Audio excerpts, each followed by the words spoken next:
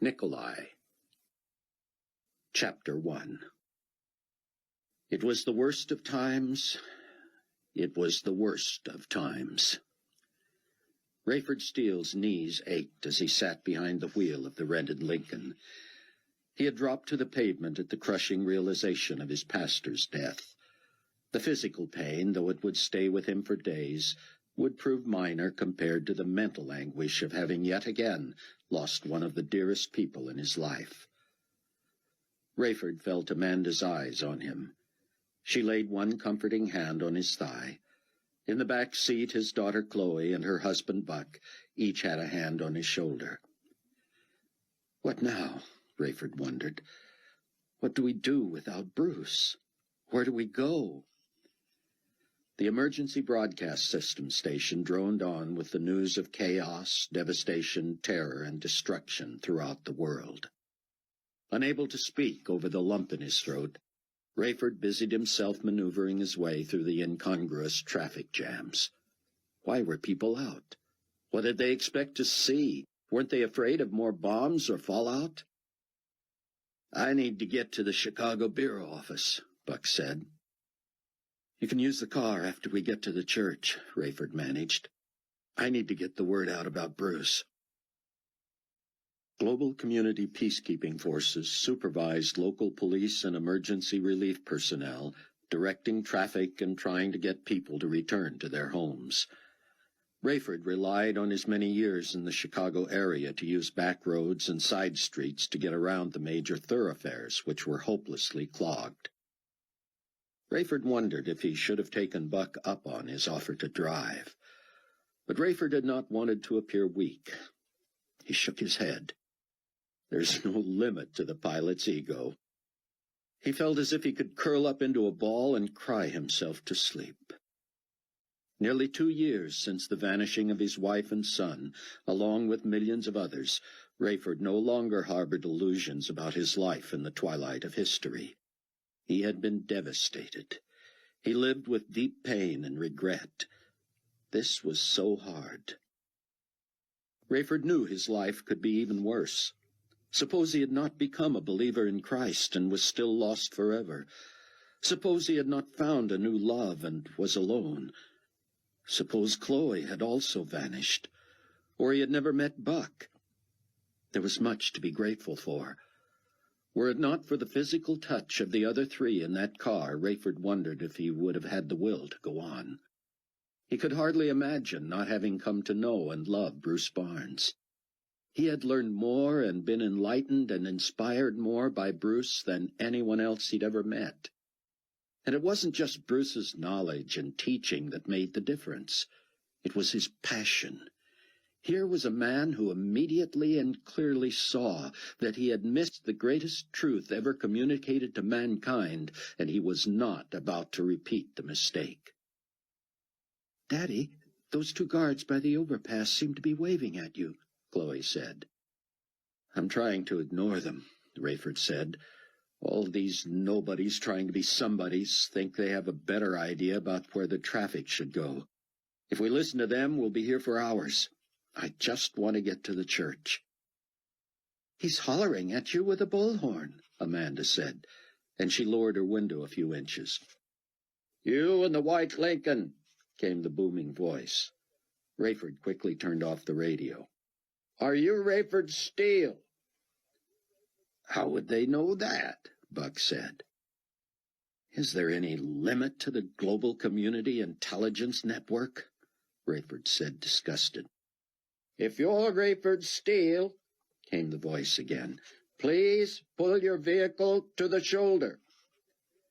Rayford considered ignoring even that, but thought better of it. There would be no outrunning these people if they knew who he was. But how did they know? He pulled over. Buck Williams pulled his hand from Rayford's shoulder and craned his neck to see 2 uniformed soldiers scampering down the embankment. He had no idea how Global Community Forces had tracked down Rayford, but one thing was certain. It would not be good for Buck to be discovered with Carpathia's pilot. "Ray," he said quickly, "I've got 1 set of phony IDs in the name of Herb Katz. Tell him I'm a pilot friend of yours or something. Okay, Rayford said. But my guess is they'll be deferential to me. Obviously, Nicolae is merely trying to reconnect with me. Buck hoped Rayford was right. It made sense that Carpathia would want to make sure his pilot was all right and could somehow get him back to New Babylon. The two uniforms now stood behind the Lincoln, one speaking into a walkie-talkie, the other on a cell phone.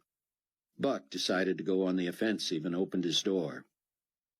"Please remain in the vehicle," walkie-talkie said. Buck slumped back into his seat and switched his phony papers with his real ones. Chloe looked terrified. Buck put his arm around her and drew her close.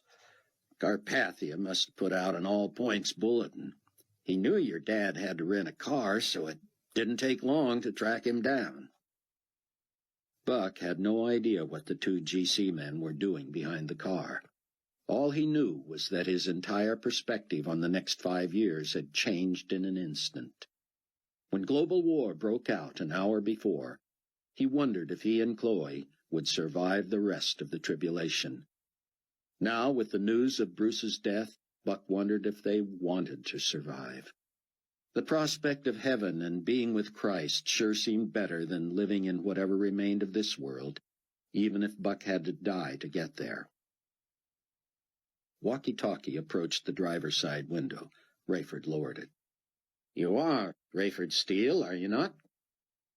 "Depends on who's asking," Rayford said.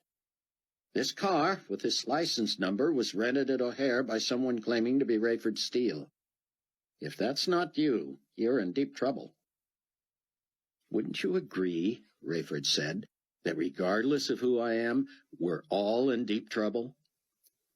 Buck was amused at Rayford's feistiness in light of the situation. "Sir, I need to know if you are Rayford Steele." "I am." "Can you prove that, sir?" Rayford appeared as agitated as Buck had ever seen him. "You flag me down, holler at me through a bullhorn, tell me I'm driving Rayford Steele's rental car, and now you want me to prove to you that I'm who you think I am. Sir, you must understand the position I'm in. I have global community potentate Carpathia himself patched through to a secure cell phone here. I don't even know where he's calling from.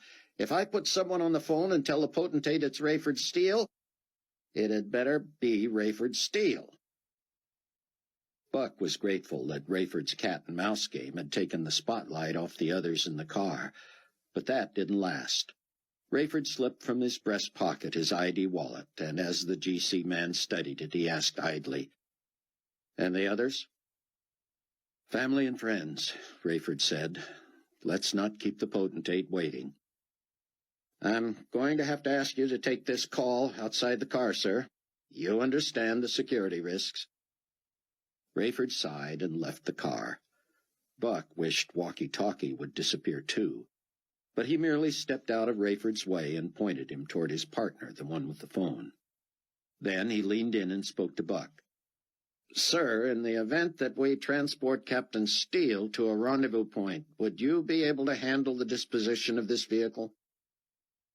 "Do all uniformed people talk this way?" Buck wondered. "Sure." Amanda leaned over. "I'm Mrs. Steele," she said. "Wherever Mr. Steele is going, I'm going." "That will be up to the potentate," the guard said, "and providing there's room in the chopper." "Yes, sir," Rayford said into the phone. "I'll see you soon, then." Rayford handed the cell phone to the second guard. "How will we get to wherever we're supposed to go?" "A copter should be here momentarily." Rayford motioned for Amanda to pop the trunk, but to stay in the car. As he shouldered both their bags, he leaned in her window and whispered, "Amanda and I have to rendezvous with Carpathia, but he couldn't even tell me where he was or where we would meet. That phone is only so secure. I get the feeling it's not far away, unless they're coptering us to an airfield from which we'll fly somewhere else. Buck, you'd better get this car back to the rental company soon. It'll be too easy to connect you with me otherwise." 5 minutes later, Rayford and Amanda were airborne. "Any idea where we're going?" Rayford shouted to one of the global community guards. The guard clapped the chopper pilot on the shoulder and shouted, "Are we at liberty to say where we're going?" "Glenview," the pilot hollered.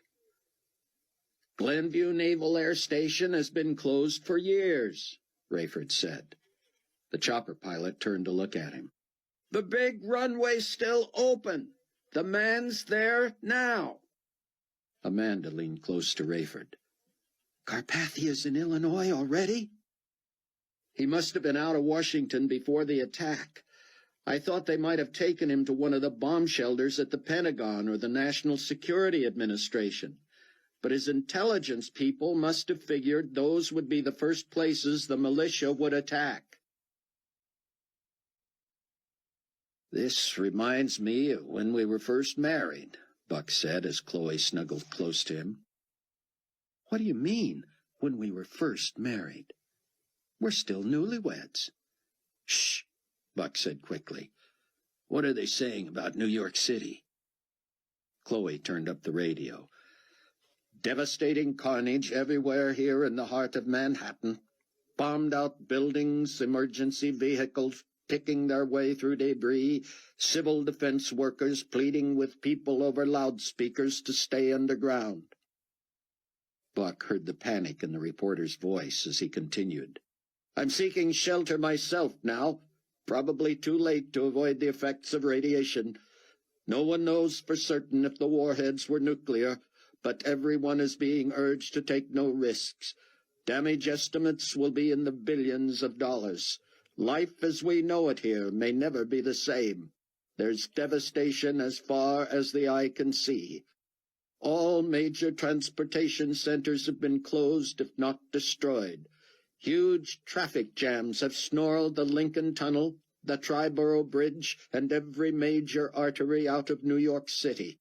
What has been known as the capital of the world looks like the set of a disaster movie. Now, back to the Cable News Global Community News Network in Atlanta." "Buck," Chloe said, "our home. Where will we live?" Buck didn't answer. He stared at the traffic and wondered at the billowing clouds of black smoke and intermittent balls of orange flame that seemed to hover directly over Mount Prospect. It was like Chloe to worry about her home. Buck was less concerned about that. He could live anywhere and seemed to have lived everywhere. As long as he had Chloe and shelter, he was all right. But she had made their ridiculously expensive Fifth Avenue penthouse flat her own. Finally, Buck spoke. "They won't let anybody back into New York for days, maybe longer. Even our vehicles, if they survived, won't be available to us." "What are we going to do, Buck?" Buck wished he knew what to say. He usually had an answer. Resourcefulness had been the trademark of his career. Regardless of the obstacle, he had somehow made do in every imaginable situation or venue in the world at one time or another. Now, with his new young wife beside him, not knowing where she would live or how they would manage, he was at a loss. All he wanted to do was to make sure his father-in-law and Amanda were safe, in spite of the danger of Rayford's work, and to somehow get to Mount Prospect to assess what was happening to the people of New Hope Village Church, and to inform them of the tragedy that had befallen their beloved pastor. Buck had never had patience for traffic jams, but this was ridiculous. His jaw tightened and his neck stiffened as his palms squeezed the wheel. The late-model car was a smooth ride, but inching along in near gridlock made the huge automotive power plant feel like a stallion that wanted to run free. Suddenly, an explosion rocked their car and nearly lifted it off its tires. Buck wouldn't have been surprised had the windows blown in around them. Chloe shrieked and buried her head in Buck's chest. Buck scanned the horizon for what might have caused the concussion. Several cars around them quickly pulled off the road. In the rearview mirror, Buck saw a mushroom cloud slowly rise, and assumed it was in the neighborhood of O'Hare International Airport several miles away. CNN, GCN radio almost immediately reported the blast. This from Chicago. Our news base there has been taken out by a huge blast. No word yet on whether this was an attack by militia forces or a global community retaliatory strike. We have so many reports of warfare, bloodshed, devastation, and death in so many major cities around the globe that it will be impossible for us to keep up with all of it. Buck looked quickly behind him and out both side windows. As soon as the car ahead gave him room, he whipped the wheel left and punched the accelerator. Chloe gasped as the car jumped the curb and went down through a culvert and up the other side. Buck drove on a parkway and past long lines of creeping vehicles. "What are you doing, Buck?" Chloe said, bracing herself on the dashboard. "I don't know what I'm doing, babe, but I know one thing I'm not doing. I'm not poking along in a traffic jam while the world goes to hell." The guard who had flagged down Rayford from the overpass now lugged his and Amanda's baggage out of the helicopter. He led the Steels, ducking under the whirring blades, across the short tarmac and into a single-story brick building at the edge of a long airstrip. Weeds grew between the cracks in the runway. A small Learjet sat at the end of the strip close to the chopper, but Rayford noticed no one in the cockpit and no exhaust from the engine. "I hope they don't expect me to fly that thing," he hollered at Amanda as they hurried inside. "Don't worry about that," their escort said. "The guy who flew it here will get you as far as Dallas in the big plane you'll be flying." Rayford and Amanda were ushered to garishly colored plastic chairs in a small, shabbily appointed military office, decorated in early Air Force. Rayford sat, gingerly massaging his knees. Amanda paced, stopping only when their escort motioned that she should sit down. "I am free to stand, am I not?" she said. "Suit yourself.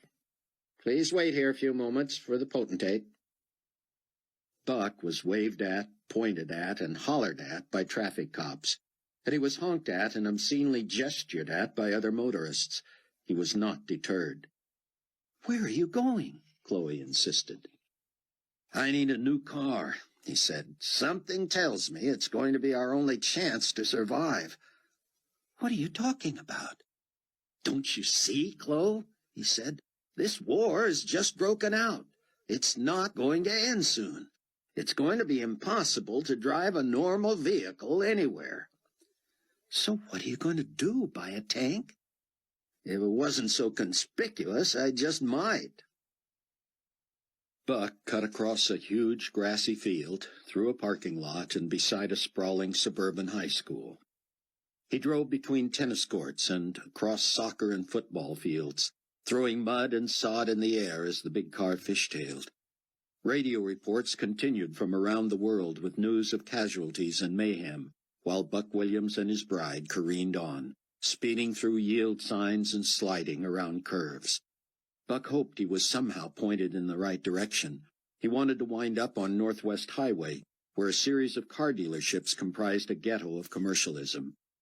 A last sweeping turn led Buck out of the subdivision, and he saw what his favorite traffic reporter always said was heavy, slow, stop-and-go traffic all along Northwest Highway. He was in a mood and in a groove, so he just kept going. Pulling around angry drivers, he rode along a soft shoulder for more than a mile until he came upon those car dealerships. "Bingo," he said. Rayford was stunned, and he could tell Amanda was too at the demeanor of Nicolae Carpathia. The dashing young man, now in his mid-30s, had seemingly been thrust to world leadership against his own will overnight. He had gone from being nearly an unknown in the lower house of Romanian government to president of that country, then almost immediately had displaced the Secretary-General of the United Nations. After nearly 2 years of peace and a largely successful campaign to charm the masses following the terror-filled chaos of the global vanishings, Carpathia now faced significant opposition for the first time. Rayford had not known what to expect from his boss. Would Carpathia be hurt, offended, enraged? He seemed none of the above. Ushered by Leon Fortunato, a sycophant from the New Babylon office, into the long, unused administrative office at the former Glenview Naval Air Station, Carpathia seemed excited. Hi. Captain Steele, Carpathia exulted. Mrs. Steele, how good to see you both, and to know that you are well. It's Amanda, Amanda said. Forgive me, Amanda, Carpathia said, reaching for her hand with both of his. Rayford noticed how slow she was to respond. In all the excitement, you understand? The excitement, Rayford thought. Somehow World War III seems more than excitement. Carpathia's eyes were ablaze, and he rubbed his hands together as if thrilled with what was going on. Well, people, he said, we need to get headed home.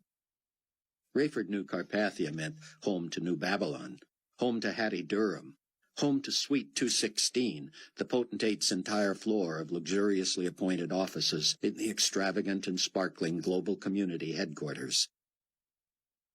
Despite Rayford and Amanda's sprawling two-story condo within the same four-block complex, neither had ever remotely considered New Babylon home.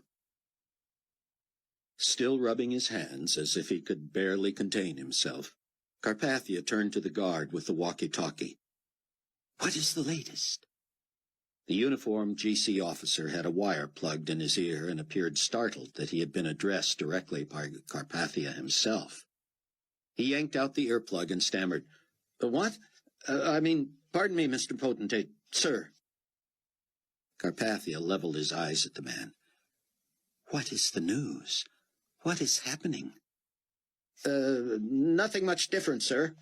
Lots of activity and destruction in many major cities. It seemed to Rayford that Carpathia was having trouble manufacturing a look of pain. Is this activity largely centered in the Midwest and East Coast? The potentate asked. The guard nodded. And some in the South, he added. Virtually nothing on the West Coast, then, Carpathia said, more a statement than a question. The guard nodded. Rayford wondered if anyone other than those who believed Carpathia was Antichrist himself would have interpreted Carpathia's look as one of satisfaction, almost glee. How about Dallas-Fort Worth? Carpathia asked. DFW suffered a hit, the guard said. Only one major runway still open. Nothing's coming in, but lots of planes are heading out of there. Carpathia glanced at Rayford. And the military strip nearby, where my pilot was certified on the 757. I believe that's still operational, sir, the guard said. All right, then. Very good, Carpathia said. He turned to Fortunato. I am certain no one knows our whereabouts, but just in case, what do you have for me? The man opened a canvas bag that seemed incongruous to Rayford. Apparently he had gathered Air Force leftovers for a disguise for Carpathia. He produced a cap that didn't match a huge dress overcoat. Carpathia quickly donned the get-up and motioned that the four others in the room should gather around him. The jet pilot is where? He asked. Waiting just outside the door, per your instructions, sir, Fortunato said. Carpathia pointed to the armed guard. Thank you for your service. You may return to your post via the helicopter. Mr. Fortunato and the Steeles and I will be flown to a new plane, on which Captain Steele will transport me back to New Babylon. Rayford spoke up. And that is in... Carpathia raised a hand to silence him. Let us not give our young friend here any information he would not have to be responsible for, he said, smiling at the uniformed guard. You may go. As the man hurried away, Carpathia spoke quietly to Rayford. The Condor 216 awaits us near Dallas. We will then fly west to go east, if you know what I mean.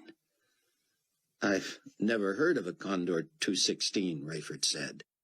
It's unlikely I'm qualified to... I have been assured, Carpathia interrupted, that you are more than qualified.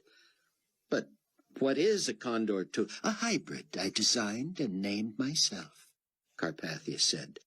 Surely you do not think what has happened here today was a surprise to me. I'm learning, Rayford said, sneaking a glance at Amanda, who appeared to be seething. You are learning, Carpathia repeated, smiling broadly. I like that. Come, let me tell you about my spectacular new aircraft as we travel. Fortunato raised a forefinger. Sir, my recommendation is that you and I run together to the end of the airstrip and board the jet. The Steel should follow when they see us get on board. Carpathia held the oversized hat down onto his styled hair and slipped in behind Fortunato as the aide opened the door and nodded to the waiting jet pilot. The pilot immediately took off, running toward the Learjet as Fortunato and Carpathia jogged several yards behind. Rayford slipped an arm around Amanda's waist and drew her close. Rayford, Amanda said, have you ever once in your life heard Nicolae Carpathia misspeak? Misspeak? Stutter, stammer, have to repeat a word, forget a name. Rayford suppressed a smile, amazed he could find anything humorous on what could easily be the last day of his life on Earth. Besides your name, in other words? He does that on purpose, and you know it, she said. Rayford shrugged. You're probably right, but with what motive? I have no idea, she said. Hun, do you see no irony in your being offended by the man we're convinced is the Antichrist? Amanda stared at him. I mean, he continued, listen to yourself. You expect common courtesy and decency from the most evil man in the history of the universe. Amanda shook her head and looked away. When you put it that way, she muttered, I suppose I am being oversensitive. Buck sat in the sales manager's office of a Land Rover dealership. You never cease to amaze me, Chloe whispered. I've never been conventional, have I? Hardly, and now I suppose any hope of normalcy is out the window.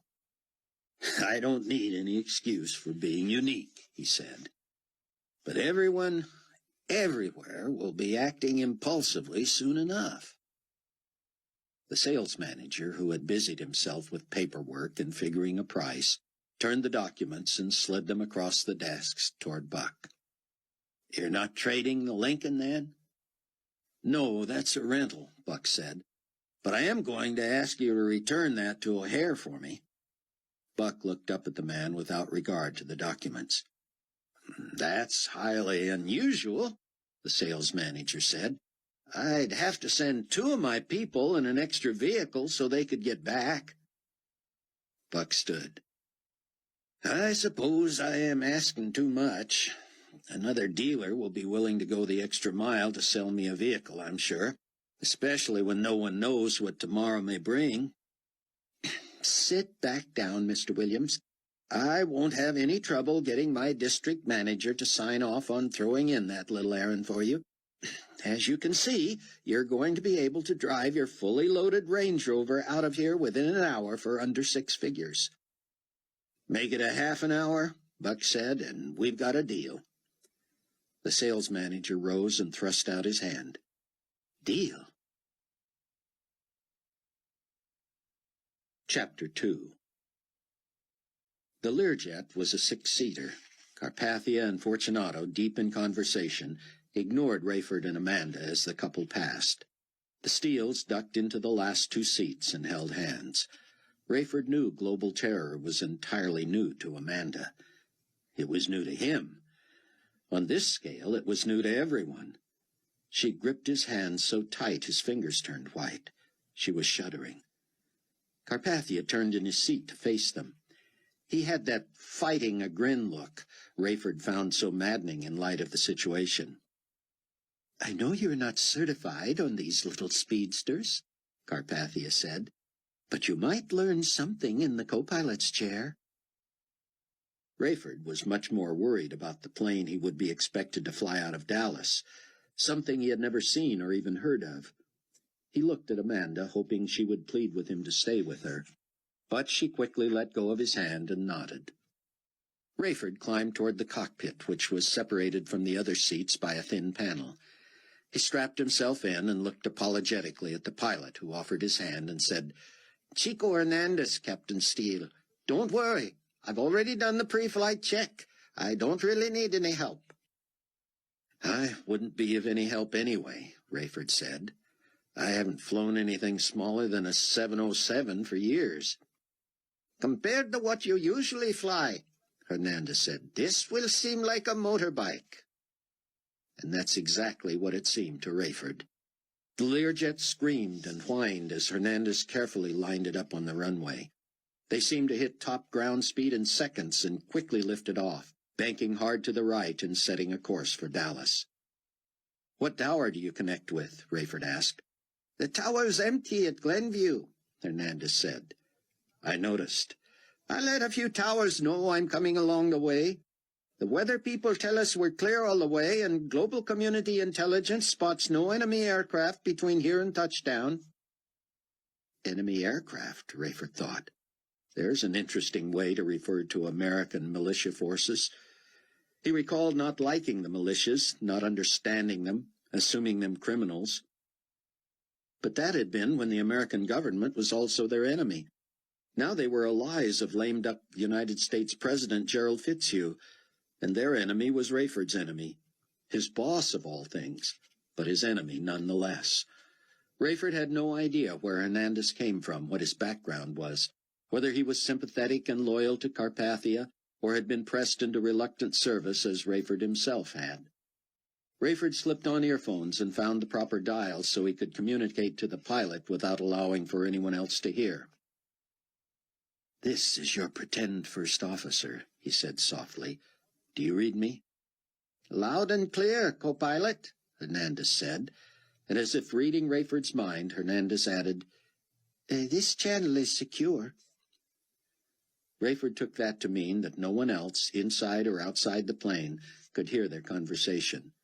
That made sense. But why had Hernandez said that? Had he realized that Rayford wanted to talk? And how comfortable would Rayford be talking to a stranger? Just because they were fellow pilots didn't mean he could bare his soul to this man.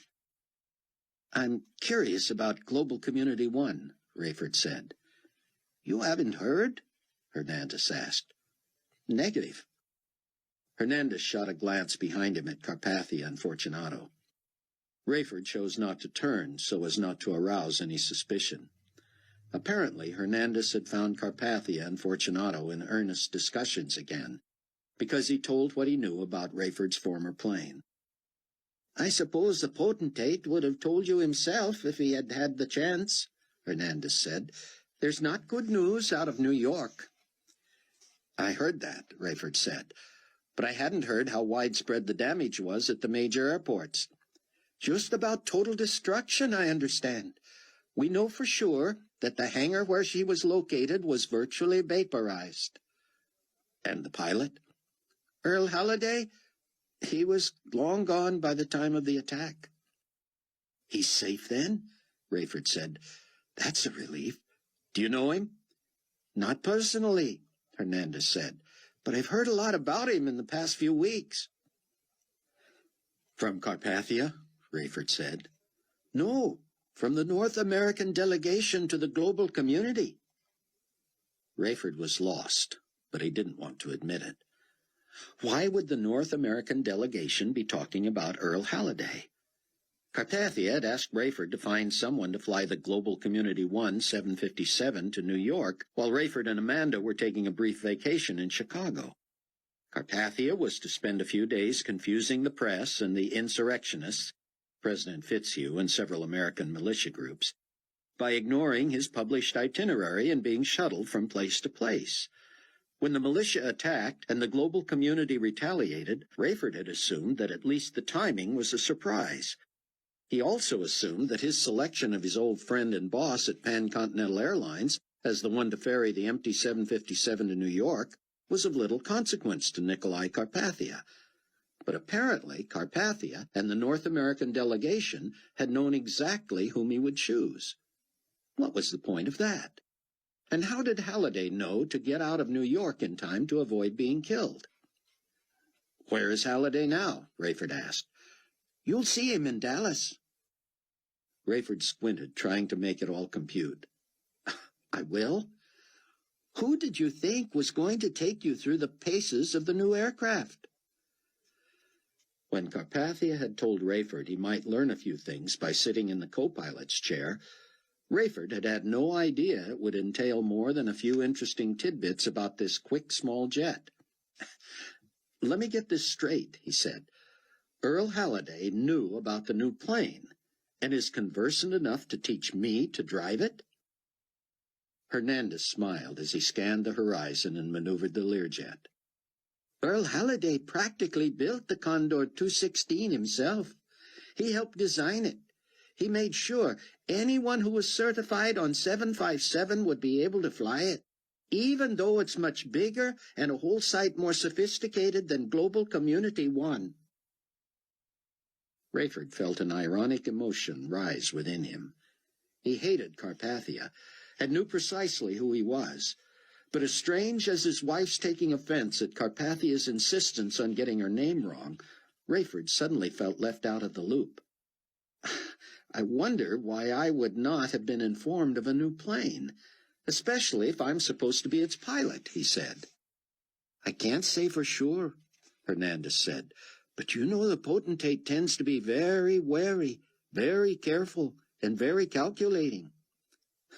"Don't I know it?" Rayford thought. "Conniving and scheming is more like it." "So, he apparently doesn't trust me." "I'm not sure he trusts anyone," Hernandez said. "If I were in his shoes, I wouldn't either. Would you?" "Would I what?" "Would you trust anyone if you were Carpathia?" Hernandez said. Rayford did not respond.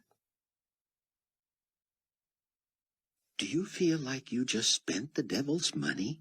Chloe asked Buck, as he carefully pulled the beautiful, new, earth-toned Range Rover out of the dealership and into traffic. "I know I did," Buck said, "and the Antichrist has never invested a better dollar for the cause of God." "You consider spending almost $100,000 on a toy like this an investment in our cause?" "Chloe," Buck said carefully, "look at this rig. It has everything. It'll go anywhere. It's indestructible. It comes with a phone. It comes with a Citizens Band radio. It comes with a fire extinguisher, survival kit, flares, you name it. It has four-wheel drive, all-wheel drive, independent suspension, a CD player that plays those new 2-inch jobs, electrical outlets in the dashboard that allow you to connect whatever you want directly to the battery." "But, Buck, you slapped down your Global Community Weekly credit card as if you were your own. What kind of a limit do you have on that thing?" "Most of the cards Carpathia issues like this have a $250,000 limit," Buck said. "But those of us at senior levels have a special code built into ours. They're unlimited." "Literally unlimited?" "Didn't you see the eyes of that sales manager when he phoned for verification?" "All I saw," Chloe said, "was a smile and a done deal." "There you go." "But doesn't somebody have to approve purchases like that?" "I report directly to Carpathia. He might want to know why I bought a Range Rover, but it should certainly be easy enough to explain, what with the loss of our apartment, our vehicles, and the need to be able to get wherever we have to go." Once again, Buck soon grew impatient with the traffic. This time, when he left the road and made his way through ditches, gullies, parkways, alleys, and yards, the ride was sure and, if not smooth, purposeful. That vehicle was made for this kind of driving. "Look what else this baby has," Buck said. "You can switch between automatic or manual transmission." Chloe leaned down to look at the floorboard. "What do you do with the clutch when you're in automatic?" "You ignore it," Buck said. "You ever drive a stick?" "A friend in college had a little foreign sports car with a stick shift," she said. "I loved it." "You want to drive?" "Not on your life. At least not now. Let's just get to the church." Anything else I should know about what we're going to encounter in Dallas? Rayford asked Hernandez. You're going to be ferrying a lot of VIPs back to Iraq, Hernandez said. But that's nothing new for you, is it? Nope. I'm afraid it's lost its luster by now. Well, for what it's worth, I envy you. Rayford was stunned to silence. Here he was, what Bruce Barnes referred to as a tribulation saint, a believer in Christ during the most horrifying period in human history, serving Antichrist himself against his own will, and certainly at the peril of his wife, his daughter, her husband, and himself, and yet he was envied. Don't envy me, Captain Hernandez. Whatever you do, don't envy me. As Buck neared the church, he noticed yards full of people. They stared at the sky and listened to radios and TVs that blared from inside their houses. Buck was surprised to see one lone car in the parking lot at New Hope. It belonged to Loretta, Bruce's assistant. I don't look forward to this, Chloe said. I hear you, Buck said. They found the woman, now nearly 70, sitting stiffly in the outer office, staring at the television. 2 balled-up tissues rested in her lap, and she riffled a third in her bony fingers. Her reading glasses rode low on her nose, and she peered over the top of them at the television. She did not seem to look Buck and Chloe's way as they entered, but it soon became clear she knew they were there. From the inner office, Buck heard a computer printer producing page after page after page. Loretta had been a Southern belle in her day. Now she sat red-eyed and sniffling, fingers working that tissue as if creating some piece of art. Buck glanced up to see a helicopter view of the bombed-out Northwest Community Hospital. People been calling, Loretta said. I don't know what to tell 'em. He couldn't survive that, could he? Pastor Bruce, I mean. He couldn't still be alive now, could he? Did you all see him? We didn't see him, Chloe said carefully, kneeling next to the old woman. But my dad did. Loretta turned quickly to stare at her. Mr. Steele saw him. And is he all right? Chloe shook her head. I'm sorry, ma'am. He's not. Bruce is gone. Loretta lowered her chin to her chest. Tears gathered and pooled in her half-glasses. She spoke hoarsely. Would y'all mind turning that off then, please? I was just praying I'd catch a glimpse of Pastor Bruce. But if he's under one of those sheets, I don't care to see that. Buck turned off the TV as Chloe embraced the old woman. Loretta broke down and sobbed. That young man was like family to me, you know. We know, Chloe said, crying herself now. He was family to us, too. Loretta pulled back to look at Chloe. But he was my only family. You know my story, don't you? Yes, ma'am. You know I lost everybody. Yes, ma'am. I mean, everybody. I lost every living relative I had. More than 100. I came from one of the most devout, spiritual heritages a woman could come from. I was considered a pillar of this church. I was active in everything, a churchwoman. I just never really knew the Lord. Chloe held her close and cried with her. That young man taught me everything, Loretta continued. I learned more from him in 2 years than I learned in more than 60 years in Sunday school and church before that. I'm not blaming anybody but myself. I was deaf and blind spiritually. My daddy had gone on before, but I lost Mama, all 6 of my brothers and sisters, all of their kids as husbands and wives. I lost my own children and grandchildren. Everybody. If somebody had made a list of who in this church would be most likely to go to heaven when they died, I would have been at the top of the list, right up there with the pastor. This was as painful for Buck as it seemed for Chloe and Loretta. He would grieve in his own way and his own time, but for now he didn't want to dwell on the tragedy. "What are you working on in the office, ma'am?" he said. Loretta cleared her throat. "Bruce's stuff, of course," she managed. "What is it?"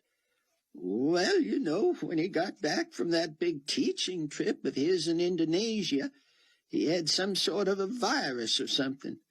One of the men rushed him to the hospital so fast that he left his laptop computer here.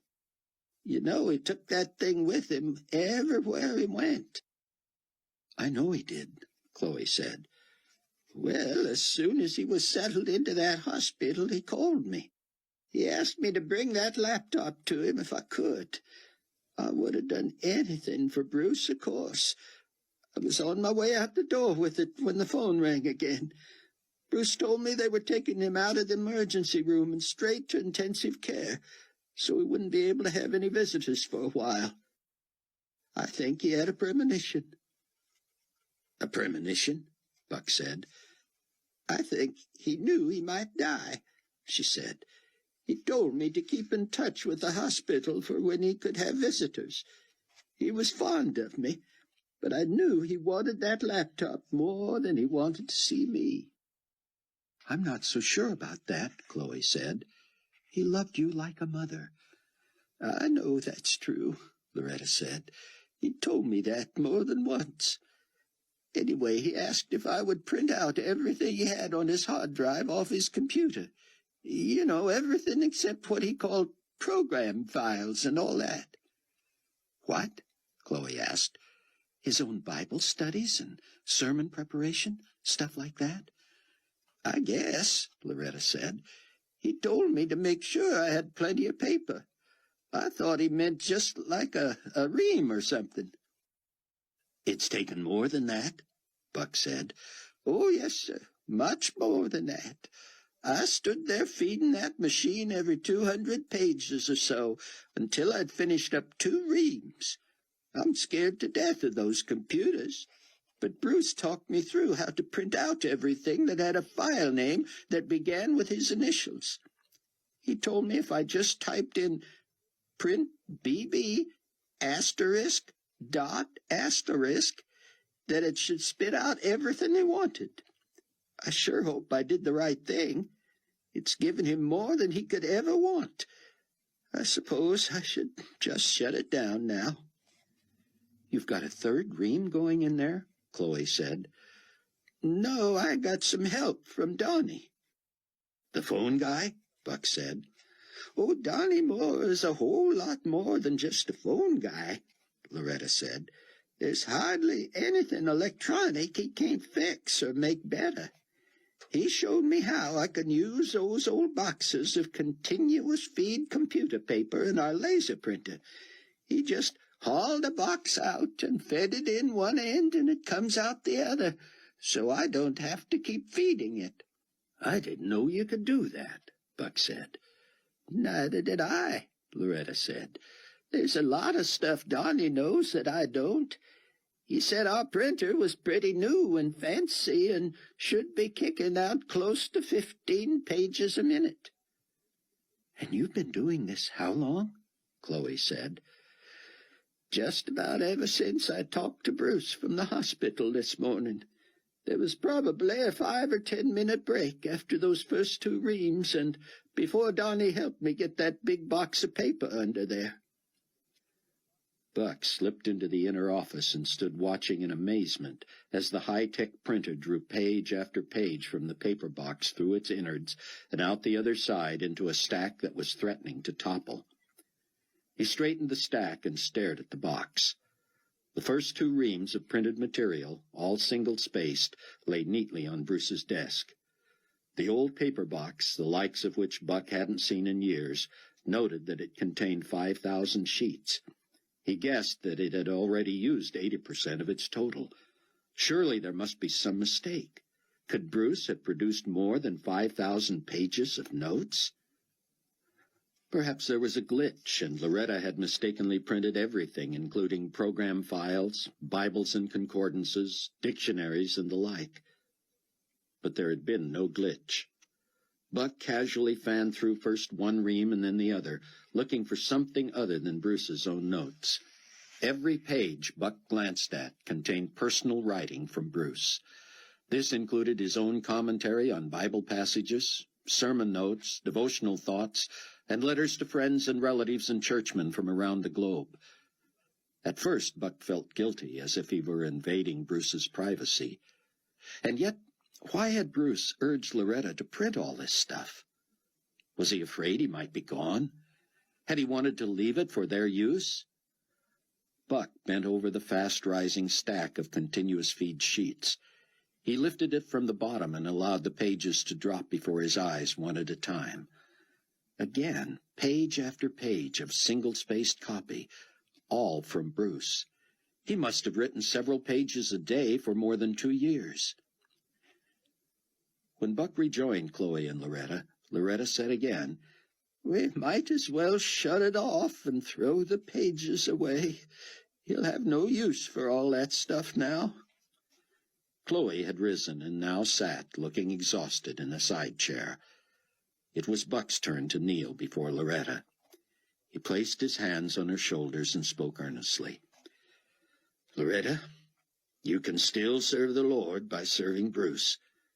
She began to protest, but he continued, "He's gone, yes, but we can rejoice that he's with his family again, can't we?"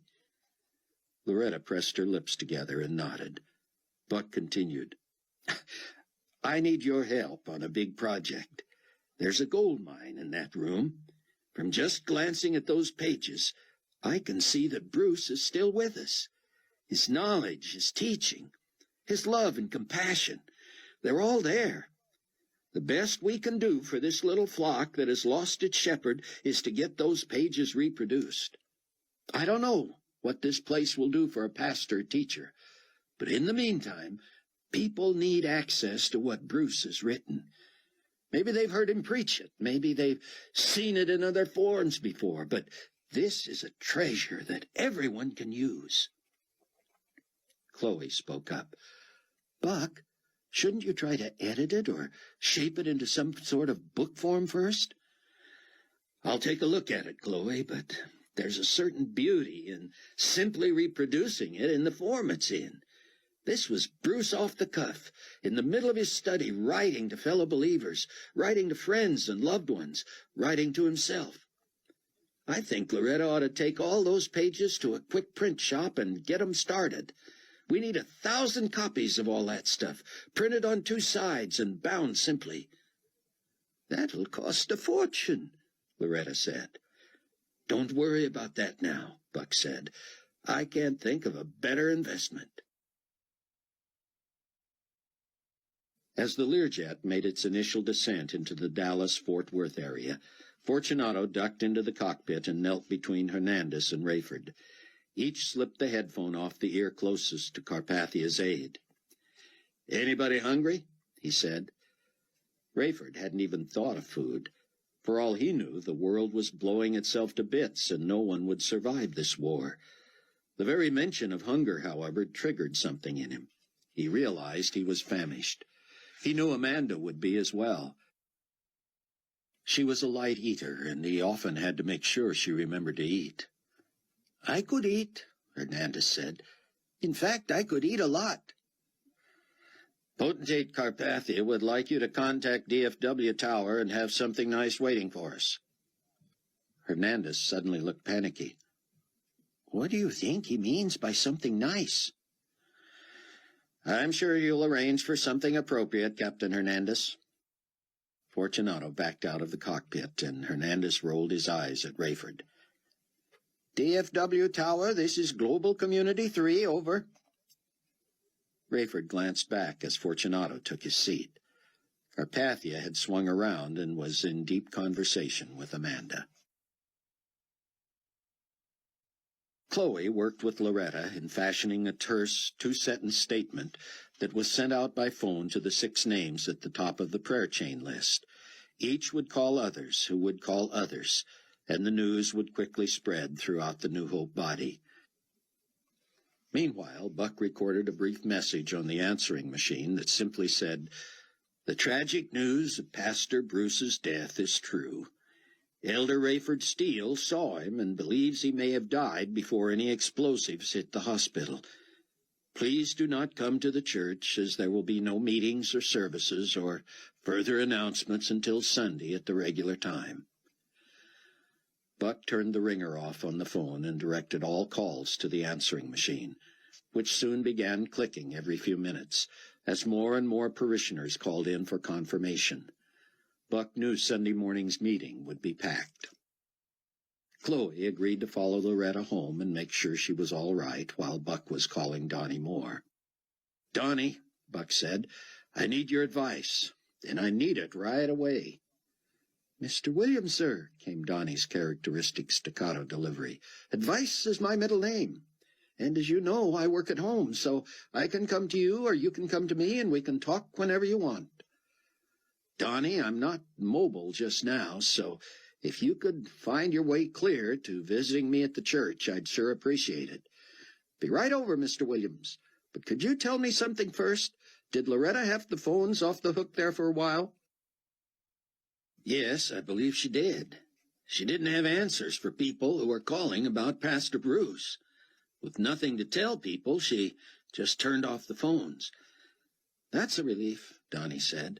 "I just got her set up with a new system a few weeks ago, so I hope nothing was wrong. How's Bruce, by the way?" "I'll tell you all about that when you get here, Donnie, okay?"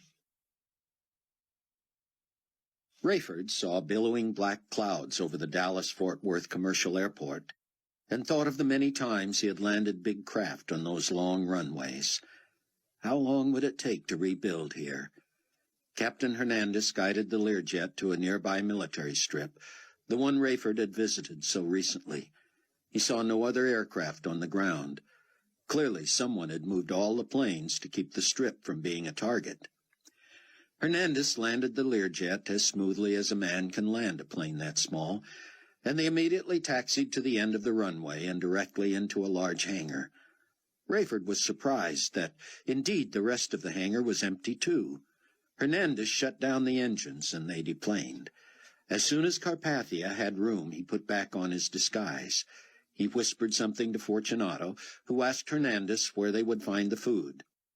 "Hangar 3, Hernandez said. "We're in Hangar 1. The plane's in Hangar 4. The disguise proved unnecessary. There was not much space between the hangars, and the small contingent moved quickly into and out of small doors at the sides of the buildings. Hangars 2 and 3 were also empty, except for a table piled with catered lunches near the side door that led to Hangar 4. They approached the tables, and Carpathia turned to Rayford. "Say goodbye to Captain Hernandez," he said. "After he has eaten, he will be on assignment for me near the old National Security Agency building in Maryland. It is unlikely you will see him again. He flies only the small craft." It was all Rayford could do to keep from shrugging. What did he care? He had just met the man. Why was it so important for Carpathia to keep him updated on personnel? He had not told Rayford of Earl Halliday's involvement in helping design a new plane. He had not told Rayford that he expected to need a new plane. He had not even sought Rayford's input about the plane he would be flying. Rayford would never understand the man. Rayford ate ravenously and tried to encourage Amanda to eat more than usual. She did not. As the group made its last move between hangars, Rayford heard the characteristic whine of the Learjet and realized Hernandez was already airborne. Interestingly, Fortunato disappeared soon after they entered Hangar 4. There, standing at attention in a neat row, were 4 of the 10 international ambassadors who represented huge land masses and populations and reported directly to Carpathia. Rayford had no idea where they had been or how they had gotten here. All he knew was that it was his job to get them all to New Babylon for emergency meetings in light of the outbreak of World War III. At the end of the row was Earl Halliday, standing stiffly and staring straight ahead.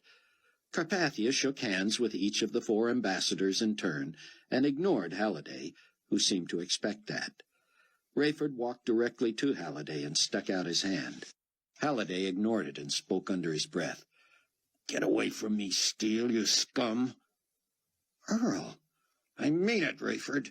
I have to bring you up to speed on this plane, but I don't have to pretend to like it." Rayford backed away, feeling awkward, and joined Amanda, who had been left alone and looked out of place herself. "Rayford, what in the world is Earl doing here?" she asked. "I'll tell you later. He's not happy, I can tell you that. What was Carpathia talking to you about on the plane?" "He wanted to know what I wanted to eat, of all things. That man!" Two aides from New Babylon entered and greeted Carpathia with embraces. One motioned for Earl and Rayford to join him in a corner of the hangar as far from the Condor 216 as they could get. Rayford had purposely avoided staring at the monstrous aircraft. Though it sat facing the door that would open to the runway and was more than 150 feet from where they stood, still the Condor seemed to dominate the hangar. Rayford had known from a glance that here was a plane that had been in development for years, not just months. It was clearly the biggest passenger plane he had ever seen, and it was painted such a brilliant white that it seemed to disappear against the light walls in the dimly lit hangar. He could only imagine how difficult it would be to spot in the sky. Carpathia's aide, dressed just like Carpathia in a natty black suit, white shirt, and blood-red tie with a gold stick-pin, leaned in close to Rayford and Earl and spoke earnestly. "Potentate Carpathia would like to be airborne as soon as possible. Can you give us an estimated time of departure?" "I've never even seen this plane," Rayford said, "and I have no idea—" "Rayford," Earl interrupted, "I'm telling you, you can fly this plane within half an hour. I know you. I know planes, so trust me." "Well, that's interesting, Earl, but I won't make any promises till I've been put through the paces." The Carpathia wannabe turned to Halliday. "Are you available to fly this plane, at least until Steele here feels he's—" "No, sir, I am not," Halliday said. "Just let me have Steele for 30 minutes, and then let me get back to Chicago." Donnie Moore proved to be more of a talker than Buck appreciated, but he decided feigning interest was a small price for the man's expertise. "So, you're a phone systems guy, but you sell computers." "On the side, right, yes, sir. Just about double my income that way. Got a trunk full of catalogs, you know." "I'd like to see those," Buck said. Donnie grinned. "Thought you might." He opened his briefcase and pulled out a stack, apparently one of each of the manufacturers he represented. He spread 6 out before Buck on the coffee table. "Whoa," Buck said. "I can see already there are going to be too many choices.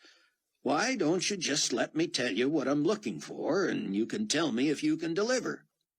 "I can tell you right now I can deliver," Donnie said.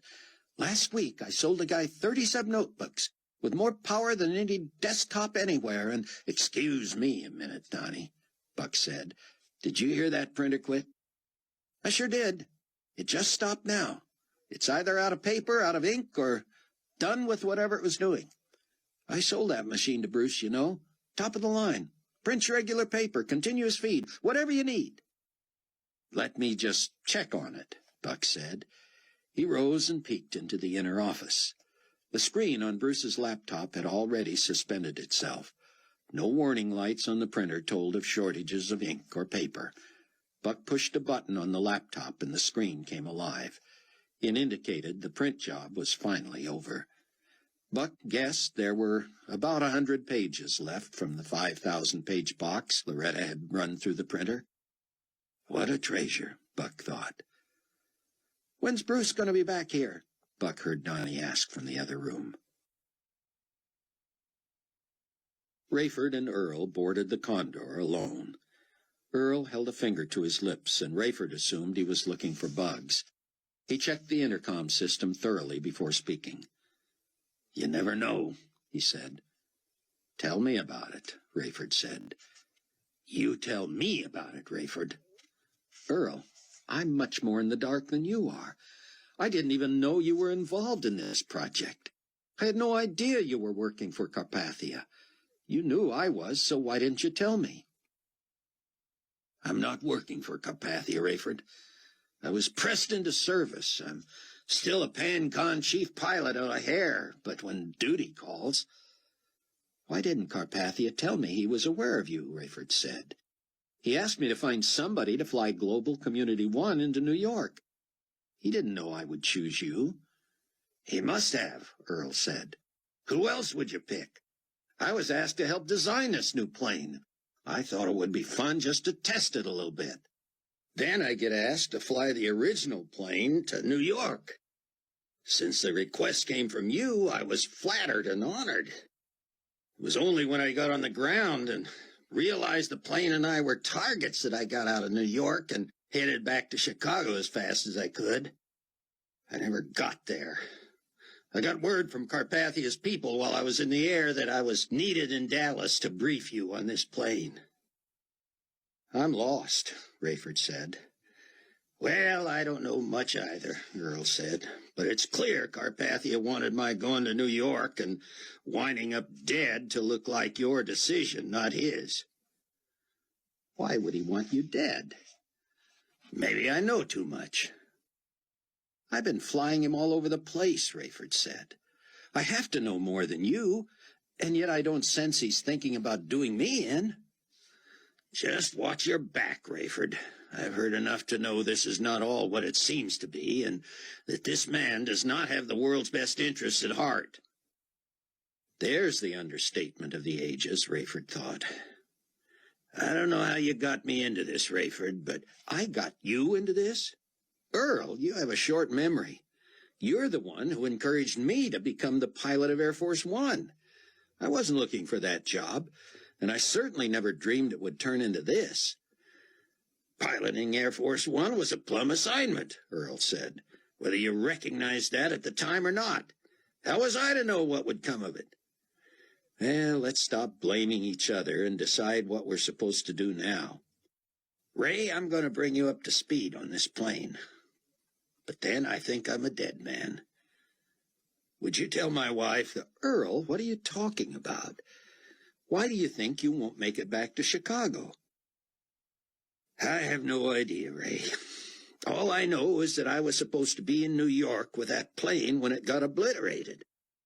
I don't see myself as any threat to the Carpathia administration, but if they cared a whit about me, they would have gotten me out of New York before I had the idea I'd better get out of there. Can't you get yourself some sort of emergency assignment at DFW? There has to be a huge need for Pan-Con personnel over there in light of everything. Carpathia's people have arranged a ride back to Chicago for me. I just have this feeling I'm not safe. Tell them you don't want to put them out. Tell them you've got plenty of work to do at DFW. I'll try. Meanwhile, let me show you this rig. And Ray, as an old friend, I want you to promise me that if anything does happen to me, nothing is going to happen to you, Earl. But of course, I'll keep in touch with your wife either way. Donnie Moore fell silent at the tragic news. He sat staring, eyes wide, seemingly unable to form words. Buck busied himself leafing through the catalogs. He couldn't concentrate. He knew there would be more questions. He didn't know what to tell Donnie, and he needed this man's help. Donnie's voice came hoarse with emotion. What's going to happen to this church? I know this sounds like a cliché, Buck said, but I believe God will provide. How will God provide anybody like Pastor Bruce? I know what you mean, Donnie. Whoever it is won't be another Pastor Bruce. He was unique. I'm still having trouble believing it, Donnie said. But I don't guess anything should surprise me anymore.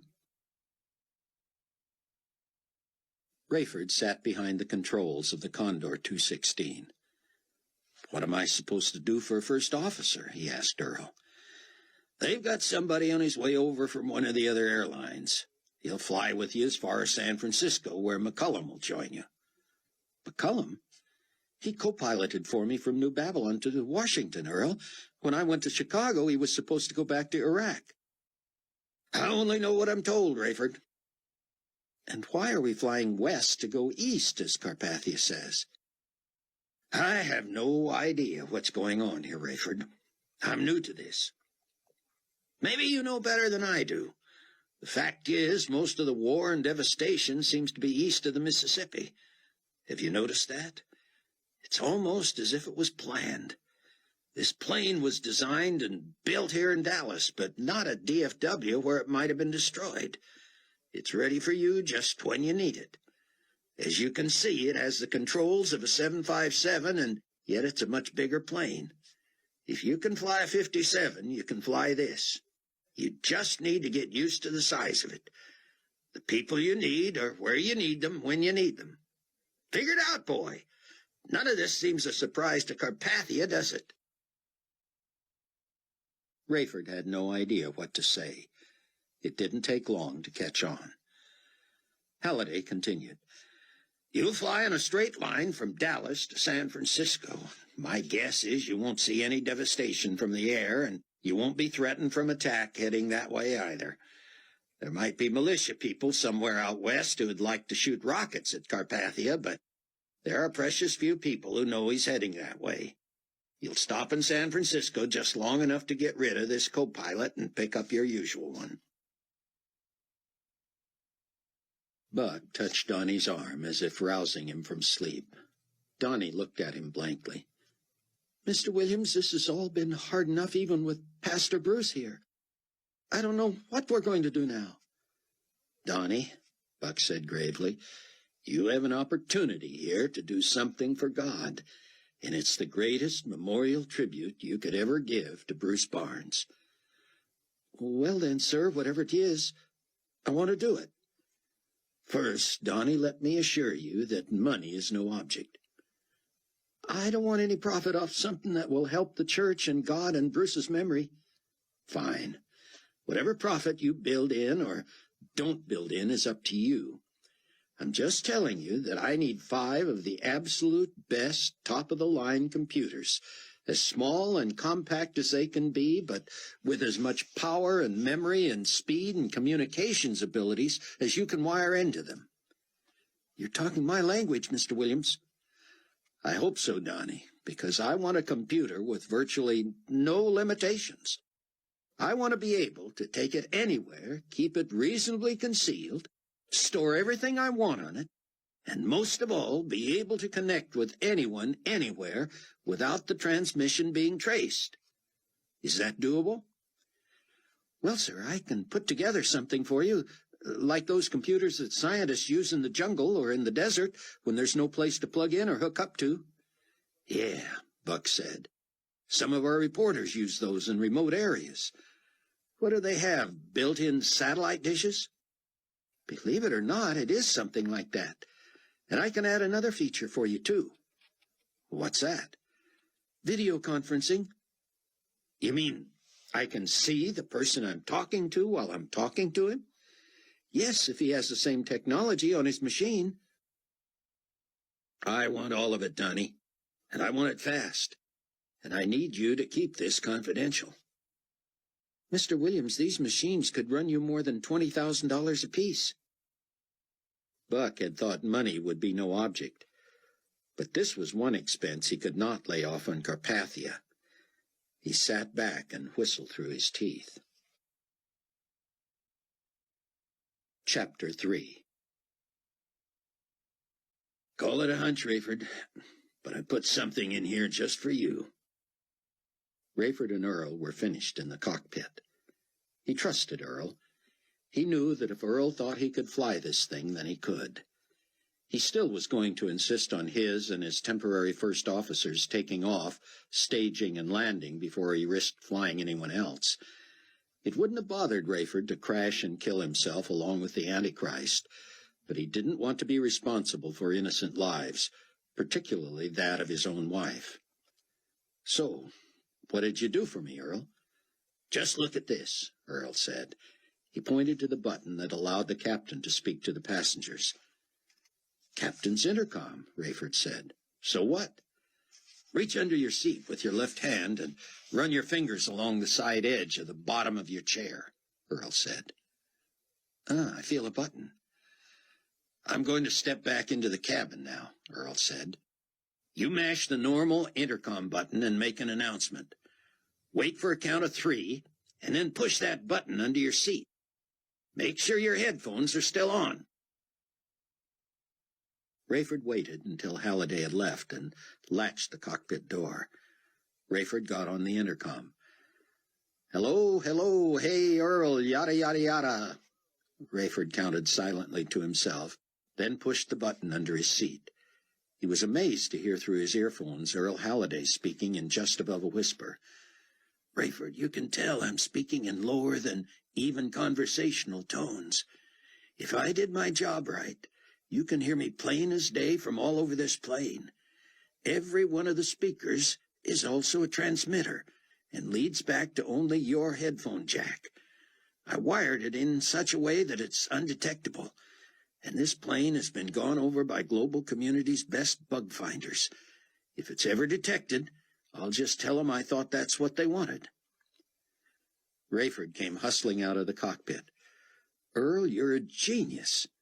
I'm not sure what I'll hear, but it has to be an advantage to know what's going on out there.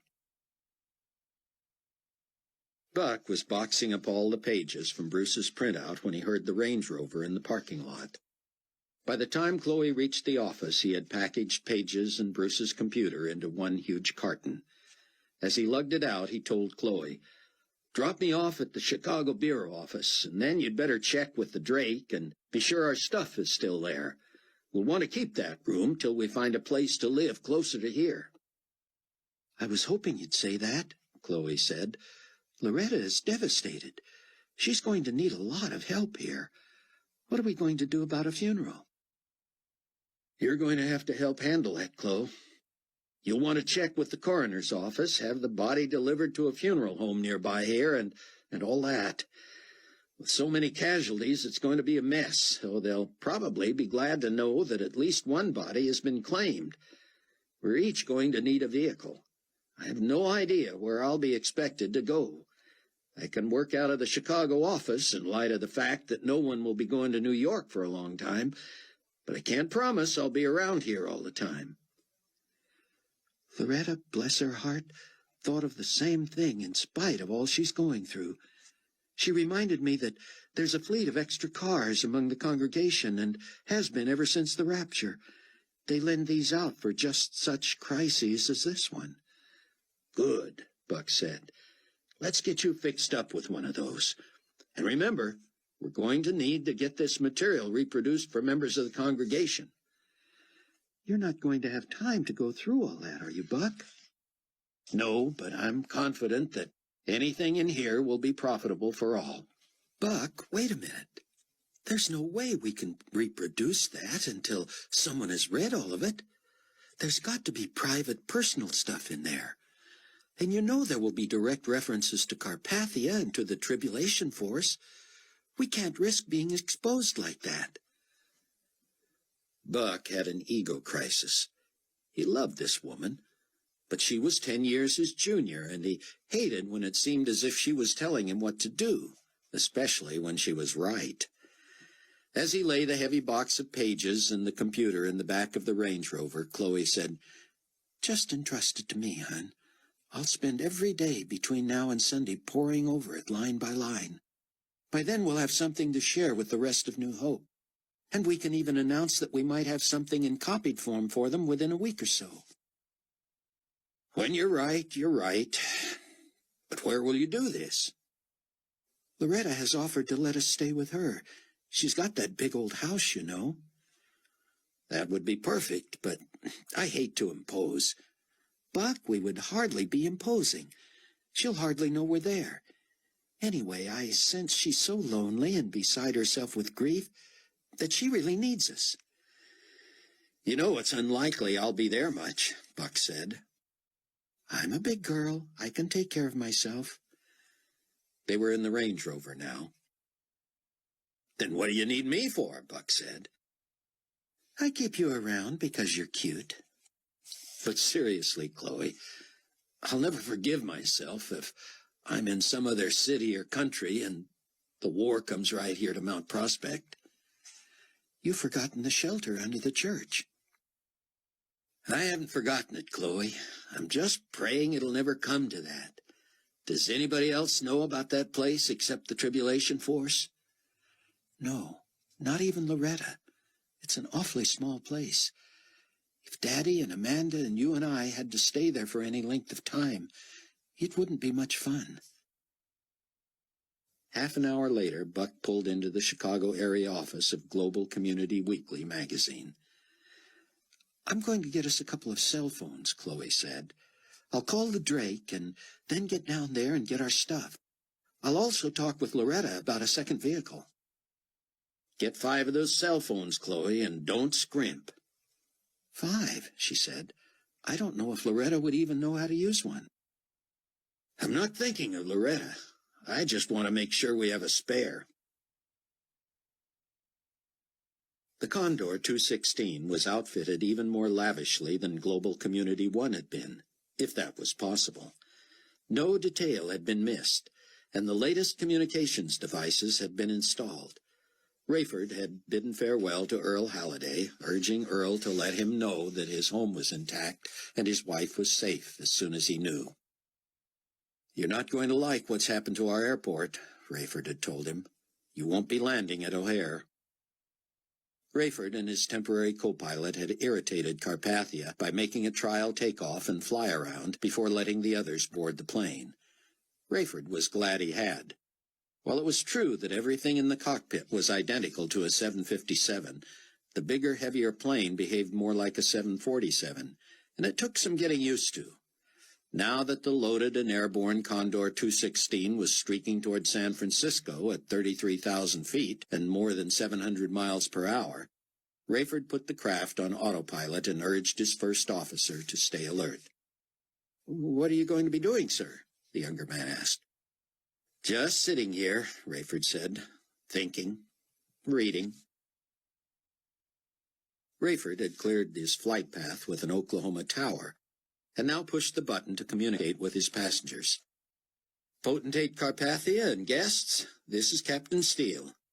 Our estimated time of arrival in San Francisco is 5 p.m. Pacific Standard Time. We expect clear skies and smooth flying."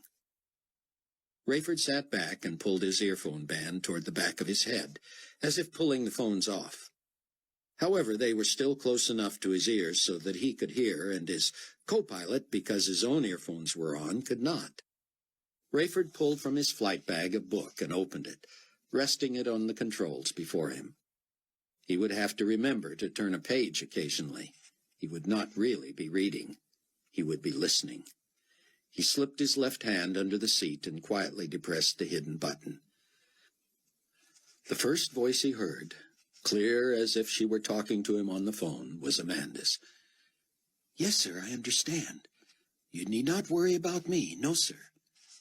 Now Carpathia spoke. "I trust everyone got enough to eat in Dallas. We will have an entire flight crew joining us in San Francisco, and we will be well taken care of throughout our flight to Baghdad and then on to New Babylon." Another voice. "Baghdad?" "Yes," Carpathia said. "I have taken the liberty of flying into Baghdad the remaining 3 loyal ambassadors. Our enemies might have assumed we would fly them directly into New Babylon. We will pick them up and begin our meetings on the short hop from Baghdad to New Babylon. Mrs. Steele, if you would excuse us." "Certainly," Amanda said. "Gentlemen," Carpathia spoke more quietly now, but still clearly enough that Rayford could understand every word. Someday he would have to thank Earl Halliday on behalf of the kingdom of Christ. Earl had no interest in serving God, at least not yet. But whatever motivated him to do Rayford a favor like that, it was certainly going to benefit the enemies of the Antichrist. Carpathia was saying, "Mr. Fortunato remained in Dallas briefly to arrange my next radio broadcast from there. I will do it from here. However, it will be patched to Dallas and broadcast again to throw off my enemies of the global community. I do need him in on our talks in the night. So we will wait on the ground in San Francisco until he is able to join us. As soon as we leave the ground out of San Francisco, we will trigger both L.A. and the Bay Area. The Bay Area? Came a heavily accented voice. Yes, that is San Francisco and the Oakland area. What do you mean by trigger? Carpathia's tone became grave. Trigger means just what it sounds like it means, he said. By the time we land in Baghdad, more than Washington, New York, and Chicago will have been decimated. Those are just 3 of the North American cities that will suffer the most. So far, only the airport and 1 suburb have suffered in Chicago. That will change within the hour. You already know about London. Do you gentlemen understand the significance of a 100-megaton bomb? There was silence. Carpathia continued. To put it into perspective, history books tell us that a 20-megaton bomb carries more power than all those dropped in World War II, including the 2 that fell on Japan. The United States of Great Britain had to be taught, came the accented voice again. Indeed they did, Carpathia said.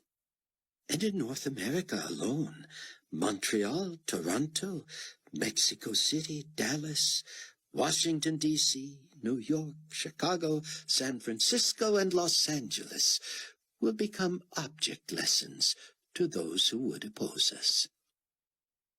Rayford whipped off his earphones and unbuckled himself. He stepped through the cockpit door and made eye contact with Amanda. He motioned for her to come to him. Carpathia looked up and smiled. Captain Steele, he greeted him. Is everything well? Our flight is uneventful, sir, if that's what you're asking. That's the best kind of flight. I can't say much for what's happening on the ground, however. True enough, Carpathia said, suddenly sober. I will soon address the global community with my condolences. Rayford pulled Amanda into the galleyway. Were Buck and Chloe going to stay at the Drake again tonight? There wasn't time to talk about it, Ray, she said. I can't imagine what other choice they'd have. It sounds like they may never get back to New York. I'm afraid Chicago is a certain someone's next target, Rayford said.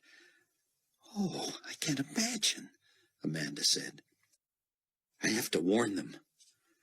Do you want to risk a phone call that could be traced? She asked. Saving their lives would be worth any risk. Amanda embraced him and went back to her seat.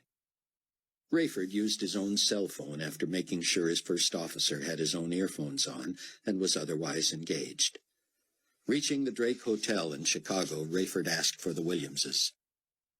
We have 3 guests named Williams, he was told. None with the first name of Cameron, or Buck, or Chloe. Rayford racked his brain. Just put me through to Mr. Katz, then, he said. Herbert Katz, the operator said. That's the one. After a minute. No answer, sir. Would you like to leave a message on their voicemail? I would, Rayford said. But I would also like to be sure that the message light is lit and that they are flagged down for an urgent message should they visit the front desk. We'll certainly do that, sir. Thank you for calling the Drake. When the voicemail tone came on, Rayford spoke quickly. Kids, you know who this is. Don't take the time to do anything. Get as far away from downtown Chicago as you can. Please, trust me on this. Buck had had innumerable run-ins with Verna Z in the Chicago office. Once he felt she had overstepped her bounds and had moved too quickly into her former boss's office after Lucinda Washington disappeared in the rapture. Then, when Buck himself was demoted for ostensibly missing the most important assignment of his life, Verna did become Chicago bureau chief and lorded it over him. Now that he was the publisher, he had been tempted to fire her, but he had let her remain, provided she did the job and kept her nose clean. Even feisty Verna seemed shell-shocked when Buck swept into the office late that afternoon. As usual, in times of international crisis, the staff was huddled around the TV. A couple of employees looked up when Buck came in. "What do you think of this, Chief?" one said, and several others noticed him. Verna Z made a beeline for Buck. "You have several urgent messages," she said. "Carpathia himself has been trying to reach you all day. There's also an urgent message from a Rayford Steele." Now there was a choice for all time. Whom should Buck call? He could only guess what spin Carpathia wanted to put on World War III. He had no idea what Rayford might want. Did Mr. Steele leave a number? "You're returning his call first?" "Excuse me," he said. "I believe I asked you a question." "His message was simply that you should call your hotel room." "Call my hotel room?" "I would have done it for you myself, boss, but I didn't know where you were staying. Where are you staying?" "None of your business, Verna." "Well, pardon me," she said, and marched away, which was Buck's hope. "I'll be borrowing your office temporarily," Buck called after her. She stopped and spun around. "For how long?" "For as long as I need it," he said.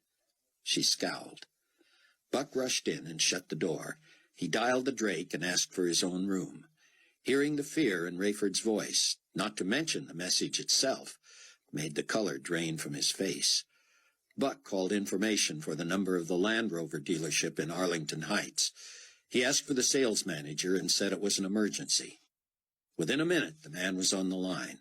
As soon as Buck identified himself, the man said, "Everything all right with—" "The car is fine, sir.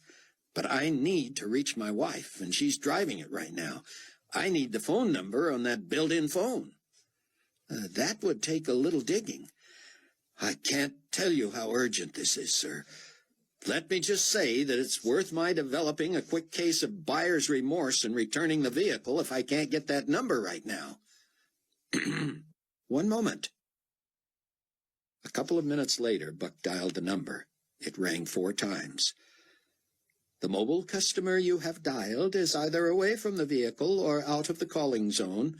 Please try your call." Buck slammed down the phone, picked it up, and hit the redial button. While listening to the ring, he was startled when the door burst open and Verna Z mouthed, "Carpathia on the line for you." "I'm going to have to call him back," Buck said. "You're what?" "Take a number." "Dial 1-800-FIRED, she said. Rayford was frantic. He forgot any pretense of doing anything but sitting there, and he stared straight ahead into the late afternoon sky, earphones firmly engaged and his left hand pressing the hidden button hard. He heard Carpathia's aide. "Well, of all the—" "What?" Carpathia said. "I'm trying to get this Williams character on the line for you, and he's told his girl there to take a number." It was all Rayford could do to keep from calling Buck again himself, knowing for sure now that he was at the Chicago office.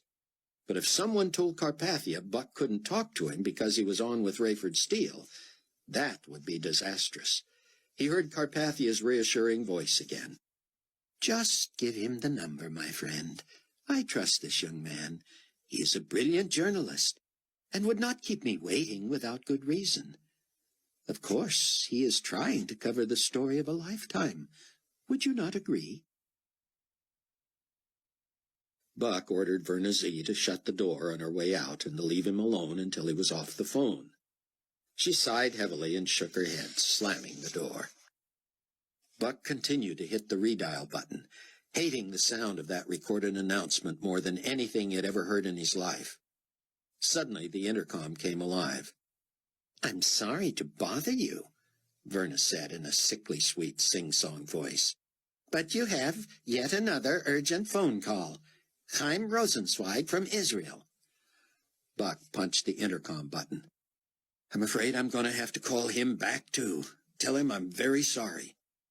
"You should tell me you're very sorry." Verna said. I'm tempted to patch him through anyway. I'm very sorry, Verna, Buck said with sarcasm. Now leave me alone, please. The car phone kept ringing.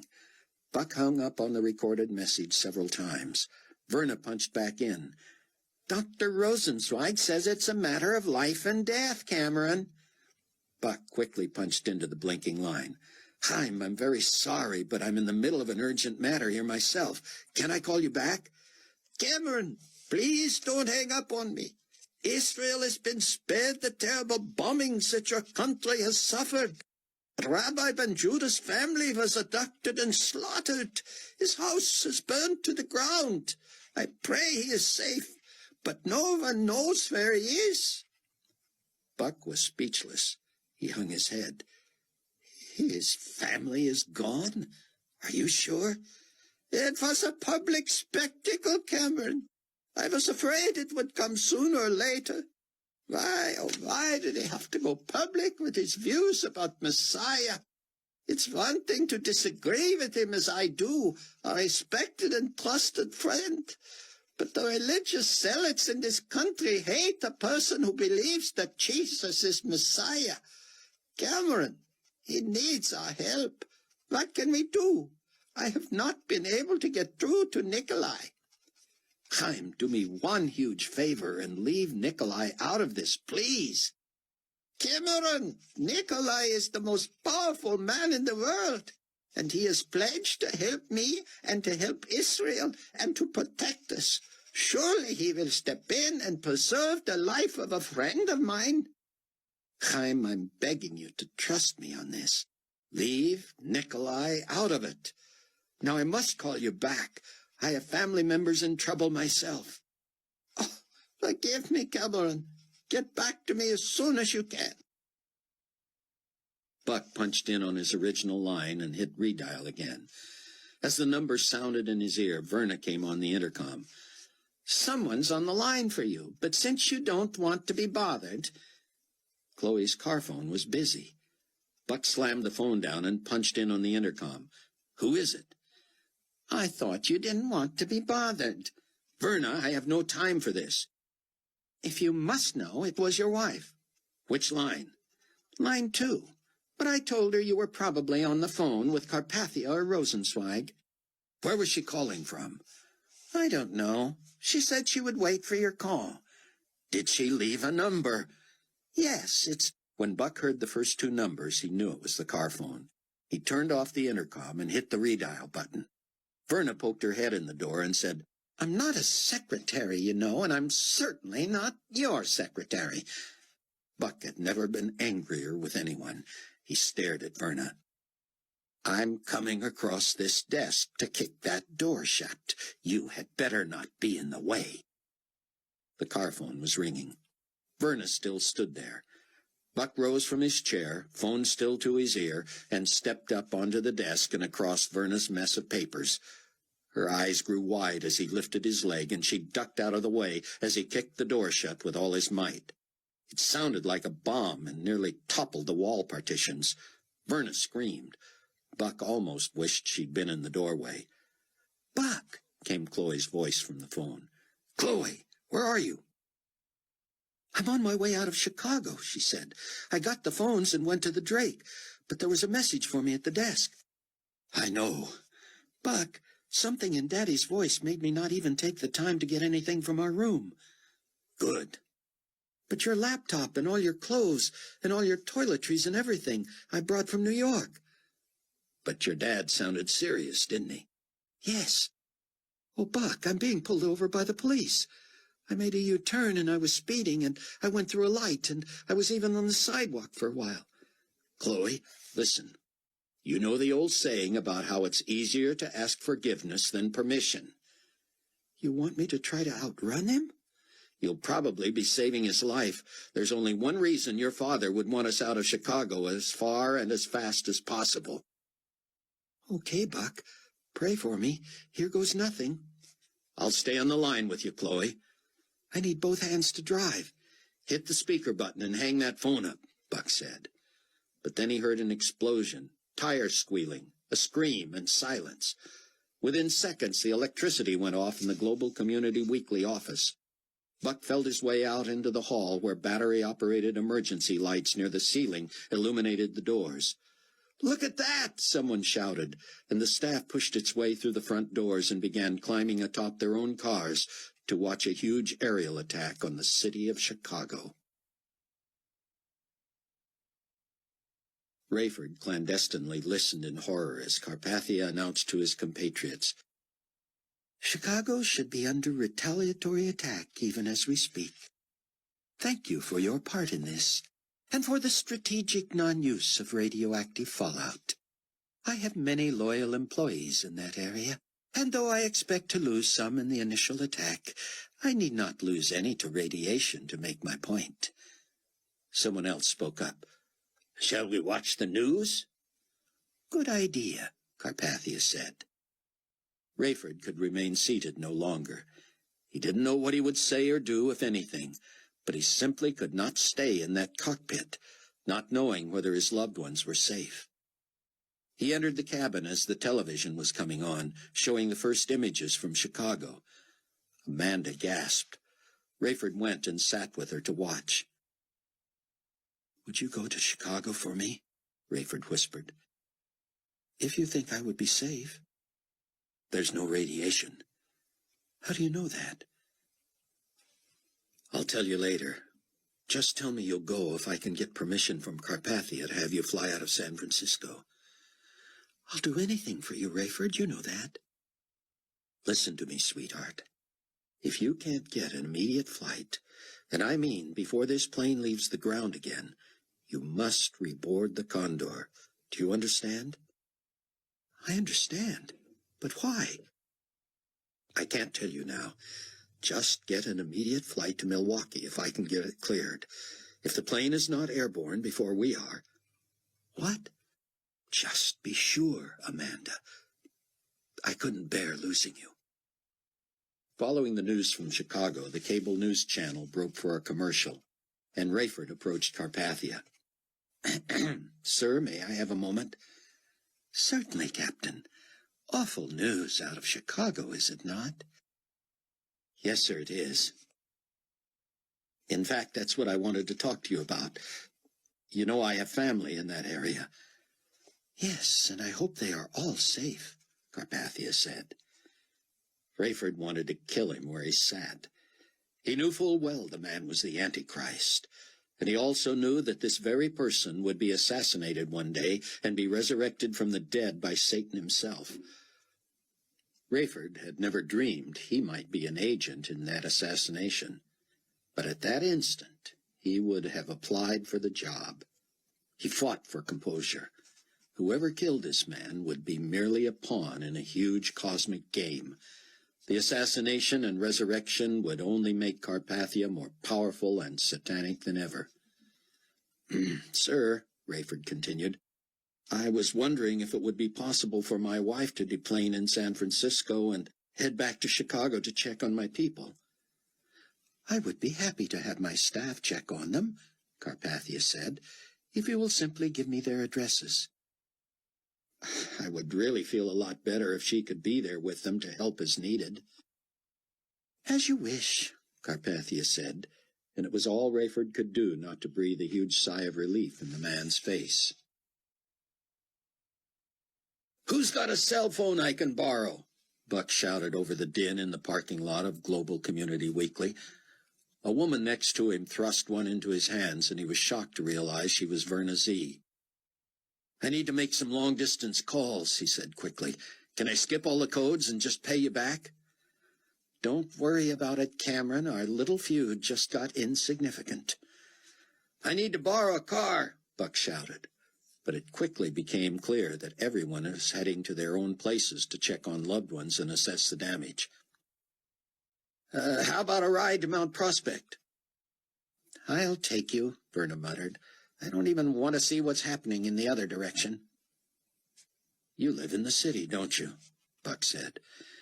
"I did until about 5 minutes ago," Verna said. "Maybe you got lucky." "Cameron, if that big blast was nuclear, none of us will last a week." I Might know a place you can stay in Mount Prospect, Buck said. I'd be grateful, she said. Verna went back inside to gather up her stuff. Buck waited in her car, making his phone calls. He started with his own father out west. "I'm so glad you called," his father said. "I tried calling New York for hours. Dad, it's a mess here. I'm left with the clothes on my back, and I don't have much time to talk. I just called to make sure everybody was all right." "Your brother and I are doing all right here," Buck's dad said. "He's still grieving the loss of his family, of course, but we're all right." "Dad, the wheels are coming off this country. You're not going to really be all right until—" "Cameron, let's not get into this again, okay? I know what you believe, and if it gives you comfort—" "Dad, it gives me little comfort right now. It kills me that I was so late coming to the truth. I've already lost too many loved ones. I don't want to lose you, too." His father chuckled, maddening Buck. "You're not going to lose me, big boy. Nobody seems to want to even attack us out here. We feel a little neglected." "Dad, millions are dying. Don't be glib about this." "So, how's that new wife of yours? Are we ever going to get to meet her?" "I don't know, Dad.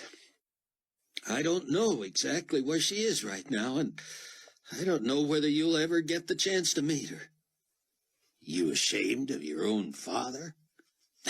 "It's not that at all, Dad. I need to make sure she's all right, and we're going to have to try to get out that way somehow. Find a good church there, Dad. Find somebody who can explain to you what's going on." "I can't think of anybody more qualified than you, Cameron. And you're just going to have to let me ruminate on this myself." Chapter 4. Rayford heard Carpathia's people setting up for his broadcast. "Is there any way anyone will be able to tell we are airborne?" Carpathia asked. "None," he was assured. Rayford wasn't so sure, but certainly unless Carpathia made some colossal error, no one would have a clue precisely where in the air he was. At the sound of a knock on the cockpit door, Rayford shut off the hidden button and turned expectantly. It was a Carpathia aide. "Do whatever you have to do to shut down all interference and patch us back through to Dallas. We go live on satellite in about 3 minutes, and the potentate should be able to be heard everywhere in the world." Yippee, Rayford thought. Buck was on the phone with Loretta when Verna Z slipped behind the wheel. She slung her oversized bag onto the seat behind her, then had trouble fastening her seat belt, she was shaking so. Buck shut off the phone. "Verna, are you all right? I just talked with a woman from our church who has a room and private bath for you." A mini traffic jam dissipated as Verna and Buck's co-workers wended their way out of the small parking lot. Headlights provided the only illumination in the area. "Cameron, why are you doing this for me?" "Why not? You lent me your phone." "But I've been so awful to you." "And I've responded in kind. I'm sorry, Verna. This is the last time in the world we should care so much about getting our own way." Verna started the car, but sat with her face in her hands. "You want me to drive?" Buck asked. "No, just give me a minute." Buck told her of his urgency to locate a vehicle and try to find Chloe. "Cameron, you must be frantic." "Frankly, I am." She unlatched her seat belt and reached for the door handle. "Take my car, Cameron. Do whatever you have to do." "No," Buck said. "I'll let you lend me your car, but let's get you settled first." "You may not have a minute to spare." "All I can do is trust God at this point," Buck said. He pointed Verna in the right direction. She sped to the edge of Mount Prospect and slid up to the curb in front of Loretta's beautiful, rambling old home. Verna did not allow Buck to even take the time to make introductions. She said, "We all know who each other is, so let's let Cameron get going." "I arranged for a car for you," Loretta said. "It should be here in a few minutes." "I'll take Verna's for now, but I sure appreciate it." "Keep the phone as long as you need it," Verna said as Loretta welcomed her. Buck pushed the driver's seat all the way back and adjusted the mirror. He punched in the number he'd been given for Nicolae Carpathia and tried to return that call. The phone was answered by an aide. "I'll tell him you returned his call, Mr. Williams, but he's conducting an international broadcast just now. You might want to tune it in." Buck whipped on the radio while racing toward the only route he could imagine Chloe taking to escape Chicago. "Ladies and gentlemen, from an unknown location, we bring you live global community potentate Nicolae Carpathia." Rayford swung around in his chair and propped open the cockpit door. The plane was on autopilot, and both he and his first officer sat watching as Carpathia addressed the world.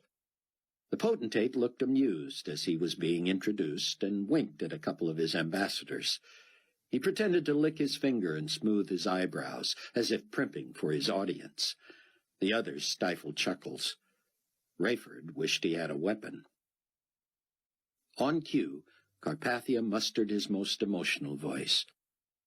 "Brothers and sisters of the global community, I am speaking to you with the greatest heaviness of heart I have ever known. I am a man of peace who has been forced to retaliate with arms against international terrorists who would jeopardize the cause of harmony and fraternity.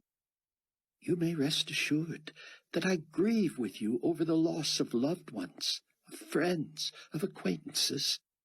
The horrible toll of civilian lives should haunt these enemies of peace for the rest of their days. As you know, most of the 10 world regions that comprise the global community destroyed 90% of their weapon hardware. We have spent nearly the last 2 years breaking down, packaging, shipping, receiving, and reassembling this hardware in New Babylon. My humble prayer was that we would never have had to use it. However, wise counselors persuaded me to stockpile storehouses of technologically superior weapons in strategic locations around the globe.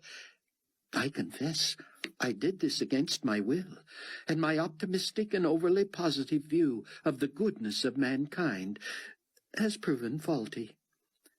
I am grateful that somehow I allowed myself to be persuaded to keep these weapons at the ready. In my wildest dreams, I never would have imagined that I would have to make the difficult decision to turn this power against enemies on a broad scale. By now, you must know that 2 former members of the exclusive Global Community Executive Council have viciously and wantonly conspired to revolt against my administration, and another carelessly allowed militia forces in his region to do the same. These forces were led by the now late President of the United States of North America, Gerald Fitzhugh, trained by the American militia and supported also by secretly stored weapons from the United States of Great Britain and the formerly sovereign country of Egypt. While I should never have to defend my reputation as an anti-war activist, I am pleased to inform you that we have retaliated severely and with dispatch. Anywhere that global community weaponry was employed, it was aimed specifically at rebel military locations. I assure you that all civilian casualties and the destruction of great populated cities in North America and around the world was the work of the rebellion. There are no more plans for counterattacks by global community forces. We will respond only as necessary, and pray that our enemies understand that they have no future. They cannot succeed. They will be utterly destroyed. I know that in a time of global war such as this, most of us live in fear and grief. I can assure you that I am with you in your grief, but that my fear has been overcome by confidence that the majority of the global community is together, heart and soul, against the enemies of peace. As soon as I am convinced of security and safety, I will address you via satellite television and the Internet. I will communicate frequently, so you know exactly what is going on, and will see that we are making enormous strides toward rebuilding our world. You may rest assured that as we reconstruct and reorganize, we will enjoy the greatest prosperity and the most wonderful home this earth can afford. May we all work together for the common goal. While Carpathia's aides and ambassadors nodded and clapped him on the back, Rayford caught Amanda's eye and resolutely shut the cockpit door. Bernazee's car was a junky old import. It was rattly and drafty, a 4-cylinder automatic. In short, it was a dog. Buck decided to test its limits and reimburse Verna later if necessary. He sped to the Kennedy and headed toward the Edens Junction, trying to guess how far Chloe might have gotten from the Drake in heavy traffic that would now be impassable. What he didn't know was whether she would take Lakeshore Drive, which locals referred to as the LSD, or the Kennedy.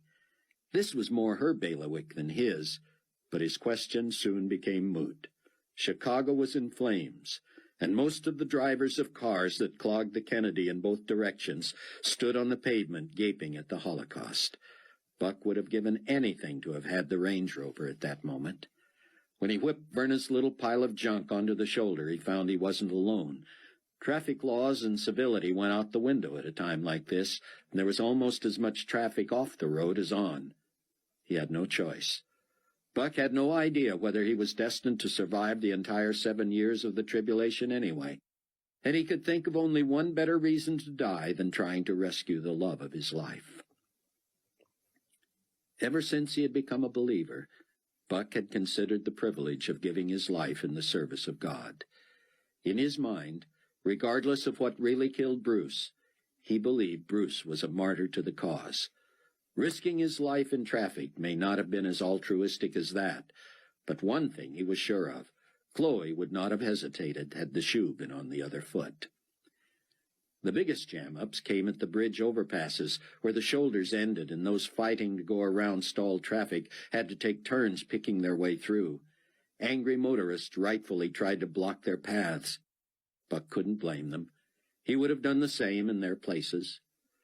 He had stored the number of the phone in the Range Rover and continued to redial every chance he got. Every time he first heard a hint of the message, "The mobile customer you have called," he disconnected and tried again. Just before the initial descent into San Francisco, Rayford huddled with Amanda. "I'm going to get that door open and get you off this plane as soon as possible," he said. "I'm not going to wait for the post-flight checklist or anything. Don't forget, it's imperative that whatever flight you find is off the ground before we are." "But why, Ray?" "Just trust me, Amanda. You know I have your best interests in mind. As soon as you can, call me on my universal cell phone and let me know Chloe and Buck are all right." Buck left the expressway and picked his way through side streets for more than an hour, until reaching Evanston. By the time he got to Sheridan Road along the lake, he found it barricaded, but not guarded. Apparently, every law enforcement officer and emergency medical technician was busy. He thought about ramming one of the construction horses, but didn't want to do that to Verna's car. He stepped out and moved the horse enough to drive through. He was going to leave the opening there, but someone hollered from an apartment, "Hey, what are you doing?" Buck looked up and waved in the direction of the voice. "Press! he shouted. "All right, then, carry on." To make himself look more legitimate, Buck took the time to get out of the car and replace the barrier before driving on. He saw the occasional police car with lights flashing and some uniformed men standing at side streets. Buck merely put on his emergency flashers and kept going. No one stood in his way. No one drew down on him. No one so much as shined a light at him. To Buck, it seemed as if they assumed that if he had gone to the trouble of getting so deep into a prohibited area and was now proceeding with such confidence, he must be all right. He could hardly believe how clear the sailing was with all the arteries leading into Sheridan Road blocked off. The question now was what he would find on Lakeshore Drive. Frustrated was too mild a word for the way Rayford felt as he landed the Condor 216 in San Francisco and taxied to a private jetway. There he sat with the unenviable task of carrying Antichrist himself wherever he wanted to go. Carpathia had just told bald-faced lies to the largest audience that had ever listened to a single radio broadcast. Rayford knew beyond doubt that shortly after takeoff toward New Babylon, San Francisco would be devastated from the air the same way Chicago had been. People would die. Business and industry would crumble. Transportation centers would be destroyed, including that very airport. Rayford's first order of business was to get Amanda off that plane and out of that airport and into the Chicago area. He didn't even want to wait for the jetway to be maneuvered out to the plane. He opened the door himself and lowered the telescoping stairs to the runway. He motioned for Amanda to hurry. Carpathia made some farewell small talk as she hurried past, and Rayford was grateful that she merely thanked the man and kept moving. Ground personnel waved at Rayford and tried to get him to pull the stairs back up. He shouted, "We have one passenger who needs to make a connection." Rayford embraced Amanda and whispered, "I checked with the tower. There's a flight to Milwaukee leaving from a gate at the end of this corridor in less than 20 minutes. Make sure you're on it." Rayford kissed Amanda, and she hurried down the steps. He saw the ground crew waiting for him to pull the stairs back up so they could get the jetway into position. He could think of no legitimate reason to stall, so he simply ignored them, walked back into the cockpit, and began post-flight checks. "What's going on?" his co-pilot asked. "I want to switch places with your guy as soon as I can." If you only knew what you were walking into, Rayford thought. "Where are you headed tonight?" "What possible business is that of yours?" the young man said. Rayford shrugged. He felt like the little Dutch boy with his thumb in the dike. He couldn't save everyone. Could he save anyone? The Carpathia aide poked his head into the cockpit. "Captain Steele, you're being summoned by the ground crew." "I'll handle it, sir. They'll have to wait for our post-flight check. You realize that with a new plane, there's a lot we need to be sure of before we attempt a trans-Pacific flight." "Well, we've got McCullum waiting to board, and we've got a full flight crew waiting besides. We're kind of like to have some service." Rayford tried to sound cheery. "Safety first." "Well, hurry it up." While the first officer double-checked items on his clipboard, Rayford checked with the tower on the status of the outbound flight to Milwaukee. "Behind schedule about 12 minutes, Condor 216. It shouldn't affect you." But it will, Rayford thought. Rayford stepped into the cabin.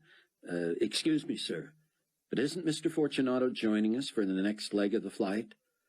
"Yes," an aide said. "He left Dallas half an hour after we did, so he shouldn't be long." "He will be if I can help it." Buck finally hit the brick wall he knew would be inevitable. He had bounced over a couple of curbs and couldn't avoid smashing one traffic barrier where Sheridan Road jogged to meet Lakeshore Drive. All along the drive he saw cars off the road, emergency vehicles with lights flashing, and disaster relief specialists trying to flag him down. He floored Vernazzi's little car, and no one dared step in front of him.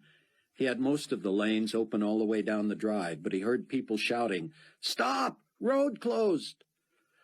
The radio told him that gridlock within the city proper had ground all fleeing traffic to a halt. One report said it had been that way since the moment of the first blast. Buck wished he had time to scan the exits that led to the beach. There were plenty of places where a Range Rover might have left the road, crashed, or been hidden. If it became clear to Chloe that she could not have made any decent time by heading to the Kennedy or the Eisenhower from the Drake, she might have tried the LSD. But as Buck got to the Michigan Avenue exit that would have taken him within sight of the Drake, he would have had to kill someone or go airborne to go any farther. The barricade that shut down Lakeshore Drive and the exit looked like something from the set of Les Miserables.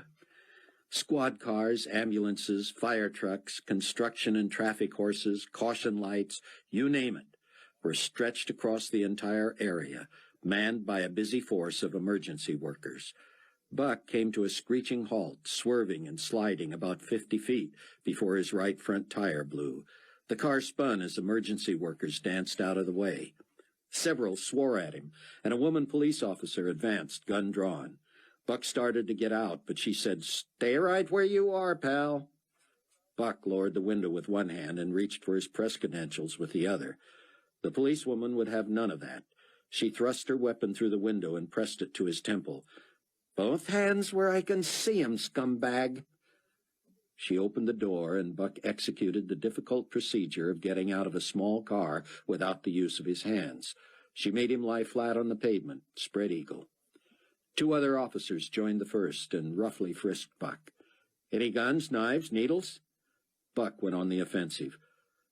"Nope, just 2 sets of IDs.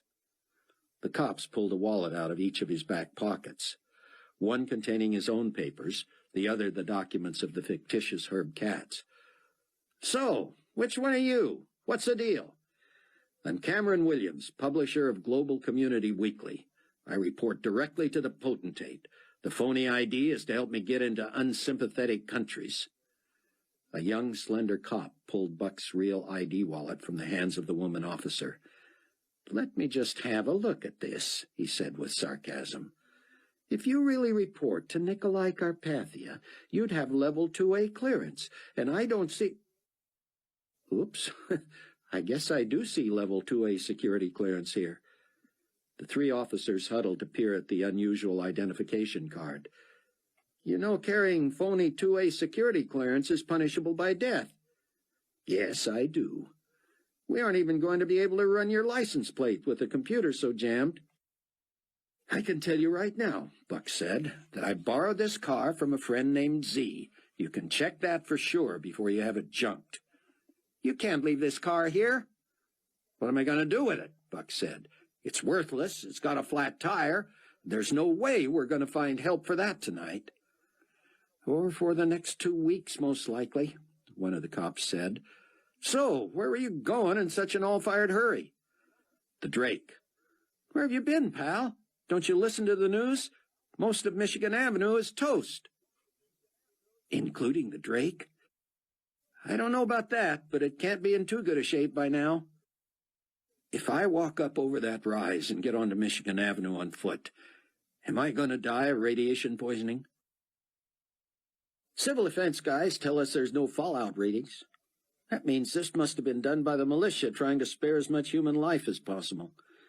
Anyway, if those bombs had been nuclear, the radiation would have traveled a lot farther than this already." "True enough," Buck said.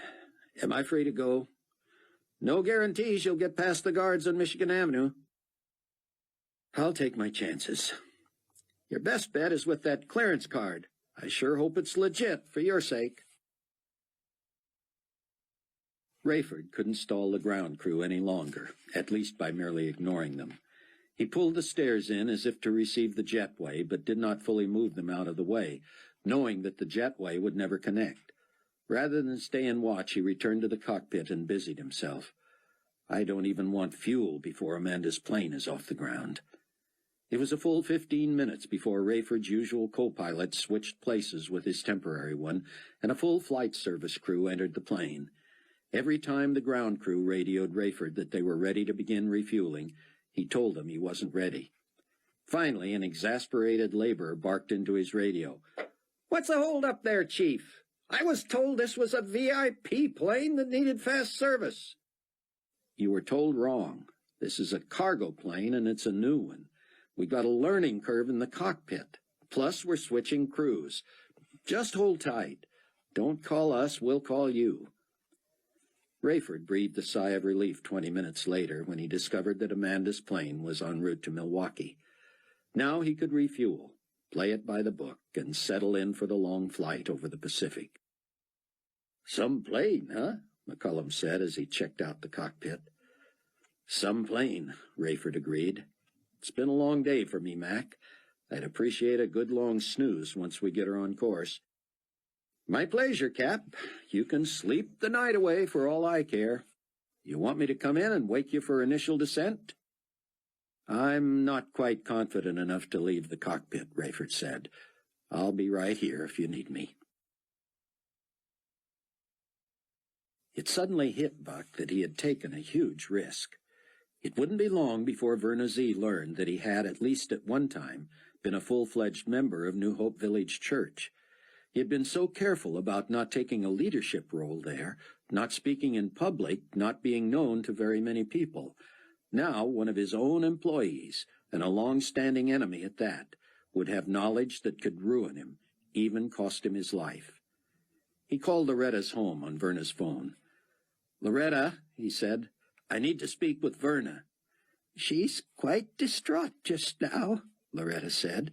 "I hope you're praying for this girl." "I certainly will," Buck said. "How are you two getting along?" "As well as can be expected for two complete strangers," Loretta said.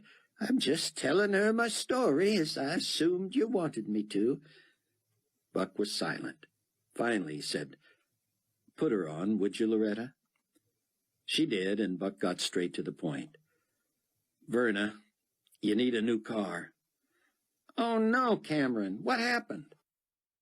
"It's only a flat tire, Verna, but it's going to be impossible to get fixed for several days, and I don't think your car is worth worrying about."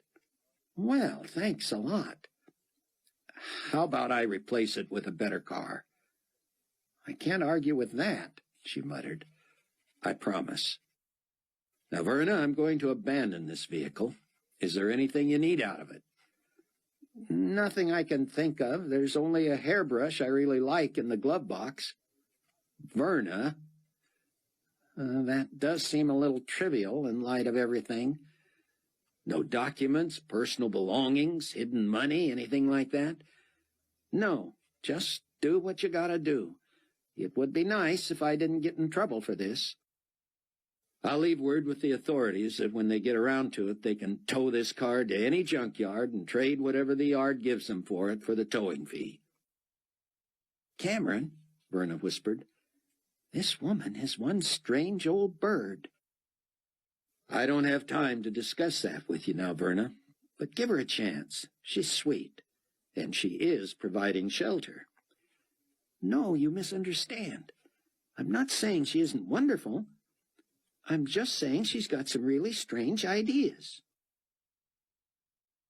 As Buck scrambled over an embankment to bring Michigan Avenue into view, he fulfilled his promise to Loretta that he would pray for Verna. Exactly how to pray he didn't know. Either she becomes a believer or I'm dead. All Buck could think of as he came into sight of the dozens of bombed-out buildings along Michigan Avenue, and knew that they continued almost the entire length of the magnificent mile, was his experience in Israel when Russia had attacked. He could imagine the sound of the bombs and the searing heat of the flames, but in that instance the Holy Land had been miraculously delivered from damage. There was no such intervention here. He hit the redial button on Verna's phone, forgetting that he had last called Loretta, not the cell phone in the Range Rover. When he did not get the usual recording about the mobile customer you have called, he stood still and prayed Chloe would answer. When it was Loretta, he was speechless at first. "Hello? Is anyone there?" "I'm sorry, Loretta," he said. "Wrong number." "I'm glad you called, Buck.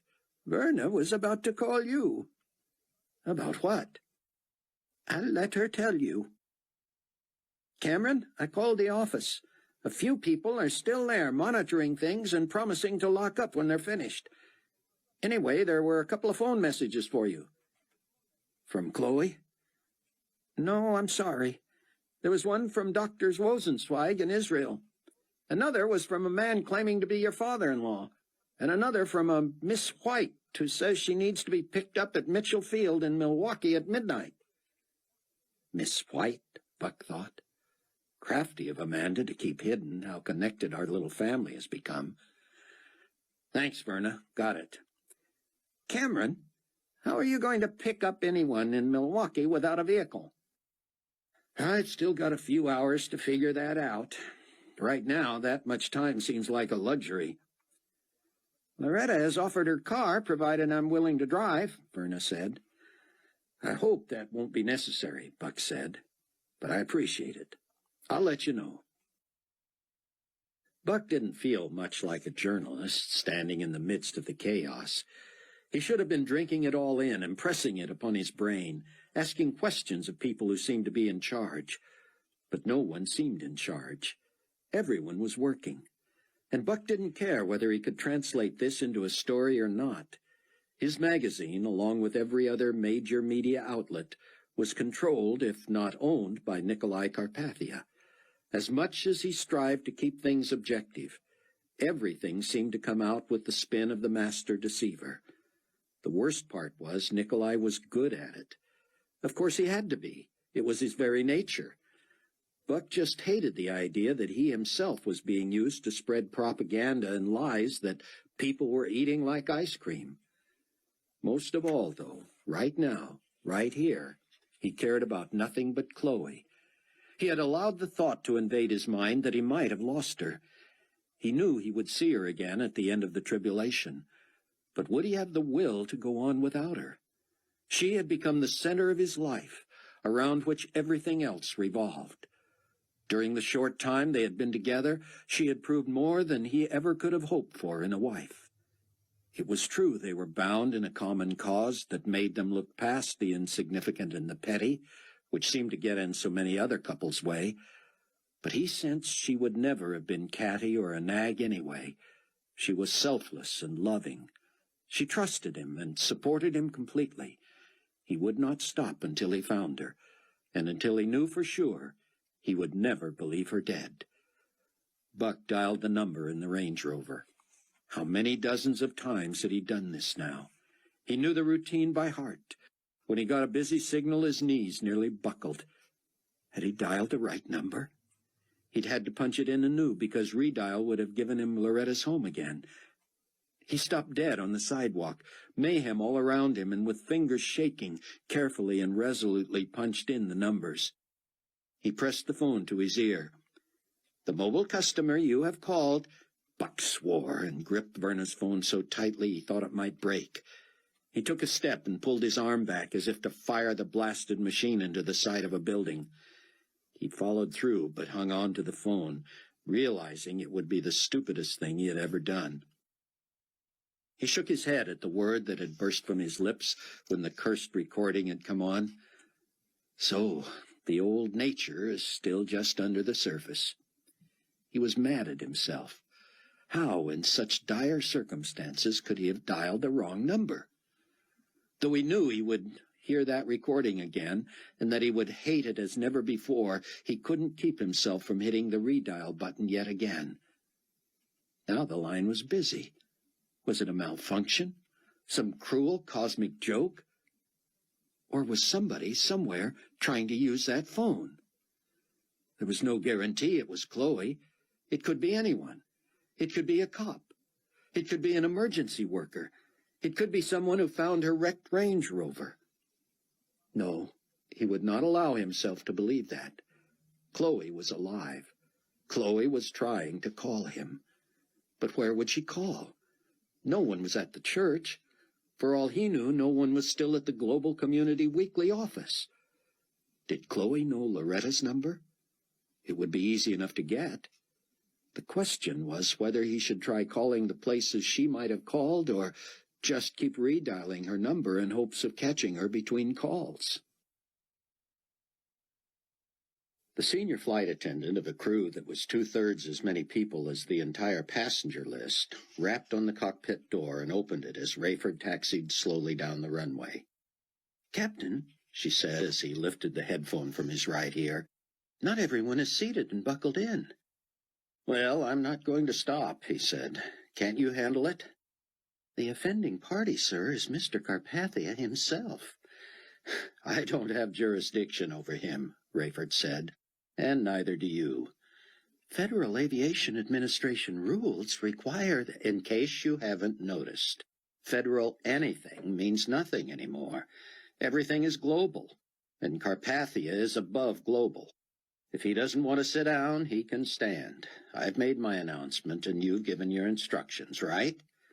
"Right." "Then you go, get strapped in, and let the potentate worry about himself." "If you say so, Captain.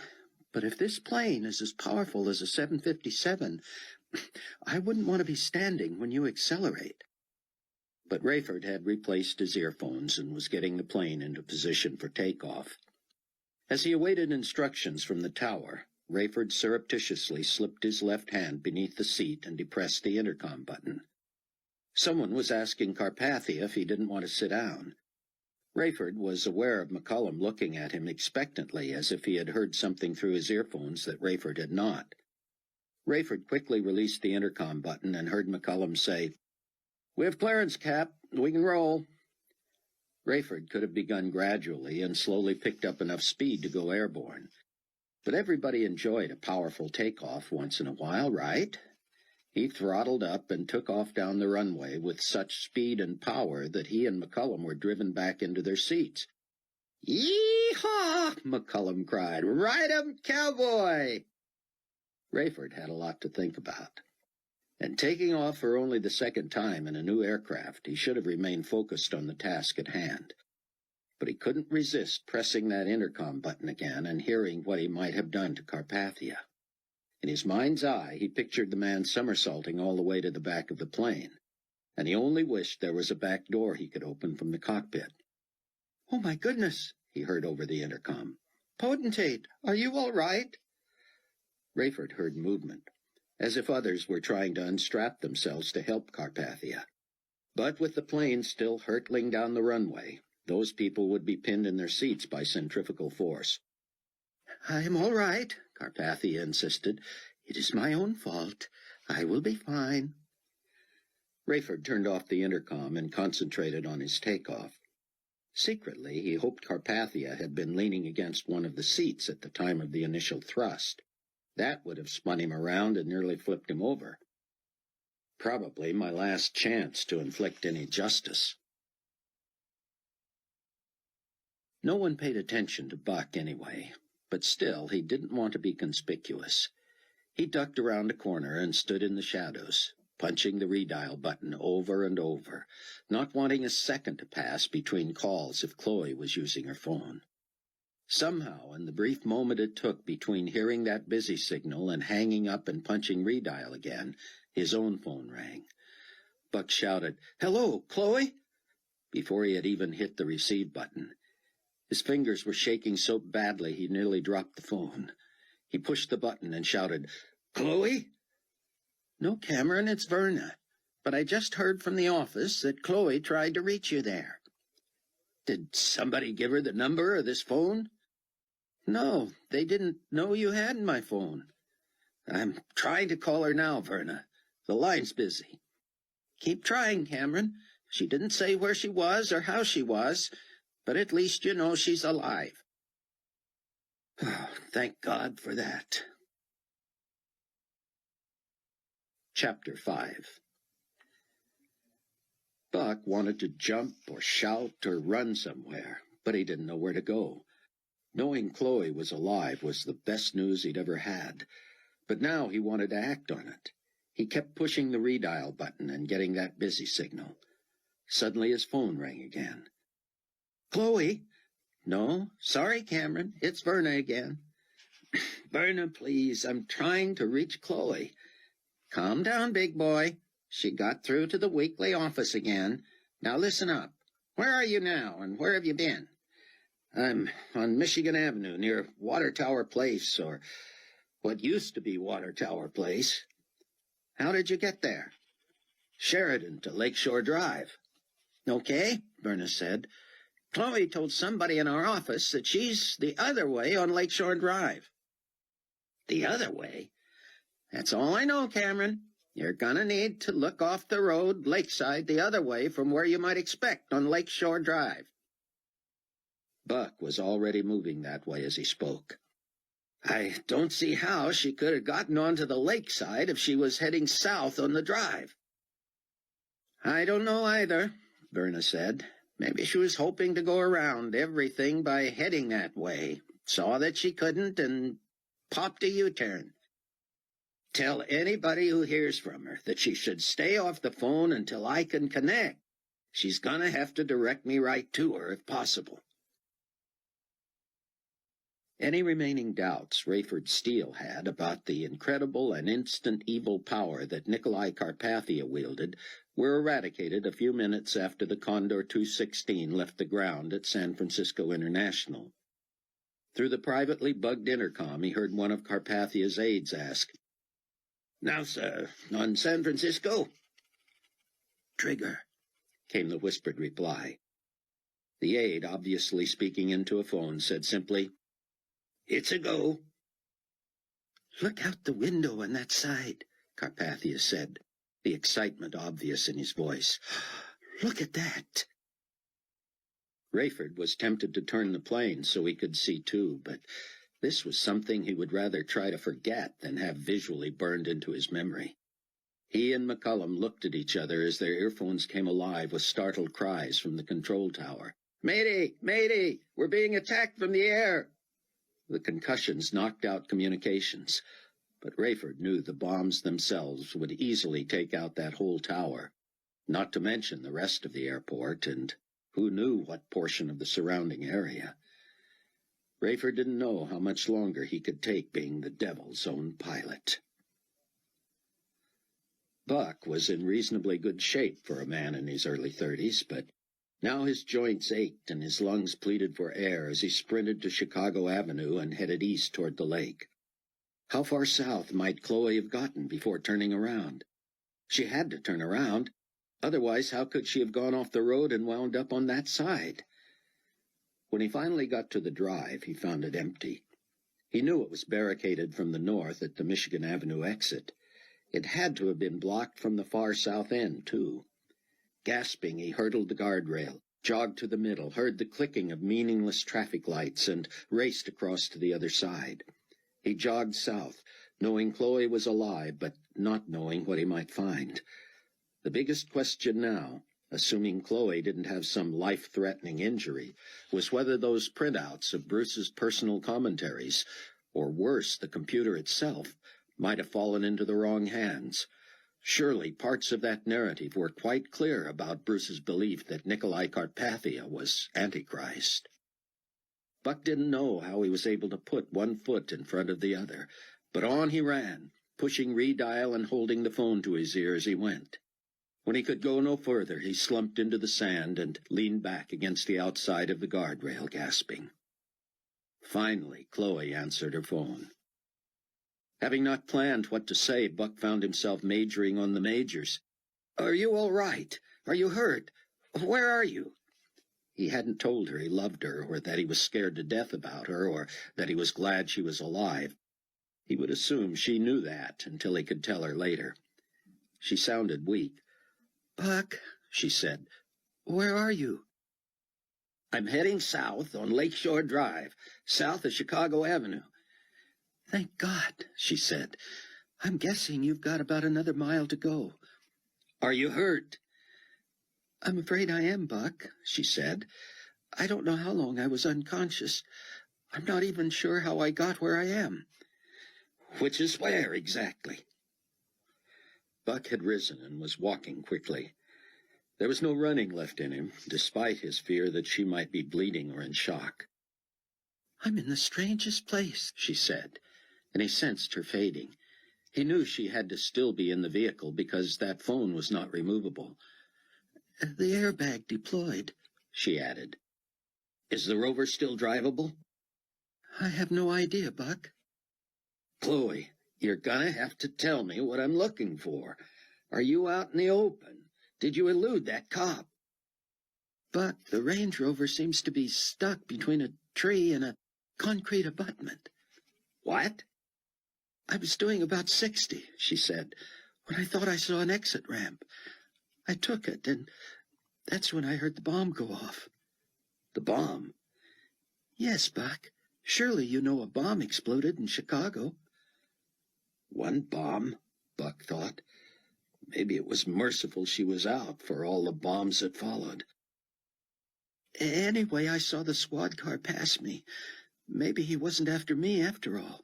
All the traffic on Lakeshore Drive stopped when they saw and heard the bomb, and the cops slammed into someone. I hope he's all right. I hope he doesn't die. I'll feel responsible. So where did you wind up then, Chloe? Well, I guess what I thought was an exit wasn't really an exit. I never hit the brake, but I did take my foot off the gas. The Range Rover was in the air for a few seconds. I felt like I was floating for 100 feet or so. There's some sort of a drop-off next to me, and I landed on the tops of some trees and turned sideways. The next thing I knew, I woke up and I was alone here. Where? Buck was exasperated, but he certainly couldn't blame Chloe for not being more specific. Nobody saw me, Buck, she said dreamily. Something must have turned my lights off. I'm stuck in the front seat, kind of hanging here by the seat belt. I can reach the rearview mirror, and all I saw was traffic all racing away, and then no more traffic. No more emergency lights. No nothing. There's nobody around you? Nobody. I had to turn the car off and then back on to get the phone to turn on. I was just praying you'd come looking for me, Buck. She sounded as if she were about to fall asleep. Just stay on the line with me, Chloe. Don't talk. Just keep the line open so I can be sure I don't miss you. The only lights Buck saw were emergency flashers far in the distance toward the inner city, fires still blazing here and there, and a few tiny lights from the boats on the lake. Lakeshore Drive was dark as midnight. All the street lights were out north of where he had seen the traffic light flashing. He came around a long bend and squinted into the distance. From the faint light of the moon, he thought he saw a torn-up stretch of guardrails, some trees, and a concrete abutment, one of those that formed an underpass to get to the beach. He moved slowly forward and then stopped to stare. He guessed he was 200 yards from the spot. "Chloe?" he said into the phone. No response. "Chloe, are you there?" He heard a sigh. I'm here, Buck, but I don't feel so good. "Can you reach your lights?" I can try. "Do. Just don't hurt yourself." I'll try to pull myself up that way by the steering wheel. Buck heard her groan painfully. Suddenly in the distance he saw the crazy vertical angle of headlights shining out onto the sand.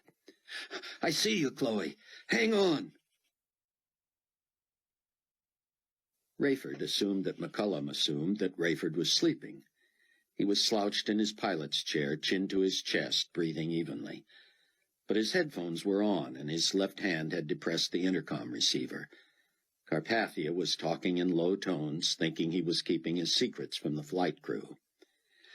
I was so excited and so full of ideas, the potentate said, that I could not stay seated. I hope I do not have a bruise to show for it. His lackeys all roared with laughter. Nothing funnier than the boss's joke, Rayford thought. We have so much to talk about, so much to do, Carpathia continued. When our compatriots join us in Baghdad, we will get right to work. The destruction of San Francisco Airport and much of the Bay Area had already made the news. Rayford saw the fear in McCullum's eyes. Maybe the man would have felt more confident had he known that his ultimate boss, Nicolae Carpathia, had most everything under control for the next few years. Suddenly Rayford heard the unmistakable voice of Leon Fortunato. Potentate, he whispered, We'll need replacements for Hernandez, Halliday, and your fiancé, will we not? Rayford sat up. Was it possible? Had they already eliminated those three? And why had he Durham? He felt responsible that his former senior flight attendant was now not only in Carpathia's employ, but was also his lover and the soon-to-be mother of his child. So, was he not going to marry her? Did he not want a child? He had put on such a good front before Rayford and Amanda when Hattie had announced the news. Carpathia chuckled. "Oh, please, do not put Miss Durham in the same category as our late friends. Hernandez was expendable. Halliday was a temporary necessity. Let us replace Hernandez and not worry about replacing Halliday. He served a purpose. The only reason I asked you to replace Hattie is that the job has passed her by. I knew that her clerical skills were suspect when I brought her on. I needed an assistant, and, of course, I wanted her. But I will use the excuse of her pregnancy to get her out of the office." "Did you want me to handle that for you?" Fortunato said. "I will tell her myself, if that is what you mean," Carpathia said. "I would like you to handle finding new secretarial personnel." Rayford fought for composure. He did not want to give anything away to McCullum. No one could ever know Rayford could hear those conversations.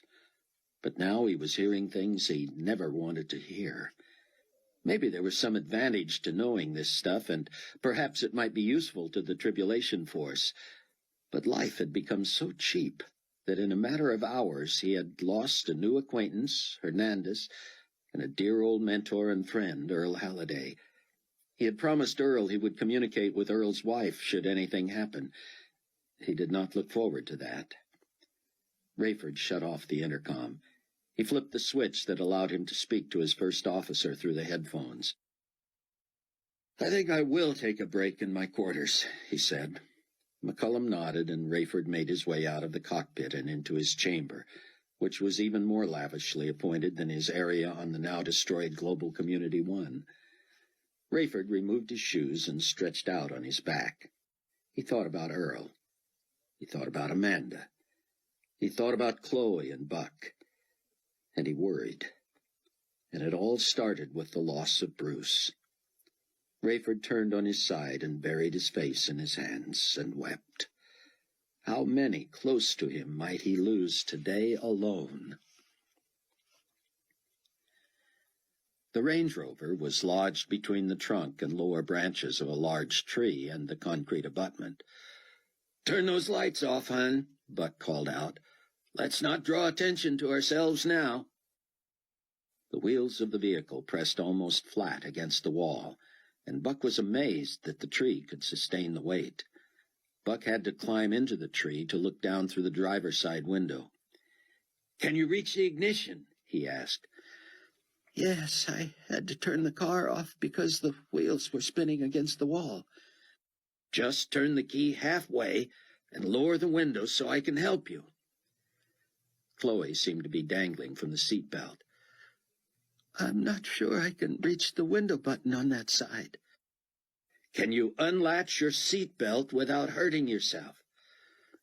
"I'll try, Buck, but I hurt all over. I'm not sure what's broken and what isn't."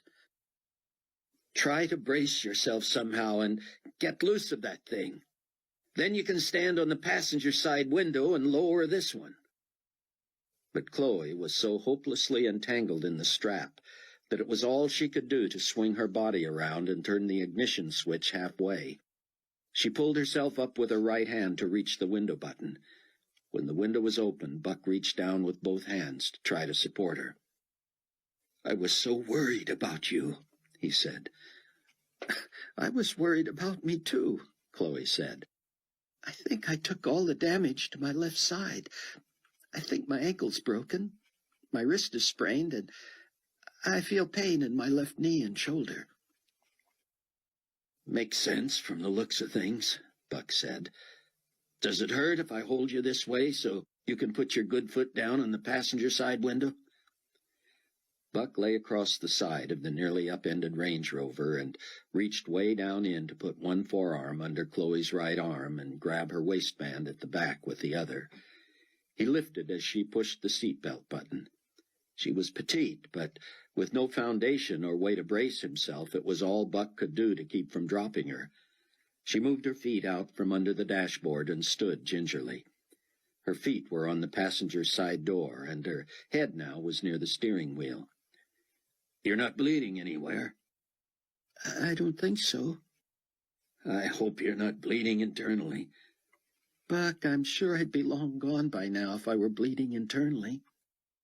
"So you're basically all right if I can get you out of there." I really want out of here in a bad way, Buck. Can we get that door open, and can you help me climb? "I just have one question for you first. Is this how our married life is going to be? I'm going to buy you expensive cars, and you're going to ruin them the first day?" Normally that would be funny. "Sorry." Buck directed Chloe to use her good foot as a base and her good arm to push as he pulled open the door. The bottom of the door scraped on the abutment, and Buck was struck with how relatively little other damage there was to the vehicle from what he could see in the dim light. "There should be a flashlight in the glove box," he said. Chloe handed it up to him. He looked all around the vehicle. The tires were still good. There was some damage to the front grille, but nothing substantial. He turned off the flashlight and slid it into his pocket. With much groaning and whimpering, Chloe came climbing out of the car with Buck's help. As they both sat on the upturned driver's side, Buck felt the heavy machine moving in its precarious position. "We have to get you down from here," he said. "Let me see that flashlight for a second," Chloe said. She shined it above her. "It would be easier to go 2 feet up to the top of the abutment," she said. "You're right," he said. "Can you make it?" "I think I can," she said. "I'm the little engine who could." "Tell me about it." Chloe hopped to where she could reach the top of the wall with her good hand, and she asked Buck to push until she had most of her weight atop the wall. When she made the last thrust with her good leg, the Range Rover shifted just enough to loosen itself from the wickedly bent tree branches. The tree and the Range Rover shuddered and began to move. "Buck, get out of there! You're going to be crushed!" Buck was spread-eagled on the side of the Range Rover that had been facing up. Now it was shifting toward the abutment, the tires scraping and leaving huge marks on the concrete. The more Buck tried to move, the faster the vehicle shifted, and he realized he had to stay clear of that wall to survive. He grabbed the luggage rack as it moved toward him and pulled himself to the actual top of the Range Rover. Branches snapped free from under the vehicle and smacked him in the head, scraping across his ear. The more the car moved, the more it seemed to want to move, and to Buck that was good news, provided he could keep from falling. First the car moved, then the tree moved, then both seemed to readjust themselves at once. Buck guessed that the Range Rover, once free of the pressure from the branches, had about 3 feet to drop to the ground. He only hoped it would land flat. It didn't. The heavy vehicle, left tires pressed against the concrete and several deeply bowed branches pushing it from the right side, began slipping to the right. Buck buried his head in his hands to avoid the springing out of those branches as the Range Rover fell clear of them. They nearly knocked him into the wall again. Once the Range Rover was free of the pressure of the branches, it lurched down onto its right side tires and nearly toppled. Had it rolled that way, it would have crushed him into the tree. But as soon as those tires hit the ground, the whole thing bounced and lurched, and the left tires landed just free of the concrete. The momentum made the left side of the vehicle smash into the concrete, and finally it came to rest. Less than an inch separated the vehicle from the wall now, but there the thing sat on uneven ground. Damaged branches hung above it. Buck used the flashlight to illuminate the violated car. Except for the damage to the front grille and the scrapes on both sides, one from concrete and one from tree branches, the car looked little the worse for wear. Buck had no idea how to reset an airbag, so he decided to cut it off and worry about that later, if he could get the Range Rover to run. His side ached, and he was certain he had cracked a rib when the rover had finally hit bottom. He gingerly climbed down and stood under the tree, the branches now blocking his view of Chloe. Buck, are you all right? Stay right where you are, Chloe. I'm going to try something. Buck climbed in the passenger side, strapped himself behind the wheel, and started the engine. It sounded perfect. He carefully watched the gauges to make sure nothing was emptied, dry, or overheated. The rover was in automatic and four-wheel drive. When he tried to go forward, it seemed he was in a rut. He quickly switched to stick shift and all-wheel drive, gunned the engine, and popped the clutch. Within seconds, he was free of the tree and out onto the sand. He took a sharp right and moved back up next to the guardrail that separated the sand from Lakeshore Drive. He drove about a quarter of a mile until he found a spot he could slip through the guardrail and turn around. He headed back up toward the overpass where Chloe stood, favoring one foot and holding her left wrist in her other hand. To Buck, she had never looked better. He pulled up next to her and ran around to help her into the car. He fastened her seatbelt and was on the phone before he got back into the car. "Loretta, Chloe's safe. She's banged up a little, and I'd like to get her checked out as soon as possible. If you could call around and find any doctor in the church who's not been pressed into service, I'd sure appreciate it." Buck tried to drive carefully so as not to exacerbate Chloe's pain. However, he knew the shortest way home. When he got to the huge barrier at Michigan Avenue on the LSD, he swung left and went up over the embankment he had previously walked. He saw Verna's now-deceased automobile and ignored the waves and warnings of the cops he had talked to not so long ago. He sped up Lakeshore Drive, went around the barriers at Sheridan, followed Chloe's directions to Dempster, and was soon back into the northwest suburbs. Loretta and Verna were watching from the window as he pulled into the drive. Only then did he smack himself in the head and remember. He jumped out of the car and raced around to the back. Fumbling with the keys, he opened the back latch and found strewn all over Bruce's pages. The computer was there, too, along with the phones Chloe had bought. "Chloe," he said, and she turned gingerly, "as soon as we get you inside, I'd better get back to Carpathia." Rayford was back in the cockpit. As the night wore on, the cabin grew more and more quiet. The conversation deteriorated into small talk. The dignitaries were well fed by the crew, and Rayford got the impression they were settling in for the long haul. Rayford awakened with a start and realized his finger had slipped off the intercom button. He pressed it again and still heard nothing. He had heard more than he wanted to hear already anyway. He decided to stretch his legs. As he walked back through the main cabin to watch one of the televisions in the back of the plane, everyone except Carpathia ignored him. Some dozed and some were being attended to by the flight crew, who were clearing trays and finding blankets and pillows. Carpathia nodded and smiled and waved to Rayford. How can he do that? Rayford wondered. Bruce said the Antichrist would not be indwelt by Satan himself until halfway into the tribulation, but surely this man is the embodiment of evil.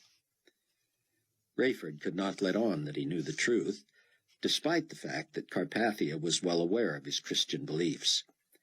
Rayford merely nodded and walked on. On television he saw live reports from around the world. Scripture had come to life. This was the red horse of the apocalypse. Next would come more death by famine and plagues, until a quarter of the population of the earth that remained after the rapture was wiped out. His universal cell phone vibrated in his pocket. Few people not on that plane knew his number.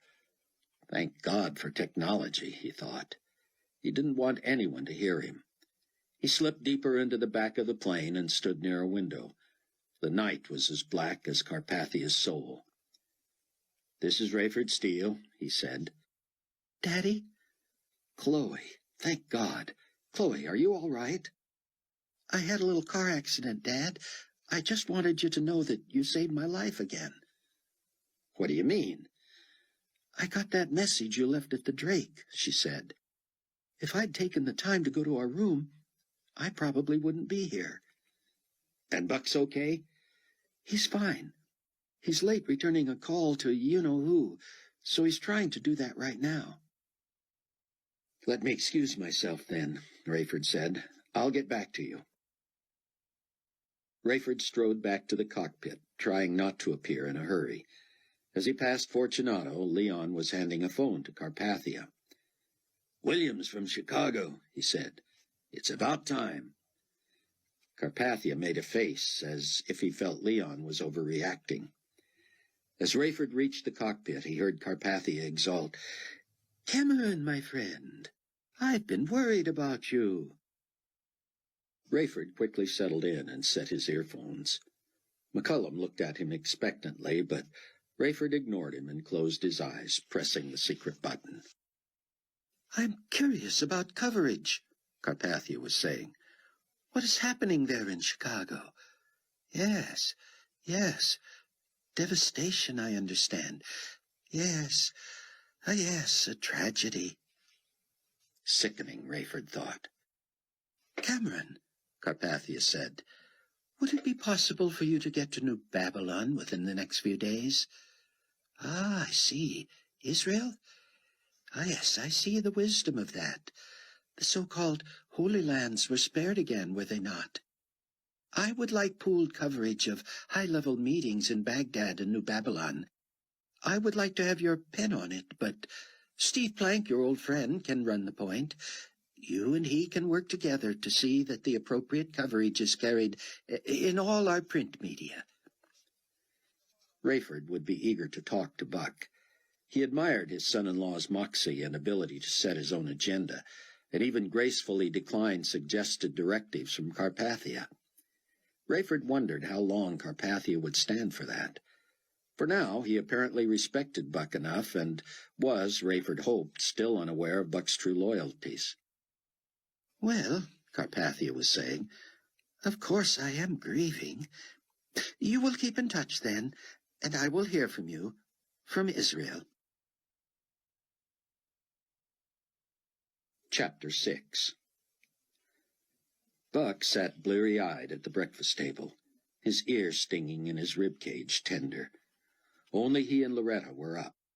She was heading to the church office after having been assured she would not have to handle the arrangements for Bruce's body or for the memorial service, which would be part of Sunday morning's agenda. Verna Z. was asleep in a small bedroom in the finished basement. "It feels so good to have people in this place again," Loretta said.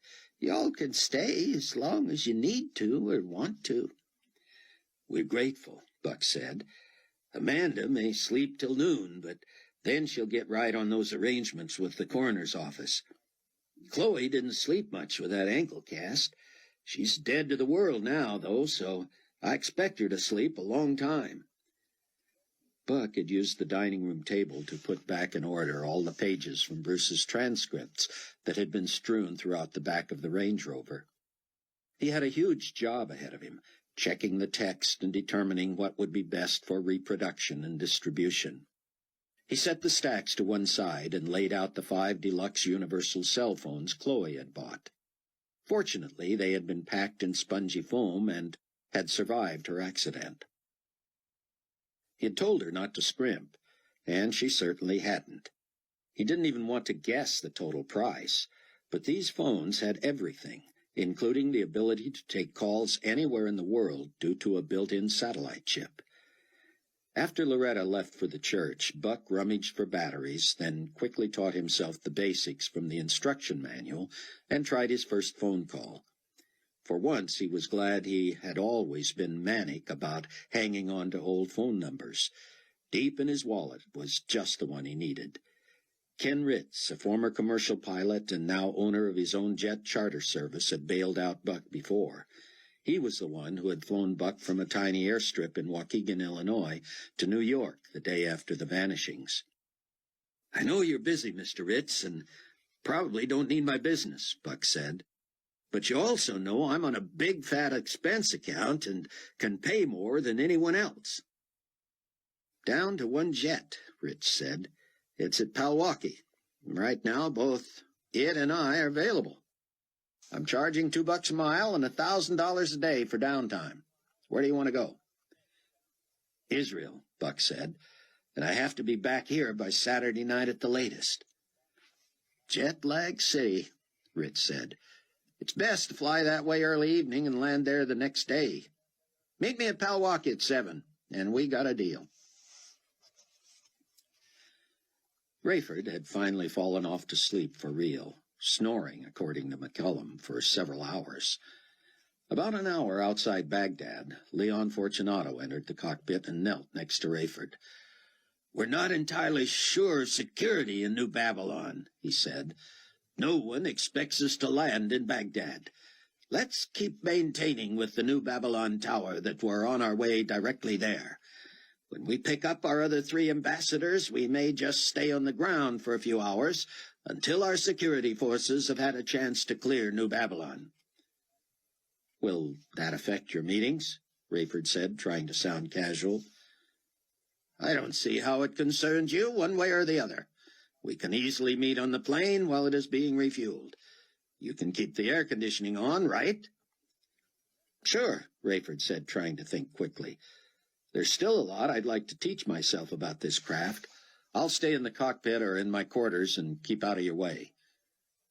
See that you do." Buck checked in with Donnie Moore, who said he had found some incredible deals on individual components and was putting together the 5 mega laptops himself. "That'll save you a little money," he said. "Just a little over 20,000 apiece, I figure." "And I can have these when I get back from a trip on Sunday?" "Guaranteed, sir." Buck told key people at Global Community Weekly his new universal cell phone number, and asked that they keep it confidential except from Carpathia, Planck, and Rosenzweig. Buck carefully packed his one big leather shoulder bag and spent the rest of the day working on Bruce's transcripts and trying to reach Rosenzweig. The old man had seemed to be trying to tell him, not in so many words, that he knew Dr. Benjuda was alive and safe somewhere. He just hoped Rosenzweig had followed his advice and was keeping Carpathia out of the picture. Buck had no idea where Sion Benjuda might be hiding out, but if Rosenzweig knew, Buck wanted to talk with him before he and Ken Ritz hit the ground at Ben Gurion Airport. How long, he wondered, before he and his loved ones would be hiding out in the shelter under the church? Security was tight at Baghdad. Rayford had been instructed not to communicate with the tower there so as not to allow enemy aircraft to know where they were. Rayford was convinced that the retaliatory strikes by global community forces in London and Cairo, not to mention North America, would have kept all but the suicidal out of Iraq. However, he did what he was told. Leon Fortunato communicated by phone with both Baghdad and New Babylon towers. Rayford phoned ahead to be sure there was a place he and McCullum could stretch their legs and relax inside the terminal. Despite his years of flying, there came certain points even for him when he became claustrophobic aboard a plane. A ring of heavily armed GC soldiers surrounded the plane as it slowly rolled to a stop at the most secure end of the Baghdad terminal. The 6-member crew of stewards and flight attendants were the first to get off. Fortunato waited until Rayford and McCullum had run through their post-flight checklist. He got off with them. "Captain Steele," he said, "I will be bringing the 3 other ambassadors back on board within the hour." "And when would you like to leave for New Babylon?" "Probably not for another 4 hours or so." "International aviation rules prohibit me from flying again for 24 hours. "Nonsense," Fortunato said. "How do you feel?" "Exhausted." "Nevertheless, you're the only one qualified to fly this plane, and you'll be flying it when we say you'll be flying it." "So, international aviation rules go out the window?" "Steele, you know that international rules on everything are embodied in the man sitting on that plane. When he wants to go to New Babylon, you'll fly him to New Babylon. Understood?" "And if I refuse?" "Don't be silly." "Let me remind you, Leon, that once I've gotten a break, I'll want to be on that plane, familiarizing myself with all its details. Yeah, I know. Just stay out of our way. And I would appreciate it if you would refer to me as Mr. Fortunato. That means a lot to you, does it, Leon? Don't push me, Steele. As they entered the terminal, Rayford said, "As I'm the only one who can fly that plane, I would appreciate it if you would call me Captain Steele." Late in the afternoon, Chicago time, Buck broke from the fascinating reading of Bruce Barnes' writing and finally got through the Chaim Rosenzweig. Cameron, I have finally talked live with our mutual friend. Let us not mention his name on the phone. He did not speak to me long, but he sounded so empty and hollow that it moved me to my very soul. It was a strange message, Cameron. He simply said that you would know whom to talk with about his whereabouts. That I would know?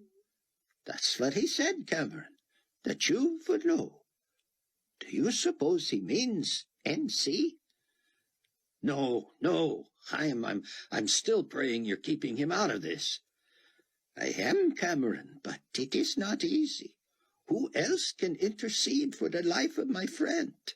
I am frantic that the worst will happen and I will feel responsible.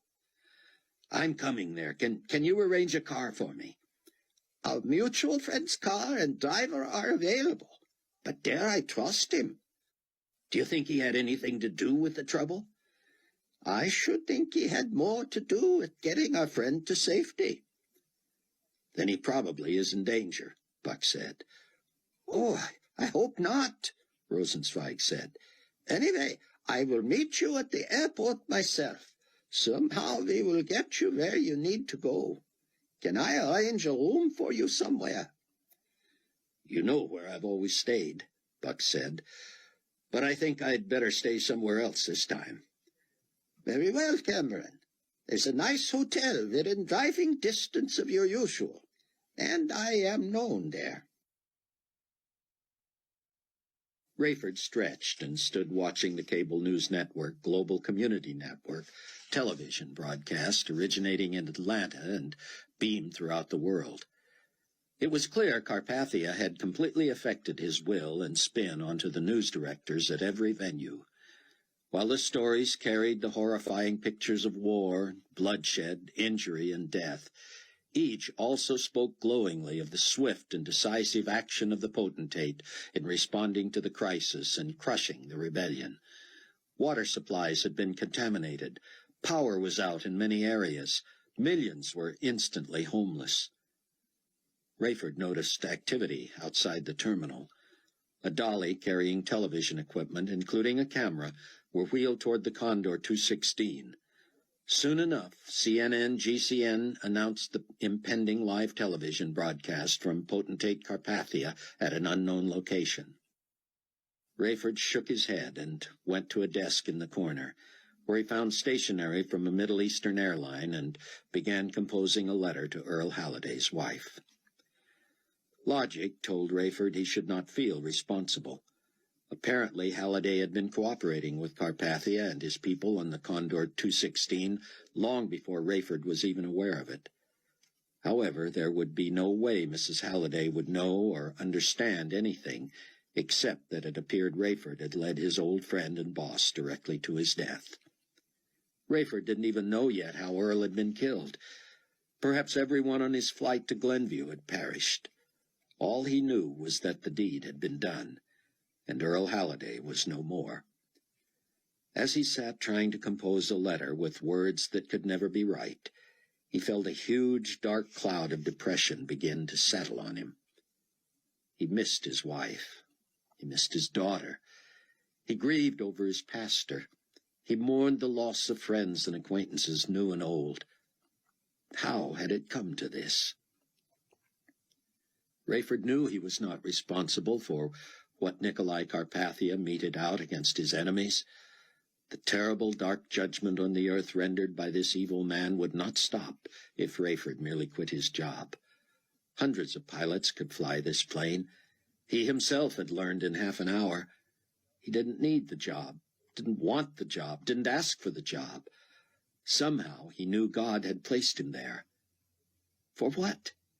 Was this surprising bugging of the intercom system by Earl Halliday a gift directly from God that allowed Rayford to somehow protect a few from the wrath of Carpathia? Already he believed it had saved his daughter and son-in-law from certain death in the Chicago bombings. And now, as he looked at television reports from America's West Coast, he wished there had been something he could have done to have warned people in San Francisco and Los Angeles of their impending doom. He was fighting an uphill battle, and in himself he didn't have the strength to carry on. He finished the brief note of condolence and regret to Mrs. Halliday, lowered his head to his arms on the desk, felt a lump in his throat, but was unable to produce tears. He knew he could cry 24 hours a day from now until the end of the tribulation, when his pastor had promised that Christ would return yet again, and what Bruce had called the glorious appearing. How he longed for that day. Would he or his loved ones survive to see it, or would they be tribulation martyrs, as Bruce had been? At times like this, Rayford wished for some quick, painless death that would take him directly to heaven to be with Christ. It was selfish, he knew. He wouldn't really want to leave those he loved and who loved him, but the prospect of 5 more years of this was nearly unbearable. And now came a brief address from global community potentate Nicolae Carpathia. Rayford knew he was sitting within 200 feet of the man, and yet he watched it on television, as did millions of others across the globe. It was nearly time for Buck to head for Palwaukee Airport. Verna Z was back at the Global Community Weekly office with the new, to her, used car Buck had promised to buy her from the fleet of leftovers from New Hope. Loretta was at the church office, fielding the constant phone calls about Sunday's memorial service. Chloe hobbled around on a cane, needing crutches, but unable to manage them with her sprained wrist in a sling. That left Amanda to take Buck to the airport. "I want to ride along," Chloe said. "Are you sure you're up to it, hon?" Buck said. Chloe's voice was quavery. "Buck, I hate to say it, but in this day and age, we never know when we might or might not ever see each other again." "You're being a little maudlin, aren't you?" he said. "Buck," Amanda said in a scolding tone, "you cater to her feelings now. I had to kiss my husband goodbye in front of the Antichrist. You think that gives me confidence about whether I'll ever see him again?" Buck was properly chastised. "Let's go," he said. He jogged out to the Range Rover and swung his bag into the back, returning quickly to help Chloe to the car. Amanda sat in the back seat and would drive Chloe home later. Buck was amazed that the built-in TV had survived Chloe's crash. He was not in a position to see it, but he listened as Amanda and Chloe watched. Nicolae Carpathia, in his usual overly humble manner, was holding forth. "Make no mistakes, my brothers and sisters. There will be many dark days ahead. It will take tremendous resources to begin the rebuilding process. But because of the generosity of the 7 loyal global regions, and with the support of those citizens in the other 3 areas who were loyal to the global community and not to the insurrectionists, we are amassing the largest relief fund in the history of mankind. This will be administered to needy nations from New Babylon and the global community headquarters under my personal supervision. With the chaos that has resulted from this most sinister and unwise rebellion, local efforts to rebuild and care for the displaced will likely be thwarted by opportunists and looters. The relief effort carried out under the auspices of the global community will be handled in a swift and generous way that will allow as many loyal members of the global community as possible to return to their prosperous standard of living. Continue to resist naysayers and insurrectionists.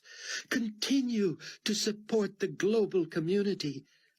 And remember that though I did not seek this position, I accept it with gravity and with resolve to pour out my life in service to the brotherhood and sisterhood of mankind. I appreciate your support as we set about to sacrificially stand by each other and pull ourselves out of this morass and to a higher plane than any of us could reach without the help of the other. Buck shook his head. He sure tells them what they want to hear, doesn't he? Chloe and Amanda were silent. Rayford told First Officer McCullum to hang loose and be ready to depart for New Babylon whenever they were asked. He guessed it would be several hours yet. But at least stay available, Rayford told him. When Rayford boarded the plane, ostensibly to familiarize himself better with all the new whistles and bells, he went first to the pilot's quarters, noticing that Carpathia and his aides were merely greeting and small-talking with the 7 loyal ambassadors to the global community. When Rayford moved from his quarters into the cockpit, he noticed Fortunato look up. He whispered something to Carpathia. Carpathia agreed, and the entire meeting was moved back one compartment in the middle of the aircraft. This will be more comfortable anyway, Carpathia was saying. There's a nice conference table in here.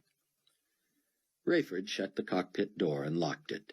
He pulled out pre- and post-flight checklists and put them on a clipboard with other blank sheets, just to make it look good in case someone knocked. He sat in his chair, applied his headphones, and hit the intercom button. The Middle Eastern ambassador was speaking. Dr. Rosenzweig sends his most heartfelt and loyal greetings to you, Potentate. There is an urgent personal matter he wants me to share with you. Is it confidential? Carpathia said. I don't believe so, sir. It concerns Rabbi Tzion Ben Judah. The scholar who has been creating such a furor with his controversial message? One and the same, the Middle Eastern ambassador said. Apparently his wife and 2 stepchildren have been murdered by zealots, and Dr. Ben Judah himself is in hiding somewhere. He should have expected no better, Nicolae said. Rayford shuddered, as he always did when Carpathia's voice waxed grave. I couldn't agree with you more, Potentate, the ambassador said. I can't believe those zealots let him slip through their fingers. So, what does Rosenzweig want from me? He wants you to intercede on Ben Judah's behalf. With whom? I suppose with the zealots, the ambassador said, bursting into laughter. Rayford recognized Carpathia's laughter as well, and soon the others joined in. Okay, gentlemen, calm down, Carpathia said. Perhaps what I should do is accede to Dr. Rosenzweig's request and speak directly with the head of the zealot faction. I would give him my full blessing and support, and perhaps even supply some technology that would help him find his prey and eliminate him with dispatch. The ambassador responded. Seriously, Potentate, how shall I respond to Dr. Rosenzweig? Stall him for a while. Be hard to reach. Then tell him that you have not found the proper moment to raise the issue with me. After an appropriate lapse, tell him I've been too busy to pursue it. Finally, you can tell him that I have chosen to remain neutral on the subject. Very good, sir. But Carpathia was not neutral. He had just begun to warm to the subject. Rayford heard the squeak of a leather seat and imagined Carpathia leaning forward to speak earnestly to his cadre of international henchmen. But let me tell you this, gentlemen. A person such as Dr. Ben Judah is much more dangerous to our cause than an old fool like Rosenzweig. Rosenzweig is a brilliant scientist, but he is not wise in the ways of the world. Ben Judah is more than a brilliant scholar. He has the ability to sway people, which would not be a bad thing if he served our cause. But he wants to fill his countrymen's minds with this blather about the Messiah having already returned. How anyone can still insist on taking the Bible literally and interpreting its prophecies in that light is beyond me. But tens of thousands of converts and devotees have sprung up in Israel and around the world due to his preaching at Teddy Kollek Stadium and in other huge venues. People will believe anything, and when they do, they are dangerous. Ben Judah's time is short, and I will not stand in the way of his demise. Now, let us get down to business. Rayford pulled up the top 2 sheets on his clipboard and began to take notes as Carpathia outlined immediate plans. We must act swiftly, he was saying, while the people are most vulnerable and open. They will look to the global community for help and aid, and we will give it to them. However, they will give it to us first. We had an enormous storehouse of income before the rebuilding of Babylon. We will need much more to effect our plan of raising the level of third world countries so that the entire globe is on equal footing. I tell you, gentlemen, I was so excited and full of ideas last night that I could not sit down for our takeoff out of San Francisco. I was nearly thrown into this room from the forward cabin when we started down the runway. Here is what I was thinking about. You all have been doing a wonderful job of moving to the one-world currency. We are close to a cashless society, which can only help the global community administration. Upon your return to your respective areas, I would like you to announce simultaneously the initiation of a 10-cent tax on all electronic money transfers. When we get to the totally cashless system, you can imagine that every transaction will be electronic. I estimate that this will generate more than $1.5 trillion annually. I am also initiating a $1 per barrel tax on oil at the well, plus a 10 cents per gallon tax at the pump on gasoline. My economic advisors tell me this could net us more than $500 billion every year. You knew the time would come for a tax to the global community on each area's gross national product. That time has come. While the insurrectionists from Egypt, Great Britain, and North America have been devastated militarily, they must also be disciplined with a 50% tax on their GNP. The rest of you will pay 30%. No. Do not give me those looks, gentlemen. You understand that everything you pay in will be returned to you in multiplied benefits. We are building a new global community. Pain is part of the process. The devastation and death of this war will blossom into a utopia unlike any the world has ever seen, and you will be in the forefront of it. Your countries and regions will benefit, and you personally, most of all. Here is what else I have in mind. As you know, our intelligence sources quickly became convinced that the attack on New York had been planned by American militia under the clandestine leadership of President Fitzhugh. This only confirmed my earlier decision to virtually strip him of executive power. We now know that he was killed in our retaliatory attack on Washington, D.C., which we have been able to effectively lay at the feet of the insurrectionists. Those limited few who remain loyal to him will likely turn against the rebels and see that they were bumbling fools. As you know, the second largest pool of oil, second only to the one in Saudi Arabia, was discovered above the Prudhoe Bay in Alaska. During the state of this leadership vacuum in North America, the global community will appropriate the vast oil fields in Alaska, including that huge pool. Years ago, it was capped off to satisfy environmentalists. However, I have ordered teams of laborers into the region to install a series of 16-inch pipelines that would route that oil through Canada and to waterways where it could be barged to international trade centers. We already own the rights to oil in Saudi Arabia, Kuwait, Iraq, Iran, and the rest of the Middle East. That gives us control of 2/3 of the world's oil supply. We will gradually but steadily raise the price of oil, which will further finance our plans to inject social services into underprivileged countries and make the world playing field equal for everyone. From oil alone, we should be able to profit at a rate of about $1 trillion per year. I will soon be appointing leaders to replace the 3 ambassadors of the regions that turned against us. That will bring the Global Community Administration back to its full complement of 10 regions.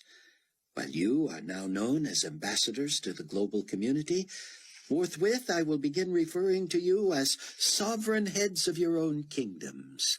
You will each continue to report directly to me. I will approve your budgets, receive your taxes, and give you block grants. Some will criticize this as making it appear that all nations and regions are dependent upon the global community for their income, and thus assuring our control over the destiny of your people. Oh, you know better. You know that your loyalty will be rewarded, that the world will be a better place in which to live, and that our destiny is a utopian society based on peace and brotherhood. I am sure you all agree that the world has had enough of an antagonistic press. Even I, who have no designs on personal gain and certainly only altruistic motives for humbly and unwillingly accepting the heavy mantle of responsibility for world leadership, have been attacked and criticized by editorialists. The global community's ability to purchase all the major media outlets has virtually eliminated that. While we may have been criticized for threatening freedom of speech or freedom of the press, I believe the world can see that those unchecked freedoms led to excesses that stifled the ability and creativity of any leader. While they may once have been necessary to keep evil dictators from taking over, when there is nothing to criticize, such oppositional editorialists are anachronistic. Rayford felt a tingle up his spine and nearly turned, convinced someone was standing right outside the cockpit door. Finally, the feeling became so foreboding and pervasive that he whipped off his headphones and stood, leaning to peek through the fish-eye peephole. No one was there. Was God trying to tell him something? He was reminded of the same sense of fear that had overcome him when Buck had told his terrifying story of sitting through a meeting where Carpathia had single-handedly hypnotized and brainwashed everyone in the room except Buck. Rayford sat back in his seat and put the headphones on. When he depressed the intercom button, it was as if he were hearing a new Carpathia. Nicolae spoke very softly, very earnestly, in a monotone. None of the flourishes and inflections that usually characterized his speech were evident. I want to tell you all something, and I want you to listen very carefully and understand fully. This same control that we now have over all media, we also need over industry and commerce. It is not necessary for us to buy or own all of it. That would be too obvious and too easily opposed. Ownership is not the issue. Control is. Within the next few months, we shall all announce unanimous decisions allowing us to control business, education, health care, and even the way your individual kingdoms choose their leaders. The fact is, democracy and voting will be suspended. They are inefficient and not in the best interests of the people. Because of what we will provide people, they will quickly understand that this is correct. Each of you can go back to your subjects and honestly tell them that this was your idea. You raised it, you sought support of your colleagues and me for it, and you prevailed. I will publicly, reluctantly accede to your wishes, and we all will win. Rayford listened to a long silence, wondering if his bugging device was malfunctioning. He released and depressed it several times, finally deciding that no one was saying anything in the conference area. So this was the mind control Buck had witnessed firsthand. Finally, Leon Fortunato spoke up. Potentate Carpathia, he began deferentially. I know I'm merely your aide and not a member of this august body. However, may I make a suggestion? Why, yes, Leon, Carpathia said, seemingly pleasantly surprised. You are in a significant position of trust and confidence, and we all value your input. I was just thinking, sir, Fortunato said, that you and your colleagues here might consider suspending popular voting as inefficient and not in the best interests of the people, at least temporarily. Oh, Mr. Fortunato, Carpathia said, I do not know. How do you feel people would respond to such a controversial proposal? The others seemed unable to keep from talking over each other. Rayford heard them all agreeing with Fortunato and urging Carpathia to consider this. One repeated Carpathia's statement about how much healthier the press was now that the global community owned it, and added that ownership of industry and commerce was not as necessary as ownership of the press, as long as it was Carpathia-controlled and global community-led. Thank you very much for your input, gentlemen. It has been most stimulating and inspiring. I will take all these matters to heart and let you know soon of their disposition and implementation. The meeting lasted another couple of hours, and consisted mostly of Carpathia's so-called kings parroting back to him everything he had assured them that they would find brilliant when they thought about it. Each seemed to raise these as new and fresh ideas.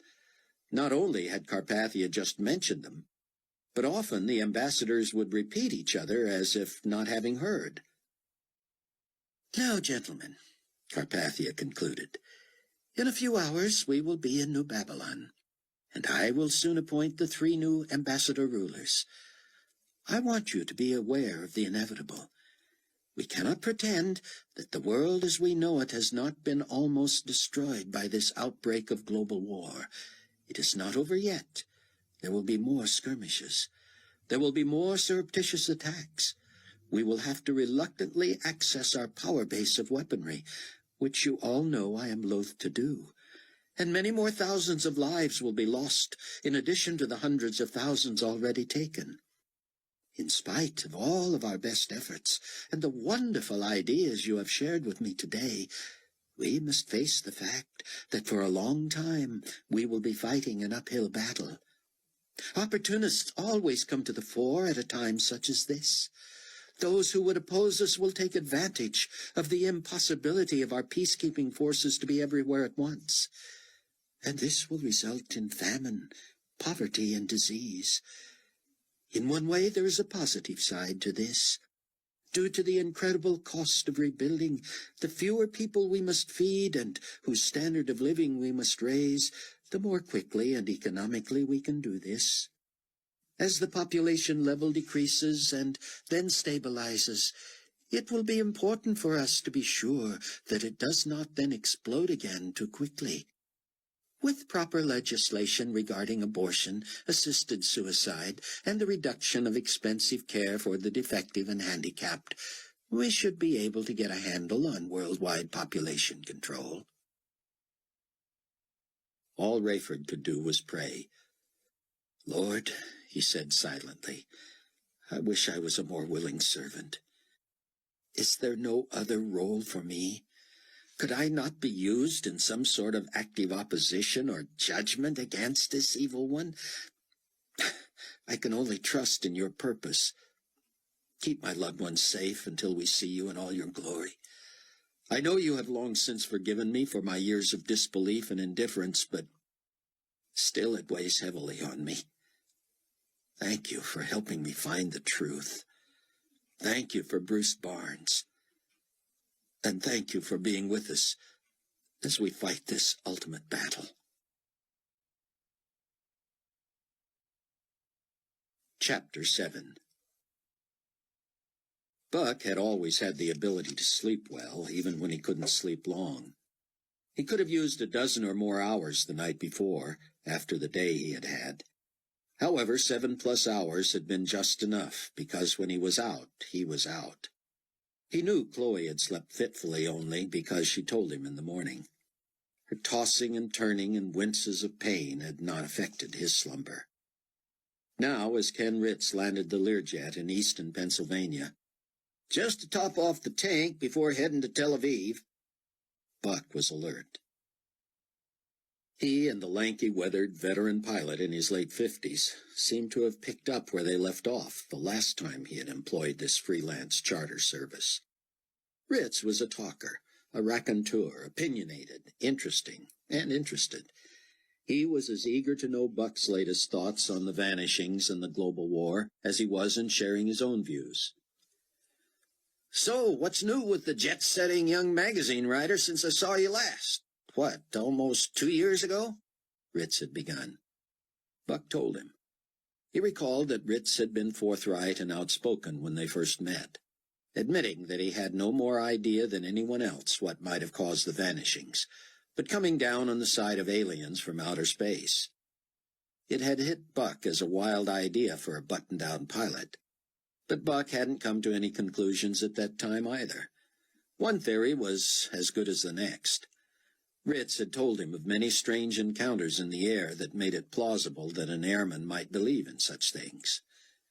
That gave Buck the confidence to tell his own story without apology. It didn't seem to faze Ritz, at least negatively. He listened quietly, and when Buck was through, Ritz simply nodded.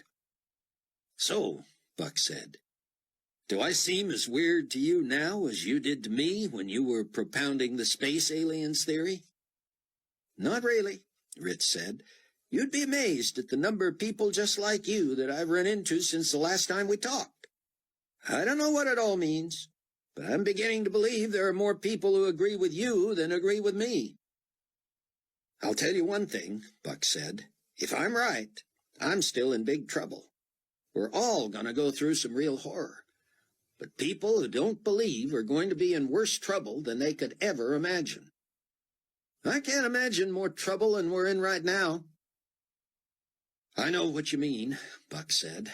I used to apologize and try to make sure I wasn't coming on too strong or being obnoxious. But let me just urge you to investigate what I've said. And don't assume you've got a lot of time to do it. That's all part of the belief system, isn't it?" Ritz said. "If what you say is true, the end isn't that far off. Just a few years." "Exactly." "Then if a fellow was going to check it out, he'd better get to it." "I couldn't have said it better myself," Buck said. After refueling in Easton, Ritz spent the hours over the Atlantic asking what-if questions. Buck had to keep assuring him he was not a student or a scholar, but he amazed even himself at what he remembered from Bruce's teaching. "It must have hurt like everything to lose a friend like that," Ritz said. "You can't imagine." Leon Fortunato instructed everyone on the plane when to get off and where to stand for the cameras when they finally reached New Babylon. "Mr. Fortunato," Rayford said, careful to follow Leon's wishes, at least in front of others. "McCullum and I don't really need to be in the photograph, do we?" "Not unless you'd like to go against the wishes of the potentate himself," Fortunato said. "Please just do what you're told." The plane was on the ground and secure in New Babylon for several minutes before the doors were opened and the Carpathia-controlled press was assembled. Rayford sat in the cockpit, still listening over the two-way intercom. "Remember," Carpathia said, "no smiles. This is a grave, sad day. Appropriate expressions, please." Rayford wondered why anyone would have to be reminded not to smile on a day like this. Next came Fortunato's voice. "Potentate, apparently there's a surprise waiting for you." "You know I do not like surprises," Carpathia said. "It seems your fiancé is waiting with the crowd." "That is totally inappropriate." "Would you like me to have her removed?" "No, I am not sure how she might react.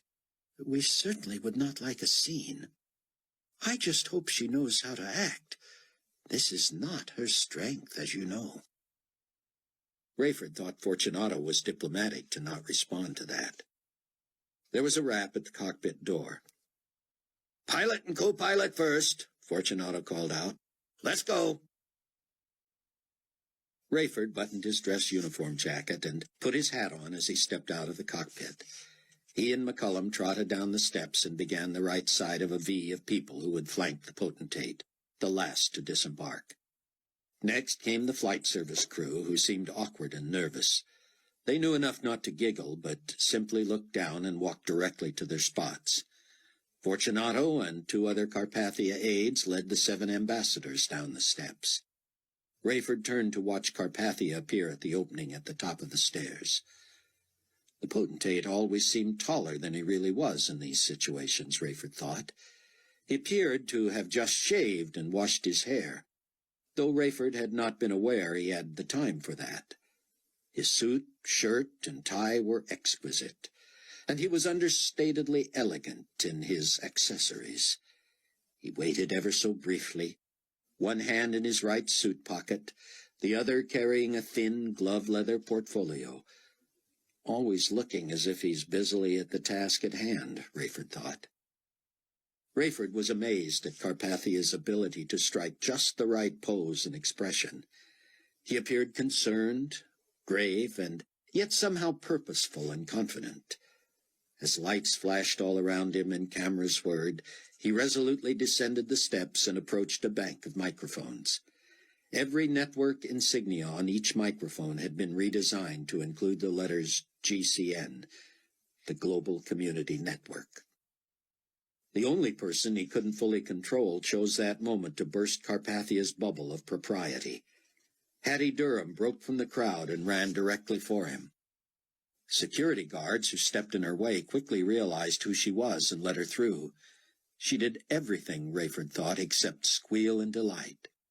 Carpathia looked embarrassed and awkward for the first time in Rayford's memory. It was as if he had to decide which would be worse, to brush her off or to welcome her to his side.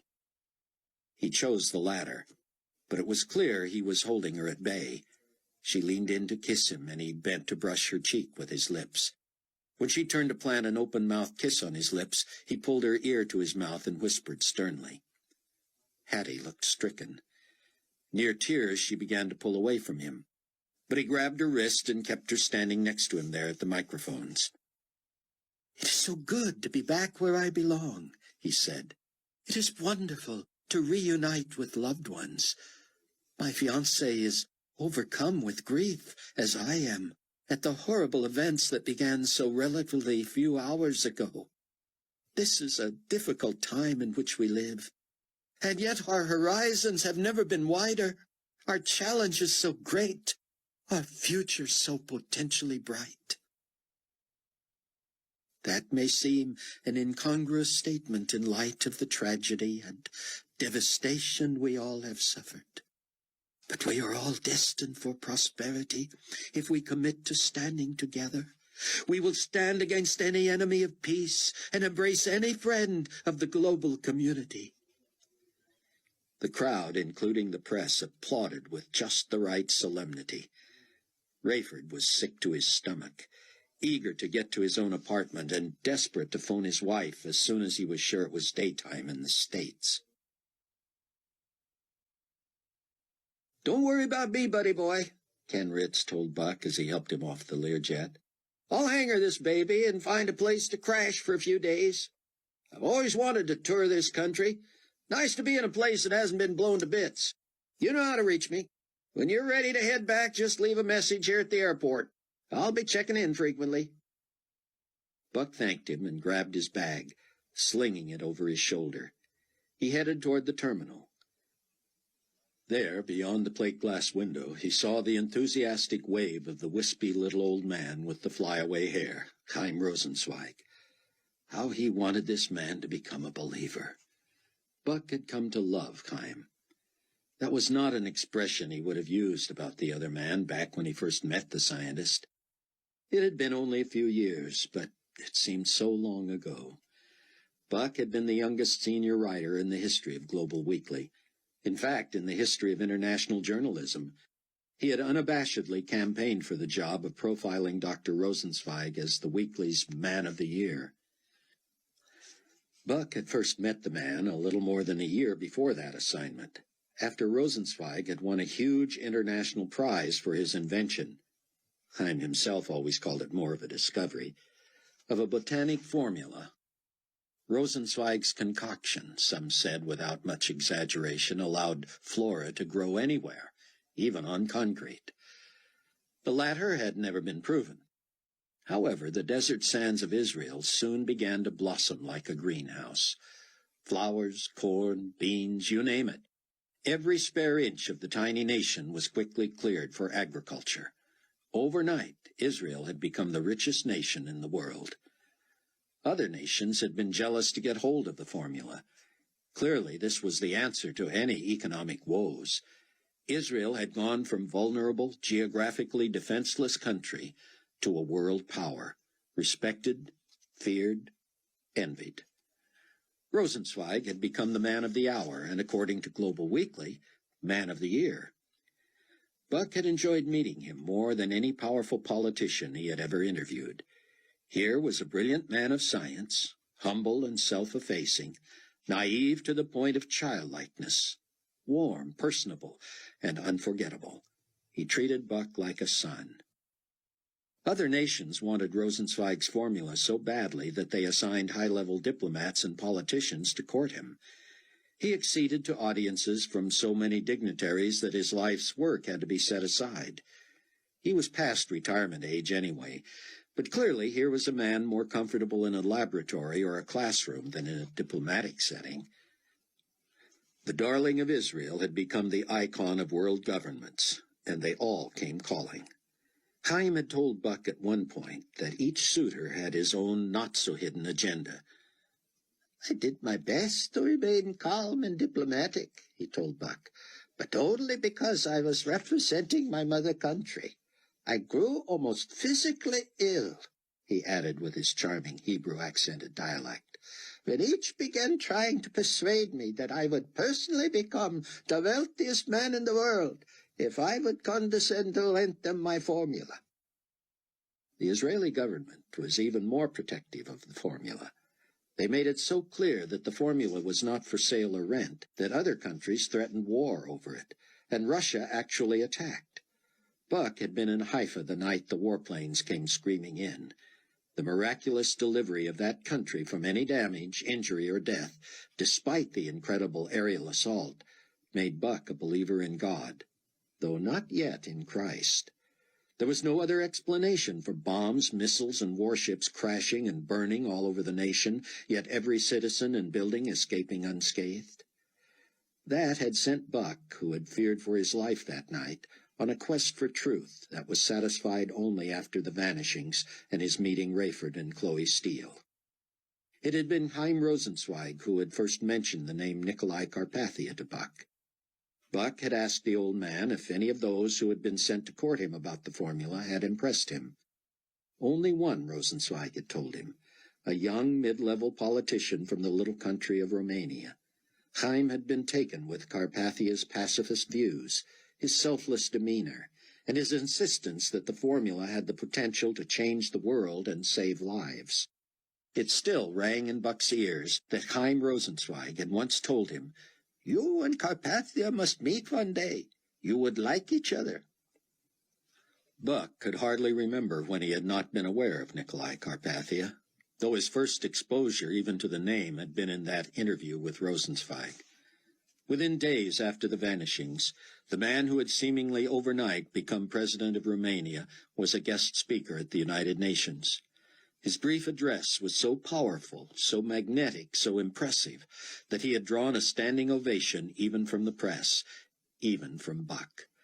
Of course the world was in shock, terrified by the disappearances, and the time had been perfect for someone to step to the fore and offer a new international agenda for peace, harmony, and brotherhood.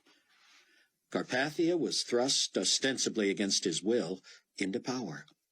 He displaced the former Secretary-General of the United Nations, reorganized it to include 10 international mega-territories, renamed it the Global Community, moved it to Babylon, which was rebuilt and renamed New Babylon, and then set about disarming the entire globe.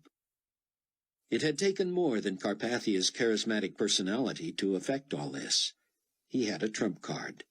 He had gotten to Rosenzweig.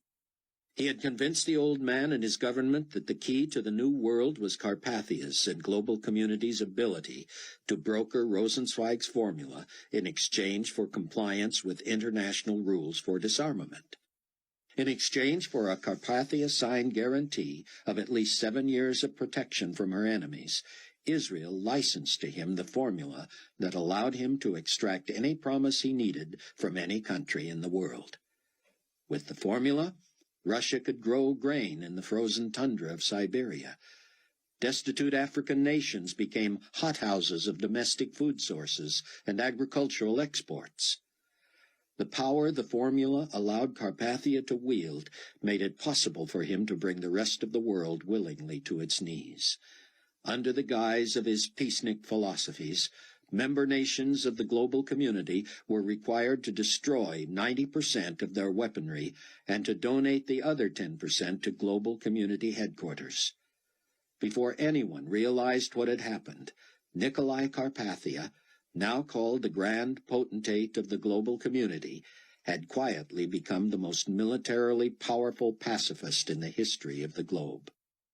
Only those few nations that were suspicious of him kept back any firepower.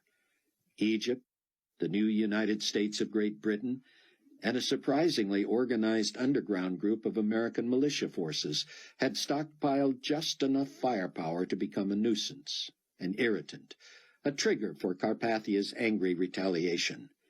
In short, their insurrection and his incredible overreaction had been the recipe for World War III, which the Bible had symbolically foretold as the red horse of the apocalypse. The irony of all this was that the sweet-spirited and innocent Chaim Rosenzweig, who always seemed to have everyone else's interests at heart, became an unabashed devotee of Nicolae Carpathia. The man whom Buck and his loved ones in the tribulation force had come to believe was Antichrist himself played the gentle botanist like a violin. Carpathia included Rosenzweig in many visible diplomatic situations, and even pretended Chaim was part of his elite inner circle. It was clear to everyone else that Rosenzweig was merely tolerated and humored. Carpathia did what he wanted. Still, Rosenzweig nearly worshipped the man, once intimating to Buck that if anyone embodied the qualities of the long-sought Jewish Messiah, it was Nicolae himself. That had been before one of Rosenzweig's younger protégés, Rabbi Tzion ben Judah, had broadcast to the world the findings of his government-sanctioned quest for what Israel should look for in the Messiah. Rabbi ben Judah, who had conducted a thorough study of ancient manuscripts, including the Old and New Testaments, had come to the conclusion that only Jesus Christ had fulfilled all the prophecies necessary to qualify for the role. To his regret, Rabbi ben Judah had come just short of receiving Christ and committing his life to him when the rapture occurred. That sealed for sure his view that Jesus was Messiah and had come for his own. The rabbi in his mid-40s had been left behind with a wife of 6 years and 2 teenage stepchildren, a boy and a girl. He had shocked the world, and especially his own nation, when he withheld the conclusion of his 3-year study until a live international television broadcast. Once he had clearly stated his belief, he became a marked man. Though Ben Judah had been a student, protégé, and eventually a colleague of Dr. Rosenzweig, the latter still considered himself a non-religious, non-practicing Jew. In short, he did not agree with Ben Judah's conclusion about Jesus, but mostly it was simply something he didn't want to talk about. That, however, made him no less a friend of Ben Judah's and no less an advocate. When Ben Judah, with the encouragement and support of the 2 strange, otherworldly preachers at the Wailing Wall, began sharing his message, first at Teddy Kollek Stadium and then in other similar venues around the world, everyone knew it was just a matter of time before he would suffer for it. Buck knew that one reason Rabbi Tzion ben Judah was still alive was that any attempt on his life was treated by the two preachers, Moishe and Eli, as attempts on their own. Many had died mysterious and fiery deaths trying to attack those two. Most everyone knew that Ben Judah was their guy, and thus he had so far eluded mortal harm. That safety seemed at an end now, and that was why Buck was in Israel. Buck was convinced that Carpathia himself was behind the horror and tragedy that had come to Ben Judah's family. News reports said black-hooded thugs pulled up to Ben Judah's home in the middle of a sunny afternoon when the teenagers had just returned from Hebrew school. 2 armed guards were shot to death, and Mrs. Ben Judah and her son and daughter were dragged out into the street, decapitated, and left in pools of their own blood. The murderers had driven away in a nondescript and unmarked van. Ben Judah's driver had raced to the rabbi's university office as soon as he heard the news, and he had reportedly driven Ben Judah to safety. Where, no one knew. Upon his return, the driver denied knowledge of Ben Judah's whereabouts to the authorities and the press, claiming he had not seen him since before the murders, and that he merely hoped to hear from him at some point. Chapter 8. Rayford thought he had enough sleep, catching catnaps on his long journey. He had not figured the toll that tension and terror and disgust would exact on his mind and body. In his and Amanda's own apartment, as comfortable as air conditioning could make a place in Iraq, Rayford disrobed to his boxers and sat on the end of his bed. Shoulders slumped, elbows on knees, he exhaled loudly and realized how exhausted he truly was. He had finally heard from home. He knew Amanda was safe, Chloe was on the mend, and Buck, as usual, was on the move. He didn't know what he thought about this Verna Z threatening the security of the Tribulation Force's new safe house, Loretta's, but he would trust Buck and God in that. Rayford stretched out on his back atop the bed covers. He put his hands behind his head and stared at the ceiling. How he'd love to get a peek at the treasure trove of Bruce's computer archives. But as he drifted off to a sound sleep, he was trying to figure a way to get back to Chicago by Sunday. Surely there had to be some way he could make it to Bruce's memorial service. He was pleading his case with God as sleep enveloped him. Buck had often been warmed by Chaim Rosenzweig's ancient-faced smile of greeting. There was no hint of that now. As Buck strode toward the old man, Rosenzweig merely opened his arms for an embrace and said hoarsely, "Cameron, Cameron." Buck bent to hug his tiny friend, and Rosenzweig clasped his hands behind Buck and squeezed tightly as a child. He buried his face in Buck's neck and wept bitterly. Buck nearly lost his balance, the weight of his bag pulling him one way and Chaim Rosenzweig's vice grip pulling him forward. He felt as if he might stumble and fall atop his friend. He fought to stay upright, holding Chaim and letting him cry. Finally, Rosenzweig released his grip and pulled Buck toward a row of chairs. Buck became aware of Rosenzweig's tall, dark-complected driver standing about 10 feet away, with his hands clasped before him. He appeared concerned for his employer and embarrassed. Chaim nodded toward him. "You remember Andre?" Rosenzweig said. "Yeah," Buck said, nodding. "How you doing?" Andre responded in Hebrew. He neither spoke nor understood English. Buck knew no Hebrew. Rosenzweig spoke to Andre, and he hurried away. "He'll bring the car around," Chaim said. "I have only a few days here," Buck said. "What can you tell me? Do you know where Zion is?" "No, Cameron, it's so terrible. What a hideous, horrible defiling of a man's family and of his name." "But you heard from him." "One phone call. He said you would know where to begin looking for him. But, Cameron, have you not heard the latest?" I can't imagine." "The authorities are trying to implicate him in the murders of his own family." "Oh, come on. No one's going to buy that. Nothing even points in that direction. Why would he do that?" Of course you and I know he would never do such a thing, Cameron. But when evil elements are out to get you, they stop at nothing. You heard, of course, about his driver. No. Rosenzweig shook his head and lowered his chin to his chest. What? Buck asked. Not him, too. I'm afraid so.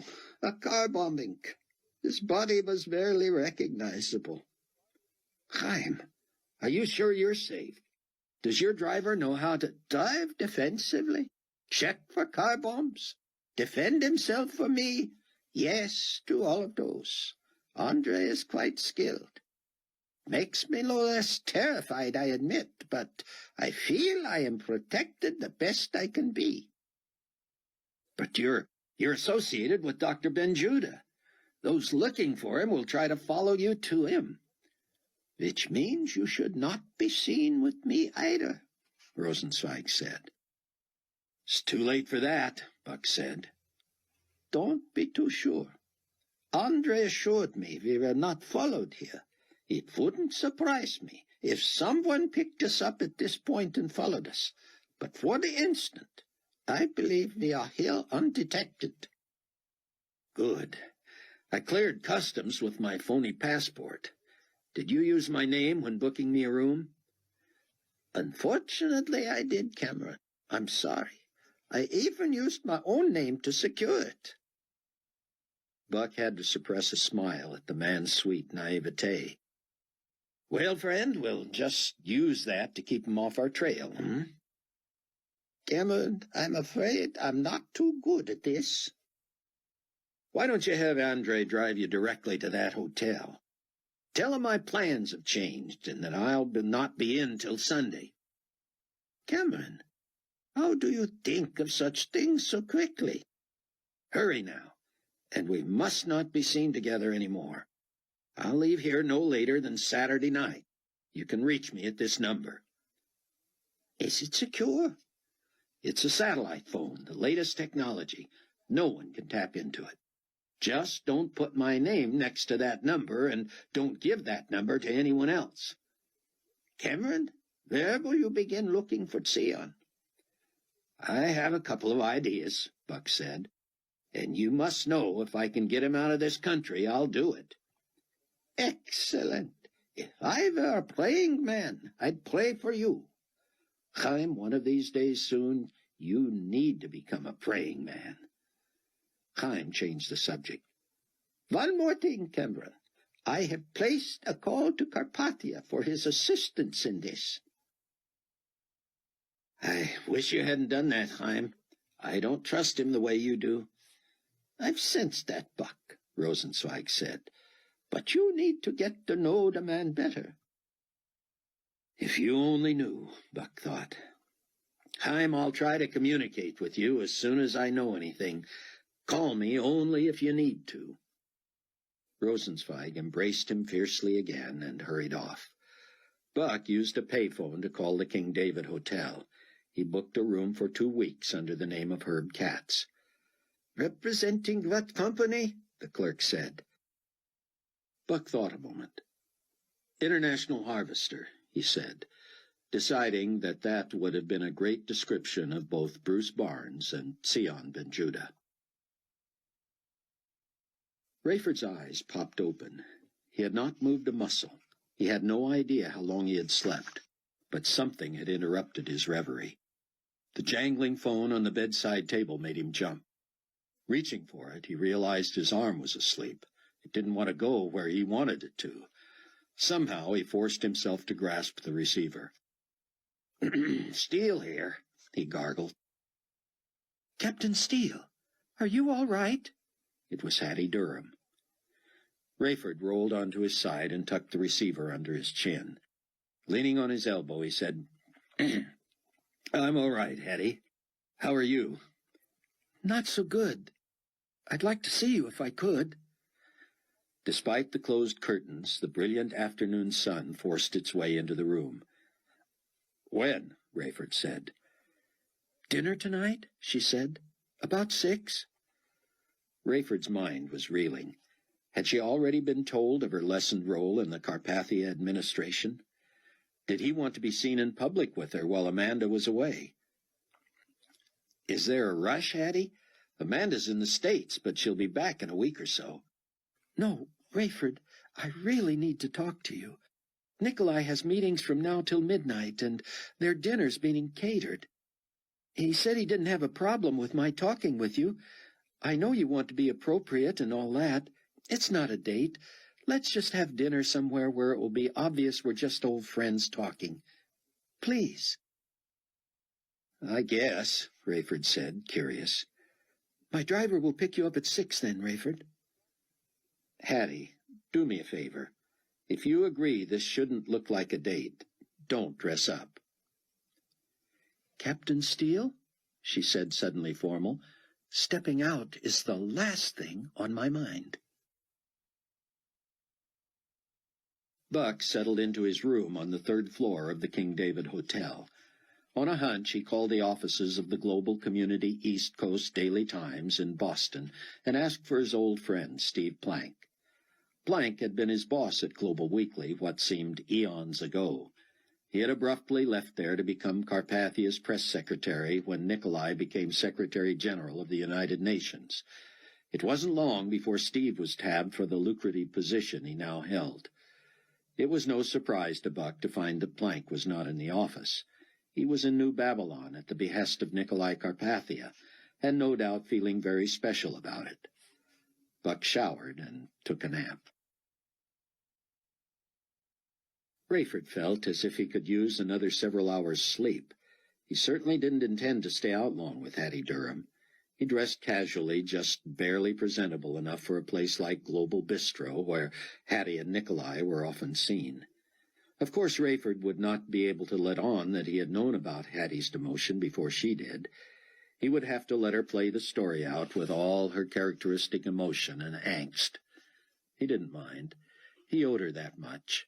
He still felt guilty about where she was, both geographically and in her life. It didn't seem that long ago that she had been the object of his lust. Rayford had never acted on it, of course, but it was Hattie whom he was thinking of the night of the rapture. How could he have been so deaf, so blind, so out of touch with reality? A successful professional man, married more than 20 years, with a college-aged daughter and a 12-year-old son, daydreaming about his senior flight attendant and justifying it because his wife had been on a religious kick. He shook his head. Irene, the lovely little woman he had for so long taken for granted, the one with the name of an aunt many years her senior, had known real truth with a capital T long before any of them.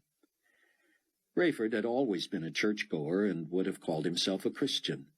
But to him church was a place to see and be seen, to network, to look respectable. When preachers got too judgmental or too literal, it made him nervous.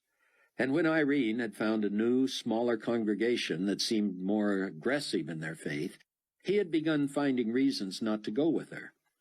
When she started talking about the salvation of souls, the blood of Christ, and the return of Christ, he became convinced she was off her nut.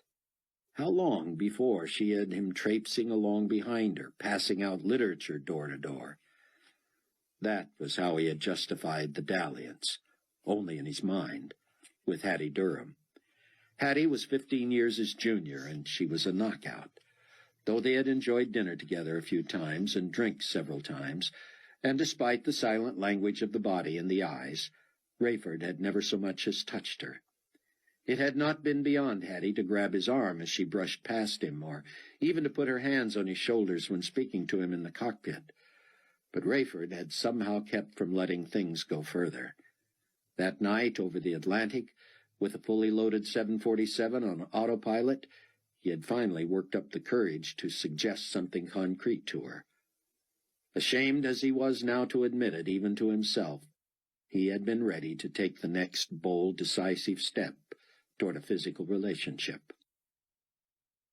But he had never gotten the words out of his mouth. When he left the cockpit to find her, she had nearly bowled him over with the news that about a quarter of his passengers had disappeared, leaving everything material behind.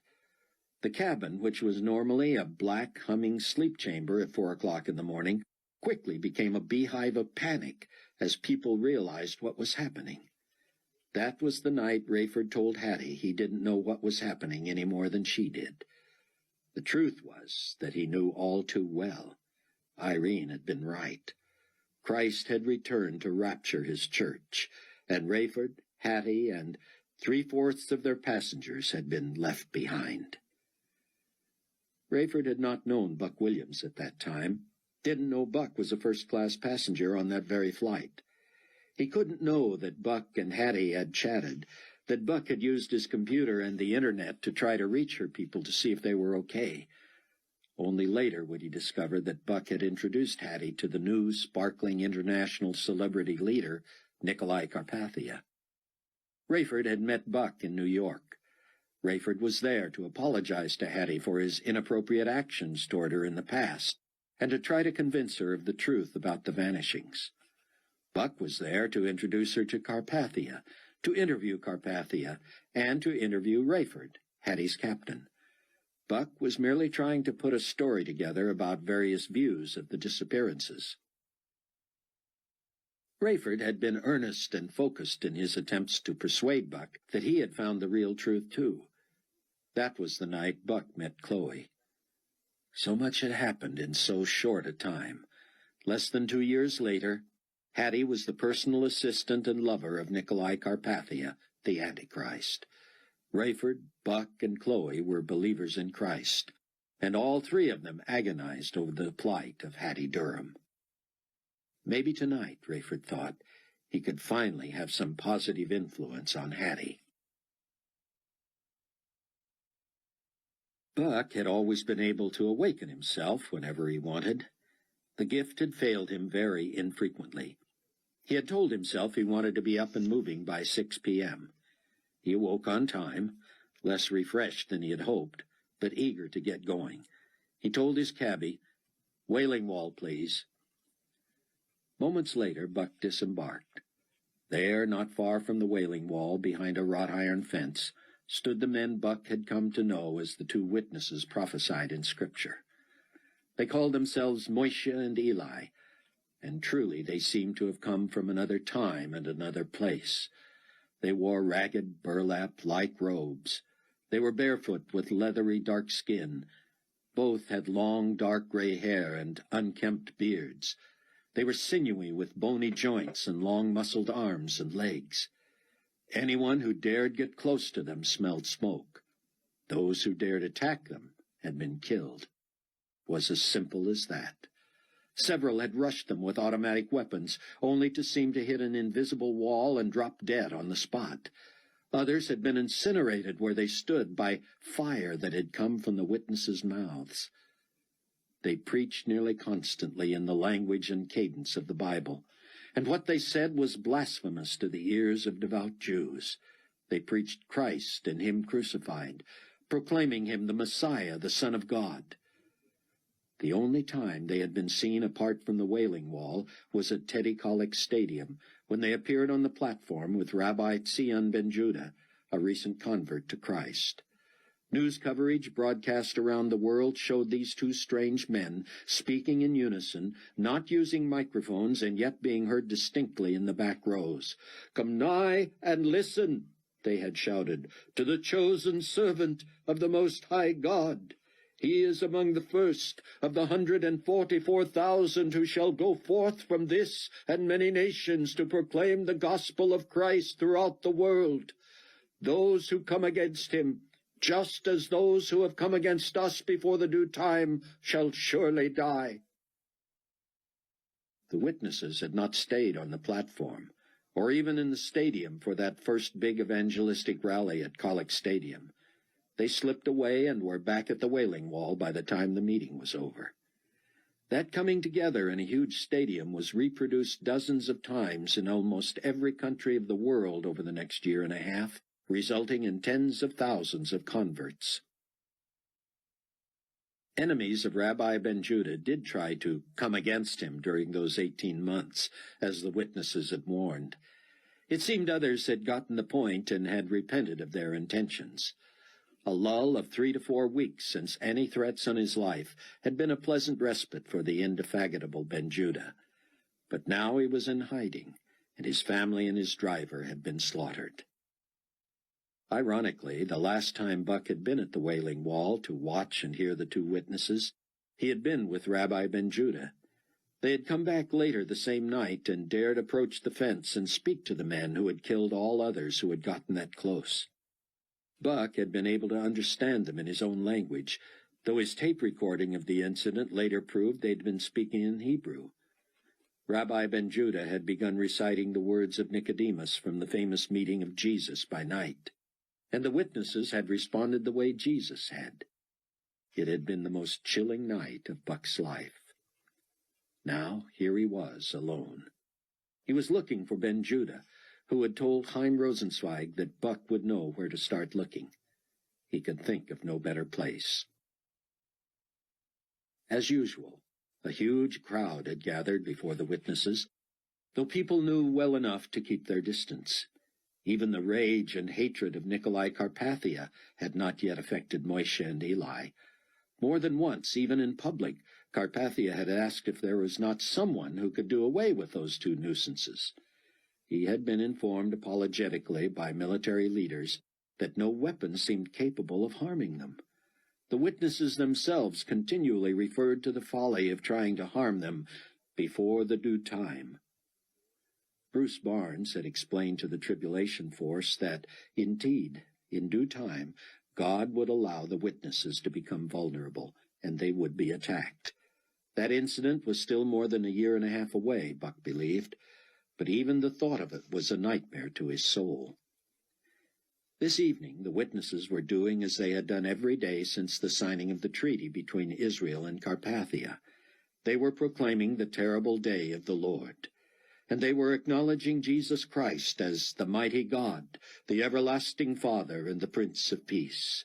Let no other man anywhere call himself the ruler of the world. Any man who makes such a claim is not the Christ, but the Antichrist, and he shall surely die. Woe unto anyone who preaches another gospel. Jesus is the only true God, maker of heaven and earth. Buck was always thrilled and moved by the preaching of the witnesses. He looked around the crowd and saw people from various races and cultures. He knew from experience that many of them understood no Hebrew. They were understanding the witnesses in their own tongues, just as he was. Buck edged a quarter of the way into the crowd of about 300. He stood on tiptoes to see the witnesses. Suddenly, both stopped preaching and moved forward toward the fence. The crowd seemed to step back as one, fearing for its life. The witnesses now stood inches from the fence, the crowd keeping about a 50-foot distance with Buck near the back. To Buck it seemed clear the witnesses had noticed him. Both stared directly into his eyes, and he could not move. Without gesturing or moving, Eli began to preach. He who has ears to hear, let him hear. Do not be afraid, for I know that you seek Jesus who was crucified. He is not here, for he is risen, as he said. Believers in the crowd mumbled their amens and their agreement. Buck was riveted. Moshe stepped forward and seemed to speak directly to him. Do not be afraid, for I know whom you seek. He is not here. Eli again. Go quickly and tell his disciples that Christ is risen from the dead. Moshe still staring at Buck. Indeed, he is going before you into Galilee. There you will see him. Behold, I have told you. The witnesses stood and stared silently for so long, unmoving. It was as if they had turned to stone. The crowd grew nervous and began to dissipate. Some waited to see if the witnesses would speak again, but they did not. Soon only Buck stood where he had stood for the last several minutes. He couldn't take his eyes off the eyes of Moshe. The two merely stood at the fence and stared at him. Buck began to advance on them, coming to within about 20 feet. The witnesses didn't move. They seemed not even to be breathing. Buck noticed no blink, no twitch. In the fading twilight, he carefully watched their faces. Neither opened his mouth, and yet Buck heard plain as day in his own language. He who has ears to hear, let him hear.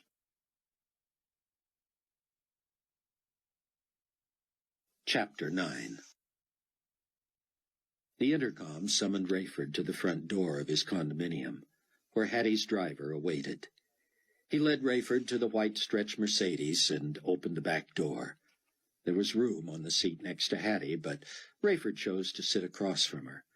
She had honored his request not to dress up, but even casually attired she looked lovely. He decided not to say so. Trouble was etched on her face. "I really appreciate your agreeing to see me." "Sure. What's up?" Hattie glanced toward the driver. "Let's talk at dinner," she said. "The bistro okay?" Buck stood riveted before the witnesses as the sun went down. He looked around to be sure it was still just him and them. "That's all I get? He's in Galilee?" Again, without moving their lips, the witnesses spoke. "He who has ears to hear, let him hear." Galilee? Did it even exist anymore? Where would Buck start, and when would he start? Surely he didn't want to be poking around there in the night. He had to know where he was going, have some sort of bearing.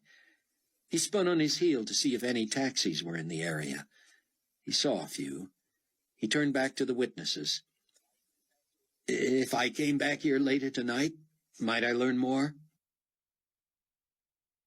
Moisha backed away from the fence and sat on the pavement, leaning against a wall. Eli gestured and spoke aloud. "Birds of the air have nests," he said, "but the Son of Man has nowhere to lay his head." "I don't understand," Buck said. "Tell me more." "He who has ears—" Buck was frustrated. "I'll come back at midnight. I'm pleading for your help." Eli was now backing away too. "Lo, I am with you always, to the end of the age." Buck left, still planning to come back, but also strangely warmed by that last mysterious promise. Those were the words of Christ. Was Jesus speaking directly to him through the mouths of these witnesses? What an unspeakable privilege! He took a cab back to the King David, confident that he would before long be reunited with Zion ben Judah. Rayford and Hattie were welcomed expansively by the maitre d' of the Global Bistro. The man recognized her, of course, but not Rayford. "Your usual table, ma'am?" "No, thank you, Geoffrey, but neither would we like to be hidden." They were led to a table set for 4. But even though 2 busboys hurried out to clear away 2 sets of dinnerware, and the waiter pulled out a chair for Hattie while pointing Rayford to the one next to her, Rayford was still thinking of appearances. He sat directly across from Hattie, knowing they would nearly have to shout to hear each other in the noisy place. The waiter hesitated, looking irritated, and finally moved Rayford's tableware back to in front of him. That was something Hattie and Rayford might have chuckled over in their past, which included a half-dozen clandestine dinners, where each seemed to be wondering what the other was thinking about their future. Hattie had been more flirtatious than Rayford, though he had never discouraged her. Televisions throughout the bistro carried the continuing news of war around the world. Hattie signaled for the maitre d', who came running. "I doubt the potentate would appreciate this news-depressing patrons who come in here for a little relaxation." "I'm afraid it's on every station, ma'am." "There's not even a music station of some kind?" "I'll check." Within moments, all the television sets in the Global Bistro showed music videos. Several applauded this, but Rayford sensed Hattie barely noticed. In the past, when they were playing around the edges of an affair of the mind, Rayford had to remind Hattie to order and then encourage her to eat. Her attention had been riveted on him, and he had found it flattering and alluring. Now the opposite seemed the case. Hattie studied her menu as if she faced a final exam on it in the morning. She was as beautiful as ever, now 29 and pregnant for the first time. She was early enough along that no one would know unless she told them. She had told Rayford and Amanda the last time they were together. At that time she seemed thrilled, proud of her new diamond, and eager to talk about her pending marriage. She had told Amanda that Nicolae was going to make an honest woman of me yet. Hattie was wearing her ostentatious engagement ring. However, the diamond was turned in toward her palm, so only the band was visible. Hattie was clearly not a happy woman, and Rayford wondered if this all stemmed from her getting the cold shoulder from Nicolae at the airport. He wanted to ask her, but this meeting was her idea. She would say what she wanted to say soon enough. Though the Global Bistro had a French-sounding name, Hattie herself had helped conceive it, and the menu carried international cuisine, mostly American. She ordered an unusually large meal. Rayford had just a sandwich. Hattie small-talked until she had finished her food, including dessert. Rayford knew all the clichés, such as that she was now eating for two, but he believed she was eating out of nervousness and in an attempt to put off what she really wanted to talk about. "Can you believe it's been nearly 2 years since you last served as my senior flight attendant?" he said, trying to get the ball rolling. Hattie sat up straight in her chair, folded her hands in her lap, and leaned forward. "Rayford, this has been the most incredible 2 years of my life." He looked at her expectantly, wondering if she meant that was good or bad. "You've expanded your horizons," he said. "Think about it, Rayford. All I ever wanted to be was a flight attendant. The entire cheerleading squad at Maine East High School wanted to be flight attendants. We all applied, but I was the only one who made it. I was so proud, but flying quickly lost its appeal. Half the time I had to remind myself where we were going and when we would get there and when we would get back. But I loved the people. I loved the freedom of traveling, and I loved visiting all those places. You know, I had a couple of serious boyfriends here and there, but nothing ever worked out. When I finally worked my way up to the planes and routes that only seniority could bring, I had a huge crush on one of my pilots, but that never worked either." "Hattie, I wish you wouldn't dredge that up. You know how I feel about that period." "I know, and I'm sorry. Nothing ever came of it, though I could have hoped for more. I've accepted your explanation and your apology, and that's not what this is about at all." "That's good, because, as you know, I am again happily married." "I envy you, Rayford." "I thought you and Nicolae were going to get married." "So did I. Now I'm not so sure. And I'm not so sure I want to either." "If you want to talk about it, I'm happy to listen. I'm no expert in matters of the heart, so I probably won't have any advice, but I'm an ear, if that's what you want." Hattie waited until the dishes were cleared, then told the waiter, "We'll be here a while." "I'll apply this to your tab," the waiter said. "I doubt anyone will be giving you the bum's rush." He smiled at Rayford, seeming to appreciate his own humor. Rayford forced a smile. When the waiter was gone, Hattie seemed to feel the freedom to continue. "Rayford, you may not know this, but I actually had a thing for Buck Williams once. You remember he was on your plane that night." "Of course." "I didn't look at him romantically then, of course, because I was still enamored with you. But he was sweet, and he was cute, and he had that big, important job. He and I are closer in age, too." "And?" "Well, to tell you the truth, when you dumped me—" "Hattie, I never dumped you. There was nothing to dump. We were not an item." "Yet." "Okay, yet," he said. "That's fair. But you have to admit there had been no commitment or even an expression of a commitment." "There had been plenty of signals, Rayford." "I have to acknowledge that. Still, it's unfair to say I dumped you." "Call it whatever you want, so you can deal with it. But I felt dumped, okay? Anyway, all of a sudden, Buck Williams looked more attractive to me than ever. I'm sure he thought I was using him to meet a celebrity, which also happened. I was so grateful for Buck's introducing me to Nicolae. Forgive me, Hattie, but this is old news. I know, but I'm getting somewhere. Bear with me. As soon as I met Nicolae, I was stricken. He was only about as much older than Buck as Buck was older than I, but he seemed so much older. He was a world traveler, an international politician, a leader. He was already the most famous man in the world. I knew he was going places. I felt like a giggling schoolgirl, and couldn't imagine I had impressed him in the least. When he began to show interest, I thought it was merely physical. And I admit I probably would have slept with him in a minute and not regretted it. We had an affair, and I fell in love. But as God is my witness, oh, Rayford, I'm sorry. I shouldn't use those kind of references around you. I never expected him to be truly interested in me. I knew the whole thing was temporary, and I was determined to just enjoy it while it lasted. It got to the point where I dreaded his being away. I kept telling myself to maintain a level head. The end would have to come soon, and I really believe I was prepared for it. But then he shocked me. He made me his personal assistant. I had no experience, no skills. I knew it was just a way to keep me available to him after hours. That was all right with me, though I was afraid of what my life might become when he became even busier. Well, my first fears were realized.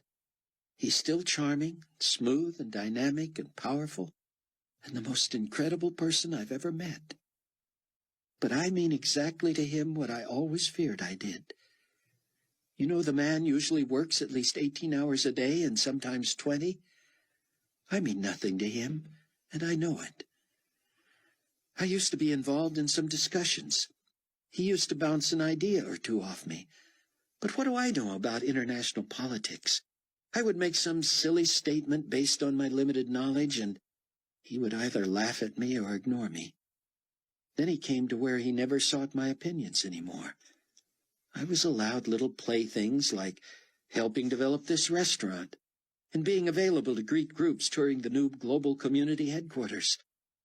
But I'm merely window dressing now, Rayford. He didn't give me a ring until after I was pregnant, and he still hasn't asked me if I would marry him. I guess that's supposed to be understood. By accepting his ring, did you not imply that you would marry him? Oh, Rayford, it wasn't nearly that romantic. He merely asked me to close my eyes and stick out my hand. Then he put the ring on my finger. I didn't know what to say. He just smiled. You're saying you don't feel committed? I don't feel anything anymore. And I don't think he ever felt anything for me except physical attraction. And all the trappings, the wealth, your own car and driver? I assume you have an expense account. I have all that, yes. Hattie seemed tired. She continued, To tell you the truth, all that stuff is a lot like what flying was to me. You quickly get tired of the routine. I was drunk with the power and the glitter and the glamour of it for a while, sure. But it's not who I am. I know no one here. People treat me with deference and respect only because of who I live with. But they don't really know him either. Neither do I. I'd rather he be mad at me than ignore me. I asked him the other day if I could go back to the States for a while and visit my friends and family. He was irritated. He said I didn't even have to ask. He said, just let me know and go ahead and arrange it. I've got more to do than worry about your little schedule. I'm just a piece of furniture to him, Rayford. Rayford was biding his time. There was so much he wanted to tell her. How much do you talk? What do you mean? We don't talk. We just coexist now. Rayford spoke carefully. I'm just curious about how much he knows about Chloe and Buck. Oh, you don't have to worry about that. Smart as he is, and well-connected as he is, and for as many eyes as he has out there surveilling everybody and everything, I don't think he has any idea of a connection between you and Buck. I've never mentioned that Buck married your daughter, and I never would. Why? I don't think he needs to know, that's all. For some reason, Rayford, he trusts you implicitly on some things, and not at all on others. I've noticed. What have you noticed? She asked. Being left out of the plans for the Condor 216, for one, Rayford said. Yeah, she said. And wasn't that creative of him to use his office suite number as part of the name of the plane? It just seemed bizarre to be his pilot and to be surprised by new equipment. If you lived with him, that would not surprise you. I've been out of the loop for months. Rayford, do you realize that I was not contacted by anyone when the war broke out? He didn't call you? I didn't know whether he was dead or alive. I heard him on the news just like everyone else. He didn't even call after that. No aide let me know. No assistant so much as sent me a memo. I called everywhere. I talked to every person in the organization I knew. I even got as far as Leon Fortunato. He told me he would tell Nicolae that I called. Can you imagine? He would tell him I called. So, when you saw him at the airstrip... I was testing him. I won't deny it. I wasn't as eager to see him as I let on, but I was giving him one more chance. Wasn't it obvious I spoiled his big appearance? That's the impression I had, Rayford said, wondering if he was wise in surrendering his neutral role. When I tried to kiss him, he told me it was inappropriate and to act like an adult. At least in his remarks he referred to me as his fiancée. He said I was overcome with grief, as he was. I know him well enough to know there was no grief. I could see it written all over him.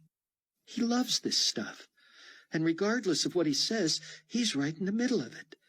He talks like a pacifist, but he hopes people will attack him so he can justify retaliating. I was so horrified and sad, hearing about all the death and destruction.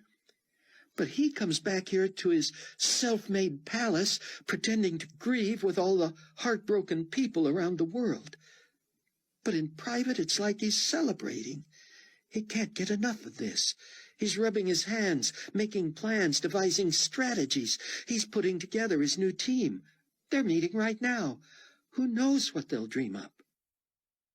What are you going to do, Hattie? This is no kind of life for you. He doesn't even want me in his office anymore. Rayford knew that, but couldn't let on. What do you mean? I was actually fired today by my own fiancé. He asked if he could meet me in my quarters. Your quarters? We don't really live together anymore. I'm just down the hall, and he visits once in a great while in the middle of the night. Between meetings, I guess. But I've been a fairly high-maintenance girl next door for a long time. So what did he want? I thought I knew. I thought he'd been away long enough that he just wanted the usual. But he just told me he was replacing me. You mean you're out? No, he still wants me around. Still wants me to bear his child. He just thinks the job has passed me by. I told him, Nicolae, that job passed me by the day before I took it. I've never been cut out to be a secretary. I was okay with the public relations and the people contacts, but making me your personal assistant was a mistake. I always thought you looked the part. Well, thanks for that, Rayford, but losing that job was a relief in a way. Only in a way? Yes. Where does this leave me? I asked him what the future was for us. He had the audacity to say, us? I said, yes, us. I'm wearing your ring and carrying your child. When do we make this permanent? Buck woke with a start. He had been dreaming. It was dark. He turned on a small lamp and squinted at his watch. He still had several hours before his appointment with Moishe and Eli at midnight. But what had that dream been all about? Buck had dreamed that he was Joseph, Mary's husband. He had heard an angel of the Lord saying, "Arise, flee to Egypt, and stay there until I bring you word." Buck was confused. He had never been communicated to in a dream, by God or anyone else. He had always considered dreams just aberrations based on daily life. Here he was in the Holy Land, thinking about God, thinking about Jesus, communicating with the two witnesses, trying to steer clear of the Antichrist and his cohorts. It made sense he might have a dream related to biblical stories. Or was God trying to tell him that he would find Sion ben Judah in Egypt, rather than wherever it seemed the witnesses were sending him? They always spoke so circumspectly. He would have to simply ask them.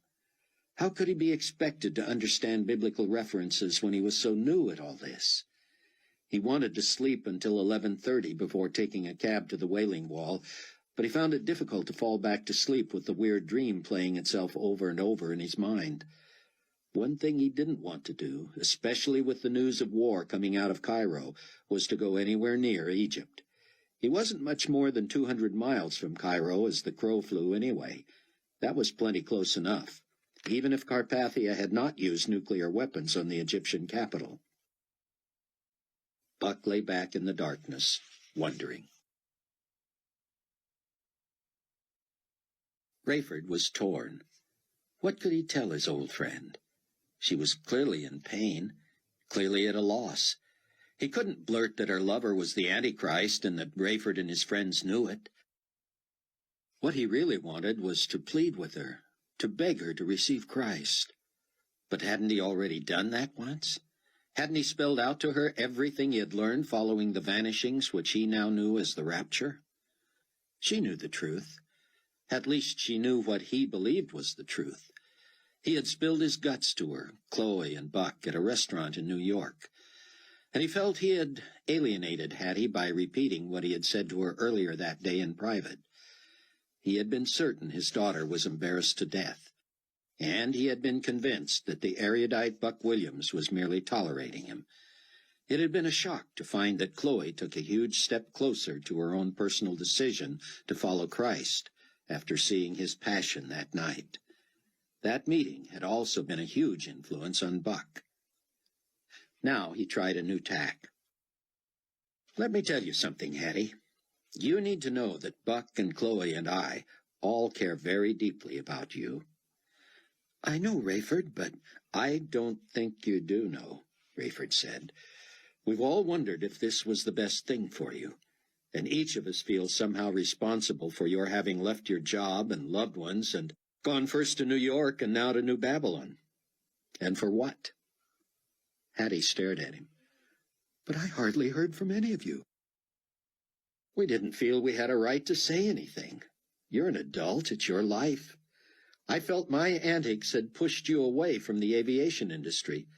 Buck feels guilty for having introduced you to Nicolae in the first place. Chloe often wonders if she couldn't have said or done something that might have changed her mind." "But why?" Hattie said. "How did any of you know I was not happy here?" Now Rayford was stuck. How indeed did they know? "We just sensed the odds were against you," he said. "And I don't suppose I gave you any indication that you were right, always trying to impress you whenever I saw you with Buck or Nicolae?" "There was that, yes." "Well, Rayford, it may also come as a shock to you to know that I had never foreseen becoming pregnant out of wedlock either." "Why should that surprise me?" "Because I can't say my morals were exactly pristine. I mean, I was close to an affair with you. I'm just saying I wasn't raised that way, and I certainly wouldn't have planned to have a baby without being married." "And now?" "The same is true now, Rayford." Hattie's voice had flattened. It was clear she was tired, but now she sounded defeated, almost dead. "I am not going to use this pregnancy to force Nicolae Carpathia to marry me. He wouldn't anyway. He's not forced by anyone to do anything. If I pushed him, he'd probably tell me to have an abortion. Oh, no, Rayford said. You'd never consider that, would you? Wouldn't consider it? I think about it every day. Rayford winced and rubbed his forehead. Why did he expect Hattie to live like a believer when she was not? It wasn't fair to assume she agreed with him on these issues. Hattie, do me a big favor, will you? Maybe. Would you think about that very carefully before you take any action? Would you seek counsel from your family, from your friends? Rayford, I hardly have any friends anymore. Chloe and Buck and I still consider you our friend. And I believe Amanda could become your friend if she gets to know you. Hattie snorted. I have a feeling that the more Amanda got to know me, the less she'd like me. That just proves you don't know her, Rayford said.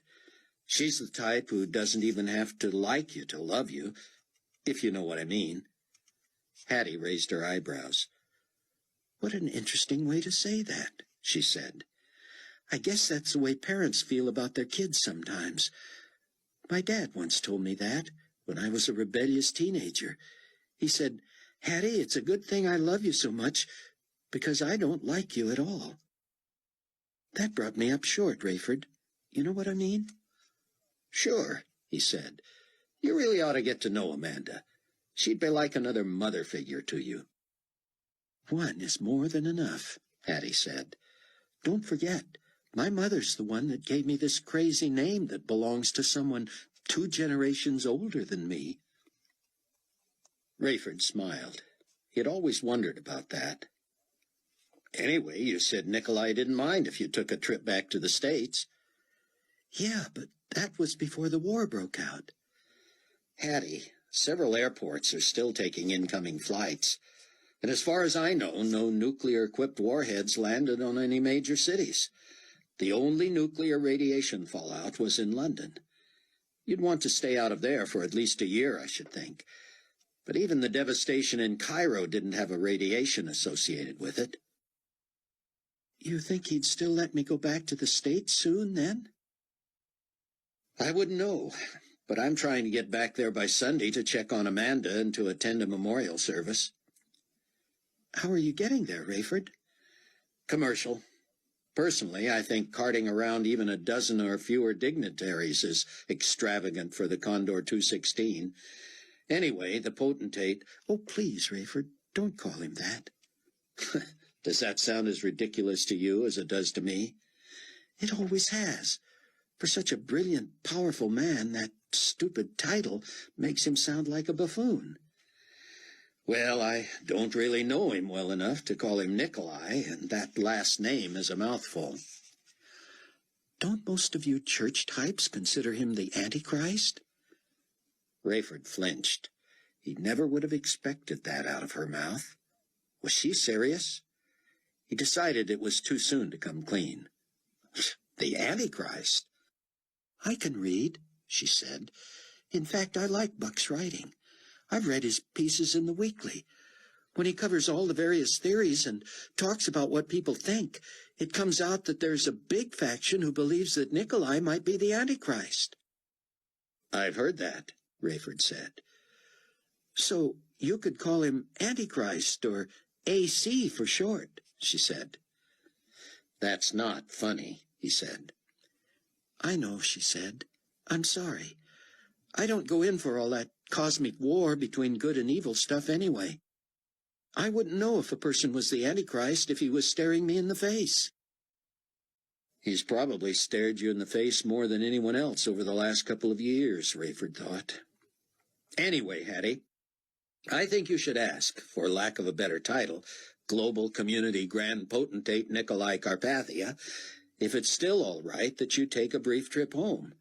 I'm taking a Saturday morning flight that will arrive nonstop in Milwaukee at about noon Chicago time the same day. From what I understand, there's room in the big house of a woman from our church. You could stay with us. Oh, I couldn't do that, Rayford. My mother's in Denver. They haven't suffered any damage yet, have they? Not as far as I know. I'm sure we could book you through to Denver. Rayford was disappointed. Here was a chance to have some influence on Hattie. but there would be no getting her to the Chicago area. "I'm not going to ask Nicolae," she said. "You don't want to go?" "Oh, I want to go, and I will go. I'm just going to leave word that I'm gone.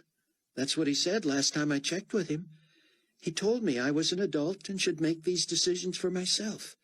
He's got more important things on his mind. Maybe I'll see you on the flight to Milwaukee. In fact, unless you hear otherwise from me, why don't you assume my driver will pick you up Saturday morning? You think it would be all right with Amanda if we sat together?" "I hope you're not being facetious," Rayford said, "because if you really wanted to talk, I'd let her know in advance." "Wow, I don't remember your first wife being so possessive." "She would have been if she'd known what kind of a man I was." "Or what kind of a woman I was?" "Well, maybe." "You go ahead and check with your wife, Rayford. If I have to sit by myself, I'll understand. Who knows? Maybe we can sit across the aisle from each other." Rayford smiled tolerantly. He hoped for at least that. Chapter 10. Buck followed a strong urge to take his bag when he left the King David that night. In it was his small dictation machine, his sub-notebook computer, which would soon be replaced by the mother of all computers, his camera, that great cell phone, his toiletries, and 2 changes of clothing. He left his key at the front desk and took a cab to the Wailing Wall, asking the cabbie if he spoke English. The driver held up his thumb and forefinger an inch apart and smiled apologetically. "How far to Galilee?" Buck said. The cabbie took his foot off the accelerator. "You go to Galilee? Wailing Wall in Jerusalem?" Buck waved him on. "I know. Wailing Wall now. Galilee later." The cabbie headed for the Wailing Wall. "Galilee now Lake Tiberias," he said. "About 120 kilometers." Hardly anyone was at the Wailing Wall, or even in the entire Temple Mount area at this time of the night. The newly rebuilt temple was illuminated magnificently, and looked like something in a 3-dimensional picture show. It seemed to hover on the horizon. Bruce had taught Buck that one day Carpathia would sit in that new temple and proclaim himself God. The journalist in Buck wanted to be there when that happened. Buck did not at first see the 2 witnesses. A small group of sailors strolled past the wrought iron fence at the end of the wall where the witnesses usually stood and preached. The sailors chatted in English, and one pointed. "I think that's them right over there," he said. The others turned and stared. Buck followed their gaze past the fence and to a stone building. The 2 mysterious figures sat with their backs against it, feet tucked under them, chins resting on their knees. They were motionless, appearing to sleep. The sailors gawked and tiptoed closer. They never got within 100 feet of the fence, apparently having heard enough stories.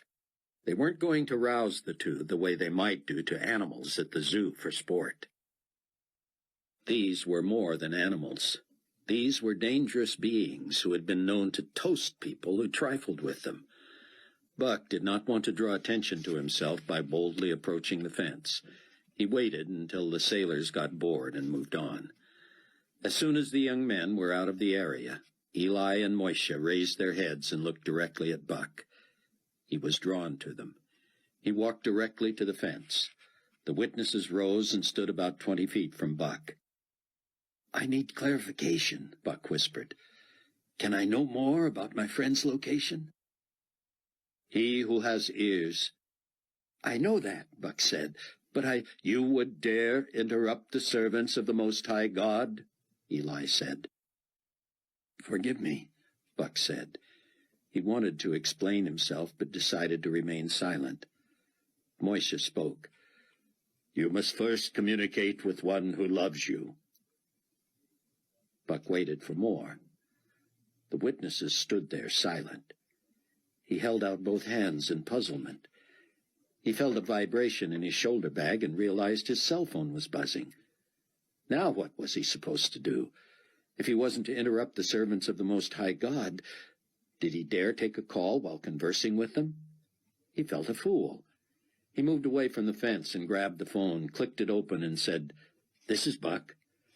Buck, it's Chloe. It's about midnight there, right? "Right, Chloe, but right now I'm—" Buck, were you sleeping? "No, I'm up, and I'm—" Buck, just tell me you're not at the King David. "Well, I'm staying there, but—" But you're not there right now, right? "No, I'm at—" Honey, I don't know how to tell you this, but I just have this feeling that you should not be in that hotel tonight. In fact, I just have a premonition that you shouldn't be in Jerusalem overnight. I don't know about tomorrow, and I don't know about premonitions and all that, but the feeling is so strong." "Chloe, I'm going to need to call you back, okay?" Chloe hesitated. "Well, okay, but you can't take the time to talk to me for a moment when—" "Chloe, I won't stay at the King David tonight, and I won't stay in Jerusalem overnight, okay?"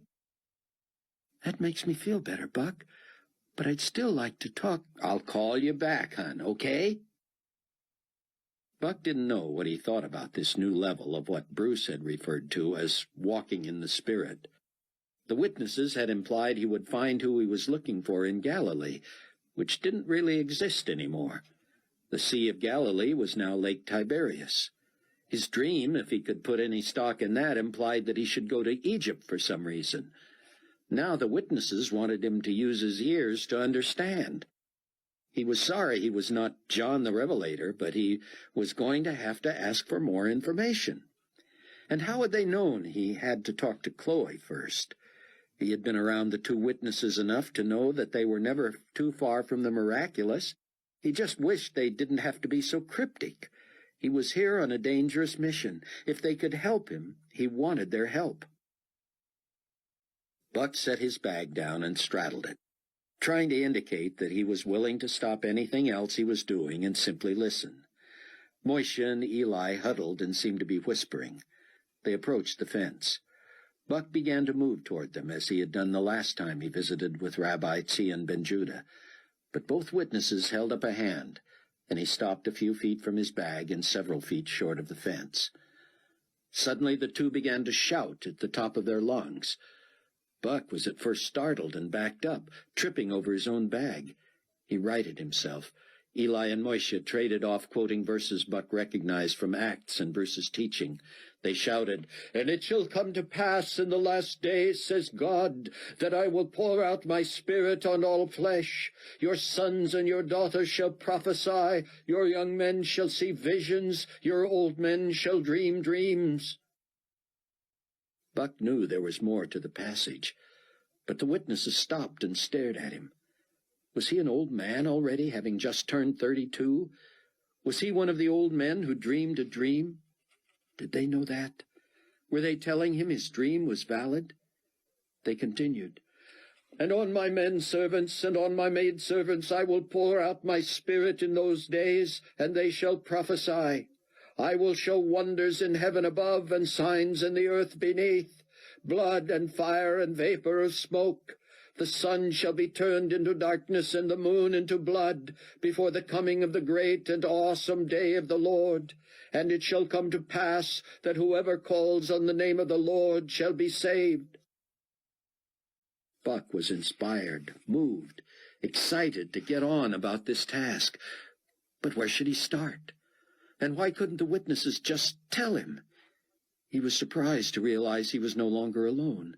The shouting of Scripture by the witnesses had produced another small crowd. Buck didn't want to wait any longer. He picked up his bag and moved toward the fence. People warned him not to advance. He heard warnings in other languages and a few in English. "You'll regret that, son." Buck came within a few feet of the witnesses. No one else dared come close. He whispered, "By Galilee, I can only assume you mean Lake Tiberias," he said. How was one supposed to tell people who seemed to have come back from Bible times that their geography was out of date?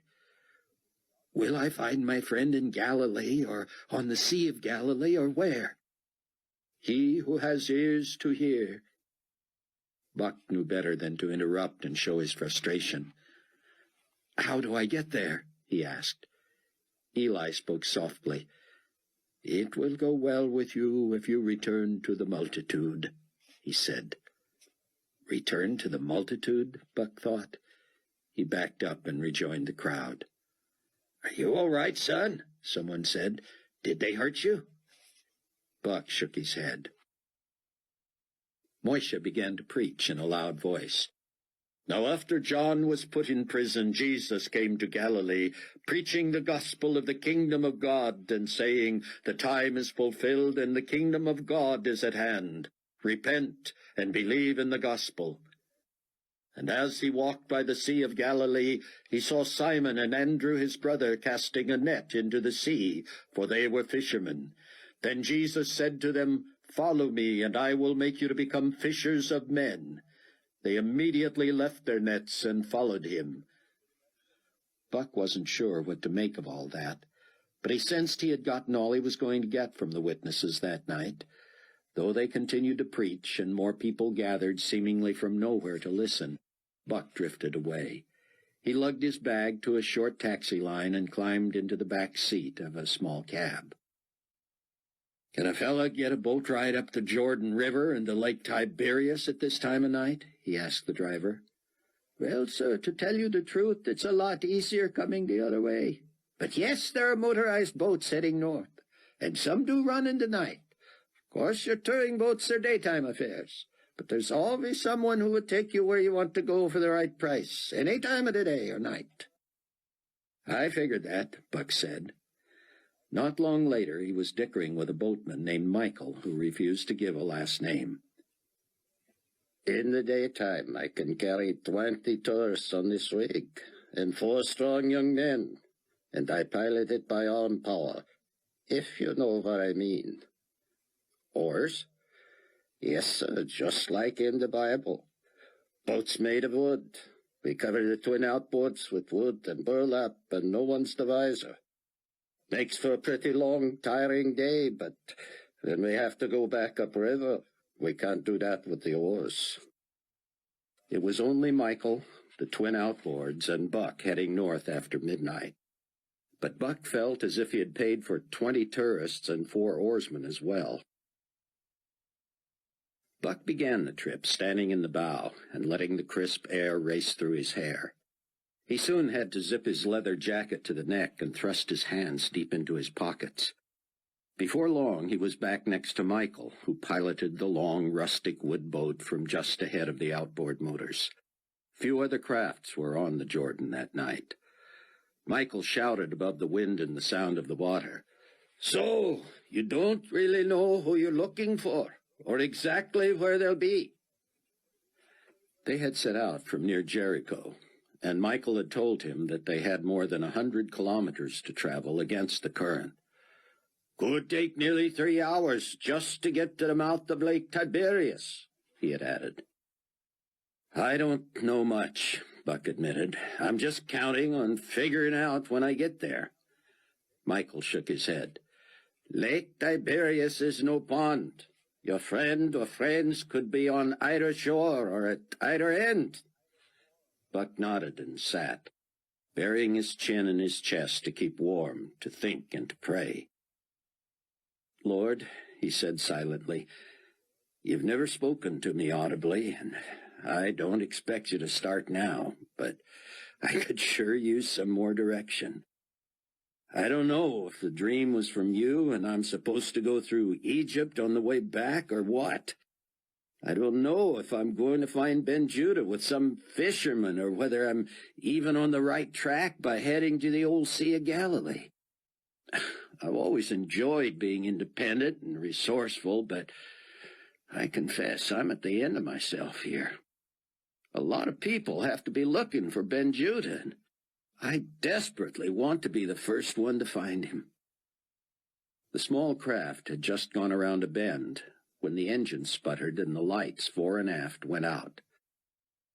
So much for the answer to that prayer, Buck thought. "Trouble, Michael?"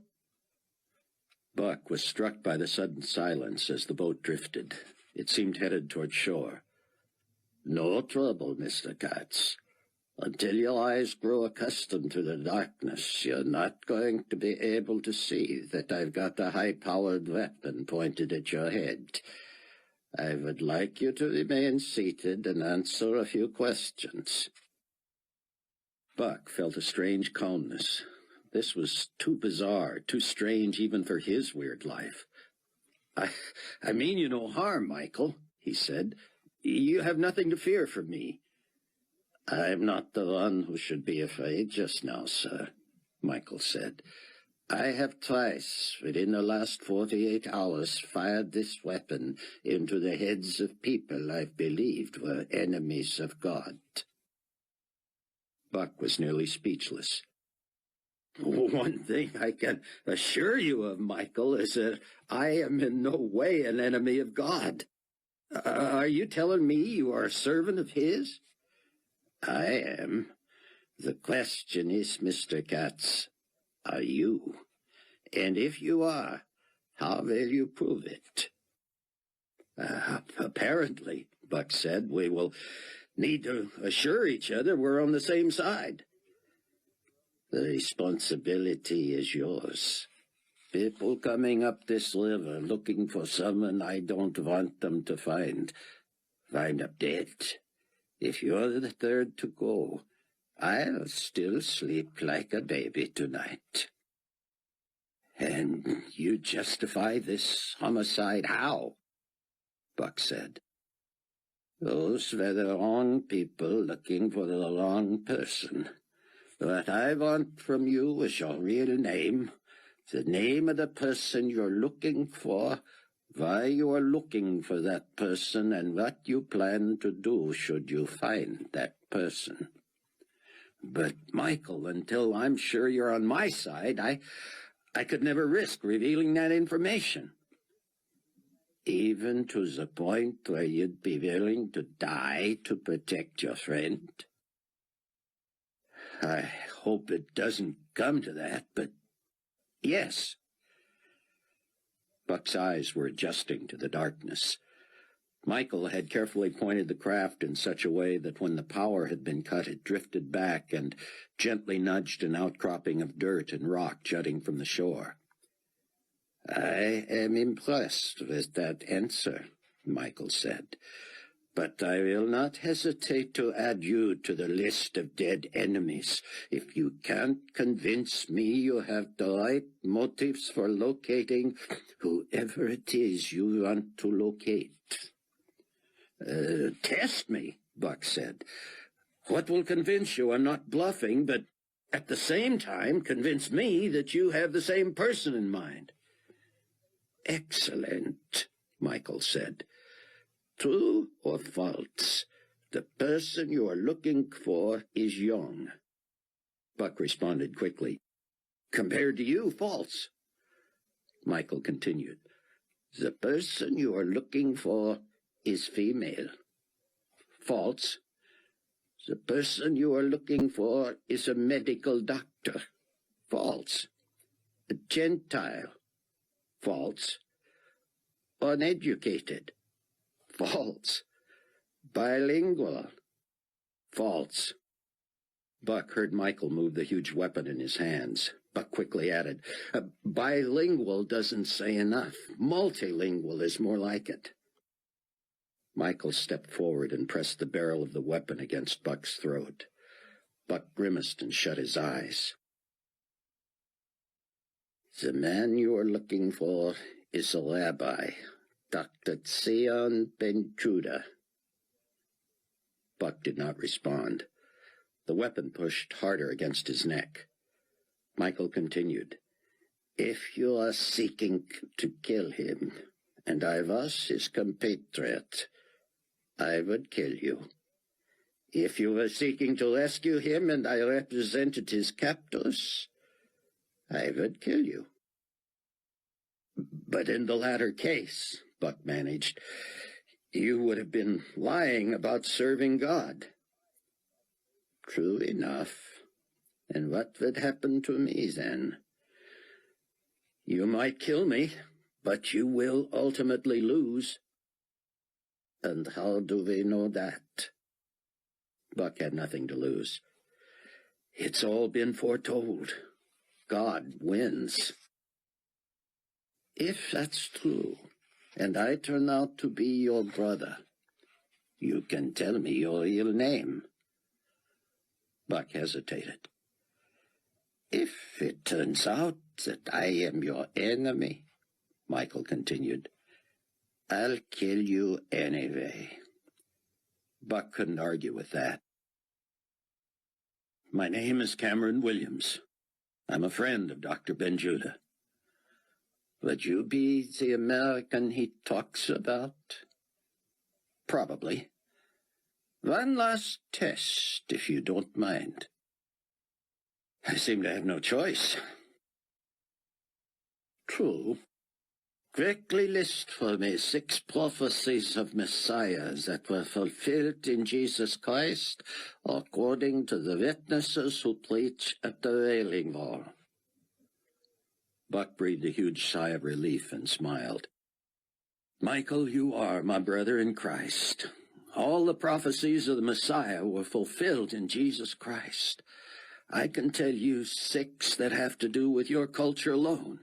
He would be a descendant of Abraham, a descendant of Isaac, a descendant of Jacob, from the tribe of Judah, heir to the throne of David, and born in Bethlehem. The weapon rattled as Michael lay it on the deck and reached to embrace Buck. He squeezed him with a huge bear hug and was laughing and weeping. And who told you where you might find Sion? Moshe and Eli. They are my mentors, Michael said. I am one who became a believer under their preaching and that of Zion. And have you murdered others looking for Dr. Benjuda? I do not consider it murder. Their bodies will be boiled up and burned by the salt when they reach the Dead Sea. Better their bodies than his. Are you then an evangelist? In the manner of Paul the Apostle, according to Dr. Benjuda. He says there are 144,000 of us around the world, all with the same assignment that Moshe and Eli have, to preach Christ as the only everlasting Son of the Father. Would you believe you were an almost instant answer to prayer? Buck said. That would not surprise me in the least, Michael said. You must realize that you are the same. Buck was spent. He was glad Michael had to go back to the outboards and busy himself with the boat. Buck turned his face away and wept. God was so good. Michael left him alone with his thoughts for a while, but then called out with good news. You know, we're not going all the way to Lake Tiberias. We're not? Buck said, moving back toward Michael. You're doing what you're supposed to do by heading toward Galilee, Michael said. About halfway between Jericho and Lake Tiberias, we will put ashore on the east side of the river. We will hike about 5 kilometers inland to where my compatriots and I have hidden Dr. Benjuda. How are you able to elude the zealots? An escape plan has been in place since the first time Dr. Benjuda spoke at Collect Stadium. For many months, we thought the guarding of his family was unnecessary. It was him the zealots wanted. At the first sight of a threat or an attack, we sent to Zion's office a car so small it appeared only the driver could fit in it. Zion lay on the floor of the back seat, curled into a ball and covered with a blanket. He was raced to this very boat, and I took him upriver. And these stories about his driver having been in on the slaughter of his family? Michael shook his head. That man was exonerated in the most decisive way, would you not agree? Was he also a believer?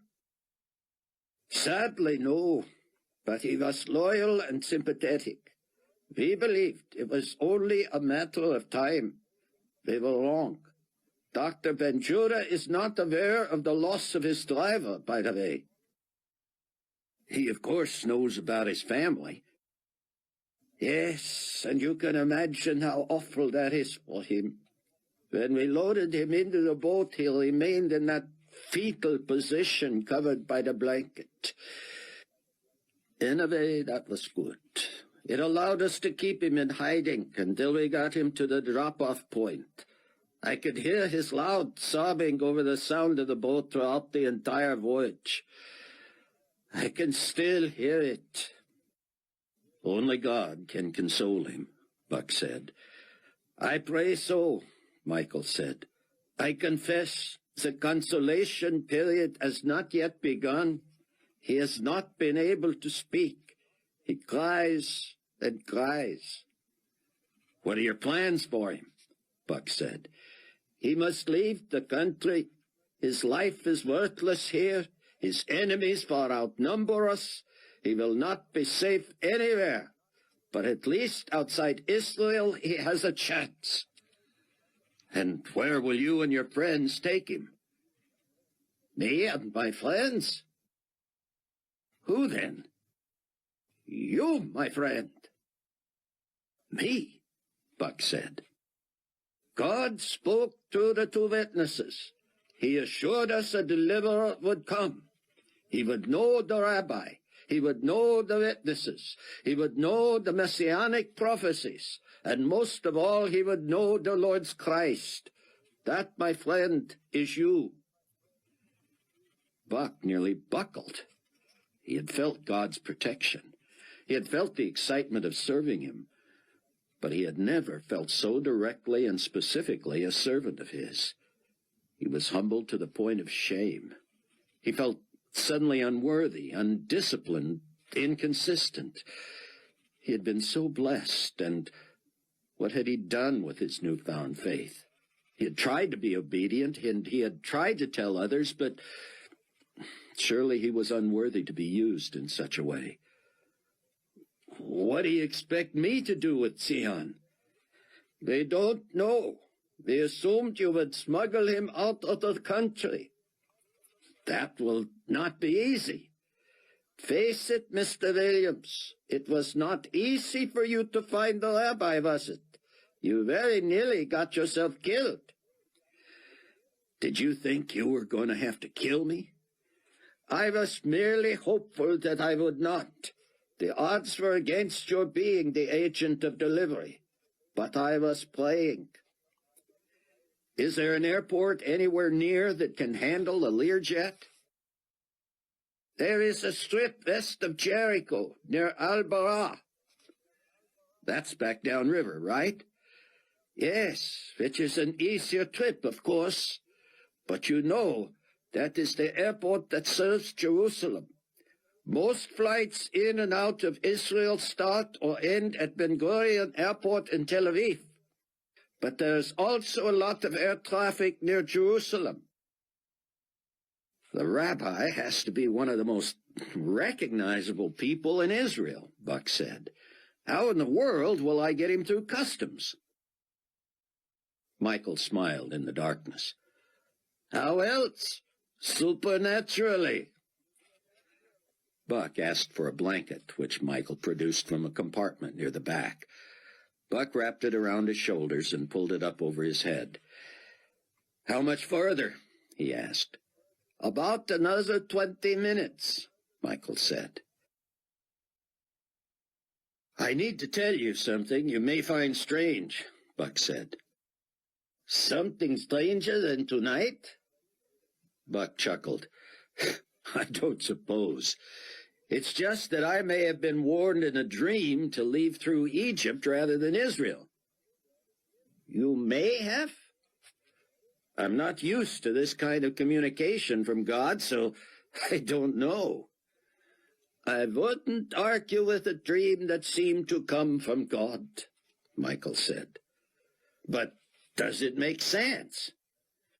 It makes more sense than trying to smuggle a target of the zealots out of here to an international airport. But Cairo has been destroyed. Where are the flights in and out of there being rerouted to?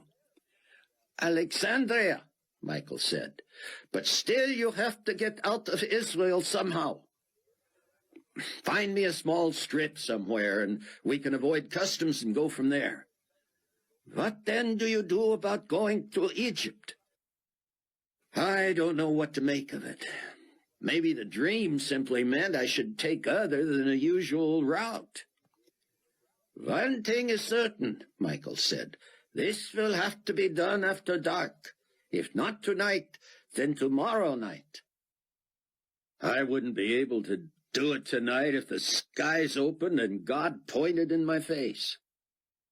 Michael smiled. My friend, if I had gone through what you've gone through and seen prayer answered the way you have, I would not be challenging God to do something so simple. Let's just say, then, that I'm praying God will let me wait one more day. I have to be in touch with my pilot, and we're all going to have to work together at determining the best spot from which to head back to the United States.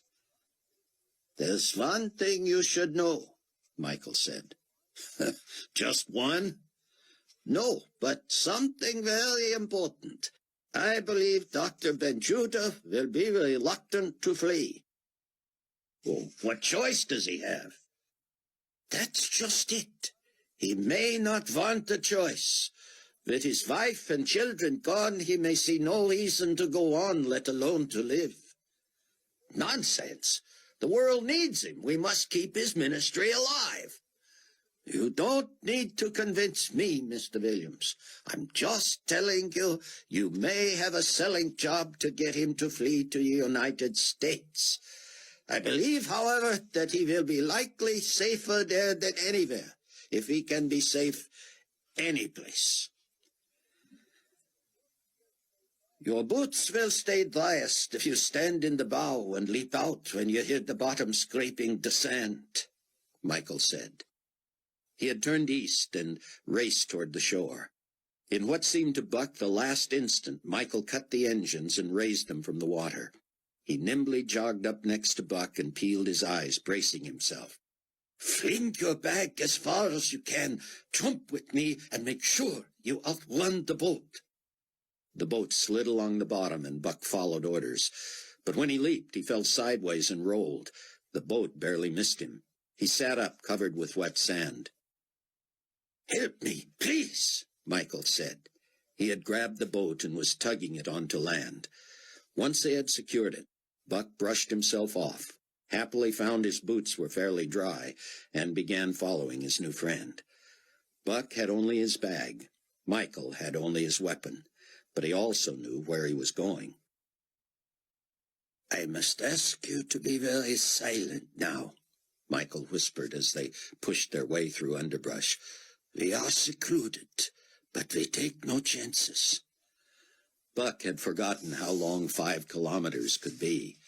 The ground was uneven and moist. The overgrowth slapped him in the face. He switched his bag from shoulder to shoulder, never fully comfortable. He was in good shape, but this was hard. This was not jogging or cycling or running on a treadmill. This was working your way through sandy shoreline to who know where. He dreaded seeing Dr. Benjuda. He wanted to be reunited with his friend and brother in Christ, but what does one say to one who has lost his family? No platitudes, no words would make it better. The man had paid one of the steepest prices anyone could pay, and nothing short of heaven could make it better. Half an hour later, panting and sore, he and Michael came within sight of the hideout. Michael put a finger to his lips and bent low. He held aside a bundle of dried twigs, and they advanced. 20 yards farther, in a grove of trees, was an opening to an underground shelter, invisible to anyone who hadn't come there on purpose. Chapter 11. Buck was struck that there were no real beds and no pillows in the hideout. So this is what the witnesses meant when they quoted that verse about having nowhere to lay his head, Buck thought. 3 other gaunt and desperate-looking young men, who could have been Michael's brothers, huddled in the dugout, where there was barely room to stand. Buck noticed a clear view at ground level to the path behind him. That explained why Michael had not had to declare himself or give any signal to approach. He was introduced all around, but only Michael of the four understood English. Buck squinted, looking for Sion. He could hear him, but he could not see him. Finally, a dim electric lantern was illuminated. There, sitting in the corner, his back to the wall, was one of the first and surely the most famous of what would become the 144,000 witnesses prophesied of in the Bible. He sat with his knees pulled up to his chest, arms wrapped around his legs. He wore a white dress shirt with the sleeves rolled up, and dark dress pants that rode high on his shins and left a gap between the cuffs and the top of his socks. He wore no shoes. How young Sion appeared! Buck knew him to be a youthful middle age anyway, but sitting there rocking and crying, he appeared young as a child. He neither looked up nor acknowledged Buck. Buck whispered that he would like a moment alone with Sion.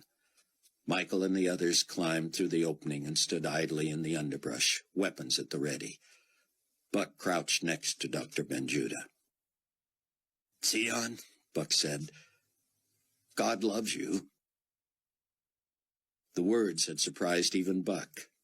Could it possibly seem to Sion that God loved him now? And what kind of a platitude was that? Was it now his place to speak for God? "What do you know for sure?" Buck asked, wondering himself what in the world he was talking about. Sion's reply, in his barely understandable Israeli accent, squeaked from a constricted throat. "I know that my Redeemer lives." "What else do you know?" Buck said, listening as much as speaking. "I know that he who has begun a good work in me will be faithful to complete it." Praise God, Buck thought. Buck slumped to the ground and sat next to Benjuda, his back against the wall. He had come to rescue this man, to minister to him. Now he had been ministered to. Only God could provide such assurance and confidence at such a time of grief. "Your wife and your children were believers. Today they see God," Sion finished for him. Buck had worried. Buck had wondered, would Sion Benjuda be so devastated at his inequitable loss that his faith would be shaken? Would he be so fragile that it would be impossible for him to go on? He would grieve, make no mistake. He would mourn. But not as the heathen who have no hope. "Cameron, my friend," Sion managed, "did you bring your Bible?" "Not in book form, sir. I have the entire scripture on my computer." "I have lost more than my family, Buck." "Sir?" "My library, my sacred books, all burnt, all gone. The only things I love more in this life were my family." "You brought nothing from your office?" "I threw on a ridiculous disguise, the long locks of the Orthodox, even a phony beard. I carried nothing, so as not to look like a resident scholar." "Could not someone forward the books from your office?" "Not without endangering their life. I am the chief suspect in the murder of my family." "That's nonsense." "We both know that, my friend, but a man's perception soon becomes his reality. Anyway, where could someone send my things without bleeding my enemies to me?" Buck dug into his bag and produced his laptop. "I'm not sure how much battery life is left," he said. He turned on the backlit screen. "This would not happen to have the Old Testament in Hebrew?" Sion said. "No, but those programs are widely available." "At least they are now," Sion said, a sob still in his throat. My most recent studies have led me to believe that our religious freedoms will soon become scarce at an alarming pace.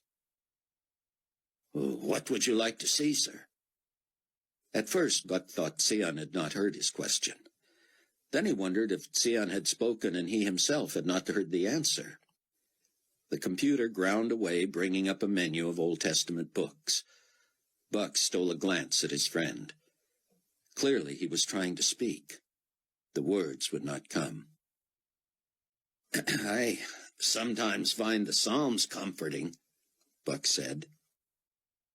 Sion nodded, now covering his mouth with his hand. The man's chest heaved, and he could hold back the sobs no longer. He leaned over onto Buck and collapsed in tears.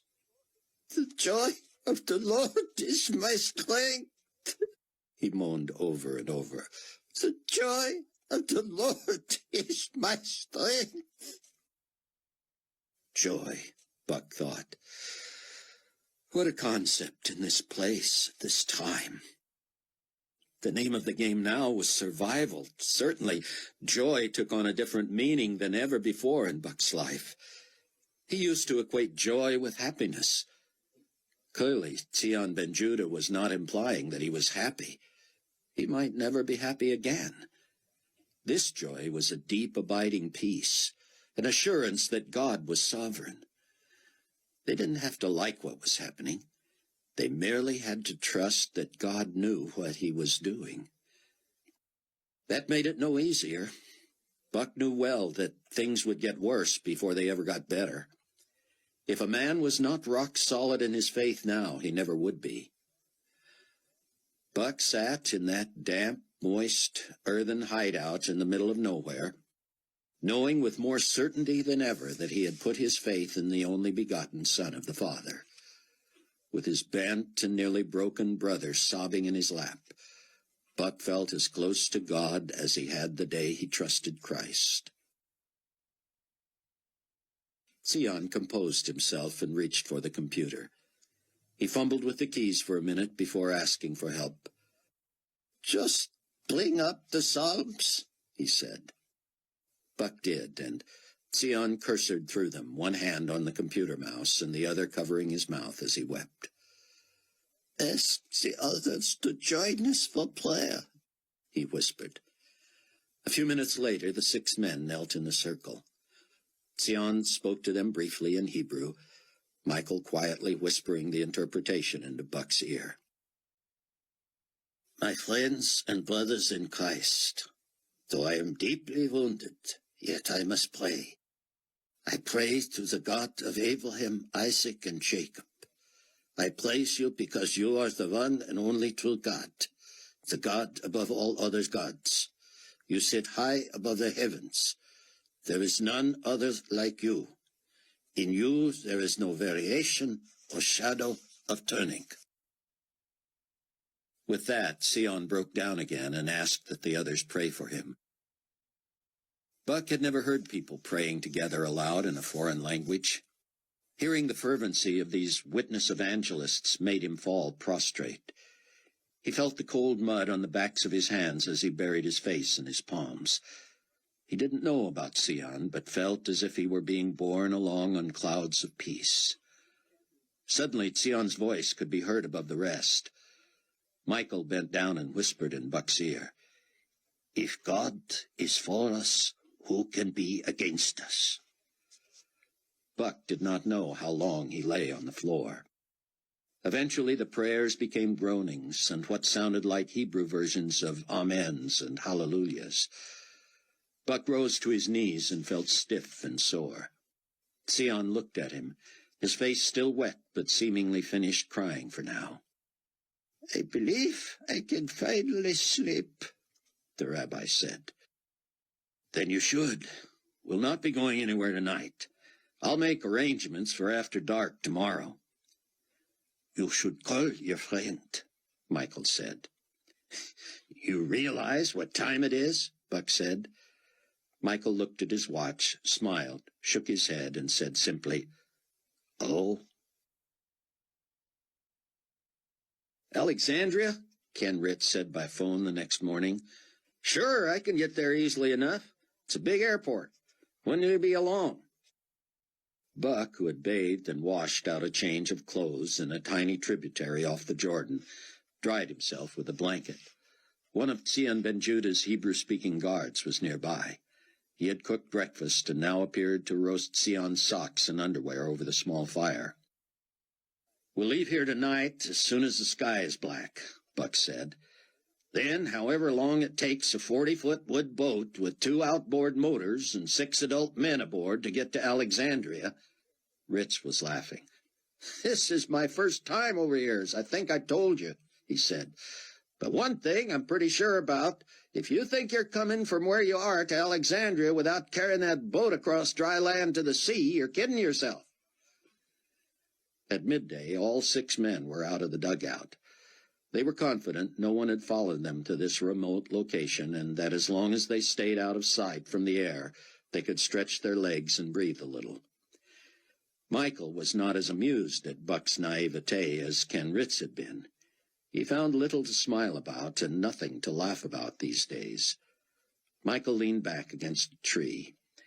"There are some small airports here and there in Israel," he said. "Why are you so determined to fly out of Egypt?" "Well, that dream, I don't know. This is all new to me. I'm trying to be practical, listen to the witnesses, follow the leadings of God. What am I supposed to do about that dream?"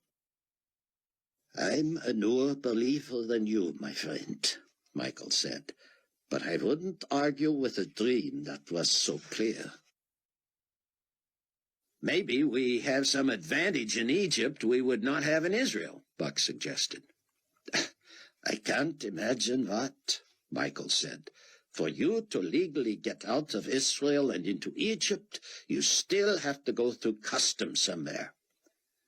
"How realistic is that, considering my guest?" "You mean your contraband cargo?" Now there had been an attempt at humor, but still Michael had not smiled when he said it.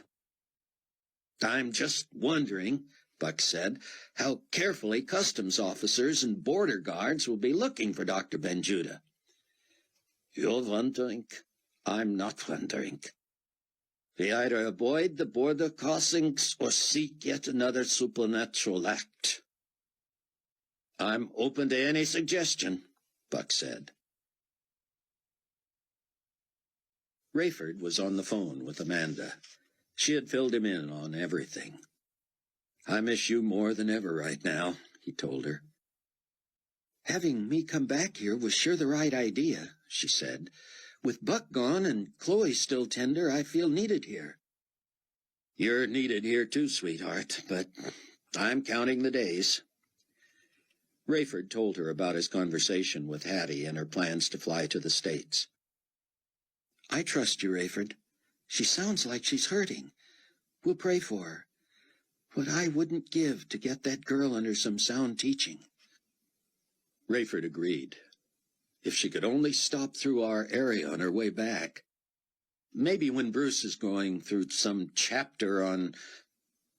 Rayford realized what he had said. "Oh, Ray." "It's still too fresh, I guess," he said. "I just hope God provides some other Bible teacher for us." "Well, it won't be another Bruce." "No," Amanda said. "And it won't likely be soon enough to do Hattie any good, even if she does come here." Late that afternoon, Buck took a call from Ken Ritz. "You still want me to meet you in Alexandria?" "We're talking about it, Ken. I'll get back to you." "Can you drive a stick shift, Buck?" Michael asked.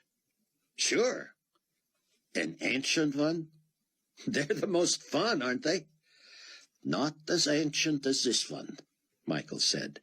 "I've got an old school bus that smells of fish and paint. I use it for both professions.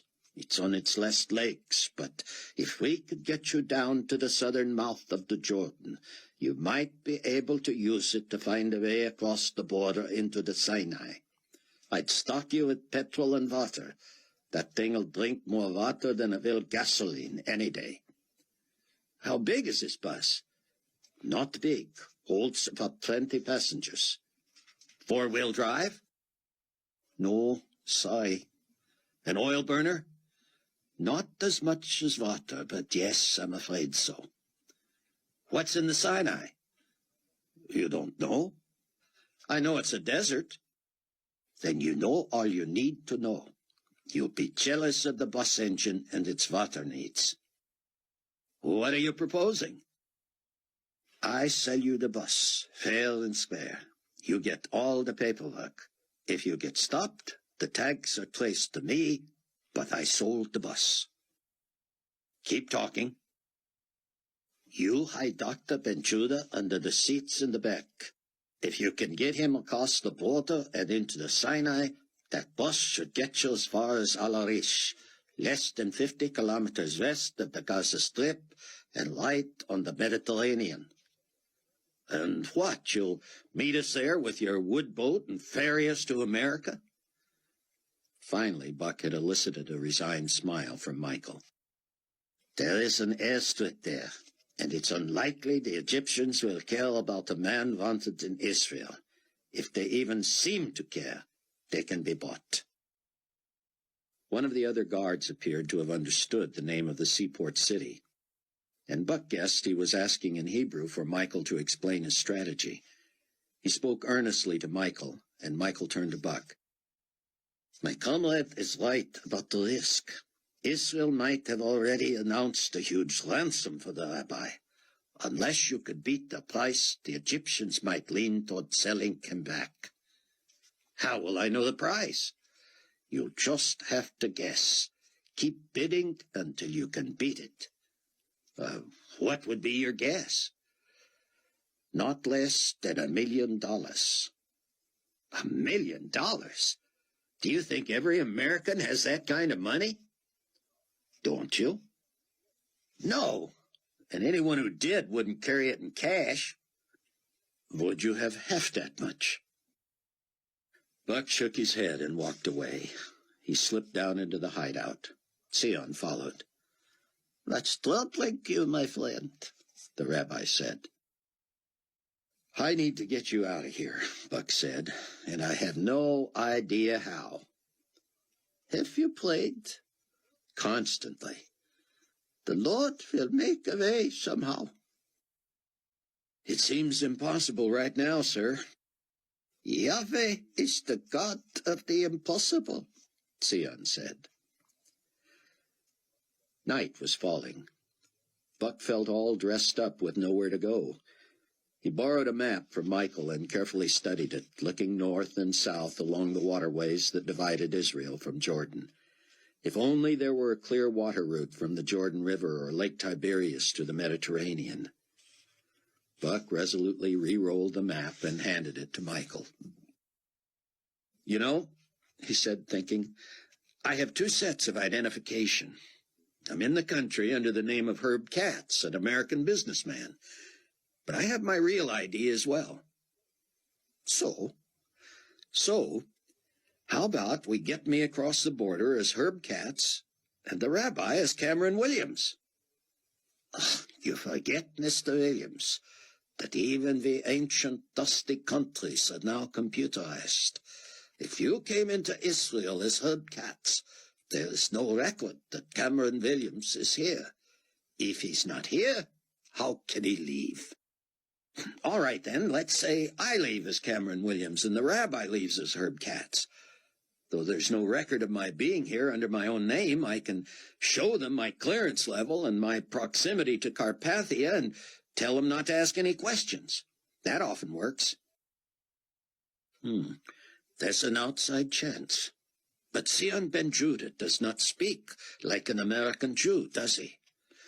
No, and he does not look in the least like you or your picture. Buck was frustrated.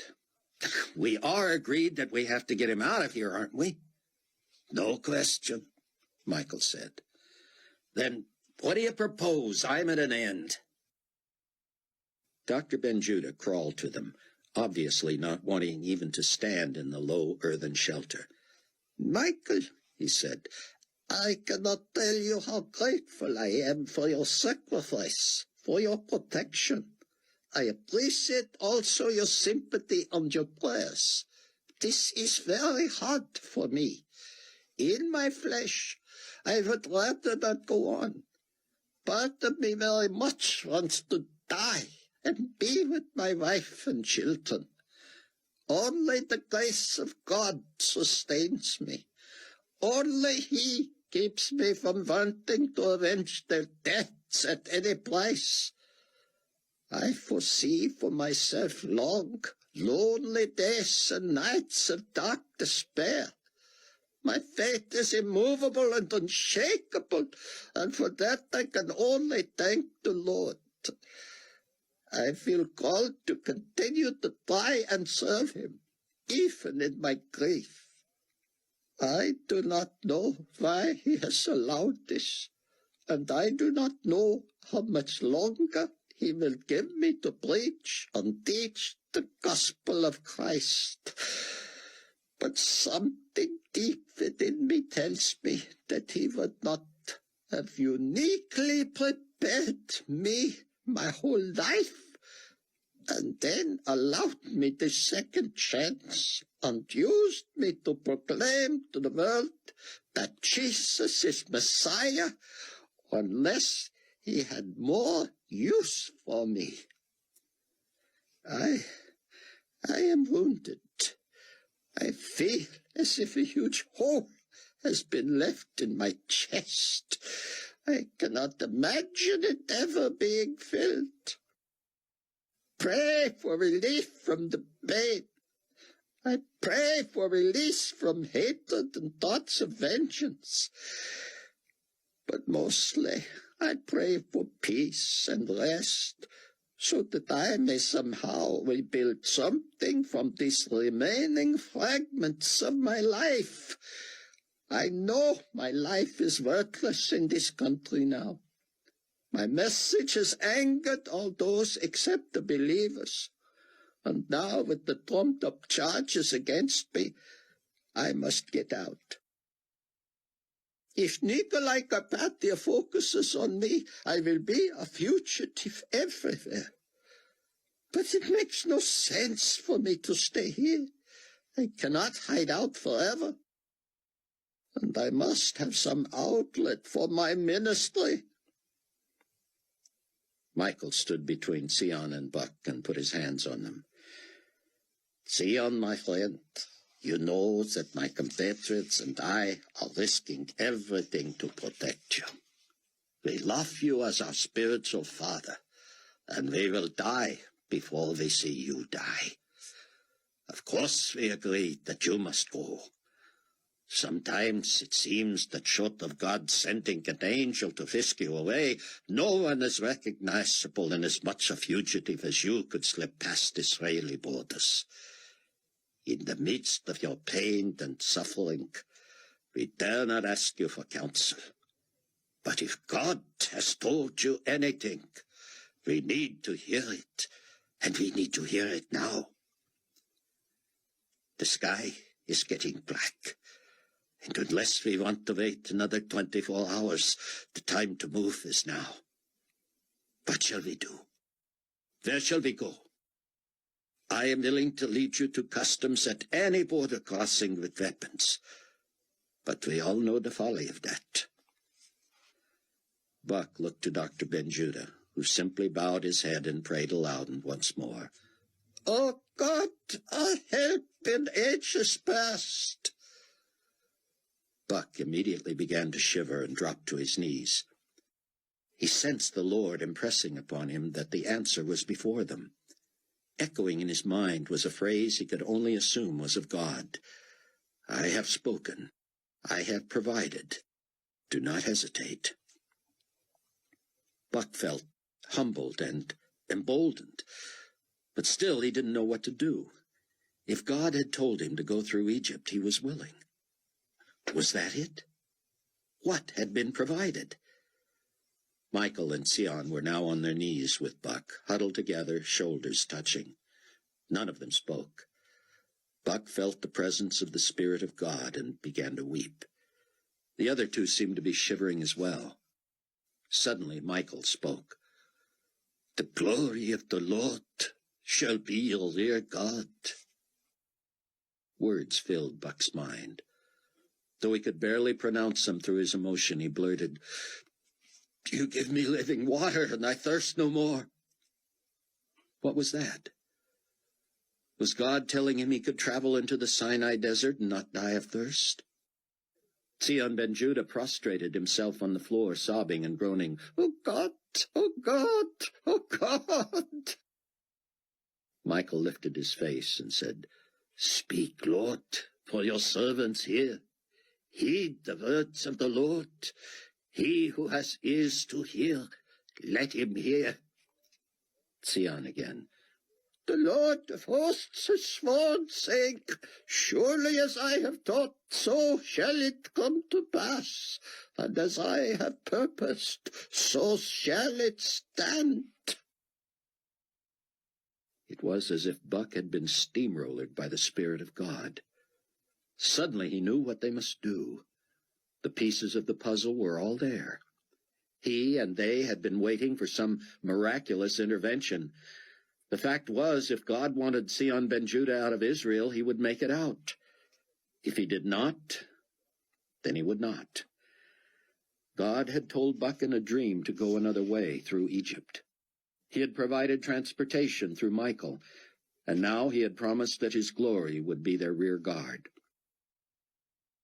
"Amen," Buck said, "and amen." He rose and said, "It's time, gentlemen. Let's move." Dr. Ben Judah looked surprised. "Has the Lord spoken to you?" Buck shot him a double take. "Did he not speak to you, Zion?" "Yes, I just wanted to make sure we were in agreement." "If I have a vote," Michael said, "we're unanimous. Let's get going."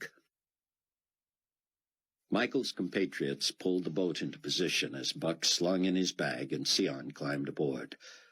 As Michael fired up the engines and they started back down the Jordan, Buck handed Zion the identification papers that carried Buck's own name and picture.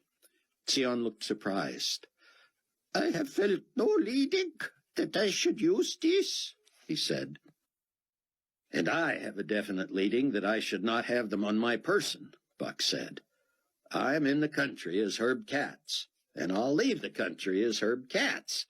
I'll ask you for the documents back when we get into the Sinai." "This is exciting," Zion said. "Is it not? We are talking confidently about getting into the Sinai, and we have no idea how God is going to do it." Michael left the boat in the hands of one of his friends and sat with Buck and Zion. "Zion has a little cash, a few credit cards, and his own papers. If he is found with those, he will be detained and likely put to death. Shall we keep those for him?" Zion reached for his wallet and opened it in the moonlight. He removed the cash, folded it once, and stuck it in his pocket. The credit cards he began flipping one by one into the Jordan River. It was as close to amusement as Buck had noticed in the man since he had first seen him in the hideout. Almost everything went into the drink, all forms of identification, and the miscellaneous documentation he had gathered over the years. He pulled out a small photo section and gasped. He turned the pictures toward the moon and wept openly. "Michael, I must ask you to someday ship these to me." "I will do it." Zion flipped the old wallet into the water. "And now," Michael said, "I believe you should return Mr. Williams' papers to him." Zion reached for them. "Wait a minute," Buck said. "Should we not try to get him some phony ID if he's not going to use mine?" "Somehow," Zion said, "what Michael says seems right. I am a man who has been stripped of everything, even his identity." Buck took back his ID and began rummaging in his bag for a place to hide it. "No good," Michael said. "There's nowhere on your person or in your bag they will not search and find an extra ID." "Well," Buck said, "I can't toss mine into the Jordan." Michael held out a hand. "I will ship it to you along with Sion's photographs," he said. "It's the safest." Buck hesitated. "You must not be found with that either," he said. Michael took it. "My life is destined to be short anyway, brother," he said. "I feel most honored and blessed to be one of the witnesses predicted in the scriptures. But my assignment is to preach in Israel, where the real Messiah is hated. My days are limited, whether I am caught with your papers or not." Buck thanked him and shook his head. "I still don't see how we're going to get Sion across any border without papers, real or phony." "We already prayed," Sion said. "I do not know how God is going to do this either. I just know that he is." Buck's practicality and resourcefulness were at war with his faith. "But don't we at least have to do our part?" "And what is our part, Cameron?" the rabbi said. "It is when we are out of ideas and options and actions that we can only depend upon God." Buck pressed his lips together and turned his face away. He wished he had the same faith Sion did. In many ways he knew he did, but still it didn't make sense to just plunge ahead, daring border guards to guess who Sion was. "I'm sorry for calling now," Chloe said, "but, Daddy, I've been trying to reach Buck on his cell phone." "I wouldn't worry about Buck, honey. You know he finds ways to stay safe." "Oh, Dad, Buck finds ways to nearly get himself killed. I know he was at the King David under his phony name, and I'm tempted to call there, but he promised he would stay away from there tonight." "Then I'd wait on that, Chloe. You know Buck rarely cares much about what time of the day it is.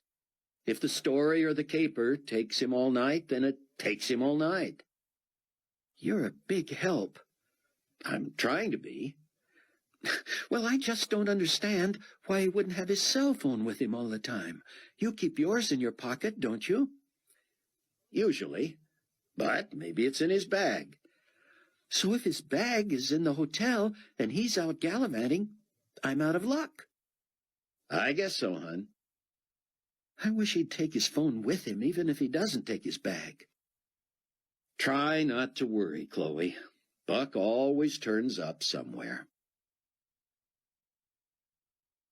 When Michael docked at the mouth of the Jordan, he and his fellow guards scanned the horizon and then casually walked to his tiny car and crammed themselves inside. Michael drove to his home, which had a tiny lean-to that served as a garage. That was too small for the bus that dominated the alley behind his humble place. Lights came on. A baby cried. Michael's wife padded out in a robe and embraced him desperately. She spoke urgently to him in Hebrew. Michael looked apologetically at Buck. "I need to keep in touch more," he said, shrugging. Buck patted his pocket, feeling for his phone. It was not there. He dug in his bag and found it. He should keep in touch with Chloe more, too, but for right now it was more important that he get a hold of Ken Ritz. While Buck was on the phone, he was aware of all the activity around him. Silently, Michael and his friends went to work. Oil and water were dumped into the engine and radiator of the rickety old school bus. One of the men filled the gas tank from cans stored at the side of the house. Michael's wife handed out a stack of blankets and a basket of clothes for Sion.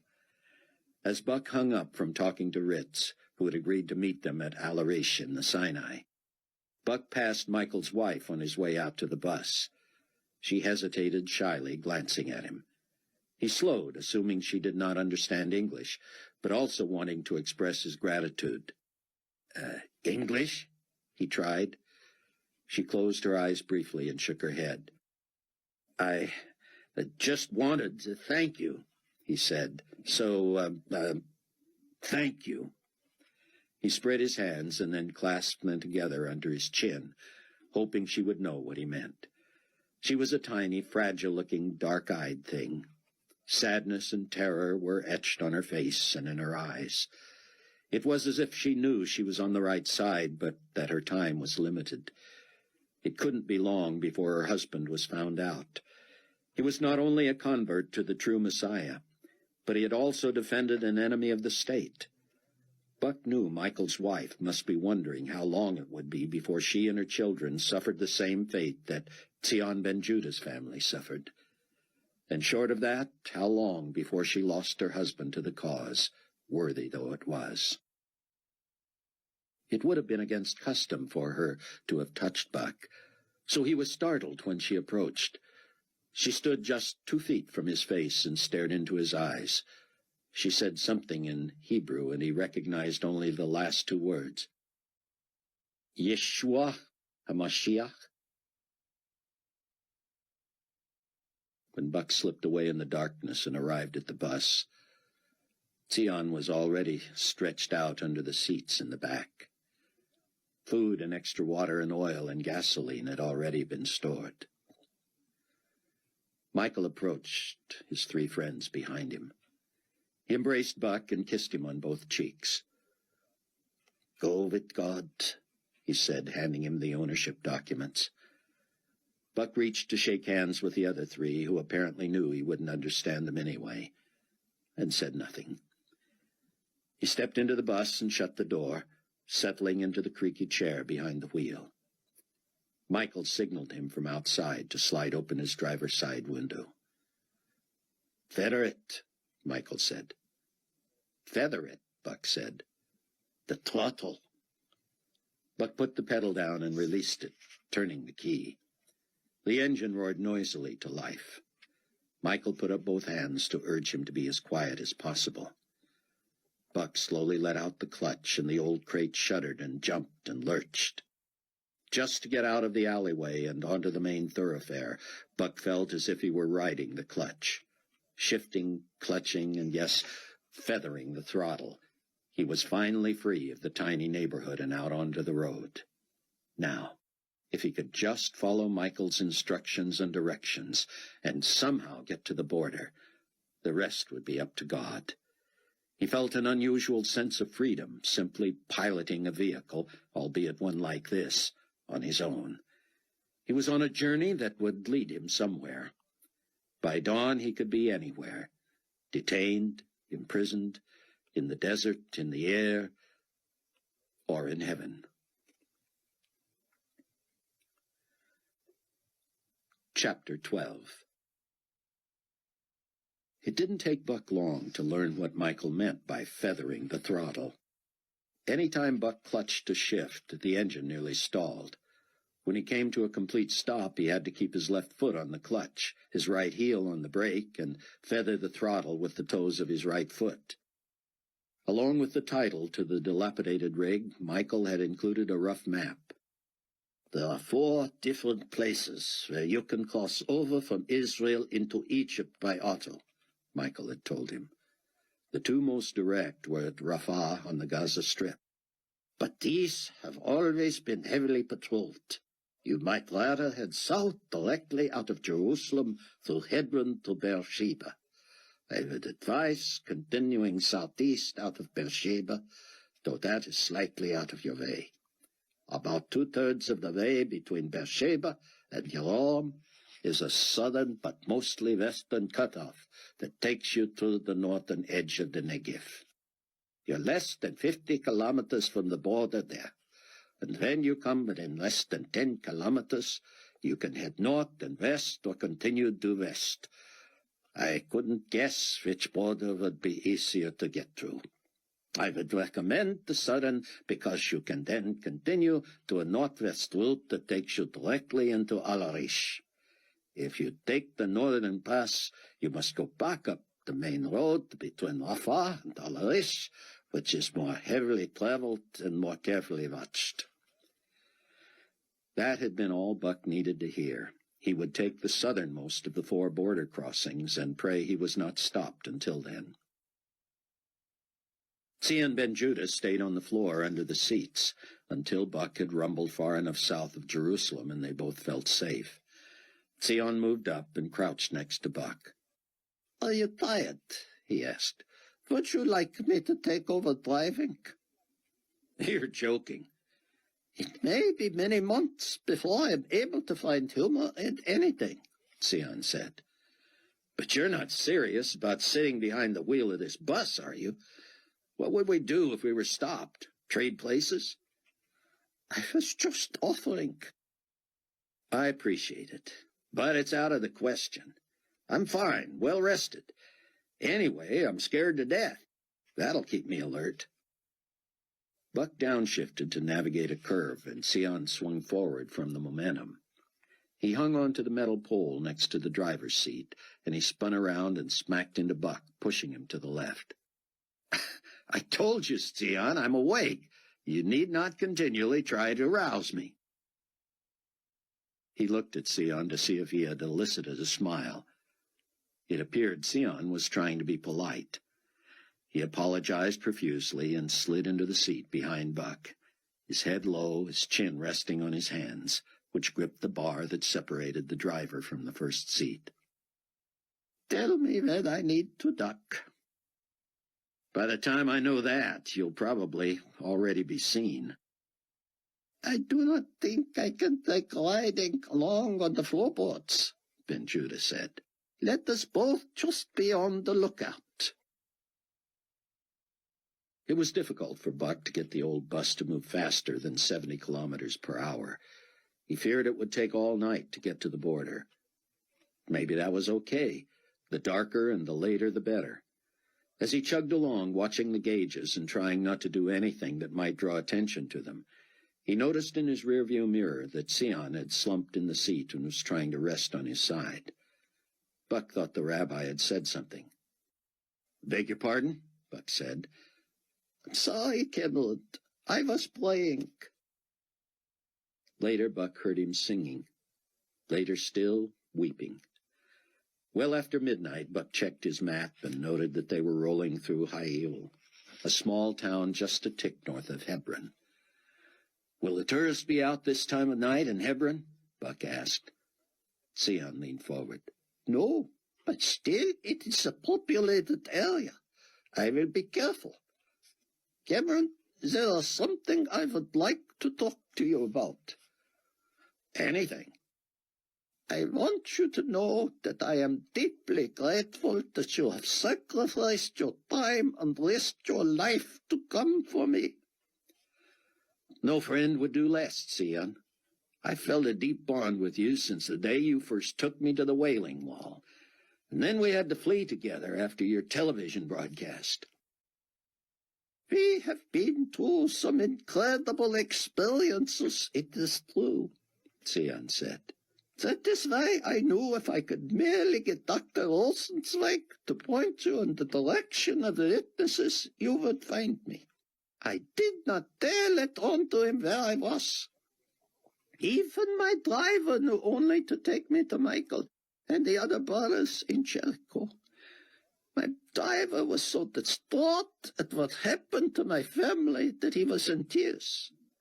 We have been together for many years. Michael promised to keep him informed, but I would like to call him myself. Perhaps I can use your secure phone once we have passed the border." Buck didn't know what to say. He had more confidence than Michael that Sion could take yet more bad news, but why did he have to be the one to bear it? The intuitive rabbi seemed to immediately suspect Buck was hiding something. "What?" he asked. "Do you think it is too late to call him?" "It is very late," Buck said. "But if the situation were reversed, I would be overjoyed to hear from him at any time of the day or night." "I'm sure he feels the same," Buck said lamely. Buck peeked into the rearview mirror. Sion stared at him, a look of realization coming over him. Maybe I should call him now, he suggested. May I use your phone? Sion, you're always welcome to whatever I have, you know that. I would not phone him now, no. When Sion responded, Buck knew that he knew. His voice was flat, full of the pain that would plague him the rest of his days. Cameron, his name was Jaime. He had been with me since I started teaching at the university. He was not an educated man. However, he was wise in the ways of the world. We talked much about my findings. He and my wife were the only ones besides my student assistants who knew what I was going to say on the television broadcast. He was close, Cameron. So close. But he is no longer with us, is he? Buck thought about merely shaking his head, but he could not do that. He busied himself looking for road signs for Hebron. But the rabbi, of course, would not let it go. Cameron, we are too close and have gone through too much for you to hold out on me now.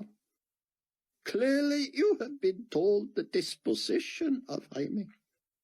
You must understand that the toll the bad news has taken on me can be made neither worse by hearing more, nor better by hearing less. We believers in Christ of all people must never fear any truth, hard as it may be. Jaime is dead, Buck said. Sion hung his head. He heard me preach so many times. He knew the gospel. Sometimes I even pushed him. He was not offended. He knew I cared about him. I can only hope and pray that perhaps after he delivered me to Michael, he had time to join the family. Tell me how it happened. Car bomb. Instantaneous, then, he said. Perhaps he never knew what hit him. Perhaps he did not suffer. I'm so sorry, Sion. Michael didn't think you could take it. He underestimates me, but I appreciate his concern. I worry about everyone associated with me. Anyone who appears they might know anything of my whereabouts may suffer if they are not forthcoming. That includes so many. I will never forgive myself if they all pay the ultimate price for merely having known me. Frankly, I worry about Chaim Rosenzweig. I wouldn't worry about him just yet, Buck said. He's still closely identified with Carpathia. Ironically, that's his protection for now. Buck drove cautiously through Hebron, and he and Sion rode in silence all the way to Beersheba. In the wee hours of the morning, about 10 kilometers south of Beersheba, Buck noticed the heat gauge rising. The oil gauge still looked okay, but the last thing Buck wanted was to overheat. I'm going to add some water to this radiator, Sion, he said. The rabbi seemed to be dozing. Buck pulled far off the road onto the gravel shoulder. He found a rag and climbed out. Once he got the hood propped up, he gingerly opened the radiator cap. It was steaming, but he was able to dump a couple of liters of water in before the thing boiled over. While he was working, he noticed a Global Community Peacekeeping Force squad car slowly drive past.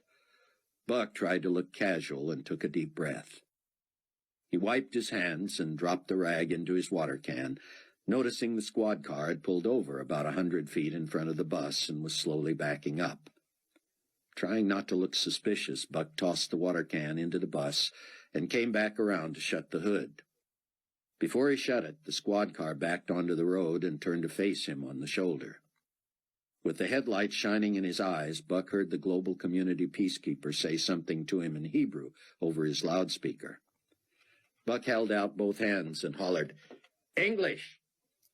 In a heavy accent, the peacekeeper said, "Please to remain outside your vehicle."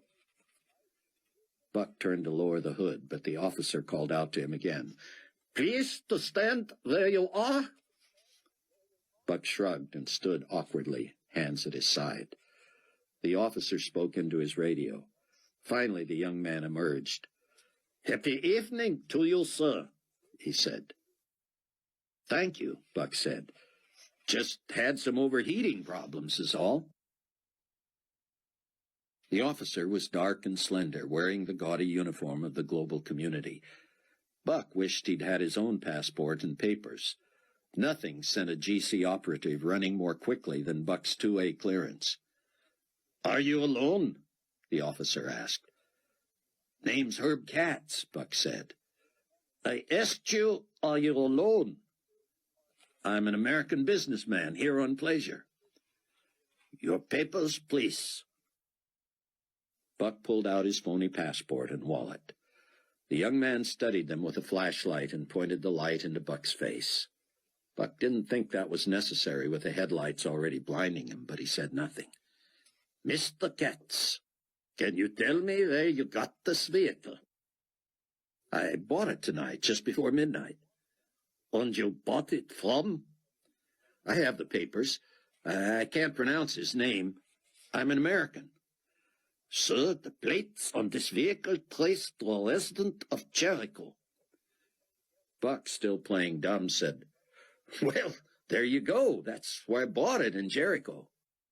"And to say you purchased it before midnight?"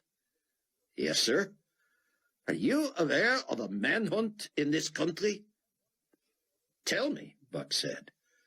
"It happens that the owner of this vehicle was detained just over an hour ago in connection with aiding and abetting a murder suspect." "You don't say," Buck said. I just took a boat ride with this man. He runs a tour boat. I told him I needed a vehicle to just get me from Israel to Egypt so I could fly home to America. He told me he had just the rig, and this is it." The officer moved toward the bus.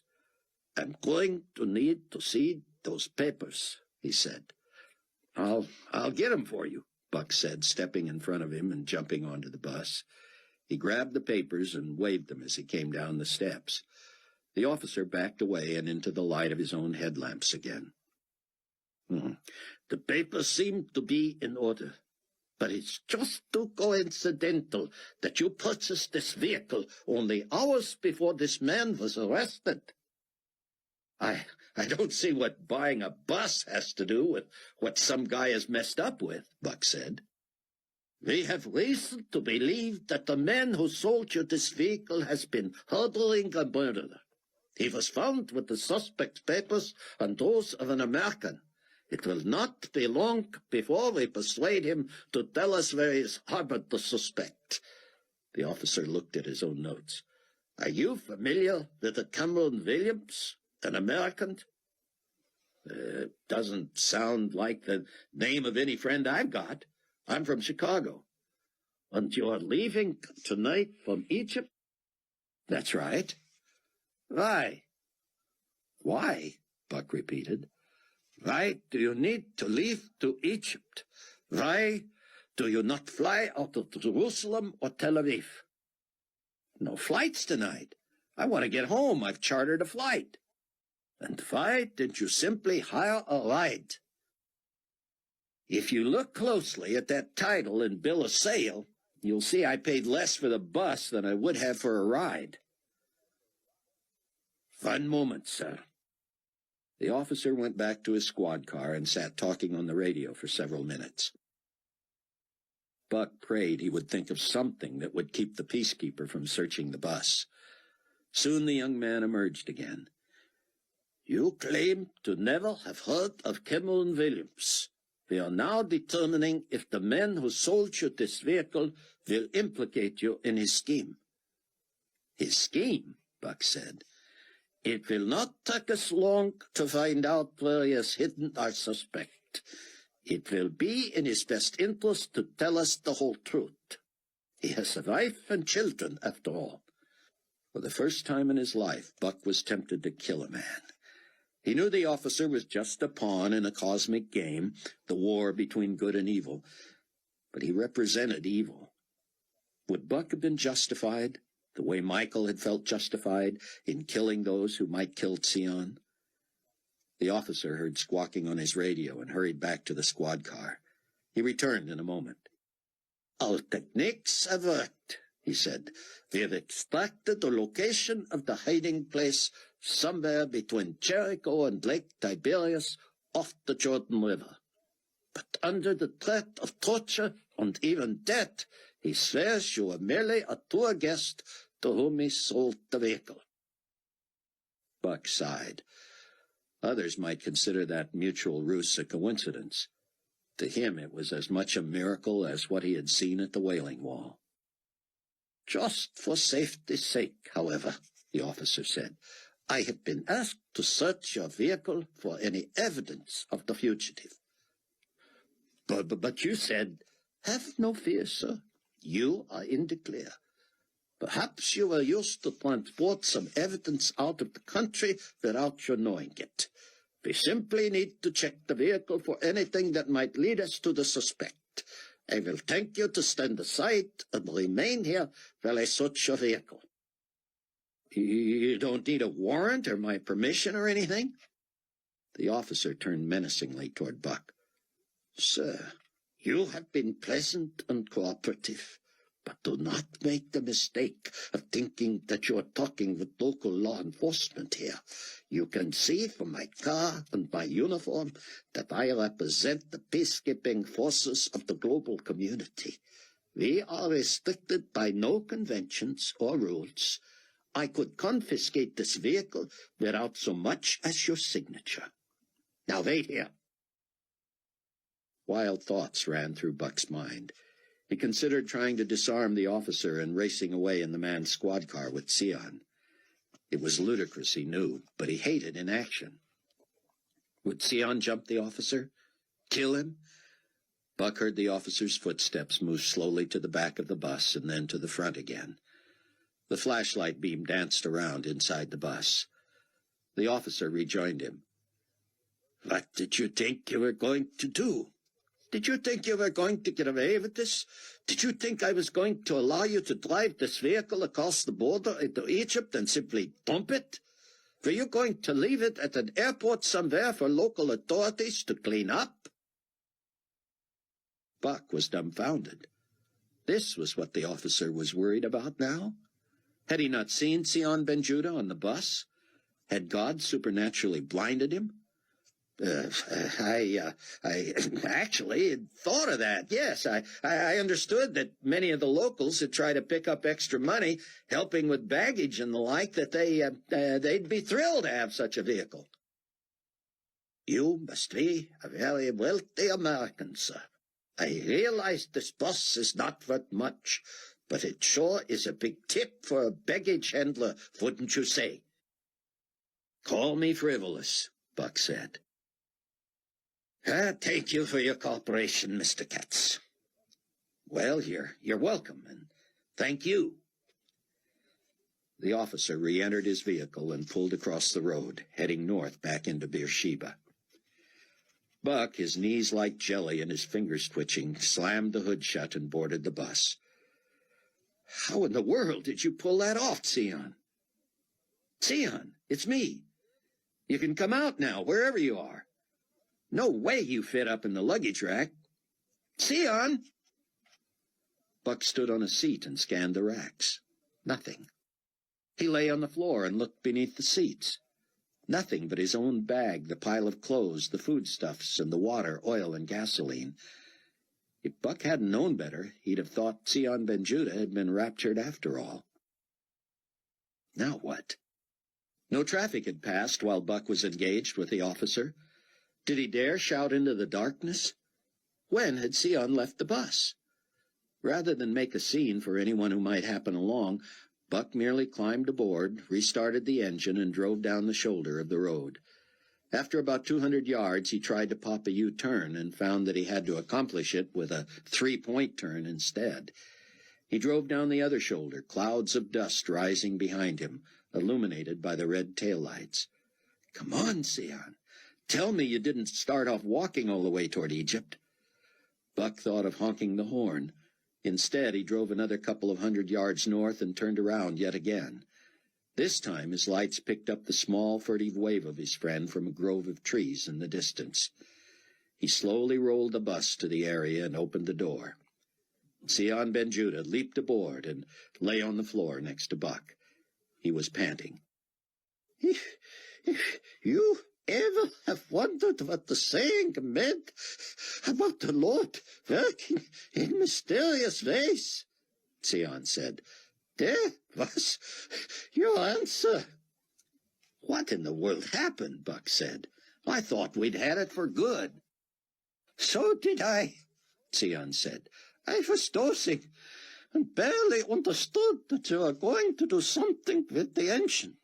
When you raised the hood, I realized I needed to relieve myself. You were pouring the water when I got off. I was only about 15 feet off the road when the squad car rolled by.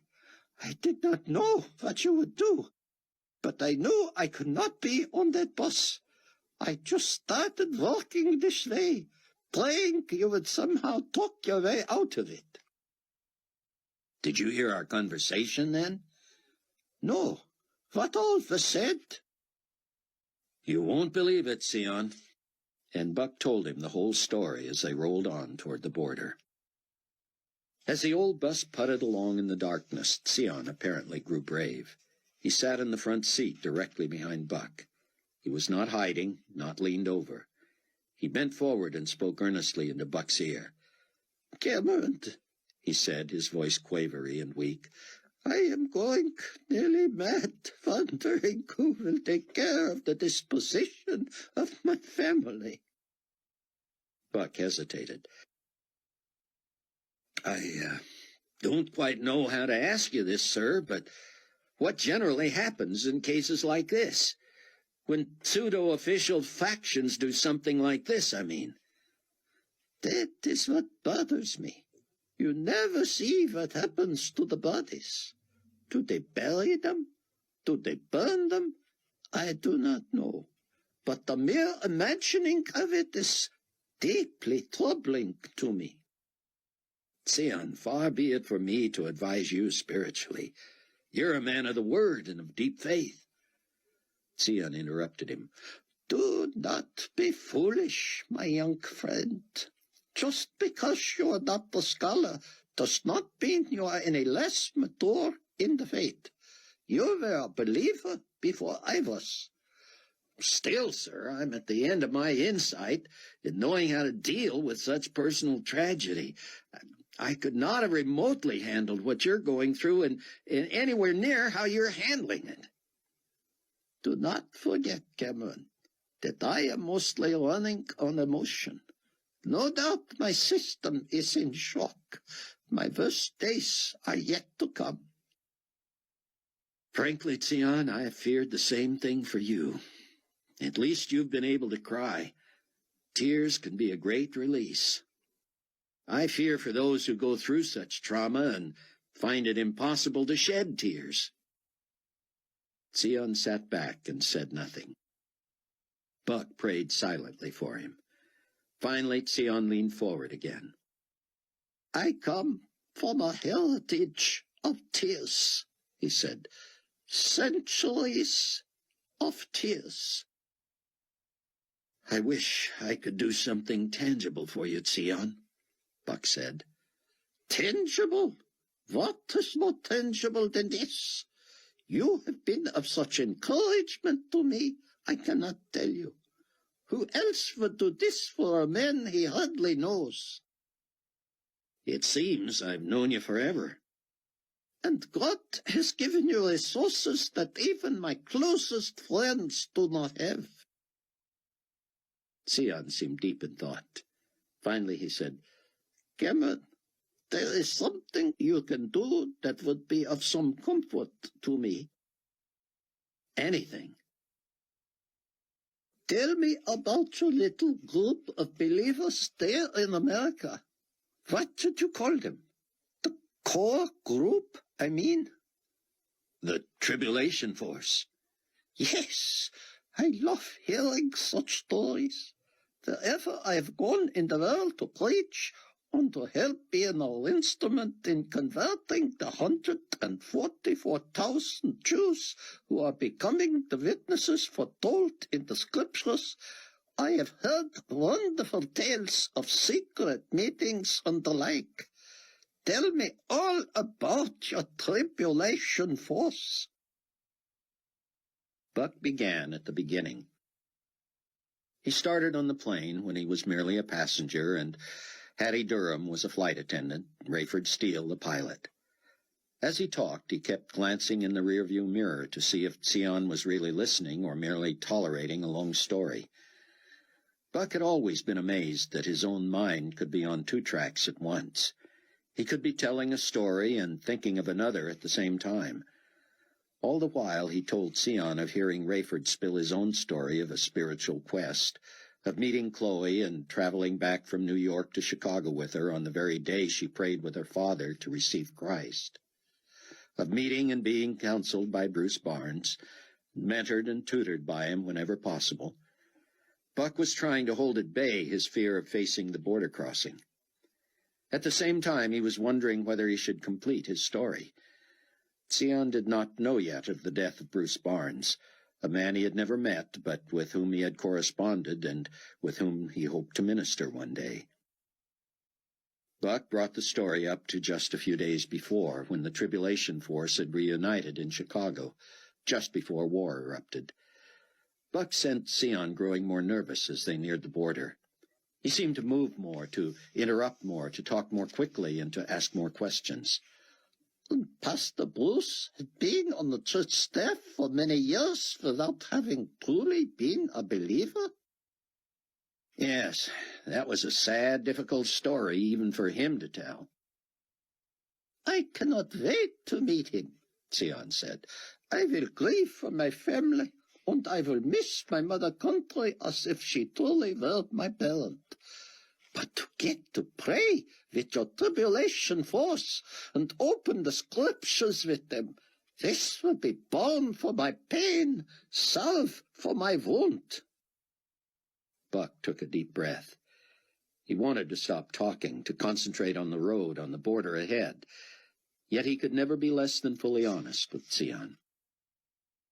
"You will meet Bruce Barnes at the glorious appearing," he said. Buck peeked in the mirror. Clearly Sion had heard and understood. He lowered his head. "When did it happen?" he asked. Buck told him. "And how did he die?" Buck told him what he knew. "We're probably never going to know whether it was the virus he picked up overseas or the impact of the blast on the hospital. Rayford said there seemed to be no marks on his body." "Perhaps the Lord spared him from the bombing by taking him first." Buck considered that God was providing Rabbi Ben-Judah to be the new scriptural and spiritual mentor for the Tribulation Force. But he didn't dare suggest that. No way an international fugitive could become the new pastor of New Hope Village Church, especially if Nicolae Carpathia had his sights trained on him. Anyway, Sion might consider Buck's idea a crazy one. Was there not some easier way God could have put Sion in a position to help the Tribulation Force without costing him his wife and children? In spite of his nervousness, in spite of his fear, in spite of the distraction of driving in unknown, dangerous territory with a less than desirable conveyance, suddenly Buck saw it all laid out before him. He wouldn't call it a vision. It was simply a realization of the possibilities. Suddenly he knew the first use for the secret shelter beneath the church. He envisioned Sion there, supplied with everything he needed, including one of those great computers Donnie Moore was dolling up. Buck grew excited just thinking about it. He would provide for the rabbi every software package he needed. He would have the Bible in every version, every language, with all the notes and commentaries and dictionaries and encyclopedias he needed. Zion would never again have to worry about losing his books. They would all be in one place, on one massive hard drive. And what might Donnie come up with that would allow Zion to broadcast surreptitiously on the Internet? Was it possible his ministry could be more dramatic and wider than ever? Could he do his teaching and preaching and Bible studies on the net to the millions of computers and televisions all over the world? Surely there must be some technology that will allow him to do this without being detected. If cell phone manufacturers could provide chips allowing a caller to jump between 36 different frequencies in seconds to avoid static and interception, surely there was a way to scramble a message over the net and keep the sender from being identified. In the distance, Buck saw GC squad cars and trucks near 2 one-story buildings that straddled the road. The buildings would be the exit from Israel. Up the road would be the entrance into the Sinai. Buck downshifted and checked his gauges. The heat was starting to rise only slightly, and he was convinced if he drove slowly and was able to shut off the vehicle for a while at the border crossing, that would take care of it. He was doing fine on fuel, and the oil gauge looked okay. He was irritated. His mind was engaged with the possibilities of a ministry for Zion ben Judah that would outstrip anything he had ever been able to accomplish before. But it also reminded him that he, too, could, in essence, broadcast over the Internet the truth about what was going on in the world. For how long could he pretend to be a cooperative, if not loyal, employee of Nicolae Carpathia? His journalism was no longer objective. It was propaganda. It was what George Orwell would have called newspeak in his famous novel 1984. Buck didn't want to face a border crossing. He wanted to sit with a yellow pad and noodle his ideas. He wanted to excite the rabbi over the possibilities, but he could not. Apparently his rattletrap and its vulnerable personal cargo would have the full attention of the border guards. Whatever vehicles had preceded them were long gone, and none appeared in the rearview mirror. Zion lay on the floor beneath the seats. Buck pulled up to 2 uniformed and helmeted guards at a lowered crossbar. The one on the driver's side of the bus signaled that he should slide open the window and then spoke to him in Hebrew. English, Buck said. Passport, visa, identification papers, vehicle registration, any goods to declare, and anything on board you want us to know about before we search should be passed through the window or told to us before we raise the gate. Buck stood and retrieved from the front seat all the papers related to the vehicle. He added his phony passport, visa, and identification. He slipped back behind the wheel and passed everything out to the guard. I'm also carrying foodstuffs, gasoline, oil, and water. Anything else? Anything else? Buck repeated. Anything else we need to see, sir. You will be interrogated in sight, and your vehicle will be searched over there. The guard pointed just beyond the building on the right side of the road. Yes, I have some clothing and some blankets. Is that all? Those are the only other things I'm carrying. Very good, sir. When the bar is raised, please pull your vehicle to the right and meet me in the building on the left. Buck slowly drove under the angled crossbar, keeping the bus in first gear, the noisiest. Zion reached past Buck's chair and grabbed his ankle. Buck took it as encouragement and as thanks and, if necessary, farewell. Zion, he whispered, your only hope is to stay as far in the back as possible. Can you scoot all the way to the back? I will try. Zion, Michael's wife said something to me when I left. I didn't understand it. It was in Hebrew. The last 2 words were something like Yeshua Hama something. Yeshua HaMashiach means Jesus, the Messiah, Zion said, his voice quavery. She was wishing you the blessing of God on your trip in the name of Yeshua HaMashiach. The same to you, my brother, Buck said. Cameron, my friend, I will see you soon. If not in this life, then in the everlasting kingdom. The guards were approaching, obviously wondering what was keeping Buck. He shut off the engine and opened the door just as a young guard approached. Buck grabbed a water can and shouldered his way past the guard. "Been having a little trouble with the radiator," he said. "You know anything about radiators?" Distracted, the guard raised his eyebrows and followed Buck to the front of the bus.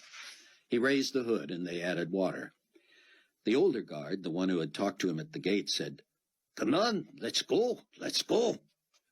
"Be right with you," Buck said, aware of every nerve in his body. He made a huge noise, slamming the hood. The younger guard moved toward the door, but Buck passed him, excused himself, put one foot on the steps, and tossed the water can into the bus. He thought about helping the guard search the bus. He could stand with him and point out the blankets and cans of gas, oil, and water, but he had already come dangerously close, he feared, to making them suspicious. He came back off the bus and into the face of the young guard. "Thanks so much for your help. I don't know much about engines, really. Business is my game. America, you know." The young guard looked him in the eyes and nodded. Buck prayed he would merely follow him into the building on the other side of the border crossing. The older guard was waiting, staring at him, now waving for him to come over. Buck had no choice now. He left Rabbi Tzion ben Judah, the most recognizable and notorious fugitive in Israel, in the hands of border guards.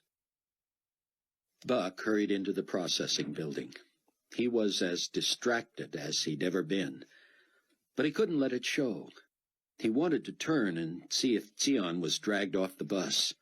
No way he could escape on foot, as he had on the road not long before. There was nowhere to go here, nowhere to hide.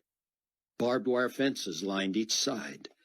Once you got in the gate, you had to go one way or the other. There was no going around. The original guard had Buck's papers spread out before him. "You entered Israel to what entry point?" "Tel Aviv," Buck said. "It should all be there." "Oh, it is. Just checking. Your papers seem to be in order, Mr. Katz," he added, stamping Buck's passport and visa. "And you're representing—" "International Harvesters," Buck said, making it plural because he meant it. "And you're leaving the area then?" "Tonight, if my pilot meets up with me at Al Arish." "And how will you dispose of the vehicle?" "I was hoping to sell it cheap to someone at the airport."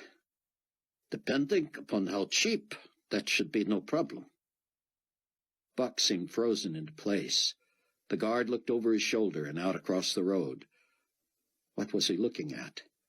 Buck could only imagine Tzion detained, handcuffed, and led across the road. What a fool he had been to not try to find some secret compartment for Tzion. This was madness. Had he driven a man to his death? Buck couldn't stand the thought of losing yet another member of his new family in Christ. The guard was on the computer. "This shows you were detained near Beersheba earlier this morning." Detained is overstating it a bit. I was adding water to the radiator and was questioned briefly by a GC peacekeeping officer. "Did he tell you the previous owner of your vehicle has been arrested in connection with the escape of Tzion ben Judah?" "He did." "You might be interested in this then." The guard turned and pointed a remote control device at a television up in the corner. The Global Community Network News was reporting that a Michael Shorosh had been arrested in connection with the harboring of a fugitive from justice. "Global community spokesmen say that Ben Judah, formerly a respected scholar and clergyman, apparently became a radical fanatic fundamentalist, and point to this sermon he delivered just a week ago as evidence that he overreacted to a New Testament passage and was later seen by several neighbors slaughtering his own family." Buck watched in horror as the news ran a tape of Tzion speaking at a huge rally in a filled stadium in Larnaca on the island of Cyprus. "You'll note," the newsman said as the tape was stopped, "the man on the platform behind Dr. Ben Judah has been identified as Michael Shorosh, In a raid on his Jericho home shortly after midnight tonight, peacekeeping forces found personal photos of Ben Judah's family and identification papers from both Ben Judah and an American journalist, Cameron Williams. Williams' connection to the case has not been determined. Buck prayed they would not show his face on television. He was startled to see the guard look over his shoulder to the door. Buck whirled to see the young guard come in, staring at him. The young man let the door close behind him and leaned back against it, his arms folded over his chest. He watched the news report with them. The tape showed Ben Judah reading from Matthew. Buck had heard Sion preach this message before. The verses, of course, had been taken out of context. "Whoever denies me before men, him I will also deny before my Father who is in heaven. Do not think that I came to bring peace on earth. I did not come to bring peace, but a sword. For I have come to set a man against his father, a daughter against her mother, and a daughter-in-law against her mother-in-law. And a man's enemies will be those of his own household. He who loves father or mother more than me is not worthy of me, and he who loves son or daughter more than me is not worthy of me. And he who does not take his cross and follow after me is not worthy of me." The news reporter said solemnly, "This just a few days before the rabbi murdered his own wife and children in broad daylight." "That's something, isn't it?" the older guard said. "That's something, all right," Buck said, fearing his voice betrayed him. The guard at the desk was stacking Buck's papers. He looked past Buck to the young guard. "Everything all right with the vehicle, Annis?" Buck had to think quickly.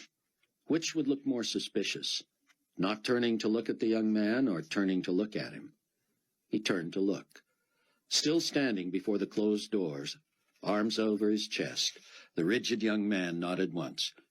"All is in order. Blankets and supplies." Buck had been holding his breath. The man at the desk slid his papers across. "Safe journey," he said. Buck nearly wept as he exhaled.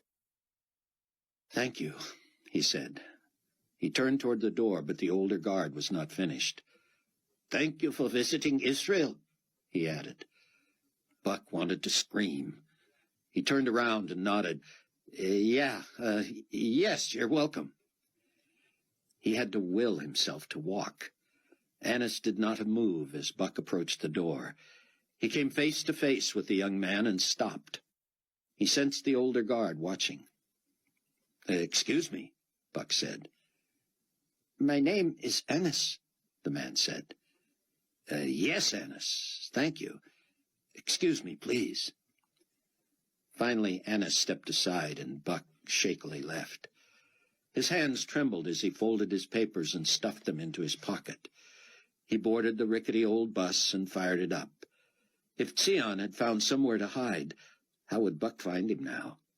He executed the fragile dance between clutch and accelerator and got the rig moving. Finally up to speed, he shifted into third, and the engine smoothed out a bit. He called out, "If you're still on board, my friend, stay right where you are until the lights of that border crossing disappear. Then I want to know everything." Chapter 13. Rayford was tired of being awakened by the phone. However, few people in New Babylon outside of Carpathia and Fortunato ever called him, and they usually had the sense not to disturb him in the middle of the night. So he decided the ringing phone was either good news or bad news. One chance out of two in this day and age wasn't bad. He picked up the phone. "Steele," he said. It was Amanda. "Oh, Rayford, I know it's the middle of the night there, and I'm sorry to wake you. It's just that we've had a little excitement here, and we want to know if you know anything." "Know anything about what?" "Well, Chloe and I were just going over all these pages from Bruce's computer printout. We told you about that." "Yeah?" "We got the strangest call from Loretta at the church. She said she was just working there alone, taking a few phone calls. She said she just had an overwhelming urge to pray for Buck." "For Buck?" Yes. She said she was so overcome with the emotion of it that she quickly stood up from her chair. She said she thought that made her lightheaded, but something made her fall to her knees. Once she was kneeling, she realized she wasn't dizzy, but was just praying earnestly for Buck. All I know, hon, is that Buck is in Israel. I think he's trying to find Sion ben Judah, and you know what's happened to his family. We know, Amanda said. It's just that Buck has a way of getting himself into trouble. He also has a way of getting himself out of trouble, Rayford said. Then what do you make of this premonition, or whatever it was, of Loretta's? Oh, I wouldn't call it a premonition. We all could use prayer these days, couldn't we? Amanda sounded annoyed. Rayford, this was no fluke. You know Loretta is as level-headed as they come. She was so upset, she shut the office and came home. You mean before 9 o'clock at night? What has she become, a slacker? Come on, Ray. She didn't go in until about noon today. You know she often stays till 9. People call at all hours. I know, I'm sorry. She wants to talk to you. To me? Yes. Will you talk to her? Sure, put her on. Rayford had no idea what to say to her. Bruce would have had an answer for something like this. Loretta, indeed, sounded shaken. Captain Steele, I'm so sorry about troubling you at this time in the night. What is it, going on like 3 o'clock over there? Yes, ma'am, but it's all right. No, it's not all right. There's no reason to raise you out of a sound sleep. But, sir, God told me to pray for that boy. I just know it. Then I'm glad you did. Do you think I'm crazy? I've always thought you were crazy, Loretta. That's why we love you so much. I know you're sporting with me, Captain Steele, but seriously, have I lost my marbles? No, ma'am. God seems to be working in much more direct and dramatic ways all the time. If you were led to pray for Buck right then, you remember to ask him what was happening. That's just the thing, Mr. Steele. I had this overwhelming sense that Buck was in deep trouble. I just hope he makes it out of there alive. We're all hoping he can be back here in time for the Sunday service. You'll be here, won't you? The Lord willing, Rayford said, stunned to hear from his own lips a phrase he had always considered silly when Irene's old friends had used it. We want everybody together Sunday, Loretta said. It's my highest priority, ma'am. And Loretta, would you do me a favor? After getting you up in the middle of the night, you name it. If the Lord prompts you to pray for me, would you do it with all your might? Course I will. You know that. I hope you're not just being funny now. I've never been more serious. When the lights of the border crossing disappeared behind him, Buck pulled the bus off the road, shifted into neutral, set the brake, turned sideways in his seat, and sighed heavily. He could barely produce volume in his voice. "Sion, are you here on this bus? Come on now, wherever you are." From the back of the bus came an emotion-filled voice. I am here, come on. Praise the Lord God Almighty, maker of heaven and earth. The rabbi crawled out from under the seats. Buck met him in the aisle, and they embraced.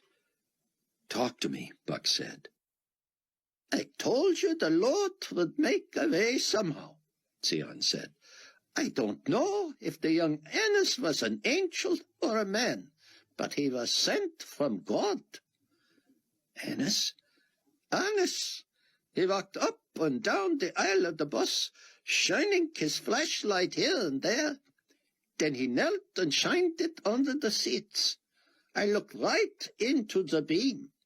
I was praying that God would blind his eyes, but God did not blind him. He came back to where I was and dropped to his elbows and knees.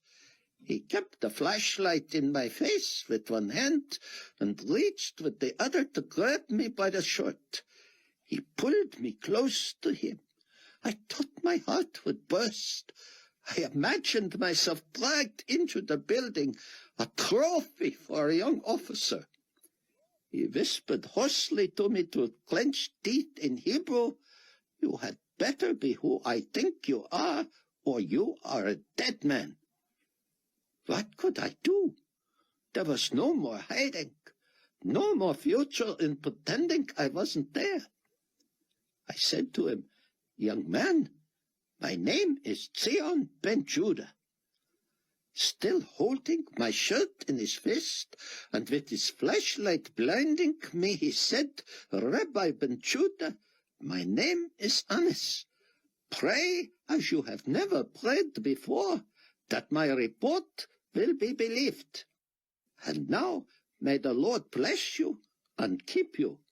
May the Lord make his face to shine upon you and give you peace." Come on, as God is my witness, the young man stood and walked out of the bus. I have been lying here praising God with my tears ever since. There was nothing more to say. Sion slumped into a seat in the middle of the bus. Buck returned to the wheel and drove off to the border crossing in Egypt. Half an hour later, Buck and Sion pulled up to the entrance into the Sinai.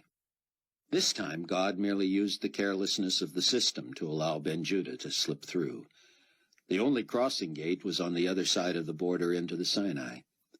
When Buck was told to stop, one guard immediately boarded and began barking orders in his own tongue. Buck said, "English?" "English it is, gentlemen." He looked back at Sion. "You'll be able to go back to sleep in a few minutes there, old-timer," he said. "You've got to come in and be processed first. I'll search your bus while you're in there, and you'll be on your way." Buck, emboldened by the most recent miracle, looked at Sion and shrugged. He waited as Sion made way for the guard to get past him and begin the search. But Sion motioned to Buck that he should get going. Buck hurried off the bus and into the building. As his papers were being processed, the guard said, "No trouble at the Israeli checkpoint, then?" Buck nearly smiled. "No problem. There's no problem when God is on your side." "No, sir." Buck couldn't help himself. He kept looking over his shoulder for Sion. Where had he gone now? Had God made him invisible? This was a much easier and quicker process. Apparently, the Egyptians were used to simply rubber stamping whatever the Israelis had approved. You couldn't get to this checkpoint without going through the previous, so unless the Israelis were trying to dump their cast-offs, it was usually smooth sailing. Buck's papers were stamped and stacked and handed back to him with just a few questions. "Less than 100 kilometers to El Arish," the guard said. "No commercial flights scheduled out of there at this time, of course." "I know," Buck said. "I've made my own arrangements." "Very good then, Mr. Katz. All the best." All the best is right, Buck thought. He turned to hurry out to the bus. There was no sign of Sion. The original guard was still on the bus. As Buck began to board, Sion came from behind the bus and stepped in front of him. They boarded together. The guard was going through Buck's bag. "Impressive equipment, Mr. Katz." "Thanks." Sion casually moved past the guard and went back to where he had been sitting when they arrived. He stretched out on the seat. "And you work for whom?" the guard asked. "International Harvesters," Buck said. Sion rose up briefly in his seat, and Buck nearly laughed. Surely Sion appreciated that. The guard closed the bag. "You're both all processed, then, and ready to proceed." "All set," Buck said. The guard looked toward the back. Sion was snoring. The guard turned toward Buck and spoke quietly. "Carry on." Buck tried not to be too eager to drive off, but he popped the clutch when the guard was clear of the front of the bus, and soon he was out onto the road again. All right, Sion. Where were you that time? Sion sat up. Did you like my snore? Buck laughed. Very impressive. Where were you when the guard thought you were being processed with me? Merely standing behind the bus. You got off and went one way. I got off and went the other. You're joking. I did not know what to do, Cameron. He was so friendly, and he had seen me. I certainly wasn't going to walk into the processing center with no papers. When you returned, I figured I had been gone an appropriate time. The question now, Buck said, is how long before that guard mentions he saw 2 men on the bus?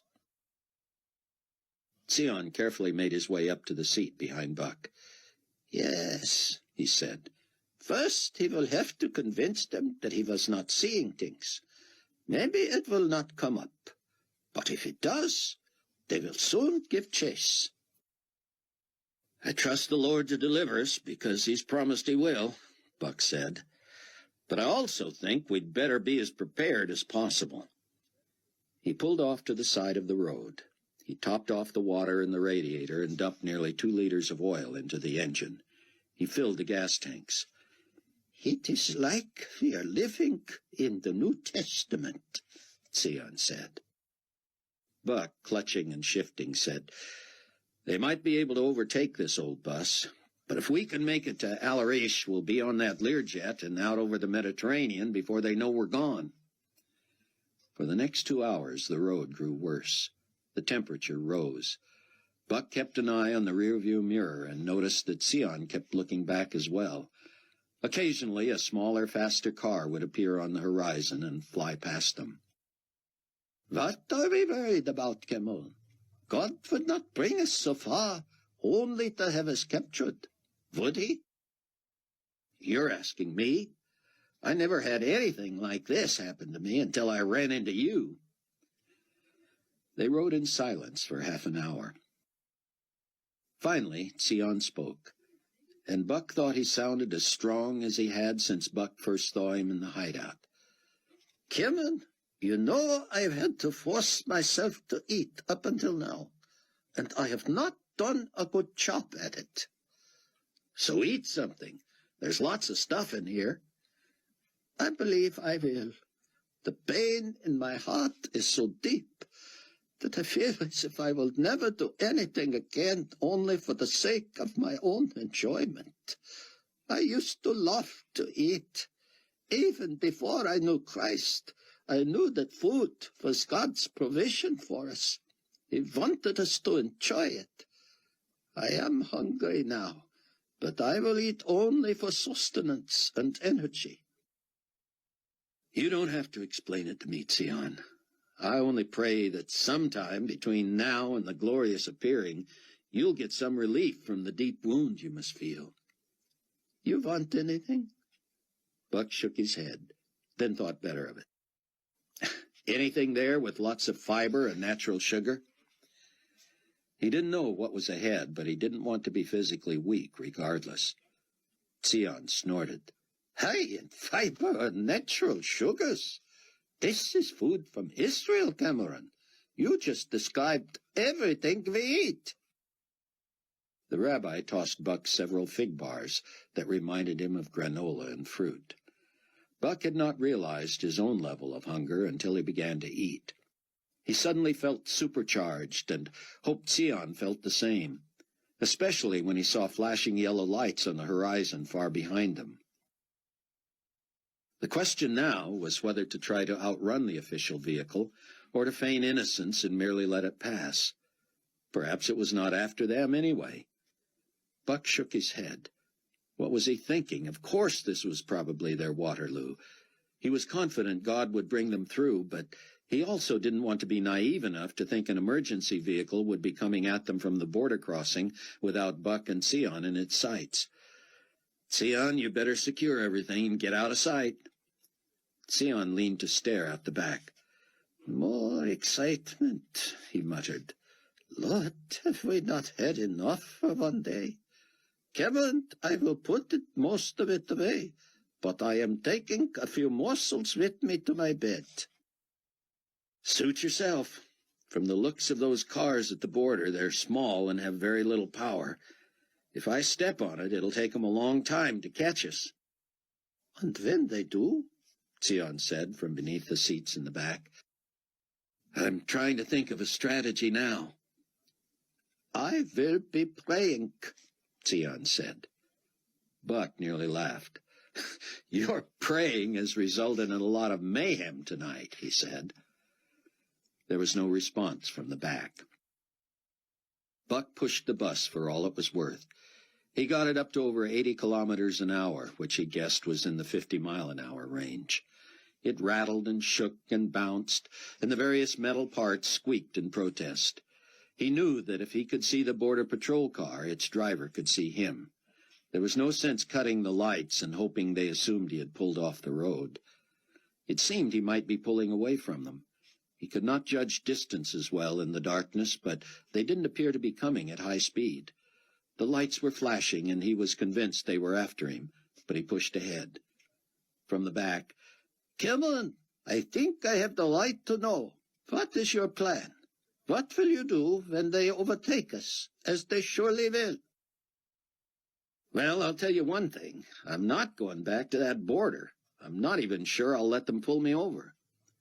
How will you know what they want? If it's the man who searched the bus, we'll know what they want, won't we? I suppose we will. I'll holler at him from the window and urge him to deal with us at the airport. There's no sense driving all the way back to the border. But will that not be his decision? I guess I'll have to engage in civil disobedience then, Buck said. But what if he forces you off the road, makes you pull over? I'll try to avoid hitting him at all costs, but I will not stop. And if I am forced to stop, I will not turn around. I appreciate your resolve, Cameron. I will pray, and you do as God leads you. You know I will. Buck guessed they were 30 kilometers from the airport outside Al-Arish. If he could even keep the bus close to 60 kilometers per hour, they could make it in half an hour. The border patrol car would surely overtake them before that. But they were so much closer to the airport than to the border. He was certain the officer would see the wisdom of following them to the airport rather than leading them back to the border. Sion, I need your help. Anything. Stay down and out of sight, but find my phone in my bag and get it to me.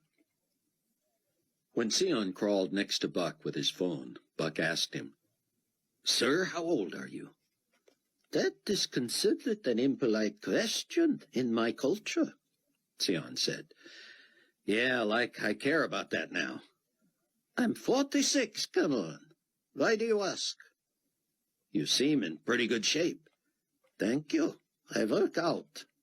You do, really? Does that surprise you? You would be surprised at the number of scholars who work out. Of course, there are many who do not, but I just wanted to make sure you'll be able to run if you need to. I hope it does not come to that, but yes, I can run. I am not as fast as I was as a young man, but I have surprising endurance for one of my vintage. That's all I wanted to know. Remind me to ask you some personal questions sometime, Sion said. Seriously, Sion, I didn't offend you, did I? Buck was strangely warmed. The rabbi actually chuckled. Oh, my friend, think about it. What would it take to offend me now? Sion, you better get back where you were, but can you tell me how much gasoline we have left?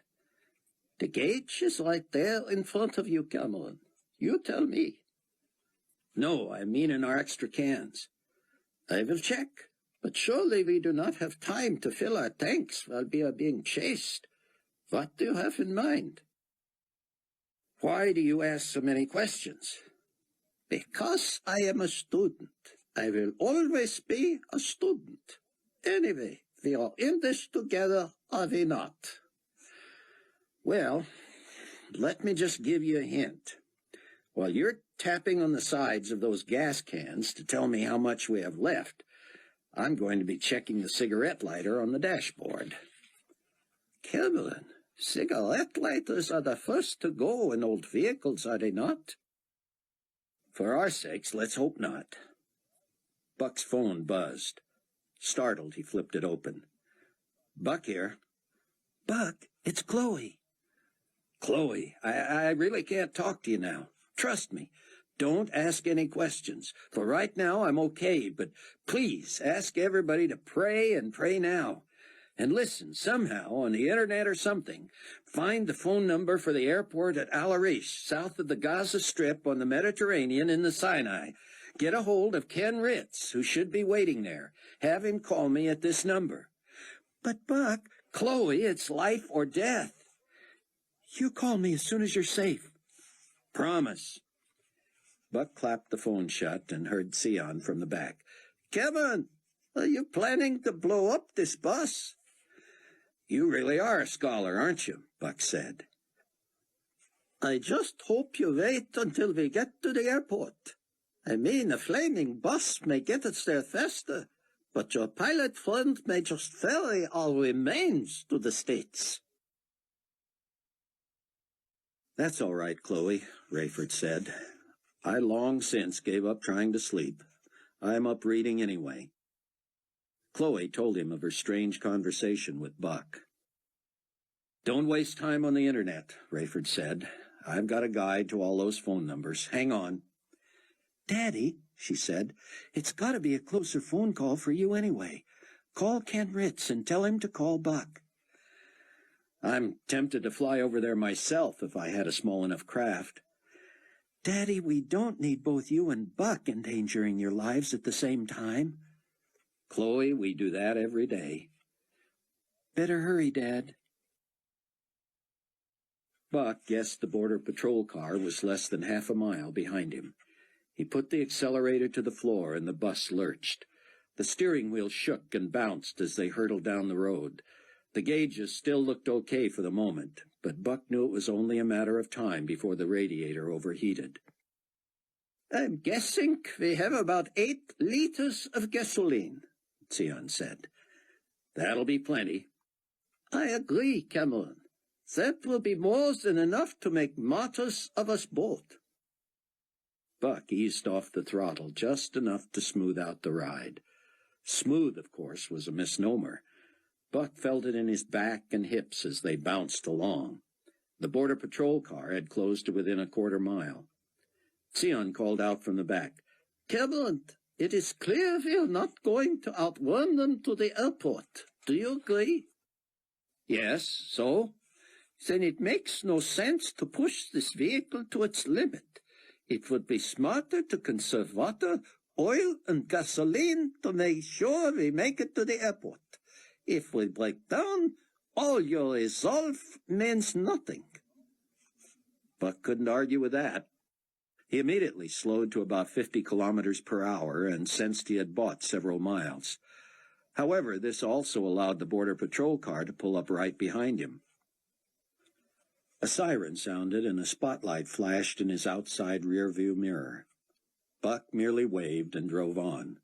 Soon it was yellow flashing lights, the spotlight, the siren, and the horn of the patrol car. Buck ignored them all. Finally, the squad car pulled even with him. He glanced down to see the very guard who had searched the bus. "Fasten your seatbelt, Sion," Buck hollered. "The chase is on." "I wish I had the seatbelt." Buck continued at his modest speed as the patrol car stayed with him, and the guard pointed that he should pull over. Buck waved at him and drove on. The guard pulled in front of the bus and slowed, again pointing to the side of the road. When Buck made no attempt to pull off, the car slowed even more, forcing him to swerve around it. He had no acceleration, however, and the patrol car, now on the other side of him, sped up to keep him from passing. Buck merely backed off and got behind the car again. When it stopped, he stopped. When the guard got out, Buck backed up and drove around him, building about 100-yard gap before the car jumped back in and quickly caught up again. This time the guard pulled alongside and showed Buck a handgun. Buck opened his window and hollered, "If I stop, this bus will stall. Follow me to Unabridged." "No," came the reply. "You follow me back to the border." "We are much closer to the airport. I don't think this bus can make it back to the border." "Then leave it. You can ride back with me. I'll see you at the airport." "No." But Buck slid his window shut. When the guard pointed his weapon at Buck's window, Buck ducked but kept going. Buck's phone was buzzing. He clicked it open. "Talk to me." "This is Ritz. What's the deal?" "Ken, have you passed through customs there?" "Yeah, I'm ready when you are." "You ready for some fun?" "I thought you'd never ask. I haven't had any real fun for ages." "You're going to risk your life and break the law," Buck said. "Is that all? I've been there before." "Tell me your position and all, Ken," Buck said. "Looks like I'm the only plane going out of here tonight. I'm just outside of a hangar at the end of the runway. My plane is, I mean. I'm talking to you from the little terminal here." "But you've been processed, and you're ready to leave Egypt?" "Yeah, no problem." "What did you tell them as far as other passengers and cargo?" "I figured you wouldn't want me to talk about anybody but you." "Perfect, Ken. Thanks. And who do they think I am?" "You're exactly who I say you are, Mr. Katz." "Ken, that's great. Hang on just a second." The guard had pulled in front of the bus and now slammed on his brakes. Buck had to swerve almost all the way off the road to miss him, and when he pulled back on, the bus fishtailed and nearly went over. "I am rolling back here," Sion said. "Enjoy the ride," Buck said. "I'm not stopping and I'm not turning around." The guard had turned off his flashing yellow lights and his spotlight. The siren was silent now, too. He quickly caught up with the bus and tapped it from behind. He tapped it again and again. "He's afraid to hurt that squad car, isn't he?" Buck said. "Do not be so sure," Sion said. "I'm sure." Buck slammed on the brakes, making Sion slide forward and cry out. Buck heard the screeching tires behind him and saw the squad car lurch off the right side of the road and down into loose gravel. Buck punched the accelerator. The bus stalled. As he tried to start it, he saw the squad car, still in the gravel, coming up along his right side. The engine kicked in, and Buck popped the clutch. He picked up the phone. "Ken, you still there?" "Yeah. What in the world's going on?" "You wouldn't believe it." "You being chased or something?" "That's the understatement of the year, Ritz. I don't think we're going to have time to go through customs there. I need to know how to get to your plane. You need to be cleared, engines running, door open, and stairs down." "This is going to be fun," Ritz said. "You have no idea," Buck said. The pilot quickly told Buck the layout of the airstrip and the terminal and precisely where he was. "We're within about 10 minutes of you," Buck said. "If I can keep this thing rolling, I'll try to get as close to the runway and your plane as possible. What am I going to run into?" The squad car came up onto the road, spun, and now faced the bus. Buck swerved left, but the car cut him off. Buck couldn't avoid smashing him. The impact turned the car around in the road and knocked the hood off. Buck sensed little damage to the big old bus, but the temperature gauge was rising. "Who's chasing you anyway?" Ritz said. "Egyptian Border Patrol," Buck said. "Then you can bet they're going to radio ahead here. There'll be some kind of a roadblock." "I just hit the squad car. Is this going to be a roadblock I can blast through?" "You'll have to play that one by ear. If you're as close as you say you are, I'd better get out to my plane." "The cigarette lighter works," Buck hollered to Sion. "I am not sure I wanted to hear that." The smashed patrol car resumed pursuit. Buck saw the lights of the airstrip in the distance. "Sion, come up here. We need to strategize." "Strategy? It is lunacy." "And what would you call what else we've been through?" "The lunacy of the Lord. Just tell me what to do, Cameron, and I will do it. Nothing will be able to stop us tonight." The guard in the squad car had apparently radioed ahead, not only for a roadblock, but also for help. Two sets of headlights, side by side and covering both lanes of the road, headed toward the bus. "Have you heard the phrase, playing chicken?" Buck asked. "No," Sion said, "but it is becoming clear to me. Are you going to challenge them?"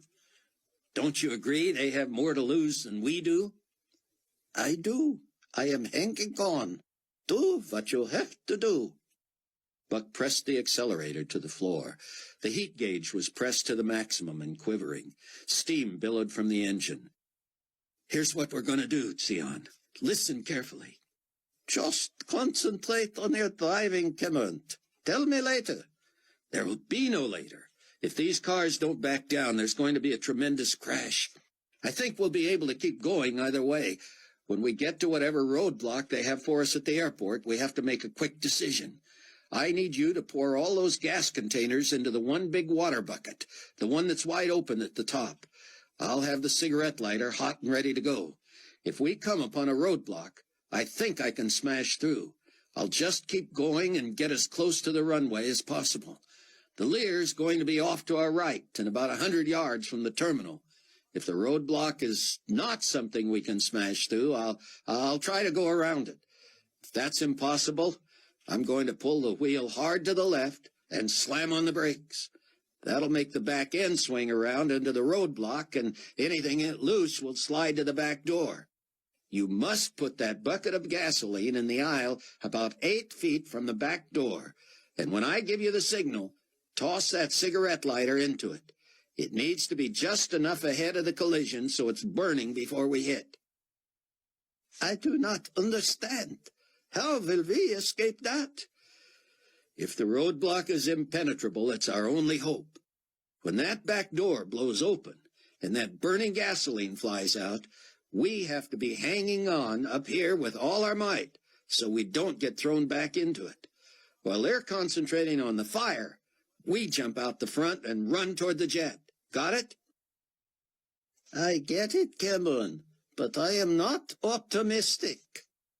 "Hang on," Buck shouted, as two cars from the airport closed on them. Sion hooked one arm around the metal pole behind Buck and wrapped his other around Buck's chest, grabbing the back of the chair like a human seatbelt. Buck gave no indication of slowing or swerving and headed straight for the two sets of headlights.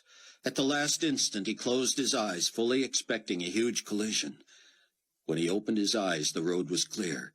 He looked first one way and then the other behind him. Both cars had gone off the road, one of them rolling. The original pursuit car was still behind him, and Buck heard gunfire. Less than a mile ahead, the small airport loomed. Huge fences of mesh and barbed wire flanked the entrance, and just inside sat a blockade of a half-dozen vehicles and several armed soldiers. Buck could see he would not be able to blast through it or go around. He pressed in the cigarette lighter as Sion lugged the gas cans in the bucket to the back. "It is sloshing around," Sion called out. "Just do the best you can."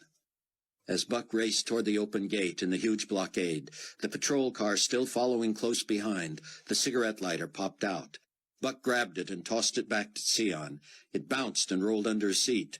"Oh, no!" Buck shouted. "I have got it," Sion said. Buck peeked in the rearview mirror as Sion climbed out from under his seat, tossed the cigarette lighter into the bucket, and scrambled to the front. The back of the bus burst into flames. "Hang on!" Buck shouted, pulling hard to the left and slamming on the brakes. The bus whirled so fast it nearly tipped over. The back smashed into the stockade of cars, and the back door burst open, flaming gasoline splashing everywhere. Buck and Sion jumped out and ran, low as they could, around the left side of the blockade as guards began firing into the bus, and others screamed and ran from the flames. Sion was limping. Buck grabbed the older man and dragged him around the dark side of the terminal near the runway.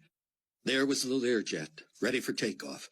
Never had a plane looked like such an oasis of safety. Buck looked back twice, but no one seemed to have seen them escape. It was too good to be true, but it fit with everything else that had happened that night. 50 feet from the plane, Buck heard shots and turned to see a half-dozen guards racing toward them, firing high-powered weapons. When they reached the steps, Buck grabbed Sion by the belt in the back and threw him aboard. As Buck dived into the plane, a bullet ripped through the bottom of the heel of his right boot. Pain shot through the side of his foot as he yanked the door shut, Ritz already rolling. Buck and Sion crawled up to behind the cockpit. Ritz muttered, "Those rascals shoot my plane, I'm going to really be mad." The plane took off like a rocket and rose quickly. "Next stop," Ritz announced, "Palwaukee Airport, state of Illinois, in the U.S. of A." Buck lay on the floor, unable to move. He wanted to look out the window, but he didn't dare. Sion buried his face in his hands. He wept and seemed to be praying. Ritz turned. "Well, Williams, you sure left a mess down there. What was that all about?" "It would take a week to tell," Buck said, panting. "Well," Ritz said, "whatever it was, that was sure fun." An hour later, Buck and Sion sat in reclining seats assessing the damage. "'Tis only sprained," Sion said. "I caught my foot under one of the seat supports when we first hit. I was afraid I had broken it. It will heal quickly." Buck slowly took off his right boot and held it up so Sion could see the trajectory of the bullet. A clean hole had been blasted from the sole to the ankle. Buck took off a bloody sock. "Would you look at that?" he said, smiling. "I won't even need stitches. Just a nick there." Sion used Ken Ritz's first aid kit to treat Buck's foot and found an ace bandage for his own ankle. Finally settled back with their wounded limbs elevated, Sion and Buck looked at each other. "Are you as exhausted as I am?" Buck said. "I am ready to sleep," Sion said. "But we would be remiss, would we not, if we did not return thanks." Buck leaned forward and bowed his head. The last thing he heard before he slipped into a sleep of sweet relief was the beautiful cadence of Rabbi Zion ben Judah's prayer, thanking God that the glory of the Lord was our real God. Chapter 14. Buck awoke nearly 10 hours later, pleased that Sion was still sleeping. He checked Sion's ace bandage. The ankle was swollen, but it didn't look serious. His own foot was too tender to go back into his boot. He limped forward. "How you doing, Cap?" "A lot better now that we're over American airspace. I had no idea what you guys got yourselves into, and who knew what kind of fighter pilots might have been on my tail." "I don't think we were worth all that, with World War III going on," Buck said. "Where'd you leave all your stuff?" Buck whirled around. What was he looking for? He had brought nothing with him. Everything he brought had been in that leather bag, which by now was charred and melted. "Oh, I promised to call my wife back, too," he said. "You'll be happy to know I already talked to your people," Ritz said. "They were mighty relieved to hear you were on your way home." "You didn't say anything about my wound or about my passenger, did you?" "Give me some credit, Williams. You and I both know your wound isn't worth worrying about, so no wife needs to hear about that till she sees it. And as for your passenger, I have no idea who he is or whether your people knew you were bringing him home for dinner, so no, I didn't say a word about him either." "You're a good man, Ritz," Buck said, clapping him on the shoulder. "I like a compliment as much as the next guy, but I hope you know you owe me battle pay on top of everything else." "That can be arranged." Because Ritz had carefully documented his plane and passenger on the way out of the country a few days before, he was on record and easily made it back through the North American radar net. He did not announce his extra passenger, and because personnel at Palwaukee Airport were not in the habit of processing international travelers, no one there paid any attention when an American pilot in his 50s, an Israeli rabbi in his 40s, and an American writer in his 30s disembarked. Ritz was the only one not limping. Buck had finally reached Chloe from the plane. It sounded to him as if she might have bitten his head off for keeping her up all night worrying and praying, had she not been so relieved to hear his voice. "Believe me, babe," he said, "when you hear the whole story, you'll understand." Buck had convinced her that only the Tribulation Force and Loretta could know about Sion.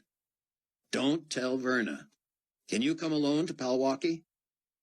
"I'm not up to driving yet, Buck," she said. "Amanda can drive me out there.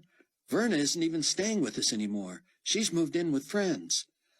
That could be a problem," Buck said. "I may have made myself vulnerable to the worst possible person in my profession." "We'll have to talk about that, Buck." It was as if Sion Ben Judah was in some international witness protection program. He was smuggled into Loretta's home under the cover of night. Amanda and Chloe, who had heard from Rayford the news about Sion's family, greeted him warmly and compassionately, but seemed not to know how much to say. Loretta had a light snack waiting for all of them. "I'm old and not too up on things," she said, "but I'm quickly getting the picture here. The less I know about your friend, the better. Am I right?" Sion answered her circumspectly. "I am deeply grateful for your hospitality." Loretta soon trundled off to bed, expressing her delight in offering hospitality as her service to the Lord. Buck, Chloe, and Sion limped into the living room, followed by a chuckling Amanda. "I wish Rayford were here," she said. "I feel like the only teetotaler in a car full of drunks. Every chore that requires 2 feet is going to fall to me." Chloe, characteristically direct, leaned forward and reached for Sion's hand with both of hers. "Dr. Ben Judah, we've heard so much about you. We feel blessed of God to have you with us. We can't imagine your pain." The rabbi took a deep breath and exhaled slowly, his lips quivering. "I cannot tell you how deeply grateful I am to God that he has brought me here, and to you who have welcomed me. I confess my heart is broken. The Lord has shown me his hand so clearly since the death of my family that I cannot deny his presence. Yet there are times I wonder how I will go on. I do not want to dwell on how my loved ones lost their lives. I must not think about who did this and how it was accomplished. I know my wife and children are safe and happy now, but it is very difficult for me to imagine their horror and pain before God received them. I must pray for relief from bitterness and hatred.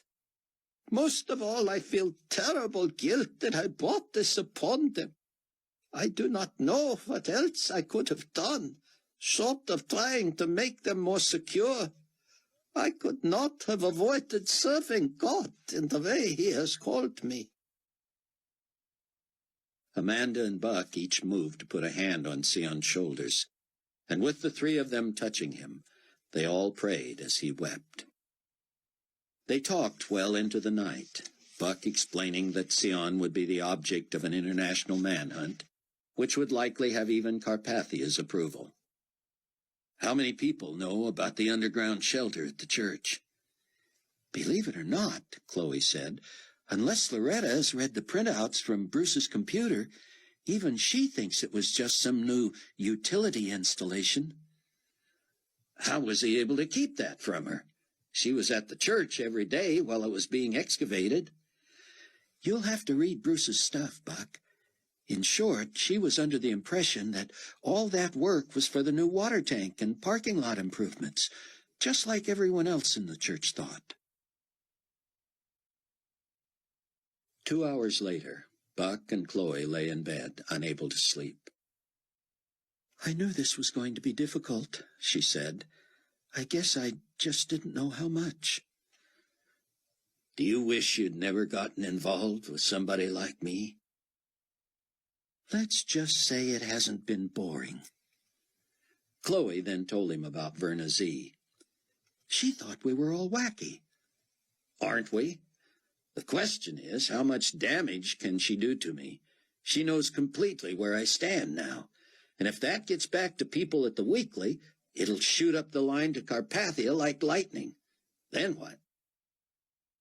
Chloe told Buck that she and Amanda and Loretta had at least persuaded Verna to keep Buck's secret for now. "But why would she do that?" Buck said. "We've never liked each other. We've been at each other's throats. The only reason we traded favors the other night was that World War III made our skirmishes look petty. Your skirmishes were petty, Chloe said. She admitted she was intimidated by you and jealous of you. You were what she'd always hoped to be, and she even confessed that she knew she was no journalist compared to you. That doesn't give me confidence about her ability to keep my secret. You would have been proud of us, Buck. Loretta had already told Verna her entire story, how she was the only person in her extended family not taken in the rapture. Then I got my licks in, telling her all about how you and I met, where you were when the rapture happened, and how you and I and Daddy became believers. Verna must have thought we were all from another planet, Buck said. Is that why she moved out? No, I think she felt in the way. Was she sympathetic at all? She actually was. I took her aside once and told her that the most important thing was what she decided to do about Christ. But I also told her that our very lives depended upon her protecting the news of your loyalties from your colleagues and superiors. She said, "His superiors? Cameron's only superior is Carpathia." But she also said something else very interesting, Buck. She said that as much as she admires Carpathia and what he's done for America and the world, gag, she hates the way he controls and manipulates the news. The question, Chloe, is whether you extracted from her any promises of my protection. She wanted to trade favors, probably wanted some sort of a promotion or raise. I told her you would never work that way, and she said she figured that. I asked if she would promise me that she would at least not say anything to anyone until after she'd talked to you. And then, are you ready for this? I made her promise to come to Bruce's memorial service Sunday. And she's coming? She said she would. I told her she'd better be there early. It'll be packed. It sure will. How foreign is all this going to be to her? She claims she's been in church only about a dozen times in her life, for weddings and funerals and such. Her father was a self-styled atheist, and her mother apparently had been raised in some sort of a strict denomination that she turned her back on as an adult. Verna says the idea of attending church was never discussed in her home. And she was never curious? Never searched for any deeper meaning in life? No. In fact, she admitted she's been a pretty cynical and miserable person for years. She thought it made her the perfect journalist. She always gave me the willies, Buck said. I was as cynical and negative as any, but hopefully there was a balance of humor and personability there.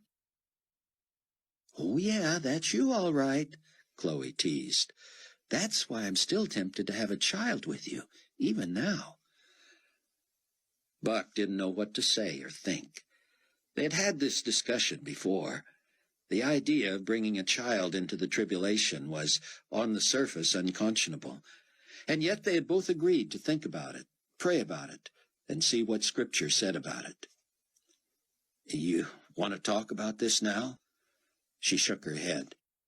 No, I'm tired, but let's not shut the door on it. You know I won't, Chloe, he said. I also need to tell you I'm on a different time zone. I slept all the way back. Oh, Buck, I've missed you. Can't you at least stay with me until I fall asleep? Sure. Then I'm going to sneak over to the church and see how Bruce's shelter turned out. I'll tell you what you ought to do, Chloe said, is finish reading Bruce's stuff. We've been marking passages we want Daddy to read at the memorial service. I don't know how he'll get through all of it without taking the whole day, but it's astounding stuff. Wait till you see it.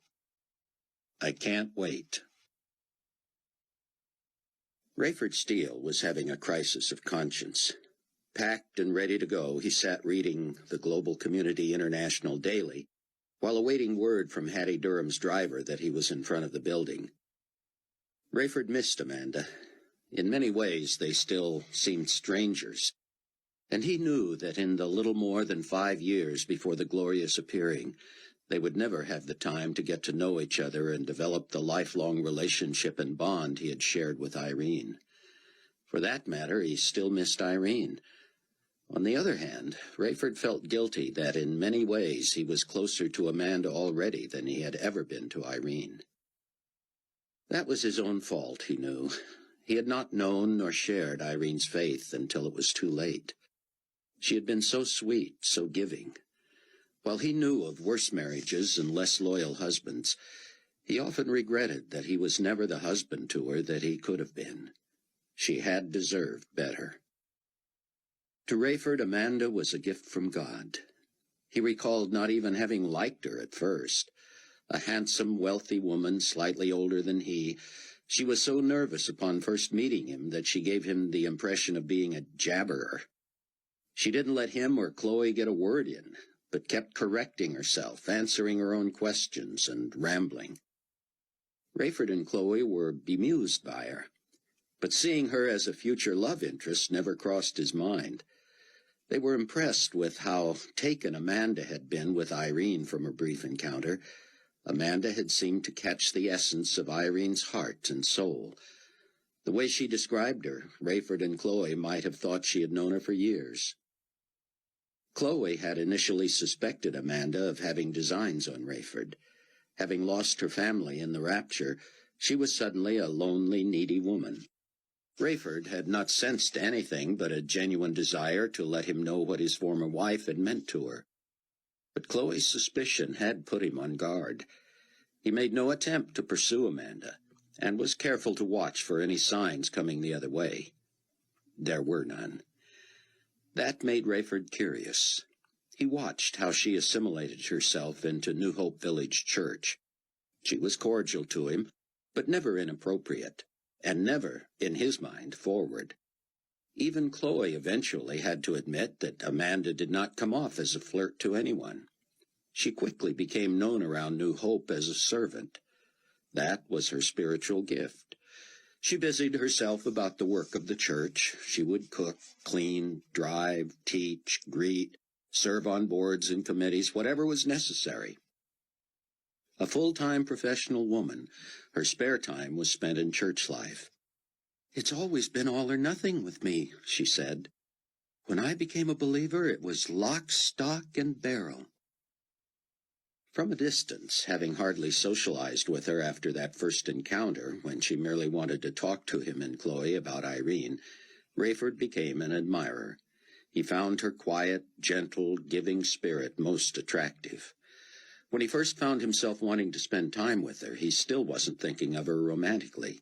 He just liked her smile, liked her look, liked her attitude. He had sat in on one of her Sunday school classes. She was a most engaging teacher and a quick study. The next week he found her sitting in his class. She was complimentary. They joked about someday team teaching.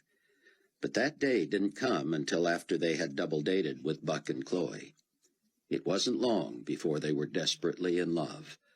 Having been married just a few months before in a double ceremony with Buck and Chloe had been one of the small islands of happiness in Rayford's life during the worst period of human history.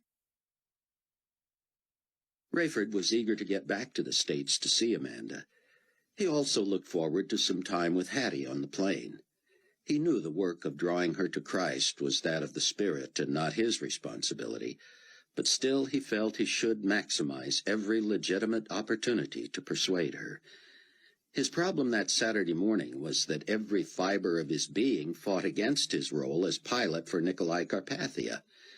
Everything he had read, studied, and learned under Bruce Barnes' tutelage had convinced him and the other members of the Tribulation Force, as well as the congregation at New Hope, that Carpathia himself was the Antichrist.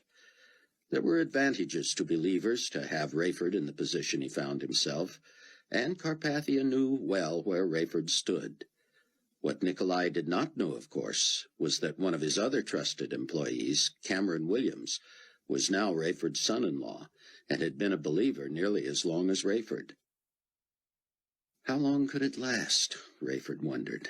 Was he endangering Buck's and Chloe's lives? Amanda's? His own? He knew the day would come when what Bruce referred to as tribulation saints would become the mortal enemies of the Antichrist. Rayford would have to choose his timing carefully. Someday, according to Bruce's teaching, to merely have the right to buy and sell, citizens of the global community would have to take the mark of the beast. No one knew yet exactly what form this would take, but the Bible indicated it would be a mark on the forehead or on the hand. There would be no faking. The mark would somehow be specifically detectable. Those who took the mark could never repent of it. They would be lost forever. Those who did not take the mark would have to live in hiding, their lives worth nothing to the global community. For now, Carpathia seemed merely amused by and impressed with Rayford. Perhaps he thought he had some connection, some insight to the opposition by keeping Rayford around. But what would happen when Carpathia discovered that Buck was not loyal and that Rayford had known all along? Worse, how long could Rayford justify in his own mind that the benefits of being able to eavesdrop and spy on Carpathia outweighed his own culpability in abetting the work of the evil one? Rayford glanced at his watch and speed-read the rest of the paper. Hattie and her driver would be there in a few moments. Rayford felt as if he had undergone sensory overload. Any one of the traumas he had witnessed since the day the war broke out might have institutionalized a normal man during normal times. Now, it seemed, Rayford had to take everything in stride. The most heinous, horrible atrocities were part of daily life. World War III had erupted. Rayford had discovered one of his dearest friends dead, and he had heard Nicolae Carpathia give the word to destroy major cities, and then announce his grief and disappointment on international television. Rayford shook his head. He had done his job, flown his new plane, landed it thrice with Carpathia aboard, had gone to dinner with an old friend, gone to bed, had several phone conversations, rose, read his paper, and was now ready to blithely fly home to his family. What kind of a crazy world had this become? How could vestiges of normality remain in a world going to hell? The newspaper carried the stories out of Israel, how the rabbi who had so shocked his own nation and culture and religion and people, not to mention the rest of the world, with his conclusions about the messiahship of Jesus, had suddenly gone mad. Rayford knew the truth, of course, and looked forward with great anticipation to meeting this brave saint. Rayford knew Buck had somehow spirited him out of the country, but he didn't know how. He would be eager to get the details. Was this what they all had to look forward to, the martyrdom of their families, their own deaths? He knew it was. He tried to push it from his mind. The juxtaposition between the easy, daily, routine life of a jumbo jet pilot, the Rayford Steele he was a scant 2 years ago, and the international political pinball he felt like today, was almost more than his mind could assimilate. The phone rang. His ride was here. Buck was astonished at what he found at the church. Bruce had done such a good job camouflaging the shelter that Buck had almost not been able to find it again. Alone in the cavernous place, Buck headed downstairs. He walked through the fellowship hall, down a narrow corridor, past the washrooms and past the furnace room. He was now at the end of a hallway with no light. It would have been dark there at noon. Where was that entrance? He felt around the wall. Nothing. He moved back into the furnace room and flipped on the switch. A flashlight rested atop the furnace. He used it to find the hand-sized indentation in one of the concrete blocks on the wall. Setting himself and feeling the nagging sting in his right heel from his recent wound, he pushed with all his might, and a section of block wall slid open slightly. He stepped in and pulled it closed behind him. The flashlight illuminated a sign directly in front of him and 6 stair steps down. Danger, high voltage, authorized personnel only. Buck smiled. That would have scared him off if he hadn't known better. He moved down the steps and took a left. 4 more steps down was a huge steel door. The sign at the landing of the stairs was duplicated on the door. Bruce had shown him, the day of the weddings, how to open that seemingly locked door. Buck gripped the knob and turned it first right and then left. He pushed the handle in about 1/4 of an inch, then back out 1/2 an inch. It seemed to free itself, but still it didn't turn right or left. He pushed in as he turned it slightly right and then left, following a secret pattern devised by Bruce. The door swung open, and Buck faced what appeared to be a man-sized circuit breaker box. Not even a church the size of New Hope would carry that many circuit breakers, Buck knew. And as real as all those switches were, they led to no circuits. The chassis of that box was merely another door. It opened easily and led to the hidden shelter. Bruce had done an amazing amount of work since Buck had seen it just a few months before. Buck wondered when Bruce had had the time to get in there after hours and do all that work. No one else knew about it, not even Loretta, so it was a good thing Bruce was handy. It was vented, air-conditioned, well-lit, paneled, ceilinged, floored, and contained all the necessities. Bruce had sectioned the 24 by 24-foot area into 3 rooms. There was a full bath and shower, a bedroom with 4 double-bunk beds, and a larger room with a kitchenette on one end and a combination living room study on the other. Buck was struck by the lack of claustrophobia, but he knew that with more than 2 people in there, and being aware of how far underground you were, it could soon become close. Bruce had spared no expense. Everything was new. There was a freezer, a refrigerator, a microwave, a range and oven, and it seemed every spare inch possible had been converted into storage space. Now, Buck wondered, what did Bruce do about connections?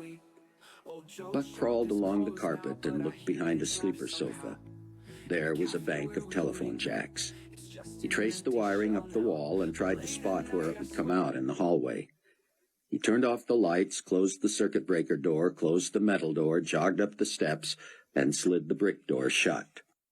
In a dark corner of the hallway, he shined the flashlight and saw the section of conduit that led from the floor up through the ceiling. He moved back into the fellowship hall and looked out the window. From the lights in the parking lot, he could make out that the conduit went outside at the ceiling level and snaked its way up toward the steeple. Bruce had told Buck that the reconditioned steeple had been the one vestige of the old church, the original building that had been torn down 30 years before. In the old days, it actually had bells that beckoned people to church. The bells were still there, but the ropes that had once extended through a trap door to a spot where one of the ushers could ring them from the foyer had been cut.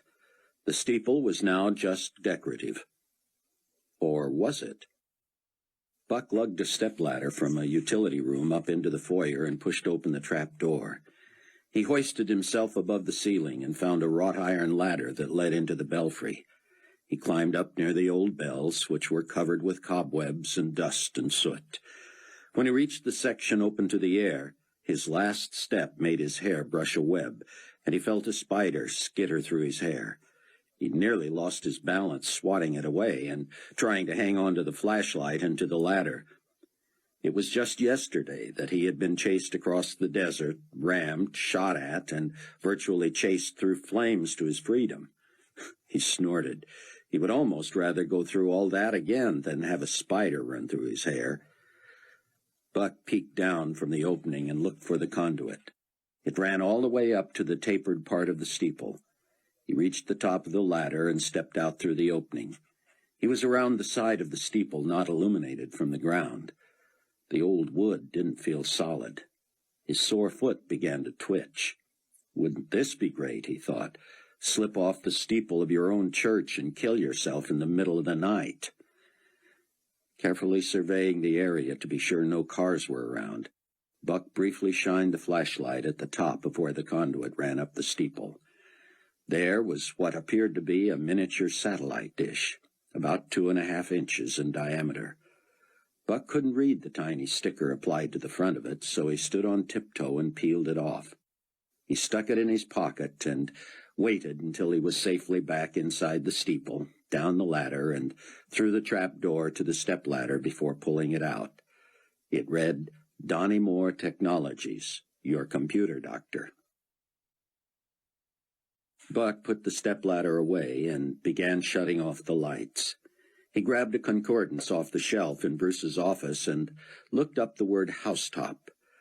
Bruce's installing that crazy mini-satellite dish made him think of a verse he once heard or read about shouting the good news from the housetop. Matthew 10:27-28 said, "Whatever I tell you in the dark, speak in the light. And what you hear in the ear, preach on the housetops. And do not fear those who kill the body, but cannot kill the soul. But rather fear him who is able to destroy both soul and body in hell." Wasn't it just like Bruce to take the Bible literally? Buck headed back to Loretta's house, where he would read Bruce's material until about 6. Then he wanted to sleep until noon and be up when Amanda brought Rayford home from Mitchell Field in Milwaukee. Would he ever cease to be amazed? As he drove the few blocks, he was struck by the difference between the two vehicles he had driven within the last 24 hours. This, a 6-figure Range Rover with everything but a kitchen sink, and that probably still smoldering bus he had bought from a man who might soon be a martyr. More amazing, however, was that Bruce had planned so well and prepared so much before his departure. With a little technology, the Tribulation Force and its newest member, Zion Ben Judah, would soon be proclaiming the gospel from a hidden location and sending it via satellite and the internet to just about anybody in the world who wanted to hear it, and to many who didn't. It was 2:30 in the morning, Chicago time, when Buck returned from the church and sat before Bruce's papers on the dining room table at Loretta's home. They read like a novel. He drank in Bruce's Bible studies and commentary, finding his sermon notes for that very Sunday. Buck couldn't speak publicly in that church. He was vulnerable and exposed enough already, but he could sure help Rayford put together some remarks. Despite his years of flying, Rayford had never found a cure for jet lag, especially going east to west. His body told him it was the middle of the evening, and after a day of flying he was ready for bed.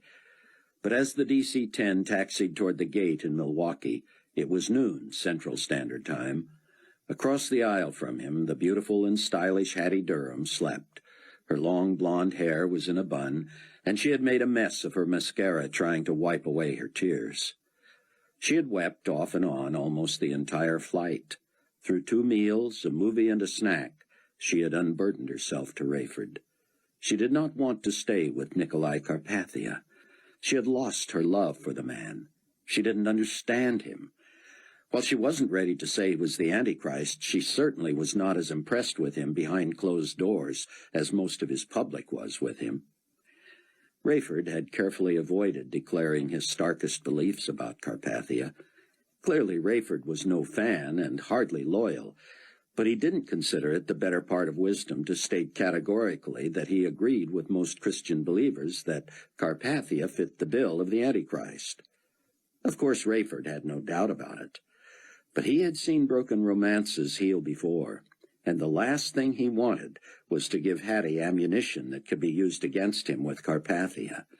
Soon enough, it wouldn't matter who might badmouth him to Nicolae. They would be mortal enemies anyway. Most troubling to Rayford was Hattie's turmoil over her pregnancy. He wished she would refer to what she was carrying as a child. But it was a pregnancy to her, an unwanted pregnancy. It may not have been at the beginning, but now, given her state of mind, she did not want to give birth to Nicolae Carpathia's child. She didn't refer to it as a child or even a baby. Rayford had the difficult task of trying to plead his case without being too obvious. He had asked her, "Hattie, what do you think your options are?" "I know there are only 3, Rayford. Every woman has to consider these 3 options when she's pregnant." Not every woman, Rayford thought. Hattie had continued, I can carry it to term and keep it, which I don't want to do. I can put it up for adoption, but I'm not sure I want to endure the entire pregnancy and birth process. And, of course, I can terminate the pregnancy. What does that mean exactly? What do you mean, what does that mean? Hattie had said. Terminate the pregnancy means terminate the pregnancy. You mean have an abortion? Hattie had stared at him like he was an imbecile. Yes, what did you think I meant? Well, it just seems you're using language that makes it sound like the easiest option. It is the easiest option, Rayford. Think about it. Obviously, the worst scenario would be to let a pregnancy run its entire course, go through all that discomfort, and then go through the pain of labor. And then what if I got all those maternal instincts everybody talks about? Besides 9 months of living in the pits, I'd go through all that stuff delivering somebody else's child. Then I'd have to give it up, which would just make everything worse. You just called it a child there, Rayford had said. You'd been referring to this as your pregnancy, but once you deliver it, then it's a child? Well, it'll be someone's child. I hope not mine. Rayford had let the matter drop while a meal was served. He had prayed silently that he would be able to communicate to her some truth. Subtlety was not his forte. She was not a dumb woman. Maybe the best tack was to be direct. Later in the flight, Hattie herself had brought up the issue again. Why do you want to make me feel guilty for considering an abortion? Hattie, he had said, I can't make you feel guilty. You have to make your own decisions. What I think about it means very little, doesn't it? Well, I care about what you think. I respect you as someone who's been around. I hope you don't think that I think abortion is an easy decision, even though it's the best and simplest solution. Best and simplest for whom? For me, I know. Sometimes you have to look out for yourself. When I left my job and ran off to New York to be with Nicolae, I thought I was finally doing something for Hattie. Now I don't like what I did for Hattie, so I need to do something else for Hattie. Understand? Rayford had nodded. He understood all too well. He had to remind himself that she was not a believer. She would not be thinking about the good of anyone but herself. Why should she? Hattie, just humor me for a moment and assume that pregnancy, that it you're carrying, is already a child. It's your child. Perhaps you don't like its father. Perhaps you'd hate to see what kind of a person its father might produce. But that baby is your blood relative, too. You already have maternal feelings, or you wouldn't be in such a turmoil about this. My question is, who's looking out for that child's best interests? Let's say a wrong has been done. Let's say it was immoral for you to live with Nicolae Carpathia outside of marriage. Let's say this pregnancy, this child, was produced from an immoral union. Let's go farther. Let's say that those people are right who consider Nicolae Carpathia the Antichrist. I'll even buy the argument that perhaps you regret the idea of having a child at all and would not be the best mother for it. I don't think you can shirk responsibility for it the way a rape or incest victim might be justified in doing. But even in those cases, the solution isn't to kill the innocent party, is it? Something is wrong, really wrong. And so people defend their right to choose. What they choose, of course, is not just the end of a pregnancy, not just an abortion, it's the death of a person. But which person? One of the people who made a mistake? One of the people who committed a rape or incest? Or one of the people who got pregnant out of wedlock? No. The solution is always to kill the most innocent party of all. Rayford had gone too far, and he had known it. He had glanced up at Hattie, holding her hands over her ears, tears streaming down her face. He had touched her arm, and she had wrenched away. He had leaned further and grabbed her elbow. Hattie, please don't pull away from me. Please don't think I said any of that to hurt you personally. Just chalk it up to somebody standing up for the rights of someone who can't defend him or herself. If you won't stand up for your own child, somebody has to." With that, she had wrenched fully away from him and had buried her face in her hands and wept. Rayford had been angry with himself. Oh, why couldn't he learn? How could he sit there spouting all that? He believed it, and he was convinced it was God's view. It made sense to him. But he also knew she could reject it out of hand simply because he was a man. How could he understand? No one was suggesting what he could or could not do with his own body. He had wanted to tell her he understood that, but, again, what if that unborn child was a female? Who was standing up for the rights of that woman's body? Hattie had not spoken to him for hours. He knew he deserved that. But he wondered, how much time is there to be diplomatic? He had no idea what her plans were. He could only plead with her when he had the chance. "Hattie," he had said. She hadn't looked at him. "Hattie, please let me just express one more thing to you." She had turned slightly, not looking fully at him, but he had the impression she would at least listen. "I want you to forgive me for anything I said that hurt you personally or insulted you. I hope you know me well enough by now to know that I would not do that intentionally. More important, I want you to know that I'm one of a few friends you have in the Chicago area who loves you and wants only the best for you. I wish you'd think about stopping in and seeing us in Mount Prospect on your way back. Even if I'm not there, even if I have to go back to New Babylon before you, stop in and see Chloe and Buck. Talk to Amanda. Would you do that?" Now she had looked at him. She had pressed her lips together and shook her head apologetically. "Probably not. I appreciate your sentiments, and I accept your apology. But no, probably not." And that's the way it had been left. Rayford was angry with himself. His motives were pure, and he believed his logic was right.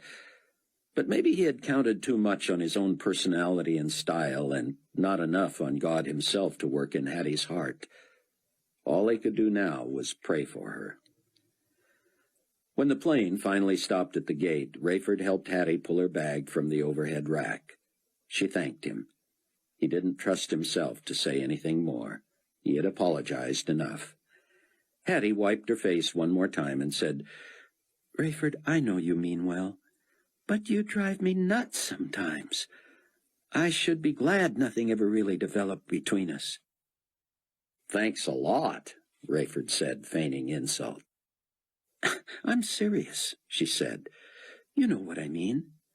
We're just too far apart in age or something, I guess." "I guess," Rayford said. So that was how she summarized it. Fine. That wasn't the issue at all, of course. He may not have handled it the best way, but he knew trying to fix it now would accomplish nothing. As they emerged from the gateway, he saw Amanda's welcome smile. He rushed to her, and she held him tight. She kissed him passionately, but pulled away quickly. "I didn't mean to ignore you, Hattie, but frankly I was more eager to see Rayford." "I understand," Hattie said flatly, shaking hands and looking away. "Can we drop you somewhere?" Amanda said. Hattie chuckled. "Well, my bags are checked through to Denver. Can you drop me there?" "Oh, I knew that," Amanda said. "Can we walk you to your gate?" "No, I'll be fine. I know this airport. I've got a little layover here, and I'm just going to try and relax." Rayford and Amanda said their goodbyes to Hattie, and she was cordial enough. But as they walked away, she caught Rayford's eye. She pursed her lips and shook her head. He felt miserable. Rayford and Amanda walked hand in hand, then arm in arm, then arms around each other's waist, all the way to the escalators that led down to baggage claim. Amanda hesitated and pulled Rayford back from the moving stairway. Something on a TV monitor had caught her eye. "Ray," she said, "come look at this." They stood watching as a CNN-GNN report summarized the extent of the damage from the war around the world. Already Carpathia was putting his spin on it. The announcer said, "World healthcare experts predict the death toll will rise to more than 20% internationally. Global community potentate Nicolae Carpathia has announced formation of an international healthcare organization that will take precedence over all local and regional efforts. He and his 10 global ambassadors released a statement from their private high-level meetings in New Babylon outlining a proposal for strict measures regulating the health and welfare of the entire global community. We have a reaction now from renowned cardiovascular surgeon Samuel Klein of Norway." Rayford whispered, "This guy is in Carpathia's back pocket. I've seen him around. He says whatever St. Nick wants him to say." The doctor was saying, "The International Red Cross and the World Health Organization, as wonderful and effective as they have been in the past, are not equipped to handle devastation, disease, and death on this scale. Potentate Carpathia's visionary plan is not only our only hope for survival in the midst of coming famine and plagues, but also, it seems to me, at first glance, a blueprint for the most aggressive international healthcare agenda ever. Should the death toll reach as high as 25% due to contaminated water and air, food shortages and the like, as some have predicted, new directives that govern life from the womb to the tomb can bring this planet from the brink of death to a utopian state as regards physical health." Rayford and Amanda turned toward the escalator, Rayford shaking his head. "In other words, Carpathia clears away the bodies he has blown to bits, or starved, or allowed to become diseased by plagues because of his war, and the rest of us lucky subjects will be healthier and more prosperous than ever." Amanda looked at him. "Spoken like a true, loyal employee," she said. He wrapped his arms around her and kissed her. They stumbled and nearly tumbled when the escalator reached the bottom. Buck embraced his new father-in-law and old friend like the brother he was. He considered it a tremendous honor to introduce Sion Ben-Judah to Rayford and to watch them get acquainted. The tribulation force was together once again, bringing each other up to date and trying to plan for a future that had never seemed less certain.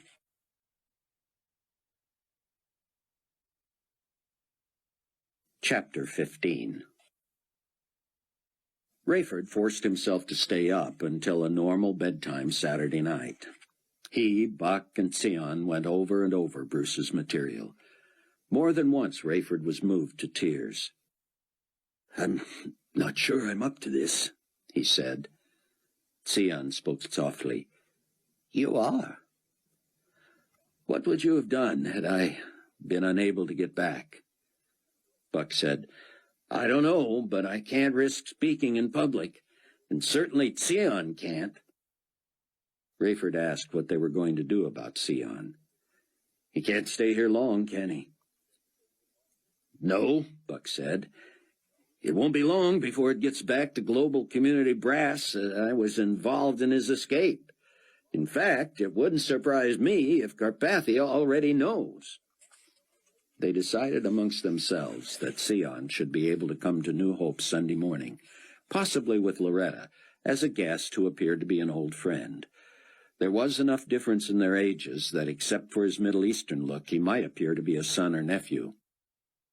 "But I wouldn't risk his exposure any further than that," Rayford said. "If the shelter's ready, we need to sneak him in there before the end of the day tomorrow." Late in the evening, a bleary-eyed Rayford called a meeting of the tribulation force, asking Sion Ben-Judah to wait in another room. Rayford, Amanda, Buck, and Chloe sat around the dining-room table, Bruce's pages piled high before them. "I suppose it falls to me," Rayford said, "as the senior member of this little band of freedom fighters, To call to order the first meeting after the loss of our leader.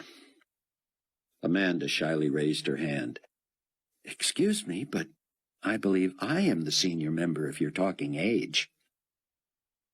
Rayford smiled. There was precious little levity anymore, and he appreciated her feeble attempts. I know you're the oldest, hon, he said, but I've been a believer longer, probably by a week or so. Fair enough, she said. The only order of business tonight is voting in a new member. I think it's obvious to all of us that God has provided a new leader and mentor in Dr. Ben-Judah. Chloe spoke up. We're asking an awful lot of him, aren't we? Are we sure he wants to live in this country, in this city? Where else could he go? Buck asked. I mean, it's only fair to ask him rather than to make assumptions, I guess. But his options are limited.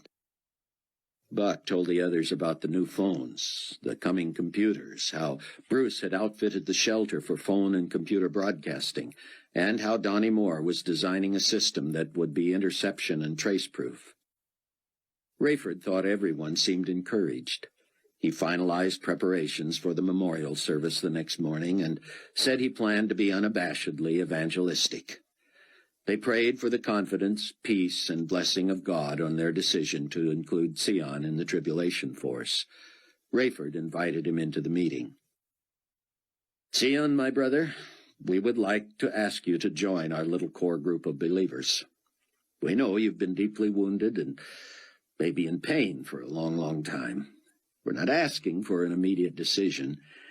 As you can imagine, we need you not to be just one of us, but also to be our leader, in essence, our pastor.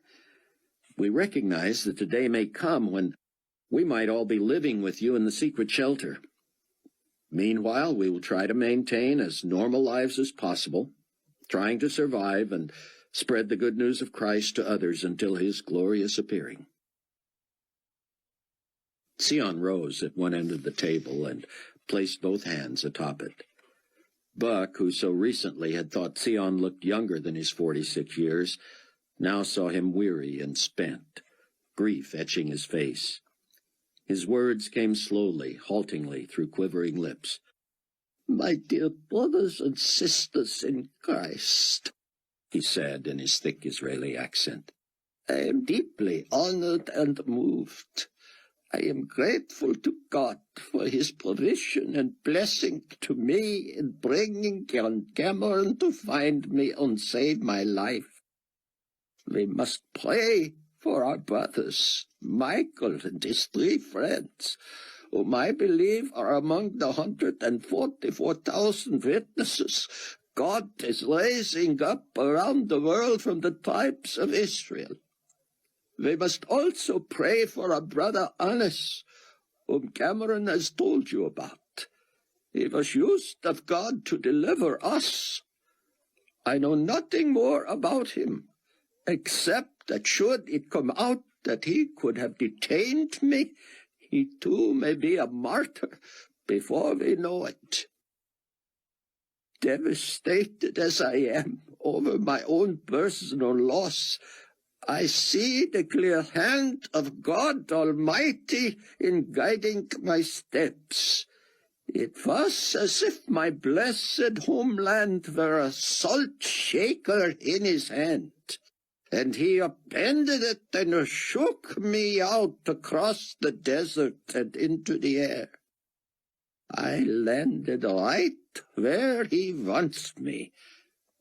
Where else can I go?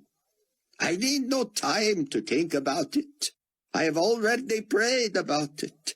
I am where God wants me to be, and I will be here for as long as he wishes.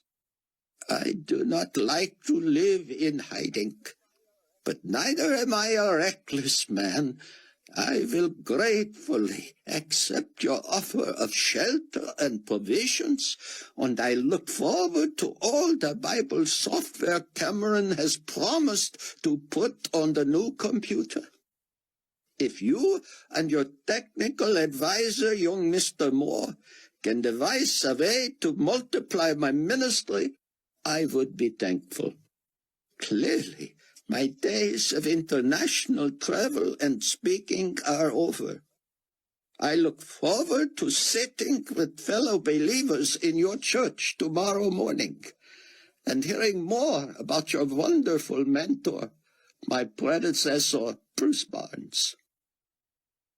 I cannot and will not promise to replace him in your hearts. Who can replace one's spiritual father?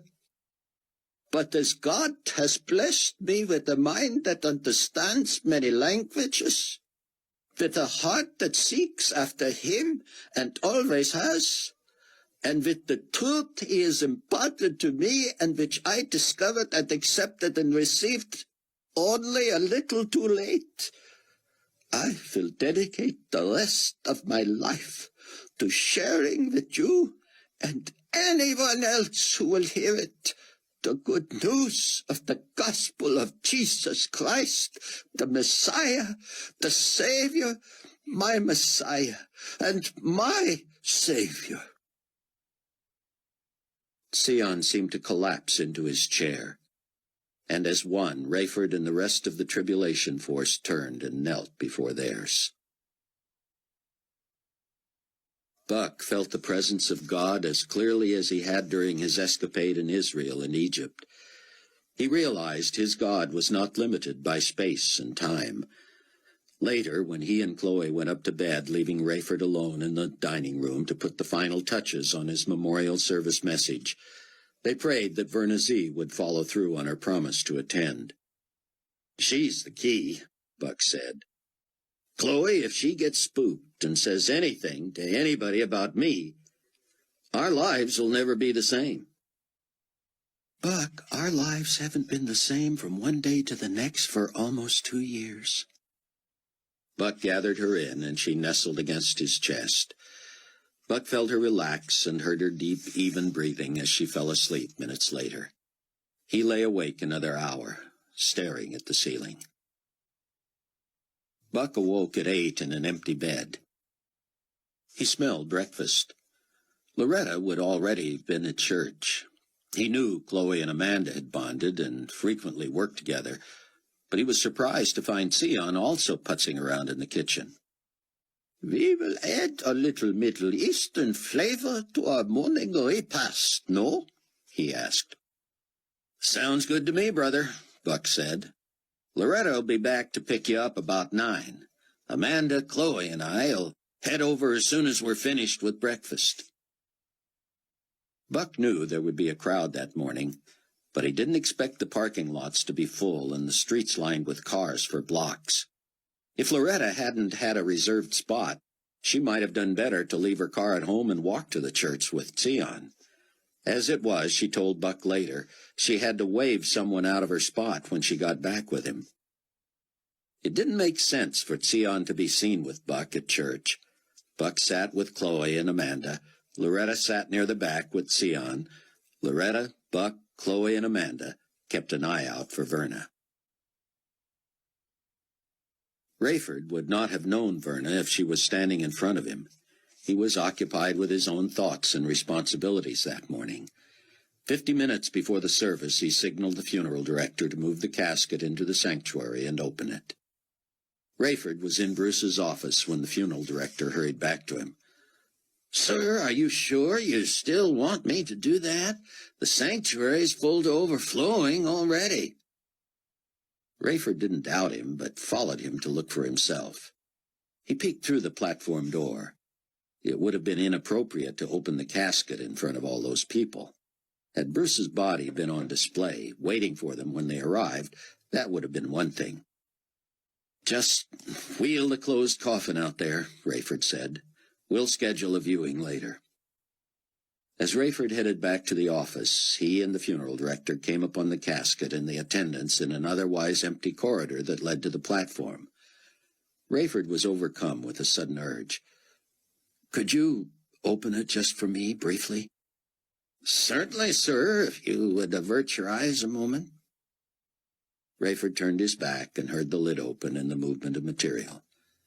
"All right, sir," the director said. Bruce looked less alive and even more like the shell Rayford knew this body to be than he had under the shroud outside the demolished hospital where Rayford had found him. Whether it was the lighting, the passage of time, or his own grief and fatigue, Rayford did not know. This, he knew, was merely the earthly house of his dear friend. Bruce was gone. The likeness that lay here was just a reflection of the man he once was. Rayford thanked the director and headed back to the office. He was glad he had taken that last look. It wasn't that he needed closure, as so many said of such a viewing. He had simply feared that the shock of Bruce appearing so lifeless at a corporate viewing might render him speechless. But it didn't now. He was nervous, yet he felt more confidence than ever about representing Bruce and representing God to these people.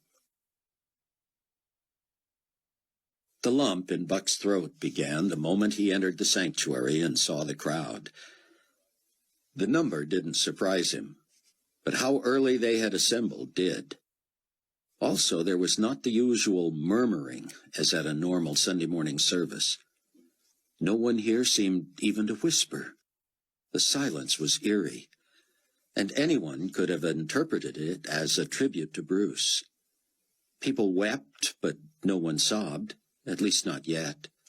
They simply sat, most with heads bowed, some reading the brief program that included Bruce's vital statistics. Buck was amazed by the verse someone, probably Loretta, ran along the bottom of the back page of the program. It read simply, "I know that my Redeemer lives." Buck felt Chloe shudder and knew she was near tears. He put his arm around her shoulder, and his hand brushed Amanda just beyond her. Amanda turned, and Buck saw her tears. He put a hand on her shoulder, and there they sat in their silent grief. At precisely 10 o'clock, just the way Buck thought a pilot would do it, Rayford and one other elder emerged from the door at the side of the platform. Rayford sat while the other man stepped to the pulpit and motioned that all should rise. He led the congregation in 2 hymns, sung so slowly and quietly, and with such meaning, that Buck could barely get the words out. When the songs had concluded, the elder said, "That is the extent of our preliminary service. There will be no offering today. There will be no announcements today. All meetings will resume next Sunday as scheduled. This memorial service is in memory of our dear departed pastor, Bruce Barnes." He proceeded to tell when and where Bruce was born and when and where he died. He was preceded by his wife, a daughter, and 2 sons, who were raptured with the church. Our speaker this morning is Elder Rayford Steele, a member of this congregation since just after the rapture. He was a friend and confidant of Bruce. He will deliver the eulogy and a brief message. You may come back at 4 p.m. for a viewing, if you wish. Rayford felt as if he were floating in another dimension. He had heard his name and well knew what they were about that morning. Was this a mental defense mechanism? Was God allowing him to set aside his grief and his emotions so he could speak clearly? That was all he could imagine. Were his emotions to overcome him, there would be no way he could speak. He thanked the other elder and opened his notes. "Members and friends of New Hope Village Church," he began, "and relatives and friends of Bruce Barnes, I greet you today in the matchless name of Jesus Christ, our Lord and Savior. If there's one thing I've learned out there in the world, it is that a speaker should never apologize for himself. Allow me to break that rule first and get it out of the way, because I know that despite how close Bruce and I were, this is not about me. In fact, Bruce would tell you it's not about him either. It's about Jesus. I need to tell you that I'm up here this morning, not as an elder, not as a parishioner, and certainly not as a preacher. Speaking is not my gift. No one has even suggested that I might replace Bruce here. I'm here because I loved him, and because in many ways primarily because he left a treasure trove of notes behind, I'm able in a small way to speak for him. Buck held Chloe close, as much for his own comfort as for hers. He felt for Rayford. This had to be so hard. He was impressed with Rayford's ability to be articulate in this situation. He himself would have been blubbering, he knew. Rayford was saying, I want to tell you how I first met Bruce, because I know that many of you met him in much the same way. We were at the point of the greatest need in our lives, and Bruce had beat us to it by only a few hours. Buck heard the story he had heard so many times before, of Rayford's having been warned by his wife that the rapture was coming. When he and Chloe had been left behind and Irene and Ramey had been taken, at the end of himself he had sought out the church where she had heard the message. Bruce Barnes had been the only person left on the staff, and Bruce knew exactly why. He became in an instant an unabashed convert and evangelist. Bruce had pleaded with Rayford and Chloe to hear his own testimony of losing his wife and 3 young children in the middle of the night. Rayford had been ready. Chloe had been skeptical. It would be a while before she came around. Bruce had provided them with a copy of a videotape his senior pastor had left behind for just this purpose. Rayford had been amazed that the pastor could have known in advance what he would be going through. He had explained from the Bible that all this had been predicted, and then been careful to explain the way of salvation. Rayford now took the time, as he had on so many occasions in Sunday school classes and testimony meetings, to go through that same simple plan. Buck never ceased to be moved by what Bruce had always called the old story. Rayford said, "This has been the most misunderstood message of the ages. Had you asked people on the street 5 minutes before the rapture what Christians taught about God and heaven, 9 in 10 would have told you that the church expected them to live a good life, to do the best they could, to think of others, to be kind, to live in peace. It sounded so good, and yet it was so wrong. How far from the mark. The Bible is clear that all our righteousnesses are like filthy rags. There is none righteous, no, not one. We've turned every one to his own way. All have sinned and fall short of the glory of God. In the economy of God, we are all worthy only of the punishment of death. I would be remiss and would fail you most miserably if we got to the end of a memorial service for a man with the evangelistic heart of Bruce Barnes and did not tell you what he told me and everyone else he came in contact with during the last nearly 2 years of his life on this earth. Jesus has already paid the penalty. The work has been done. Are we to live good lives? Are we to do the best we can? Are we to think of others and live in peace? Of course. But to earn our salvation? Scripture is clear that we are saved by grace through faith, and that not of ourselves, not of works, lest anyone should boast. We live our lives in as righteous a manner as we can in thankful response to that priceless gift of God, our salvation, freely paid for on the cross by Christ himself. That is what Bruce Barnes would tell you this morning, were he still housed in the shell that lies in the box before you. Anyone who knew him knows that this message became his life. He was devastated at the loss of his family, and in grief over the sin in his life and his ultimate failure to have made the transaction with God he knew was necessary to assure him of eternal life. But he did not wallow in self-pity. He quickly became a student of the Scriptures and a teller of the good news. This pulpit could not contain him. He started house churches all over America, and then began speaking throughout the world. Yes, he was usually here on Sundays because he believed his flock was his primary responsibility. But you and I, all of us, let him travel because we knew that here was a man of whom the world was not worthy. Buck watched closely as Rayford stopped speaking. He stepped to the side of the pulpit and gestured at the coffin. "And now," he said, "if I can get through this, I would like to speak directly to Bruce. You all know that the body is dead. It cannot hear. But Bruce, he said, raising his eyes, we thank you. We envy you. We know you are with Christ, which Paul the Apostle says is far better. We confess we don't like this. It hurts. We miss you. But in your memory, we pledge to carry on, to stay at the task, to keep on keeping on against all odds. We will study the materials you have left behind, and we will keep this church the lighthouse you made it for the glory of God. Rayford stepped back into the pulpit feeling drained, but he was not half done. I would also be remiss if I did not try to share with you at least the core thoughts from the sermon Bruce had prepared for us today. It's an important one none of us here in leadership would want you to have missed. I can tell you, I have been over it many times, and it blesses me each time.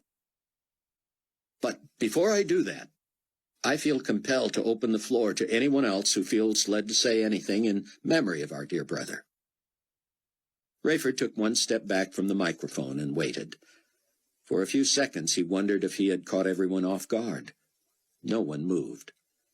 Finally, Loretta stood. You all know me here, she said. I've been Bruce's secretary since the day everybody else disappeared.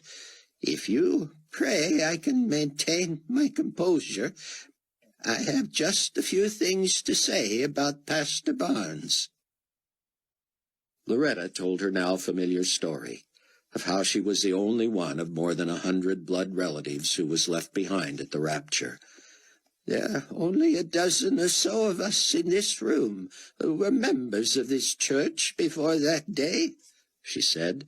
We all know who we are, and grateful as we are to have finally found the truth, we live in regret for all the wasted years. Buck, Chloe, and Amanda turned in their pew to hear Loretta better. Buck noticed tissues and handkerchiefs all over the sanctuary. Loretta finished with this. Brother Barnes was a very bright man who had made a very huge mistake. As soon as he got right with the Lord and committed himself to serve him for the rest of his days, he became pastor to the rest of us. I can't tell you the countless numbers that he personally led to Christ, but I can tell you this. He was never condescending, never judgmental, never short-tempered with anyone. He was earnest and compassionate, and he loved people into the kingdom. Oh, he never was polite to the point where he wouldn't tell people exactly how it was.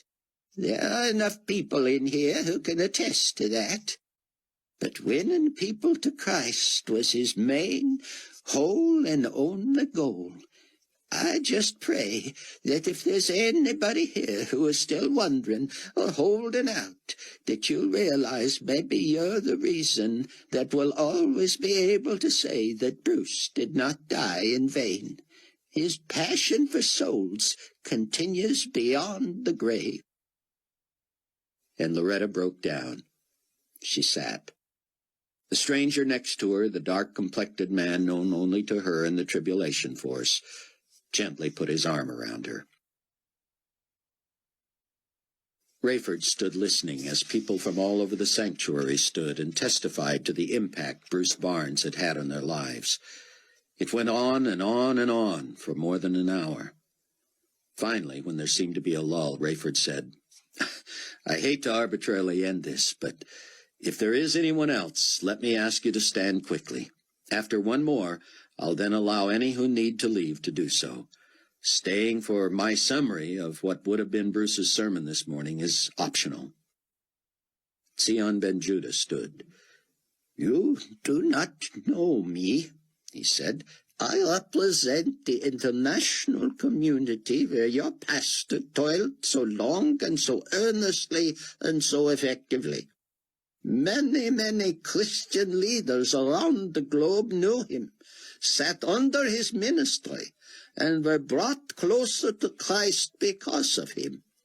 My prayer for you is that you would continue his ministry and his memory, that you would, as the scriptures say, not grow weary in doing good. Rayford announced, "Stand if you would. Stretch, embrace a friend, greet someone." People stood and stretched and shook hands and embraced, but few said anything. Rayford said, "While you're standing, I would like to excuse any who are overcome, hungry, restless, or for any other reason need to leave. We're long past our normal closing time. We will tape the rest of this service for any who have to leave. I'll be summarizing Bruce's message for this morning, apologizing in advance for reading some of it to you. I'm not the preacher he was, so bear with me. We'll take a couple of minutes break now, so feel free to leave if you need to." Rayford backed away from the pulpit and sat. En masse, the congregation sat back down and looked expectantly at him. When it was clear no one was leaving, someone giggled, then another, and a few more. Rayford smiled and shrugged and returned to the pulpit. "I guess there are things more important in this life than personal comfort, aren't there?" he said. A few amens resounded. Rayford opened his Bible and Bruce's notes. Buck knew what was coming. He had been over the material nearly as many times as Rayford and had helped condense it. Still, he was excited. People would be inspired by what Bruce believed had happened, what he predicted would happen, and what was yet to come. Rayford began by explaining, "As best as we've been able to determine, these sermon notes were written on board an aircraft while Bruce was returning from Indonesia last week. The name of the file is Sermon, with today's date, and what he has here is a rough outline and a lot of commentary. Occasionally he lapses into personal notation, some of which I feel free to share with you now that he's gone, others that I feel compelled to keep from you now that he's gone. For instance, shortly after outlining where he wants to go with this message, he notes, 'I was ill all night last night and feel not much better today. I was warned about viruses despite all my shots. I can't complain. I have traveled extensively without problem. God has been with me. Of course he is with me now too, but I fear dehydration. If I'm not better upon my return, I'll get checked out.'" So, Rayford added, we get a glimpse of the ailment that brought him low and which led to his collapse at the church upon his return. As most of you know, he was rushed to the hospital, where it is our belief that he died from this ailment and not from the blast. Bruce has outlined a message here that he believed was particularly urgent, because, as he writes, "I have become convinced we are at the end of the 18-month period of peace, which follows the agreement the Antichrist has made with Israel. If I am right, and we can set the beginning of the tribulation at the time of the signing of the treaty between the nation of Israel and what was then known as the United Nations, we are perilously close to and must prepare for the next ominous and dire prediction in the tribulation timeline, the red horse of the apocalypse." Revelation 6, 3-4 indicates that it was granted to the one who sat on it to take peace from the earth, and that people should kill one another. And there was given to him a great sword. In my mind, this is a prediction of global war. It will likely become known as World War III. It will be instigated by the Antichrist, and yet he will rise as the great solver of it, the great peacemaker, as he is the great deceiving liar. This will immediately usher in the next two horses of the apocalypse, the black horse of plague and famine, and the pale horse of death. These will be nearly simultaneous. It should not surprise any of us to know that global war would result in famine, plague, and death. "Do any of you find this as astounding as I did when I first read it?" Rayford asked. All over the sanctuary, people nodded. "I remind you that this was written by a man who died either just before or just after the first bomb was volleyed in the global war we find ourselves in. He didn't know precisely when it would occur, but he didn't want to let one more Sunday pass without sharing this message with you. I don't know about you, but I'm inclined to heed the words of one who interprets a prophecy of Scripture so accurately. Here's what Bruce in his own notes says is yet to come. The time is short now for everyone. Revelation 6:7-8 says the rider of the pale horse is death, and that Hades follows after him. Power was given to them over a fourth of the earth, to kill with sword, with hunger, with death, and by the beasts of the earth. I confess I don't know what the Scripture is referring to when it says the beasts of the earth.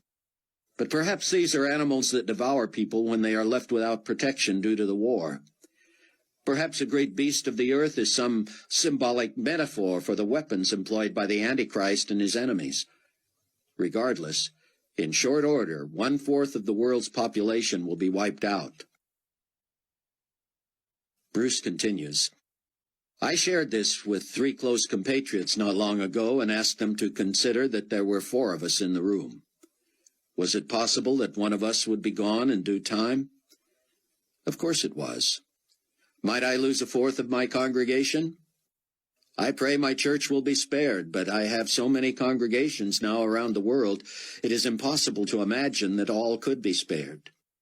Of the 1/4 of the earth's population that will perish, surely many, many of these will be tribulation saints. Given the level of modern technology, global war will take little time at all to wreak its havoc and devastation. These 3 last horsemen of the apocalypse will gallop one right after the other. If people were horrified by the painless, bloodless disappearance of the saints at the rapture, which resulted in enough chaos of its own because of crashes and fires and suicides, imagine the desperation of a world ripped to shreds by global war and famine and plague and death. Rayford looked up from Bruce's notes. My wife and I watched the news yesterday at the airport, he said, as I'm sure many of you watched, wherever you were.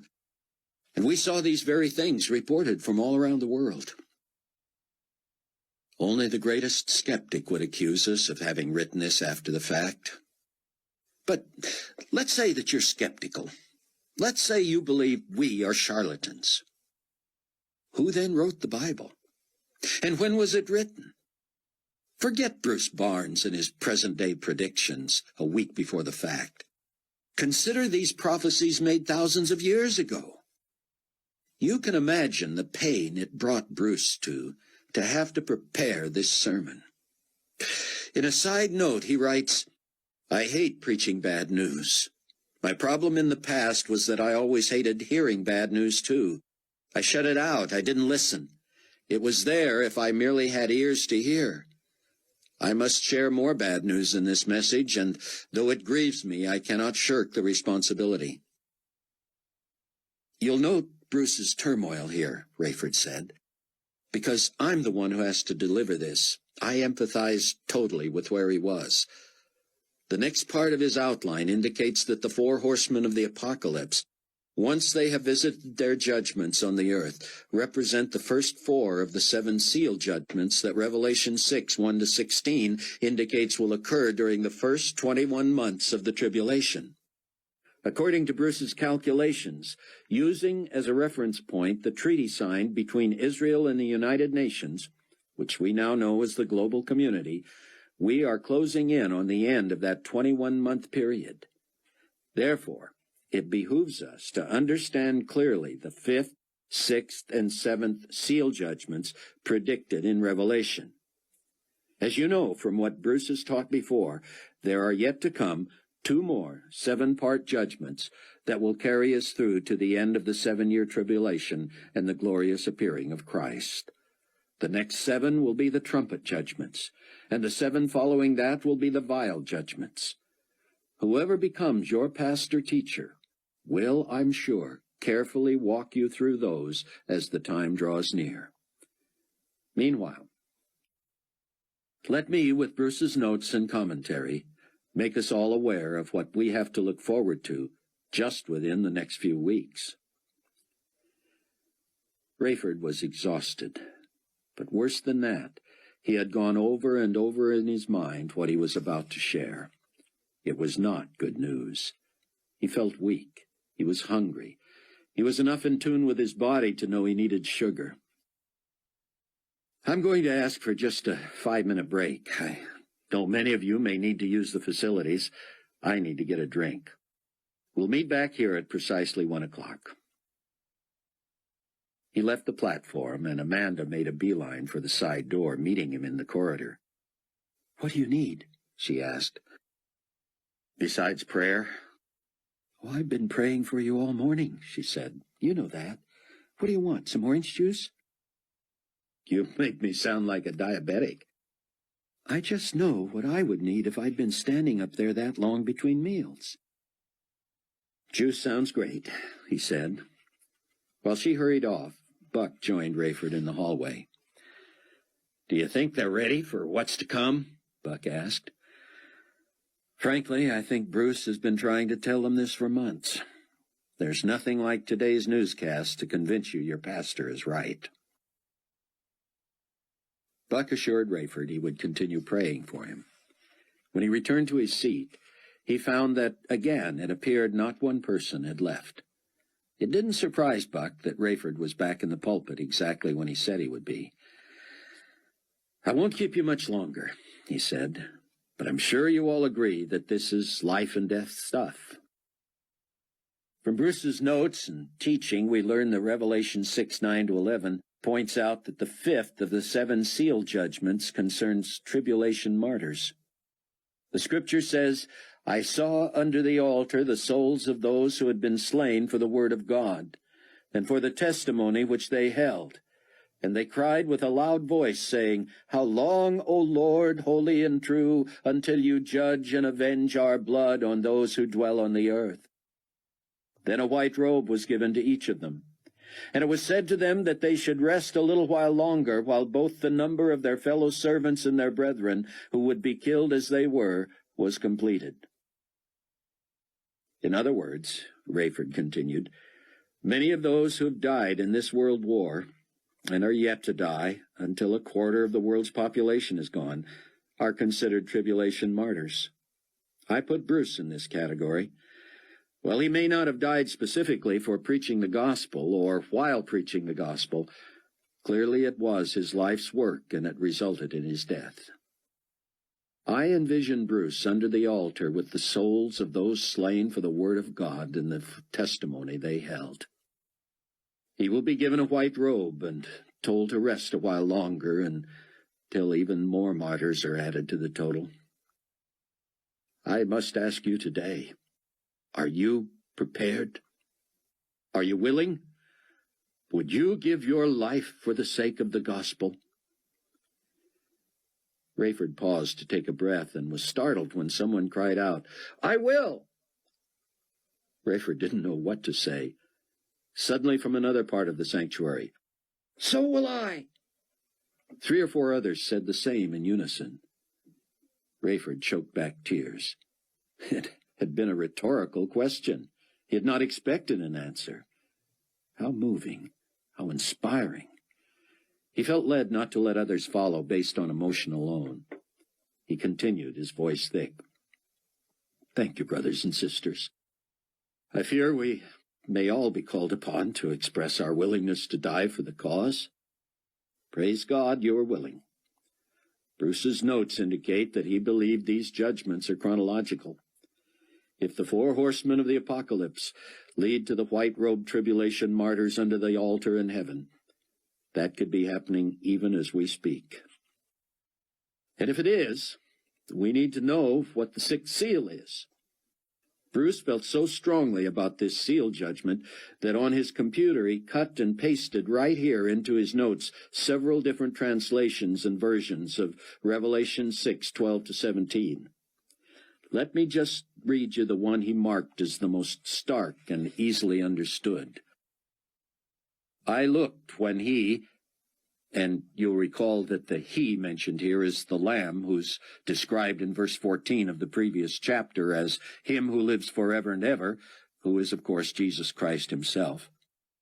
"He opened the 6th seal, and behold, there was a great earthquake, And the sun became black as sackcloth of hair, and the moon became like blood. And the stars of heaven fell to the earth, as a fig tree drops its late figs when it is shaken by a mighty wind. Then the sky receded as a scroll when it is rolled up, and every mountain and island was moved out of its place.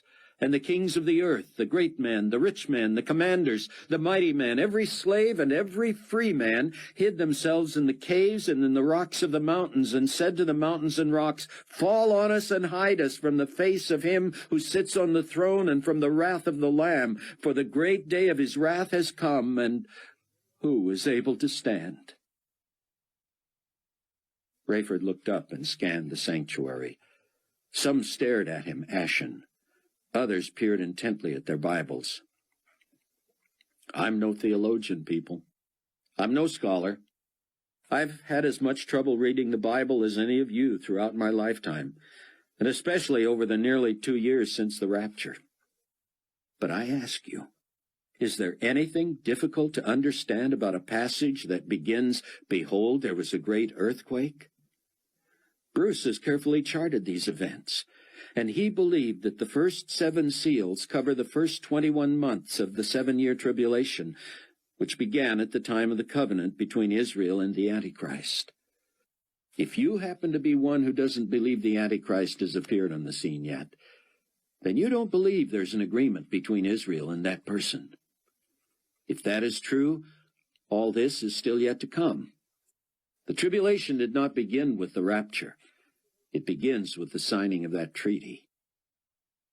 Bruce taught us that the first 4 seal judgments were represented by the 4 horsemen of the apocalypse. I submit to you that those horsemen are at full gallop. The 5th seal, the tribulation martyrs who had been slain for the word of God and for the testimony which they held, and whose souls are under the altar, has begun. Bruce's commentary indicates that more and more martyrs will be added now. Antichrist will come against tribulation saints and the 144,000 witnesses springing up all over the world from the tribes of Israel. Hear me, from a very practical standpoint. If Bruce is right, and he has been so far, we are close to the end of the first 21 months. I believe in God. I believe in Christ. I believe the Bible is the Word of God. I believe our dear departed brother rightly divided the word of truth, and thus I am preparing to endure what this passage calls the wrath of the Lamb. An earthquake is coming, and it is not symbolic.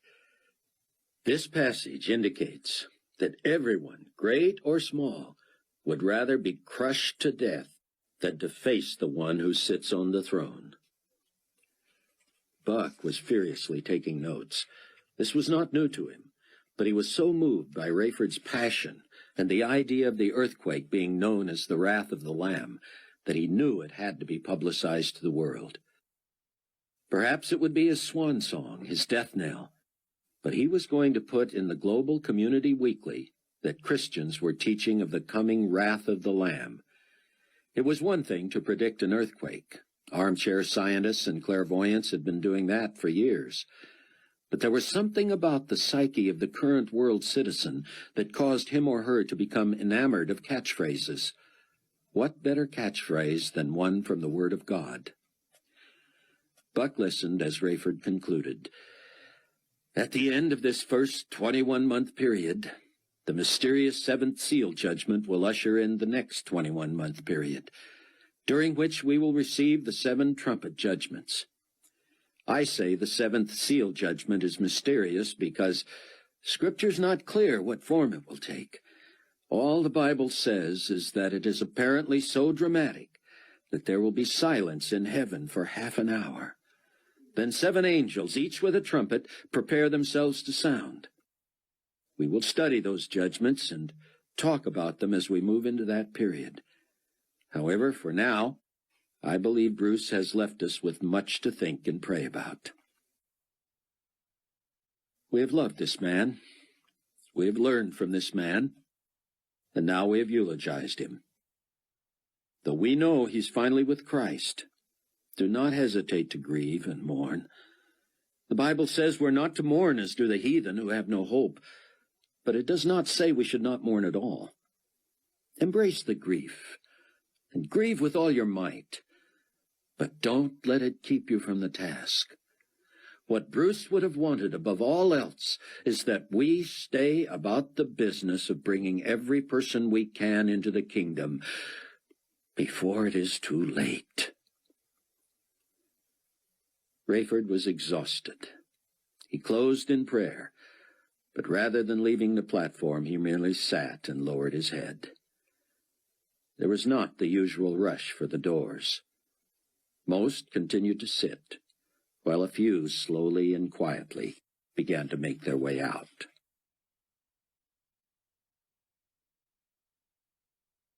Chapter 16. Buck helped Chloe into the Range Rover, but before he could get around to the driver's side, he was accosted by Verna Z. Verna, I didn't see you. I'm glad you made it. I made it all right, Cameron. I also recognized Sion Ben Judah. Buck fought to keep from covering her mouth with his hand. I'm sorry? He's going to be in deep trouble when the global community peacekeeping forces find out where he is. Don't you know he's wanted all over the world? And that your passport and ID were found on one of his accomplices? Buck, you're in as much trouble as he is. Steve Plank has been trying to get a hold of you, and I'm tired of pretending I have no idea what you're up to. Verna, we're going to have to go somewhere and talk about this. I can't keep your secret forever, Buck. I'm not going down with you. That was a pretty impressive meeting, and it's obvious everyone loved that Barnes guy. But do all these people believe that Nicolae Carpathia is the Antichrist? I can't speak for everyone. But how about you, Buck? You report directly to the man. Are you going to write a story in one of his own magazines that says that? I already have, Verna. Yeah, but you've always represented it as a neutral report of what some believe. This is your church. These are your people. You buy into all this stuff. Can we go somewhere and talk about this or not? Buck said. I think we'd better. Anyway, I want to interview Sion Ben Judah. You can't blame me for going for the scoop of a lifetime. Buck bit his tongue to keep from saying she wasn't enough of a writer to do justice to a story like Ben Judah anyway. Let me get back to you tomorrow, he said, and then we can... Tomorrow? Today, Buck. Let's meet at the office this afternoon. This afternoon is not good. I'm coming back here for the viewing at 4. Then how about 6:30? Why does it have to be today? Buck asked. It doesn't. I could just tell Steve Plank or Carpathia himself or anybody I want exactly what I've seen today. Verna, I took a huge risk in helping you out the other night and letting you stay at Loretta's home. You sure did. And you may regret it for the rest of your life. So, none of what you heard here today made any impact on you? Yes, it did. It made me wonder why I went soft on you all of a sudden. You people are wacko, Buck. I'm going to need some compelling reason to keep quiet about you. That sounded like extortion, but Buck also realized that Verna had apparently stayed for the entire service that morning. Something had to be working on her. Buck wanted to find out how she could relegate the prophecies of Revelation and what had happened in the world in the last 20 months or so to mere coincidence. All right, he said. 6:30 at the office. Rayford and the other elders had agreed there would be no more formality at the viewing. No prayer, no message, no eulogies, no nothing. Just a procession of people filing past the coffin and paying their last respects. Someone had suggested opening the fellowship hall for refreshments, but Rayford, having been tipped off by Buck, decided against it. A ribbon was draped across the stairway from wall to wall to keep everyone from going downstairs. A sign indicated the viewing would last from 4 to 6 p.m. At about 5, while a crowd of hundreds slowly moved past the casket in a line that stretched out the front door, through the parking lot, and down the street, Buck wheeled into Loretta's parking spot with the Range Rover full of people. "Chloe, I promise this is the last time I take advantage of your ailment and use you as a decoy." "A decoy for what? Do you think Carpathia is here and is going to grab you or Sion?" Buck chuckled. Rayford had been in the sanctuary since just before 4. Now Buck, Chloe, Amanda, Sion, and Loretta emerged from the Range Rover. Amanda got on one side of Chloe and Loretta on the other. They helped her up the back steps as Buck opened the door. Buck peeked at the parishioners waiting in line to get into the church. Nearly all ignored his little group. Those who idly watched them seemed to be concentrating on the pretty young newlywed, her ankle cast, her sling, and her cane. As the 3 women made their way to the office, planning to view the body when the crowd dissipated, Buck and Sion slipped away. When Buck entered the office about 20 minutes later, Chloe asked, "Where's Sion?" "He's around," Buck said.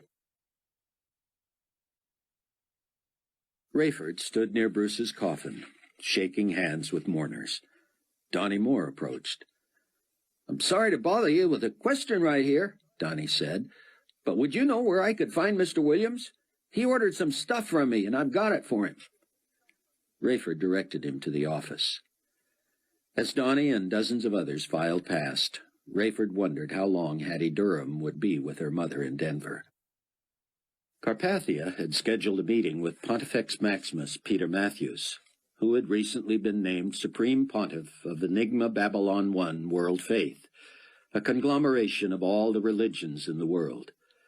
Carpathia wanted Rayford back to New Babylon by the Thursday after next to fly the Condor 216 to Rome. There he was to pick up Matthews and bring him to New Babylon.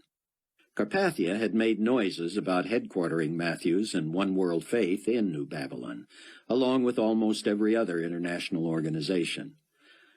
Rayford found himself numb, shaking hand after hand. He tried not to look at Bruce's body. He busied himself remembering what else he'd heard Carpathia saying through that ingenious reverse intercom bugging device the late Earl Halliday had installed in the Condor. Most interesting to Rayford was Carpathia's insistence on taking over leadership of several of the groups and committees that had been headed by his old friend and financial angel, Jonathan Stonegal. Buck had told Rayford and the rest of the Tribulation Force that he was in the room when Carpathia murdered Stonegal and then brainwashed everyone else to believe they'd just witnessed a suicide. With Carpathia now angling his way into the leadership of international relations committees, commissions on international harmony, and, most important, secret financial cooperatives, his motives for that murder became clear. Rayford let his mind wander to the good old days, when all he had to do was show up at O'Hare on time, fly his routes, and come home. Of course, he was not a believer then, not the kind of husband and father he should have been. The good old days really hadn't been so good at all. He couldn't complain about excitement in his life. While he despised Carpathia and hated to be in a position of actual service to the man, he had long since decided to be obedient to God. If this was where God wanted him, it was where he would serve. He just hoped Hattie Durham might come back through Chicago before he had to leave. Somehow, he and Amanda and Chloe and Buck had to pull her away from Nicolae Carpathia. It had been encouraging to him, in a perverse way, that she had found her own reasons to distance herself from Nicolae. But Carpathia might not be so easily dumped, considering that she was carrying his child, and he was so jealous of his public image. Buck was busy with Donnie Moore, learning the incredible features of the new computers, when he heard Loretta on the phone. "Yes, Verna," she was saying. "He's busy with someone right now, but I'll tell him you said Steve Plank called." Buck excused himself from Donnie for a second and mouthed to Loretta, "If she's at the office, ask her if my checks are there." Buck had been away from both the New York and Chicago offices on paydays for several weeks, and was pleased to see Loretta nodding after she had asked Verna about the checks. One thing he had seen in Bruce's printouts, and which had been corroborated by Sion, was that he needed to start investing in gold. Cash would soon be meaningless. He had to start stockpiling some sort of financial resource, because even in the best-case scenario, even if Verna became a believer and protected him from Carpathia, he couldn't maintain this ruse for long. That relationship would end. His income would dry up. He would not be able to buy or sell without the mark of the beast anyway, and the New World Order Carpathia was so proud of could virtually starve him out. By 5:45, the sanctuary was nearly empty. Rayford headed back to the office. He shut the door behind him. "We can have our moment alone with Bruce's body in a few minutes," he said. The Tribulation Force, plus Loretta and minus Sion, sat somberly. "So, that's what Donnie Moore brought you," Rayford said, nodding at the stack of laptops. "Yep, one for each of us. I asked Loretta if she wanted one too." Loretta waved him off, smiling. "I wouldn't know what to do with it. I probably couldn't even open it." "Where's Sion?" Rayford said. "I really think we ought to keep him with us for a while, and—" "Sion is safe," Buck said, looking carefully at Rayford. "Uh-huh. What does that mean?" Loretta asked. "Where is he?" Rayford sat in a chair on wheels and rolled it close to Loretta. "Ma'am, there are some things we're not going to tell you, for your own good." "Well," she said, "what would you say if I told you I didn't appreciate that very much?" "I can understand, Loretta." "I'm not so sure you can, Captain Steele. I've had things kept from me all my life, just because I was a polite Southern lady." "A Southern belle is more like it," Rayford said. "Now you're patronizing me, and I don't appreciate that either." Rayford was taken aback. "I'm sorry, Loretta. I meant no offense." "Well, it offends me to have secrets kept from me." Rayford leaned forward. "I'm quite serious about doing this for your own good. The fact is, someday, and I mean someday very soon, very high-placed officials may try to force you to tell them where Sion is." "And you think if I know where he is, I'll crack?" "If you don't know where he is, you can't crack, and don't even have to worry about it." Loretta pursed her lips and shook her head. "I know y'all are living dangerous lives. I feel like I've risked a lot just by putting you up. Now I'm only your landlady, is that it?" "Loretta, you're one of the dearest people in the world to us. That's who you are. We wouldn't do anything to hurt you. That's why, even though I know it offends you, and that's the last thing I want to do, I'm not going to let you intimidate me into telling you where Sion is. You'll be able to communicate with him by phone, and we can communicate with him by computer. Someday, you may thank us for withholding this from you." Amanda interrupted. "Rayford, are you and Buck saying that Sion is where I think he is?" Rayford nodded. "Is that necessary already?" Chloe asked. "I'm afraid so. I wish I could say how long it'll be for the rest of us." Loretta, clearly peeved, stood and paced, her arms folded across her chest. "Captain Steele, sir, could you tell me one thing? Could you tell me that you're not keeping this from me because you think I'd blab it all over?" Rayford stood. "Loretta, come here." She stopped and stared at him. "Come on now," he said. "Come right over here and let me hug you. I'm young enough to be your son, so don't be taking this as condescending." Loretta seemed to be refusing to smile, but she did slowly approach Rayford. He embraced her. "Ma'am, I've known you long enough to know that you don't tell secrets. The fact is, the people who might ask you about Sion Ben Judah's whereabouts wouldn't hesitate to use a lie detector, or even truth serum, if they thought you knew. If they could somehow force you to give him up against your will, it could really hurt the cause of Christ." She hugged him. "All right, then," she said. "I still think I'm a tougher bird than you people seem to think. But all right. If I didn't think you were doing this with my best interests in mind, misguided as y'all are, I'd throw you out of my boarding house. That made everybody smile.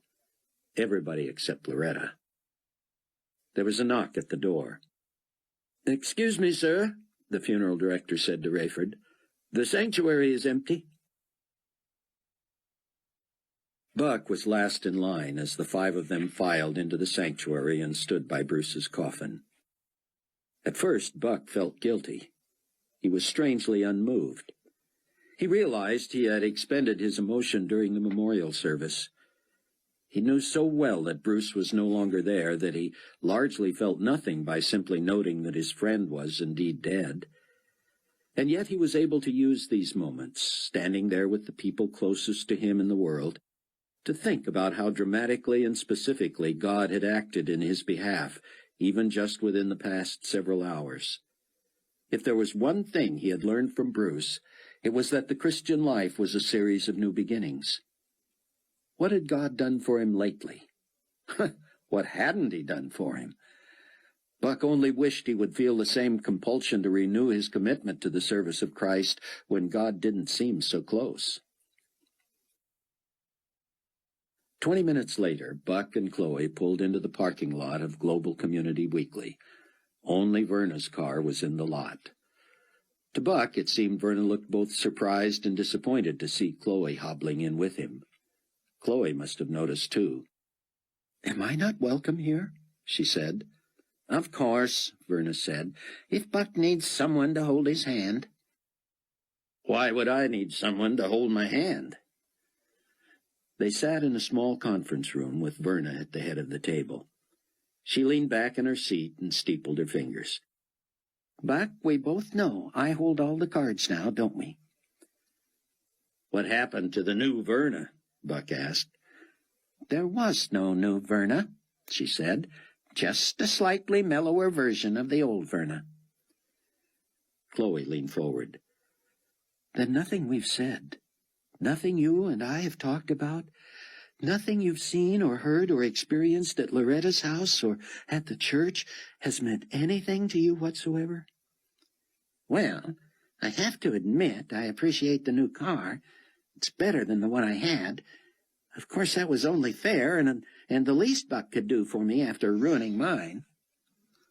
"So," Chloe said, "your moments of vulnerability, your admitting that you'd been jealous of Buck, and your realization that you had been inappropriate in how you talked with him, that was all, what, made up?" Verna stood. She put her hands on her hips and stared down at Buck and Chloe.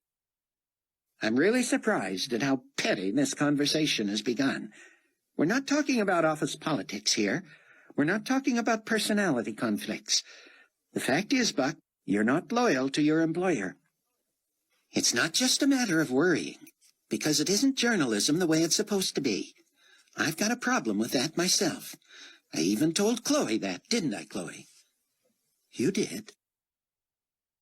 "Carpathia has bought up all the news outlets. I know that," Verna continued. "None of us old-fashioned journalists enjoy the prospect of covering news our owner is making. We don't like being expected to put his spin on everything. But, Buck, you're a wolf in sheep's clothing. You're a spy. You're the enemy. You not only don't like the man, you also think he's the Antichrist himself." "Why don't you sit down, Verna?" Chloe said. "We all know the little negotiation hints from the books that teach you how to look out for number one. I can't speak for Buck, but your trying to tower over me doesn't intimidate me." "I'll sit down, but only because I want to." "So what's your game?" Chloe said. "Are you about to engage in extortion?" "Speaking of that," Buck said, "I'll thank you for my checks for the last several weeks." "I haven't touched them. They're in your top drawer. And no, I'm not a blackmailer. It just seems to me your life depends on who knows or doesn't know that you're harboring Tzion Ben-Judah." "That's something you think you know." "I saw him in church this morning." "At least you thought you did," Chloe said. Buck flinched and looked at her. So did Verna. For the first time, Buck saw a flicker of uncertainty on Verna's face. You're telling me I didn't see Zion Ben Judah in church this morning? It certainly sounds unlikely, Chloe said. Wouldn't you say? Not really. I know Buck was in Israel and that his papers were found with a Ben Judah sympathizer. And so you saw Buck in church with Ben Judah? I didn't say that. I said I saw Ben Judah. He was sitting with that woman who put me up the other night, Loretta. So, Loretta's dating Zion Ben Judah, is that what you're saying? You know what I'm saying, Chloe. Ben Judah even spoke in that service. If that wasn't him, I'm no journalist. No comment, Buck said. I resent that. Chloe kept the pressure on. You were sitting somewhere where we couldn't see you. I was in the balcony, if you must know.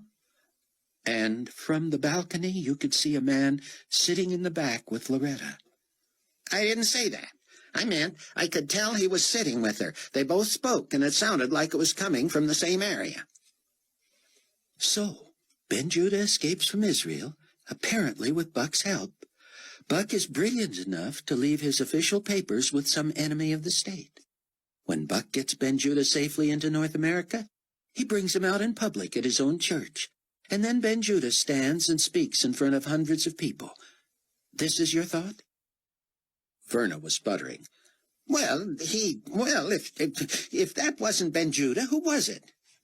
This is your story, Verna. Loretta will tell me. I got the impression she liked me. I'm sure I saw him walking out the back with her. A small, kind of stocky Israeli.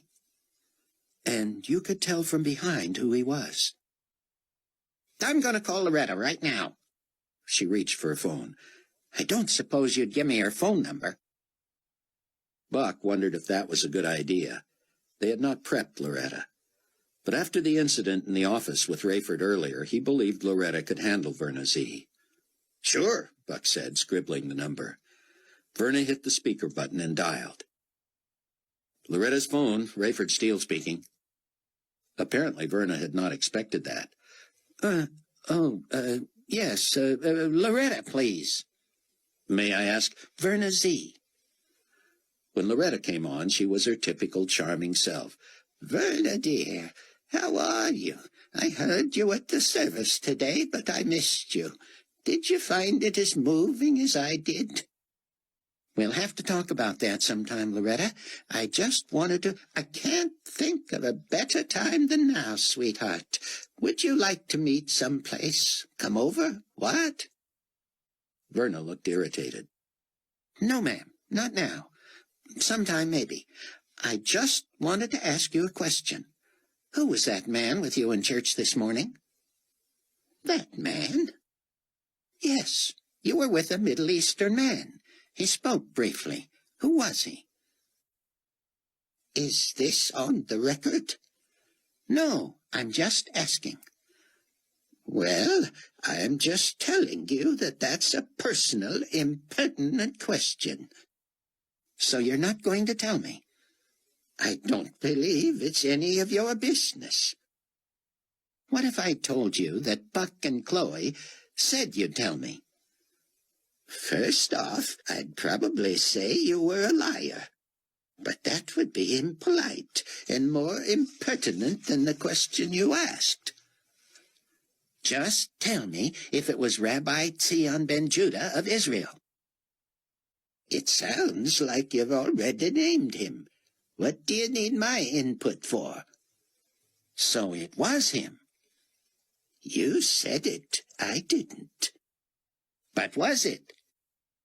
You want the honest truth, Verna? That man is my secret lover. I keep him under the bed. What? What? So come on. Verna, if you'd like to talk about how moved you were by our memorial service this morning, I'd love to chat with you some more. Do you?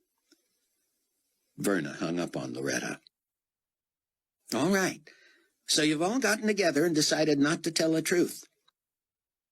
I don't think I'll have much trouble convincing Steve Plank or even Nicolae Carpathia that it appears you're harboring Sion Ben Judah. Chloe looked at Buck. You think Buck would do something so royally stupid? It would not only get him fired, but it would also get him killed? And you're going to use the threat of this news to the global community higher-ups in exchange for what? Verna stalked out of the room. Buck looked at Chloe, winked, and shook his head. You're priceless, he said. Verna rushed back in and slapped Buck's checks on the table. You know your time is short, Buck. Truth to tell, Buck said, I believe all of our time is short. Verna sat down resignedly. You really believe this stuff, don't you? Buck tried to change the tone. He spoke sympathetically. Verna, you've talked with Loretta and Amanda and Chloe and me. We've all shared our stories. You heard Rayford's story this morning. If we're all wacko, then we're all wacko. But were you not in the least impressed with some of the things that Bruce Barnes garnered from the Bible? Things that are coming true right now? Verna, at last, was silent for a moment. Finally, she spoke. It was kind of strange. Kind of impressive. But isn't it just like Nostradamus?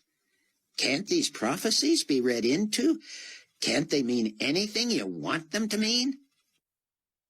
I don't know how you could believe that, Chloe said. You're smarter than that. Bruce said that if the treaty between the United Nations and Israel was the covenant referred to in the Bible, it would usher in the 7-year tribulation period. First, there would be 7 seal judgments.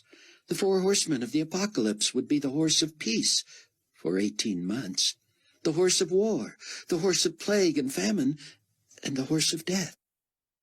That's all symbolic, isn't it? Verna said. Of course it is, Chloe said. I haven't seen any horsemen, but I have seen 1.5 years of peace. I've seen World War III break out. I've seen it result in plagues and famine, with more to come. I've seen lots of people die, and more will. What will it take to convince you? You can't see the 5th seal judgment, the martyred saints under the altar in heaven. But did you hear what Rayford said Bruce believes is coming next? An earthquake, yes, I know. Will that convince you? Verna turned in her chair and stared out the window. I suppose that would be pretty hard to argue with. I have some advice for you, Chloe said. If that earthquake is as devastating as the Bible makes it sound, you may not have time to change your mind about all of this before your time is up. Verna stood and walked slowly to the door. Holding it open, she said softly, I still don't like the idea of Buck's pretending to Carpathia to be something he's not. Buck and Chloe followed her out toward the front door. Our private lives, our beliefs, are none of our employer's business, Buck said. For instance, if I knew you were a lesbian, I wouldn't feel it necessary to tell your superiors. Verna whirled to face him. Who told you that? What business is that of yours? You tell anybody that and I'll... Buck raised both hands. Verna, your personal life is confidential with me. You don't have to worry that I'll ever say anything to anybody about that. There's nothing to tell. My point exactly. Buck held the door open for Chloe. In the parking lot, Verna said, So we're agreed. Agreed, Buck said. That neither of us is going to say anything about the other's personal life. Buck shrugged. Sounds fair to me. The funeral director was on the phone with Rayford.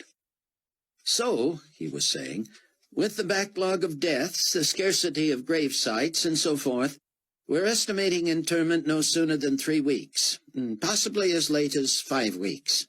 We store the bodies at no charge to you, as this is a matter of public health. I understand. If you could simply inform us once the burial has occurred, we'd appreciate it. We will not have a service, and no one will attend. Loretta sat at the dining room table next to Rayford. That seems so sad, she said. Are you sure not even one of us should go? I've never been much for graveside services, Rayford said, and I don't think anything more needs to be said over Bruce's body. That's true, she said. It's not like that's him. He's not going to feel lonely or neglected. Rayford nodded and pulled a sheet from a stack of Bruce's papers. Loretta, I think Bruce would have wanted you to see this. What is it? It's from his personal journal. A few private thoughts about you. Are you sure? Of course. I mean, are you sure he'd want me to see it? I can only go by my own feelings, he said. If I'd written something like this, I would want you to see it, especially after I was gone. Loretta, her fingers shaking, pulled the sheet to where she could read it with her bifocals. She was soon overcome. Thank you, Rayford, she managed through her tears. Thank you for letting me see that. Buck, I had no idea Verna was a lesbian, Chloe said. You had no idea. Neither did I. You're kidding. I'm not. You think that little revelation was of God, too? I'd sooner think it was a wild coincidence. But you never know. That tidbit may have saved your life. You may have saved my life, Chloe. You were brilliant in there. Just sticking up for my man. She rattled the wrong cage.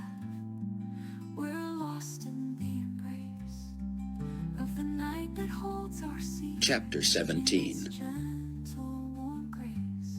A week and a half later, as Rayford was preparing to head back to New Babylon to resume his duties, he got a call from Leon Fortunato. You haven't heard anything from the potentate's woman, have you? The potentate's woman, Rayford repeated, trying to let his disgust show. You know who I'm talking about. She flew over there on the same flight you did. Where is she? I wasn't under the impression I was responsible for her. Still, you don't really want to withhold information about somebody Carpathia wants to know about. Oh, he wants to know where she is. In other words, he hasn't heard from her? You know that's the only reason I'd be calling you. Where does he think she is? Don't play games with me, Steele. Tell me what you know. I don't know precisely where she is, and I don't feel the liberty to be reporting on her whereabouts or even where I think she is without her knowledge. I think you'd better remember who you work for, pal. How can I forget? So, you want me to imply to Carpathia that you're harboring his fiancée? If that's what you're worried about, I can put your mind at ease. The last time I saw Hattie Durham was at Mitchell Field in Milwaukee when I arrived. And she went on where? I really don't think I should be sharing her itinerary if she chose not to. You could regret this, Steele. You know what, Leon? I'll sleep tonight. We're assuming she went to see her family in Denver. There was no war damage there, so we don't understand why we can't get through by phone. I'm sure you have many resources for locating her. I'd rather not be one of them. I hope you're financially secure, Captain Steele. Rayford did not respond. He didn't want to get into more of a war of words with Leon Fortunato. There's been a slight change of plans, by the way, as it relates to your picking up Supreme Pontiff Matthews in Rome. I'm listening. Carpathia will be going with you. He wants to accompany Matthews back to New Babylon. How does that affect me? I just wanted to make sure you didn't leave without him. Buck had already had his tongue-lashing by phone from Steve Plank about having allowed his passport and ID to fall into the wrong hands in Israel. They tortured that Shoresh guy within an inch of his life, and he still swore you were just a passenger on his boat. It was a nice big wood boat, Buck had said. Well, the boat is no more. What was the point of destroying a man's boat and torturing him? Are we on the record? I don't know, Steve. Are we talking as journalists, friends, or is this a warning from a colleague? Steve changed the subject. Carpathia still likes the copy you're sending out from Chicago. He thinks Global Community Weekly is the best magazine in the world. Of course, it always has been. Yeah. If you forget about objectivity and journalistic credibility. We all forgot about that years ago, Plank had said. Even before we were owned by Carpathia, we still had to dance to somebody's tune. Buck brought Amanda, Chloe, Rayford, and Sion up to speed on their new laptop computers. Sion had been using his secure phone to talk to everyone at Loretta's place, which they began calling their safe house. More than once, Loretta said, "That man sounds like he's next door." "That's cellular technology for you," Buck said. Sion required daily visits from his fellow Tribulation Force members just to keep his spirits up. He was fascinated by the new technology, and he spent much of his time monitoring the news. He was tempted to try to communicate via email to many of his spiritual children around the world. However, he feared they might be tortured in attempts to determine his whereabouts. He asked Buck to ask Nani how he might go about communicating widely without the recipients of his missive suffering for it. The solution was simple. He would merely put his messages on a central bulletin board, and no one would know who was accessing them. Sion spent much of his days poring over Bruce's material and getting it into publishable shape. That was made easier by Buck's getting it to Sion on disk. Frequently, Sion uploaded portions and, in essence, broadcast them to certain members of the Tribulation Force. He was specially impressed with what Bruce had to say about Chloe and Amanda. In his personal journal, Bruce frequently mentioned his dream that they worked together, researching, writing, and teaching cell groups and house churches. Eventually, it was agreed that Amanda would not return to New Babylon until after Rayford got back from his flight to Rome. That would give her a few more days with Chloe to plan a ministry similar to what Bruce had outlined. They didn't know where it would take them or what the opportunities would be, but they enjoyed working together and seemed to learn more that way. Buck was glad Verna Z was keeping her distance. Much of the staff of the Chicago office was deployed to various bombed-out cities to report on the resultant chaos. There was no doubt in Buck's mind that the black horse of plagues and famine and the pale horse of death had come galloping in on the heels of the red horse of war. On Wednesday evening, Amanda drove Rayford to Milwaukee for his flight to Iraq. "Why couldn't Matthews fly on his own plane to see Carpathia?" she said. "You know Carpathia. He likes to take the upper hand by being the most deferential and kind.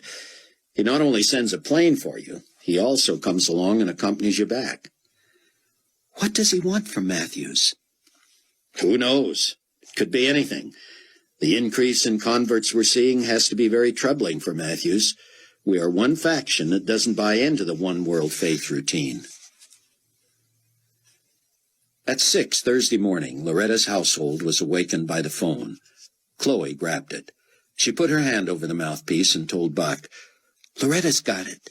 It's Hattie." Buck leaned close to listen with her. "Yes," Loretta was saying. "You woke me, darling, but it's all right. Captain Steele said you might call." "Well, I'm flying through Milwaukee on my way back to New Babylon, and I've purposely scheduled a 6-hour layover. Tell anybody there who cares that I'll be at Mitchell Field if they want to talk to me. They shouldn't feel obligated, and I won't be offended if they don't come." "Oh, they'll come, hon. Don't you worry about that." That same hour was 3 o'clock in the afternoon in Baghdad when Rayford's commercial flight landed. He had planned to stay on board to wait for the short flight on to New Babylon a little over an hour later, but his cell phone vibrated in his pocket. He wondered if this would be the call from Buck or from Carpathia about Buck that would end the speculation and suspicion of the Tribulation Force. They all knew it couldn't be long before Buck's position was jeopardized past the point of safety. Rayford also had a fleeting thought this might be a call from Hattie Durham. He had waited as long as he could before heading back, hoping to connect with her before her return. Like Carpathia and Fortunato, he had no luck trying to reach her by phone in Denver. But the call was from his co-pilot, Mac McCullum. "Get off that plane, Steele, and stretch your legs. Your taxi is here." "Hey, Mac, what's that mean?" "It means the big boss doesn't want to wait. Meet me at the helipad on the other side of the terminal. I'm coptering you back to headquarters." Rayford had wanted to put off his return to New Babylon as long as possible, but at least a helicopter ride was a diversion. He envied McCullum's ability to easily switch back and forth between co-piloting jumbo jets and flying whirlybirds. Rayford hadn't piloted a helicopter since his military days more than 20 years before. Global Community Weekly was released to the public every Thursday, with the following Monday's date on the cover. Buck tingled with excitement, merely anticipating that day's issue. At the safe house, it was decided that Amanda and Chloe would drive up to Milwaukee to pick up Hattie. Loretta would come home from the church office in time to host a small luncheon for her. Buck would go to the office to see the first copies of the magazine and head for Loretta's house when he got the call from Chloe that she and Amanda and Hattie were home. Buck had gone out on a limb with his cover story. Purporting as usual to take a neutral, objective journalistic viewpoint, Buck started with much of the material Bruce would have preached the Sunday morning of his own funeral. Buck did the writing, but he assigned reporters from every Global Community Weekly office still standing in several countries to interview local and regional clergymen about the prophecies in the Book of Revelation. For some reason, his reporters, most of them skeptics, went at this task with glee. Buck was faxed, modemed, phoned, couriered, and mailed dispatches from all over the world. His cover story title and the specific question he wanted his reporters to ask religious leaders was, "Will we suffer the wrath of the Lamb?" Buck had enjoyed this self-assigned task more than all the other cover stories he had ever done. That included his Man of the Year stories, even the one on Chaim Rosenzweig. He had spent nearly 3 days and nights hardly sleeping, collating, contrasting, and comparing the various reports. He, of course, could detect fellow believers in some of the comments. Despite the skepticism and cynicism of most of the reporters, Tribulation Saint pastors and a few converted Jews were quoted that the wrath of the Lamb, predicted in Revelation 6, was literal and imminent. The vast majority of the quotes were from clergy formerly representing various and sundry religions and denominations, but now serving Enigma Babylon 1 world faith. Almost to a person, these men and women, faith guides, no one was called a reverend or a pastor or a priest anymore, took their lead from Pontifex Maximus, Peter Matthews. Buck himself had talked to Matthews. His view, echoed dozens of times, was that the Book of Revelation was wonderful, archaic, beautiful literature to be taken symbolically, figuratively, metaphorically. This earthquake, Matthews had told Buck by phone, a smile in his voice, could refer to anything. It may have happened already. It may refer to something someone imagined going on in heaven. Who knows? It may be some story related to the old theory of an eternal man in the sky who created the world. I don't know about you, but I have not seen any apocalyptic horsemen. I haven't seen anyone die for their religion. I haven't seen anyone slain for the word of God, as the previous verses say. I haven't seen anyone in a white robe, and I don't expect to endure any earthquake. Regardless of your view on the person or concept of God or a God, hardly anyone today would imagine a supreme spirit being full of goodness and light subjecting the entire earth, already suffering from so recent a devastating war, to a calamity like an earthquake. But, Buck had asked him, are you not aware that this idea of fearing the wrath of the Lamb is a doctrine still preached in many churches? Of course, Matthews had responded, but these are the same holdovers from your right-wing fanatical fundamentalist factions who have always taken the Bible literally. These same preachers, and I dare say many of their parishioners, are the ones who take the creation account, the Adam and Eve myth, if you will, literally. They believe the entire world was under water at the time of Noah, and that only he and his 3 sons and their wives survived to begin the entire human race as we now know it. But you, as a Catholic, as the former Pope, not just the former Pope, Mr. Williams, also a former Catholic, I feel a great responsibility as leader of the global community's faith to set aside all trappings of parochialism. I must, in the spirit of unity and conciliation and ecumenism, be prepared to admit that much Catholic thought and scholarship was just as rigid and narrow-minded as that which I'm criticizing here.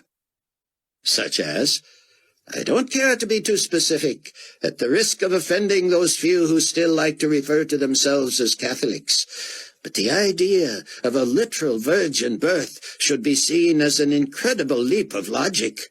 The idea that the Holy Roman Catholic Church was the only true church was almost as damaging as the evangelical Protestant view that Jesus was the only way to God. That assumes, of course, that Jesus was, as so many of my Bible-worshipping friends like to say, the only begotten Son of the Father. By now, I'm sure that most thinking people realize that God is, at most, a spirit, an idea, if you will. If they like to infuse him or it or her with some characteristics of purity and goodness, it only follows that we are all sons and daughters of God. Buck had led him. The idea of heaven and hell, then. Heaven is a state of mind. Heaven is what you can make of your life here on earth. I believe we're heading toward a utopian state. Hell? More damage has been done to more tender psyches by the wholly mythical idea that, well, let me put it this way. Let's say those fundamentalists, these people who believe we're about to suffer the wrath of the Lamb, are right that there is a loving, personal God who cares about each one of us. How does that jibe? Is it possible he would create something that he would eventually burn up? It makes no sense. But don't Christian believers, the ones you're trying to characterize, say that God is not willing that any should perish? In other words, he doesn't send people to hell. Hell is judgment for those who don't believe, but everyone is given the opportunity. You have summarized their position well, Mr. Williams. But, as I'm sure you can see, it just doesn't hold water. Early that morning, before the door was unlocked, Buck picked up the shrink-wrapped bundle of Global Community Weeklies and lugged them inside. The secretaries would distribute one to each desk, but for now Buck ripped off the plastic and set a magazine before him. The cover, which had been tweaked at the International Headquarters office, was even better than Buck had hoped. Under the logo was a stylized illustration of a huge mountain range splitting from one end to the other. A red moon hung over the scene, and the copy read, "Will you suffer the wrath of the Lamb?" Buck turned to the extra-long story inside that carried his byline. Characteristic of a Buck Williams story, he had covered all the bases. He had quoted leaders from Carpathia and Matthews to local faith guides. There was even a smattering of quotes from the man on the street. The biggest coup in Buck's mind was a sidebar carrying a brief but very cogent and articulate word study by none other than Rabbi Tzion ben Judah. He explained who the sacrificed lamb was in Scripture and how the imagery had begun in the Old Testament and was fulfilled by Jesus in the New Testament. Buck had been suspicious about not having been called on the carpet by anyone but his old friend Steve Plank regarding his potential involvement in the escape of Tzion ben Judah. Quoting Tzion extensively in his own sidebar could have made it seem as if Buck were rubbing in the faces of his superiors his knowledge of ben Judah's whereabouts. But he had headed that off. When the story was filed and sent via satellite to the various print plant facilities, Buck added a note that Dr. Ben Judah learned of this story over the Internet and has submitted his view via computer from an undisclosed location. Also amusing to Buck, if anything about this cosmic subject could be amusing, was that one of his enterprising young reporters from Africa took it upon himself to interview geological scholars in a university in Zimbabwe. Their conclusion? The idea of a global earthquake is on the face of it illogical. Earthquakes are caused by faults, by underground plates rubbing against each other. It's cause and effect. The reason it happens in certain areas, in certain times, is logically because it's not happening at other places at the same time. These plates move and crash together because they have nowhere else to go.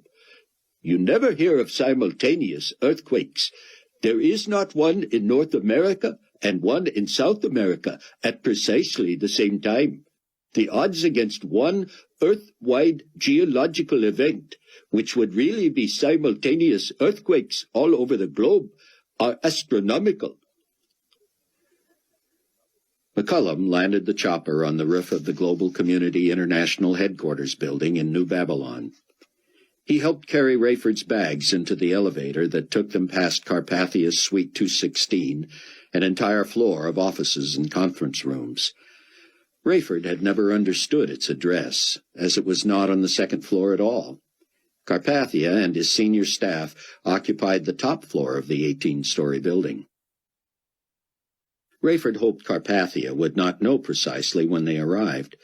He assumed he would have to face the man when he flew him to Rome to pick up Matthews, but Rayford wanted to get unpacked, freshen up, and settle in at his condo before getting back on board a plane again right away.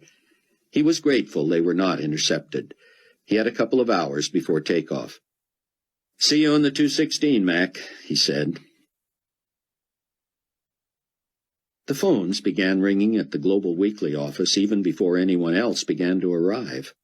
Buck let the answering machine take the calls, and it wasn't long before he rolled his chair to the receptionist's desk and sat listening to the comments. One woman said, "So, Global Community Weekly has stooped to the level of the tabloids, covering every latest fairy tale to come out of the so-called church. Leave this trash to the yellow journalists." Another said, "I wouldn't have dreamed people still believed this malarkey. That you could dig up that many weirdos to contribute to one story is a tribute to investigative journalism. Thanks for exposing them to the light and showing them what fools they really are." Only the occasional call carried the tone of this one from a woman in Florida. "Why didn't someone tell me about this before? I've been reading Revelation since the minute this magazine hit my doorstep, and I'm scared to death. What am I supposed to do now?" Buck hoped she would read deep enough into the article to discover what a converted Jew from Norway said was the only protection from the coming earthquake. "No one should assume there will be shelter. If you believe as I do, that Jesus Christ is the only hope for salvation, you should repent of your sins and receive him before the threat of death visits you." Buck's personal phone buzzed. It was Verna. "Buck, I'm keeping your secret, so I hope you're keeping your end of the bargain." "I am. What's got you so agitated this morning?" "Your cover story, of course. I knew it was coming, but I didn't expect it to be so overt. Do you think you've hidden behind your objectivity? Don't you think this exposes you as a proponent?" "I don't know. I hope not. Even if Carpathia didn't own this magazine, I would have to come across as objective." "You're deluding yourself." Buck scrambled mentally for an answer. In one way, he appreciated the warning. In another, this was old news. Maybe Verna was just trying to find some point of contact, some reason to start a dialogue again. "Verna, I urge you to keep thinking about what you heard from Loretta, Chloe, and Amanda." "And from you. Don't leave yourself out." Her tone was mocking and sarcastic. "I mean it, Verna. If you ever want to talk about this stuff, you can come to me." "With what your religion says about homosexuals, are you kidding?" "My Bible doesn't differentiate between homosexuals and heterosexuals," Buck said. It may call practicing homosexuals sinners, but it also calls heterosexual sex outside of marriage sinful. Semantics, Buck. Semantics. Just remember what I said, Verna. I don't want our personality conflict to get in the way of what's real and true. You were right when you said the outbreak of the war made our skirmishes petty. I'm willing to put those behind us. She was silent for a moment. Then she sounded almost impressed. Well, thank you, Buck. I'll keep that in mind. By late morning Chicago time, it was early evening in Iraq. Rayford and McCullum were flying Carpathia, Fortunato, and Dr. Klein to Rome to pick up One World Faith's Supreme Pontiff, Peter Matthews. Rayford knew Carpathia wanted to pave the way for the apostate union of religions to move to New Babylon, but he wasn't sure how Dr. Klein fit into this meeting. By listening in on his bugging device, he soon found out. As was his usual custom, Rayford took off, quickly reached cruising altitude, put the plane on autopilot, and turned over control to Mac McCullum. I feel like I've been on a plane all day, he said, leaning back in his seat, pulling the bill of his cap down over his eyes, applying his headphones and appearing to drift off to sleep. In the approximately 2 hours it took to fly from New Babylon to Rome, Rayford would get a lesson in New World Order international diplomacy. But before they got down to business, Carpathia checked with Fortunato on the flight plans of Hattie Durham. Fortunato told him, "She is on some kind of a multi-leg journey that has a long layover in Milwaukee, then heads for Boston. She'll fly non-stop from Boston to Baghdad. She'll lose several hours coming this way, but I think we can expect her tomorrow morning." Carpathia sounded peeved. How long before we get the international terminal finished in New Babylon? I am tired of everything having to come through Baghdad. They're telling us a couple of months now. And these are the same building engineers who tell us everything else in New Babylon is state-of-the-art? Yes, sir. Have you noticed problems? No, but it almost makes me wish this Wrath of the Lamb business was more than a myth. I would like to put the true test to their earthquake-proof claims. I saw that piece today, Dr. Klein said. Interesting bit of fiction. That Williams can make an interesting story out of anything, can't he? Yes, Carpathia said solemnly. I suspect he has made an interesting story of his own background. I don't follow. I do not follow either, Carpathia said. Our intelligence forces link him to the disappearance of Rabbi Ben Judah. Rayford straightened and listened more closely. He didn't want McCullum to realize he was listening on a different frequency, but neither did he want to miss anything. We are learning more and more about our brilliant young journalist, Carpathia said. He has never been forthcoming about his ties to my own pilot, but then neither has Captain Steele. I still do not mind having them around. They may think they are in strategic proximity to me, but I am also able to learn much about the opposition through them.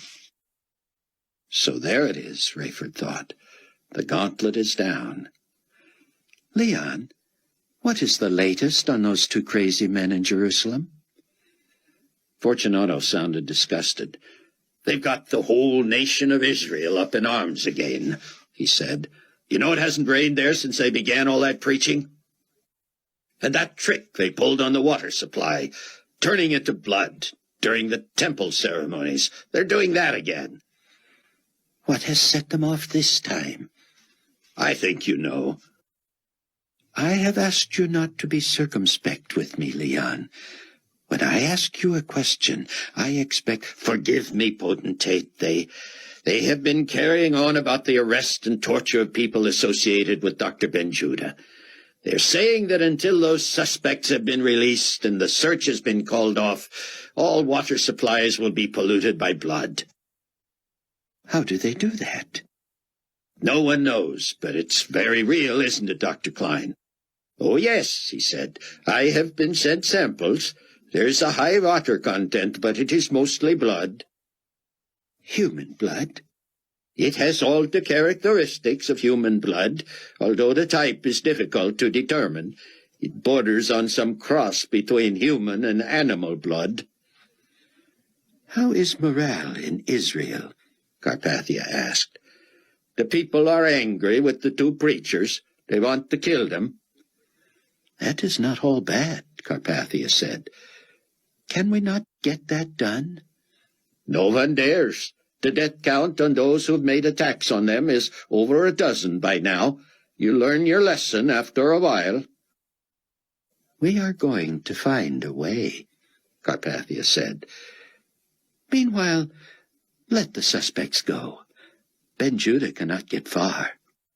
Anyway, without being able to show his face in public, he cannot do us much harm. If those two rascals do not immediately purify the water supply, we will see how they stand up to an atomic blast. You're not serious, are you? Dr. Klein said. Why would I not be? You've dropped an atomic bomb on a sacred site in the holy city? Frankly, I do not worry about the Wailing Wall or the Temple Mount or the new temple. Those two are giving me no end of grief. So mark my word, the day will come when they push me too far. It would be good to get Pontiff Matthew's opinion of all of this. We have enough of an agenda with him, Carpathia said. In fact, I am sure he has an agenda for me as well, though perhaps a hidden one. Later, after someone switched on the TV and the three men caught up on the international coverage of the war cleanup effort, Carpathia turned his attention to Dr. Klein. As you know, the 10 ambassadors voted unanimously to fund abortions for women in underprivileged countries. I have made an executive decision to make that unilateral. Every continent has suffered from the war, so all could be considered underprivileged. I do not anticipate a problem from Matthews on this, the way he might have protested were he still Pope. However, should he express some opposition, are you prepared to discuss the long-term benefits? Of course. And where are we on the technology for predetermining the health and viability of a fetus? Amniocentesis can now tell us everything we want to know. Its benefits are so far-reaching that it is worth any risk the procedure might afford. And Leon, Carpathia said, are we at a point where we can announce sanctions requiring amniocentesis on every pregnancy, along with an abortion requirement for any fetal tissue determined to result in a deformed or handicapped fetus?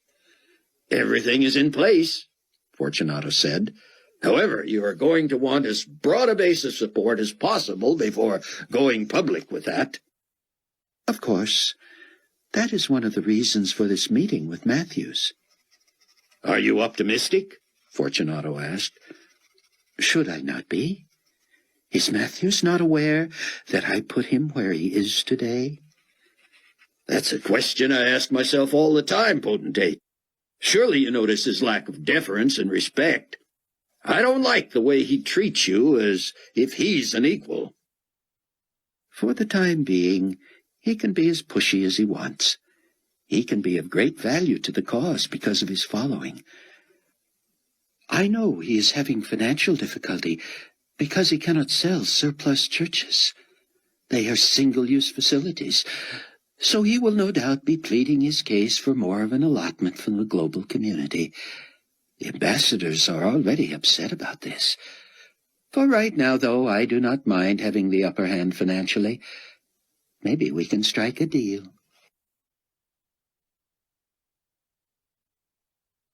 Chapter 18. Buck was amused that his cover story was the hottest topic of the day. Every talk show, news show, and even some variety shows mentioned it. One comedy featured an animated short of a woolly lamb going on the rampage. They called it Our View of the Wrath of the Lamb. Glancing at the magazine before him, Buck suddenly realized that when he was exposed, when he would have to step down, when he possibly became a fugitive, It would be impossible to match the distribution of a magazine so well established around the world. He might have a larger audience via television and the internet, but he wondered if he would ever have the influence again that he had right now. He looked at his watch. It was almost time to head for the safe house and the luncheon with Hattie. Rayford and McCullum had about an hour's break after they hit the ground in Rome and before they were to head back to New Babylon. They passed Peter Matthews and one of his aides boarding the plane. Rayford was nauseated by Carpathia's obsequious deference to Matthews. He heard the potentate say, "How good of you to allow us to come and collect you, Pontiff. I am hoping we can have meaningful dialogue, profitable to the good of the global community." Just before Rayford stepped out of earshot, Matthews told Carpathia, "As long as it's profitable to the one-world faith, I don't much care whether you benefit or not." Rayford found reasons to excuse himself from McCullum and hurry back to the plane and into the cockpit. He apologized to Fortunato for having to check on a few things and was soon back in his customary spot. The door was locked, the reverse intercom was on, and Rayford was listening. Buck had not seen Hattie Durham in real distress since the night of the rapture. He, like most other men, usually saw her only as striking. Now the kindest term he could think of for her was disheveled. She carried an oversized purse, stuffed mostly with tissues, and she made use of every last one. Loretta pointed her to the head of the table, and when lunch was served, they all sat awkwardly, seeming to try to avoid meaningful conversation. Buck said, "Amanda, would you pray for us?" Hattie quickly entwined her fingers under her chin, like a little girl kneeling at her bedside. Amanda said, "Father, sometimes in the situations we find ourselves, it's difficult to know what to say to you. Sometimes we're unhappy. Sometimes we're distraught. Sometimes we have no idea where to turn. The world seems in such chaos. However, we know we can thank you for who you are. We thank you that you're a good God, that you care about us and love us. We thank you that you're sovereign and that you hold the world in your hands. We thank you for friends, especially old friends like Hattie. Give us words to say that might help her in whatever decision-making she must do. And thank you for the provision of this food. In Jesus' name, amen." They ate in silence, Buck noticing that Hattie's eyes were full of tears. Despite that, she ate quickly and was done before the rest. She grabbed yet another tissue and blew her nose. "Well," she said, "Rayford insisted that I drop in on you on my way back. I'm sorry I missed him, but I think he really wanted me to talk to you anyway. Or maybe he wanted you to talk to me." The women looked as puzzled as Buck felt. That was it? The floor was theirs? What were they supposed to do? It was hard to meet this woman at her point of need if she wasn't going to share that need. Loretta began. "Hattie, what's troubling you the most just now?" Either what Loretta said or how she said it unleashed a torrent of tears. "Fact is," Hattie managed, "I want an abortion. My family is encouraging me that way. I don't know what Nicolae will say, but if there's no change in our relationship when I get back there, I'm going to want an abortion for sure. I suppose I'm here because I know you'll try to talk me out of it, and I guess I need to hear both sides. Rayford already gave me the standard right-wing pro-life position. I don't guess I need to hear that again."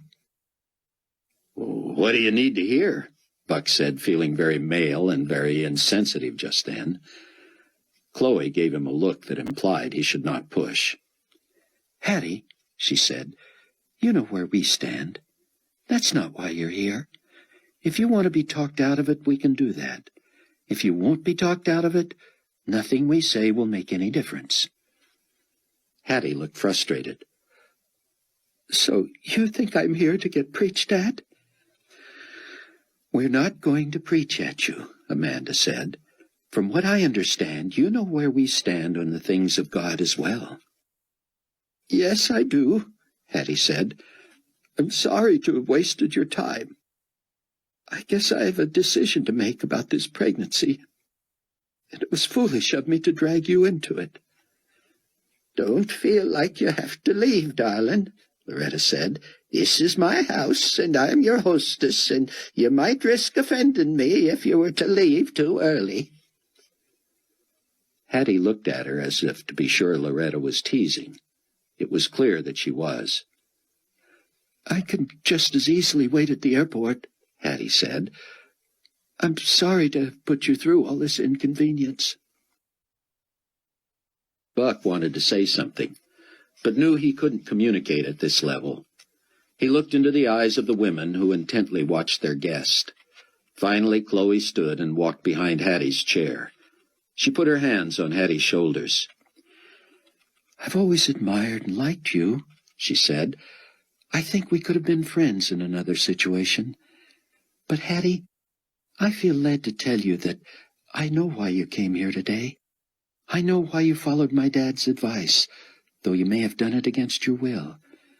Something tells me your visit home was not successful. Maybe they were too practical. Maybe they didn't give you the compassion you needed along with their advice. Maybe hearing that they wanted you to end this pregnancy was not what you really wanted. Let me just tell you, Hattie, if it's love you're looking for, you came to the right place. Yes, there are things we believe, things we think you should know, things we think you should agree with. Decisions we think you should make. We have ideas about what you should do about your baby, and we have ideas about what you should do about your soul. But these are personal decisions only you can make. And while they are life and death, heaven and hell decisions, all we can offer is support, encouragement, advice if you ask for it, and love. Yeah, Hattie said. Love if I buy into everything you have to sell. No, we're going to love you anyway. We're going to love you the way God loves you. We're going to love you so fully and so well that you won't be able to hide from it, even if your decisions go against everything we believe to be true. And even though we would grieve over the loss of innocent life if you chose to abort your baby, we won't love you any less. Hattie burst into tears as Chloe rubbed her shoulders. That's impossible. You can't love me no matter what I do, especially if I ignore your advice. You're right, Chloe said. We are not capable of unconditional love. That's why we have to let God love you through us. He's the one who loves us regardless of what we do. The Bible says he sent his Son to die for us while we were dead in our sins. That's unconditional love. That's what we have to offer you, Hattie, because that's all we have. Hattie stood awkwardly, and her chair scraped the floor as she turned to embrace Chloe.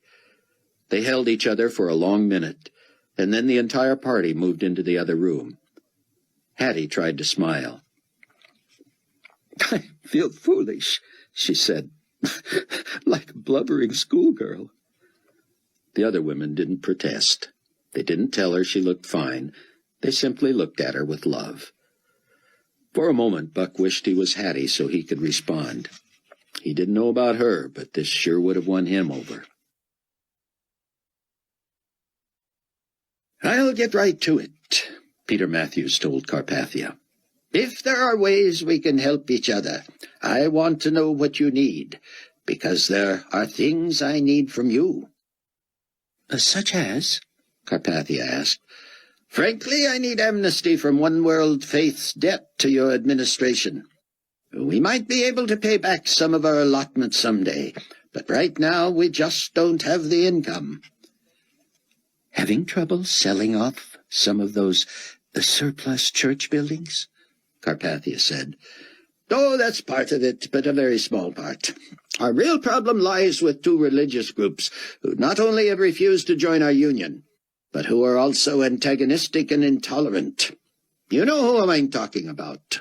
One group is a problem that you caused yourself by that agreement between the global community and Israel. The Jews have no need for us, no reason to join. They still believe in the one true God and the Messiah who's supposed to come in the sky by and by. I don't know what your plan is after the contract runs out, but I could sure use some ammunition against them. The other bunch are these Christians who call themselves tribulation saints. They're the ones who think the Messiah already came and raptured his church, and they missed it. I figure if they're right, they're kidding themselves to think he'd give them another chance. But you know as well as I do, they're growing like wildfire. The strange thing is, a whole bunch of their converts are Jews. They've got these two nuts at the Wailing Wall telling everybody that the Jews are halfway there with their belief in the one true God, but that Jesus is his son, that he came back, and he's coming back again. Peter, my friend, this should not be strange doctrine to you as a former Catholic. I didn't say it was strange to me. I just never realized the depth of the intolerance that we Catholics had and that those tribulation saint types have now. You have noticed the intolerance, too? Who hasn't? These people take the Bible literally. You've seen their propaganda and heard their preachers at the big rallies.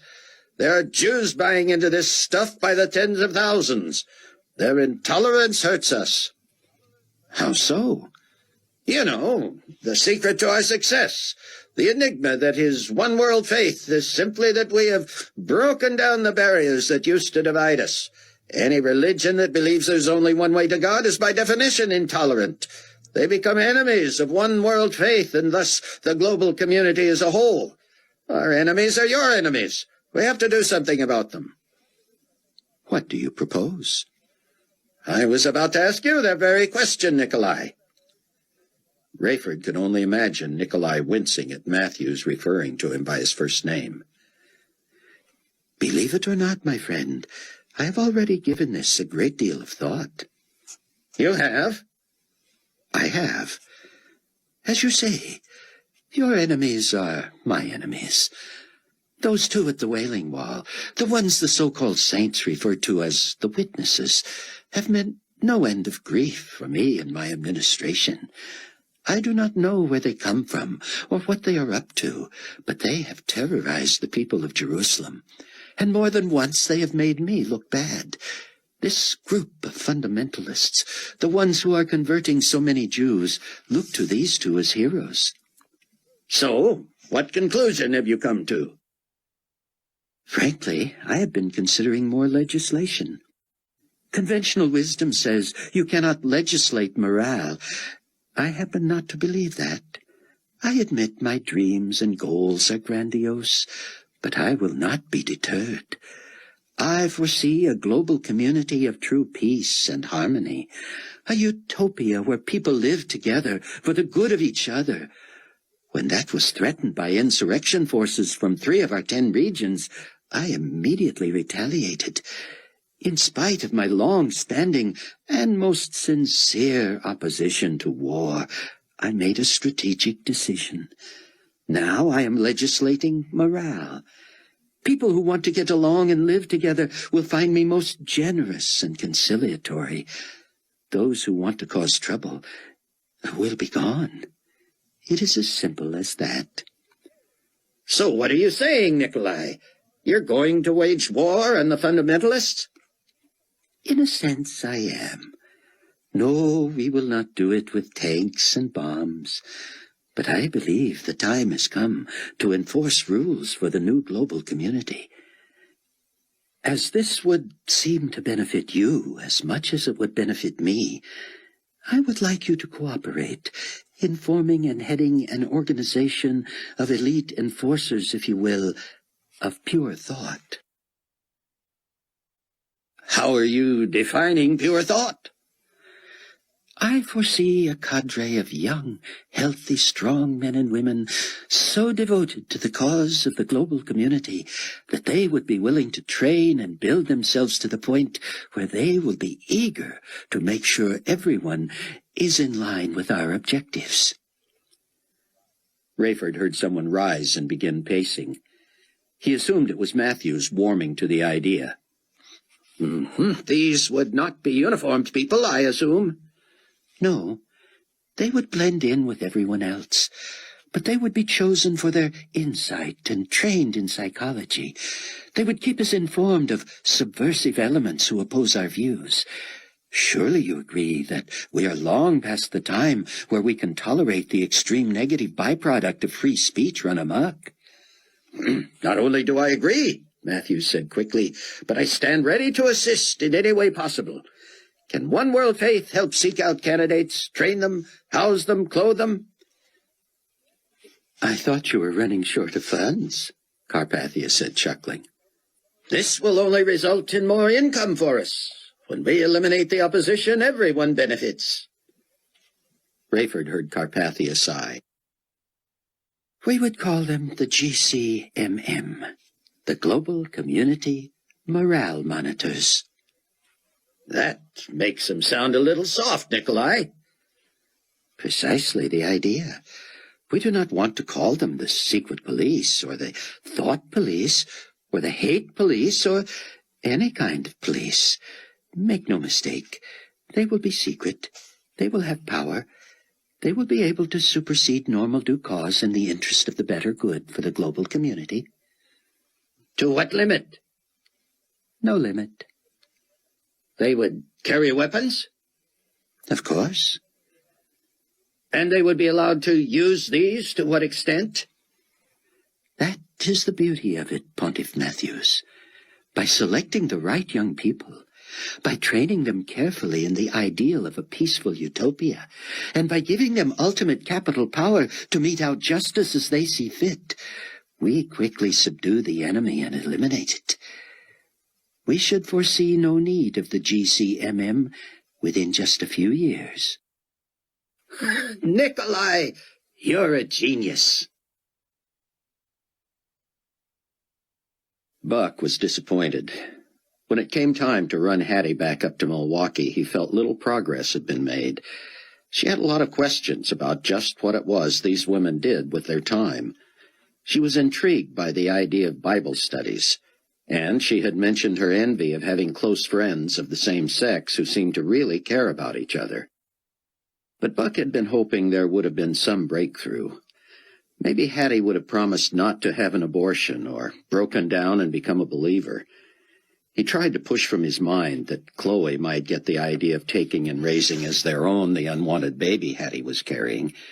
He and Chloe were close to a decision about whether to bring a baby into this stage of history, but he hardly wanted to consider raising the child of the Antichrist. Hattie thanked everyone and climbed into the Range Rover with the women. Buck implied he was going to take one of the other cars back to the Global Community Weekly office, but instead he drove to the church. He stopped on the way for a treat for his friend, and within minutes he had gone through the labyrinth that took him to the inner sanctum of Rabbi Tzion ben Judah's personal study chamber. Every time Buck sneaked into that place, he was certain that claustrophobia, loneliness, fear, and grief would have overcome his friend. Without fail, however, it was Buck who was warmed by these visits. Tzion was hardly gleeful. He did not laugh much, nor did he offer a huge smile when Buck appeared. His eyes were red, and his face showed the lines of the recently bereaved. But he was also staying fit. He worked out, running in place, doing jumping jacks, stretching, and who knew what else. He told Buck that he did this for at least an hour a day, and it showed. He seemed in a better frame of mind each time Buck saw him, and he never complained. That afternoon, Tzion seemed genuinely pleased to have a visitor. "Cameron," he said, "I'm not living with this heaviness of soul right now. Certain parts of this place, even its location, would be paradise. I can read, I can study, I can play, I can write, I can communicate by phone and computer. It is a scholar's dream.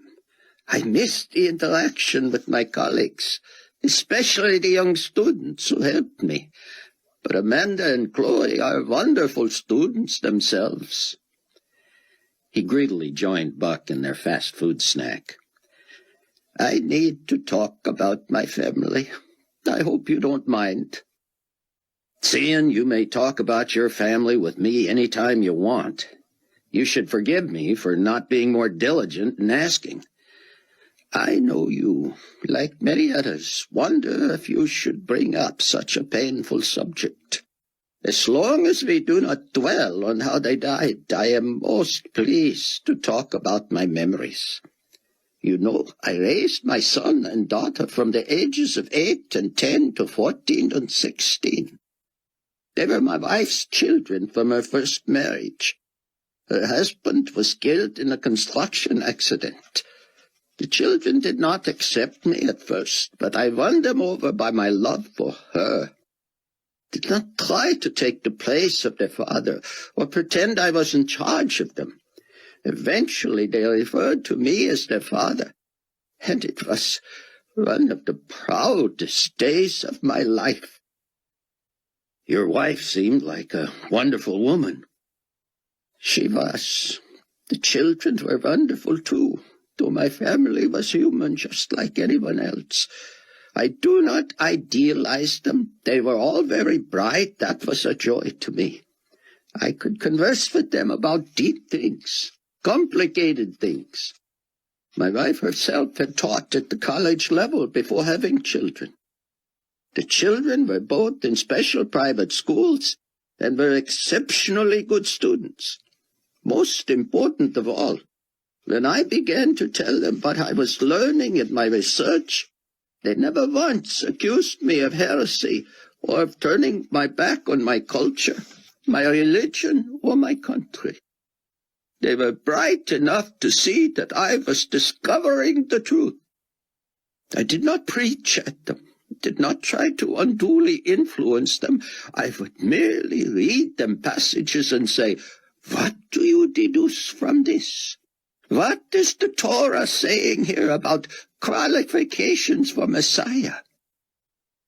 I was so fervent in my Socratic method that at times I believed they came to my ultimate conclusions before I did.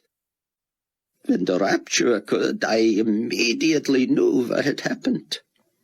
In some ways, I was actually disappointed to find that I had failed my family and that all 3 of them had been left behind with me. I would have missed them as I miss them now, but it also would have been a blessing to me had any of them seen the truth and acted upon it before it was too late. You told me they all became believers shortly after you did. Cian stood and paced. Kevin, I do not understand how anyone with any exposure to the Bible could doubt the meaning of the mass vanishings. Rayford Steele, with his limited knowledge, knew because of the testimony of his wife. I, above all people, should have known. And yet you see it all around you. People are still trying to explain it away. It breaks my heart. Cian showed Buck what he was working on. He had nearly completed the first booklet in what he hoped would be a series from Bruce's writings. He was a surprisingly adept scholar for a young man, Cian said. He was not the linguist that I am, and so I am adding some of that to his work. I think it makes for a better final product. I'm sure Bruce would agree, Buck said. Buck wanted to broach the subject of Cian's helping the church, remotely, of course, locate a new pastor. How perfect if it could be Cian. But that was out of the question. Anyway, Buck did not want anything to interrupt Cian's important work. You know, Cian, that I will likely be the first to join you here on a permanent basis. Cameron, I cannot see you as content to hide out. It'll drive me crazy, there's no doubt about that. But I've begun to get careless, riskier. It's bound to catch up with me. You will be able to do what I do on the internet, Cian said. I am communicating with many hundreds already just by learning a few tricks. Imagine what you can do with the truth. You can write the way you used to write, with total objectivity and seriousness. You will not be influenced by the owner of the paper. What was that you said about the truth? You can write the truth, that's all. Buck sat and began noodling on paper. He drew the cover of a magazine and called it simply Truth. He was excited. Look at this. I could design the graphics, write the copy, and disseminate it on the net. According to Donnie Moore, it could never be traced back here. I don't want to see you forced into self-incarceration, Ben Judah said, but I confess I would enjoy the company. Chapter 19. Rayford was proud of Hattie Durham. From what he could gather in New Babylon, she had pulled another fast one on Nicolae and his henchman Leon Fortunato. Apparently she had flown from Milwaukee to Boston, but rather than taking her connecting flight on to Baghdad, she had stopped somewhere. Rayford had been out of hearing range, of course, when the meetings with Peter Matthews were continued at New Babylon headquarters. All he knew was that there was great consternation around the place, especially among Nicolae and Leon, that Hattie had slipped off schedule yet again. Though Nicolae had shown indifference to her, not knowing where she was made her a loose cannon and a potential embarrassment. When word finally arrived that she had a new itinerary, Carpathia himself asked to see Rayford in private. The new secretarial staff was in place and operational by the time Rayford entered Suite 216 and was granted audience with the potentate. It is good to see you again, Captain Steele. I fear I have not been as forthcoming with my thanks for your service as I used to be, before so many distractions have come about. Let me get straight to the point. I know that Miss Durham once worked for you. In fact, you came to us based on her recommendation. I know also that she has at times confided in you. Thus it should come as no surprise to you that there has been some trouble in paradise, as they say. Let me be frank. The fact is, I believe Miss Durham always overestimated the seriousness of our personal relationship.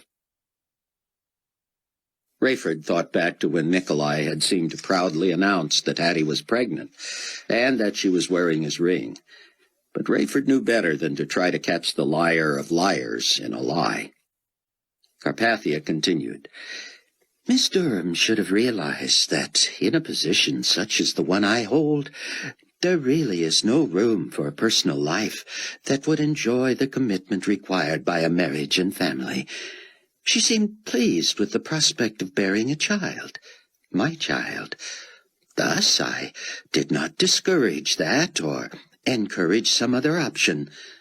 Should she take the pregnancy to term, I would of course exercise my fiscal responsibility. However, it is unfair for her to expect me to devote the time that might be available to the normal father. My advice to her would be to terminate the pregnancy. However, due to the fact that this result of our relationship is really her responsibility, I will leave that decision to her. Rayford was puzzled, and didn't try to hide it. Why was Carpathia telling him this? What assignment was going to fall to him? He didn't have long to wait. I have needs like any other man, Captain Steele. You understand I would never commit myself to just one woman, and I certainly made no such commitment to Miss Durham. The fact is that I already have someone else with whom I am enjoying a relationship. Therefore, you can see my dilemma. I'm not sure I do, Rayford said. Well, I have replaced Miss Durham as my personal assistant. I sense that she is distraught from that, and from what she has to deduce is a relationship that is soured. I do not see it as souring. I see us both moving on. But as I say, she saw it as more important a commitment than I did. She is thus more upset and disappointed at the conclusion of it. I need to ask you about the ring you gave her, Rayford said. Oh, that is no problem. I will not be requiring that back. In fact, I always believed that the stone was much too large to be worn as an engagement ring. It clearly is decorative. She need not worry about returning that. Rayford was getting the picture. Carpathia was going to call on him as Hattie's old friend and boss to deliver the news. Why else would he need all this information? I will do the right thing by Miss Durham, Captain Steele. You may be assured of that. I would not want her to become destitute. I know she is employable. Probably not as a clerical person, but certainly in the aviation industry. Which has been devastated by the war, as you know, Rayford said. Yes, but with her seniority and perhaps with some gentle pressure on my part. And so you're saying that you will give her some sort of severance or a stipend or settlement? Carpathia seemed to brighten. Yes, if that will make it easier for her, I am happy to do that. I should think you would be, Rayford thought. Captain Steele, I have an assignment for you. I deduced that. Of course you would. You are a bright man. We have received word that Miss Durham is back on her itinerary and is expected in Baghdad on a flight from Boston on Monday. It finally hit Rayford why Hattie might have delayed her return. Perhaps she knew of Amanda's plans. It would be just like Amanda to arrange to meet her somewhere and accompany her back. Amanda would have had an ulterior motive, of course, to keep Hattie from visiting a reproductive clinic. She also would have wanted to continue expressing love to her. Rayford decided against telling Carpathia he was headed to the airport in Baghdad Monday anyway to pick up his own wife. Assuming you are free, Captain Steele, and I will make sure that you are, I would ask that you would meet Miss Durham's plane. As her old friend, you will be the right one to break this news to her. Her belongings have been delivered to one of the condominiums in your building. She will be allowed to stay there for a month before deciding where she would like to relocate. Rayford interrupted. Excuse me, but are you asking me to do something that you yourself should be doing? Oh, make no mistake, Captain Steele. I am not afraid of this confrontation. It would be most distasteful for me, yes, but I recognize my responsibility here. It is just that I am under such crushing deadlines for important meetings. We have established many new directives and legislative encyclicals in light of the recent insurrection, and I simply cannot be away from the office.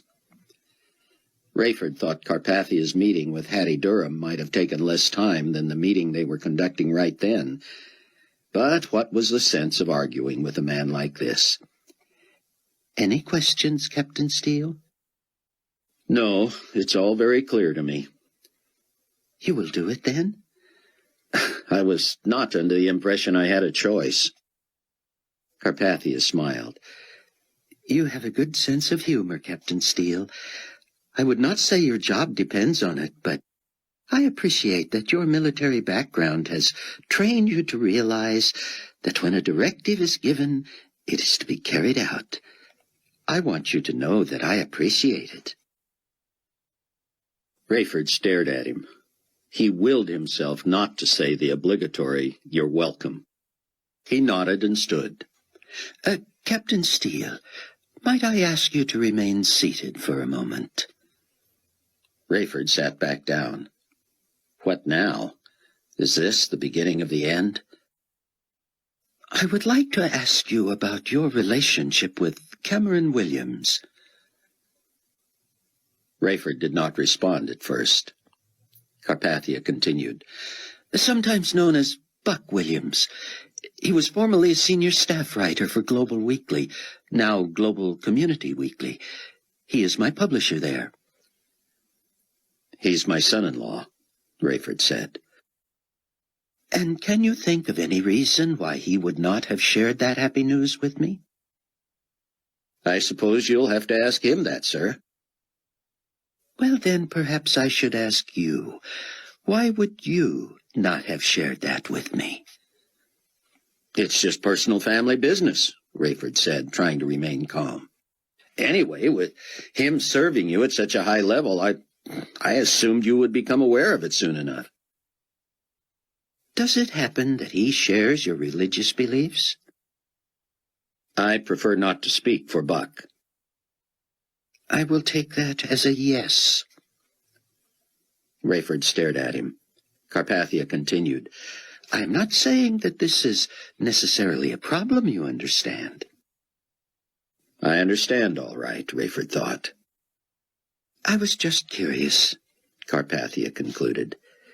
He smiled at Rayford, and the pilot read everything in that smile that the Antichrist implied. I will look forward to a report of your meeting with Miss Durham, and I have full confidence that it will be successful. Buck was at the Chicago office of Global Community Weekly when he got a call from Amanda on his private phone.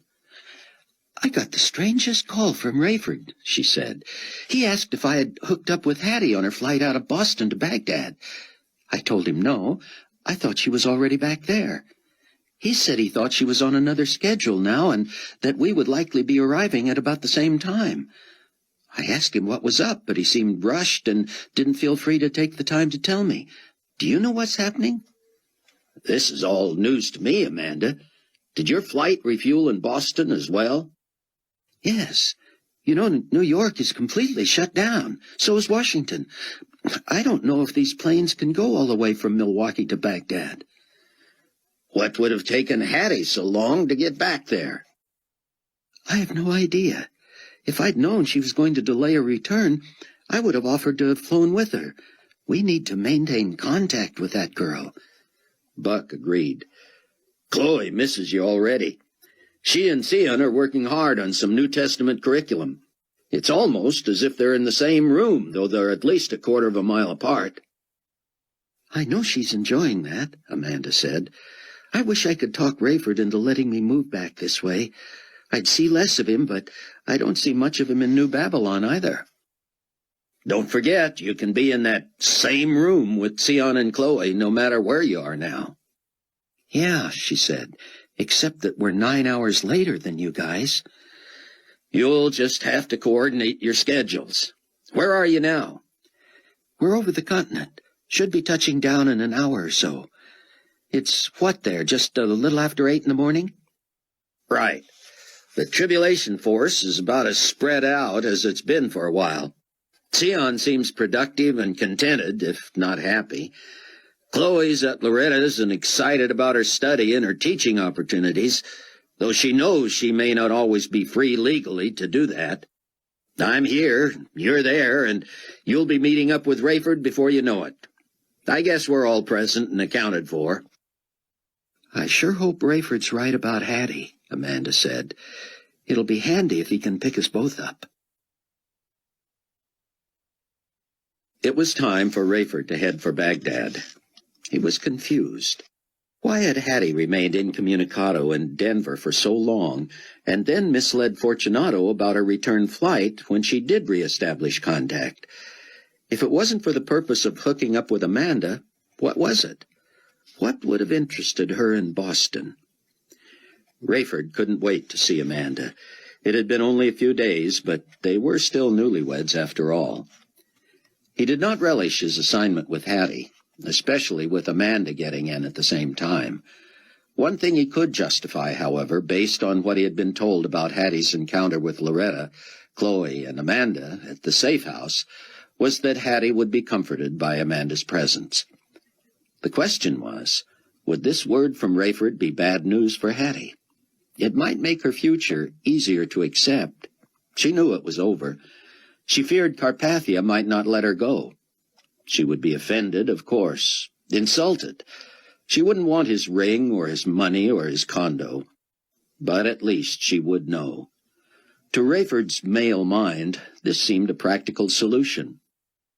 He had learned enough from Irene and Amanda over the years, however, to know that regardless of how unattractive Nicolae Carpathia had become to Hattie, still she would be hurt and would feel rejected.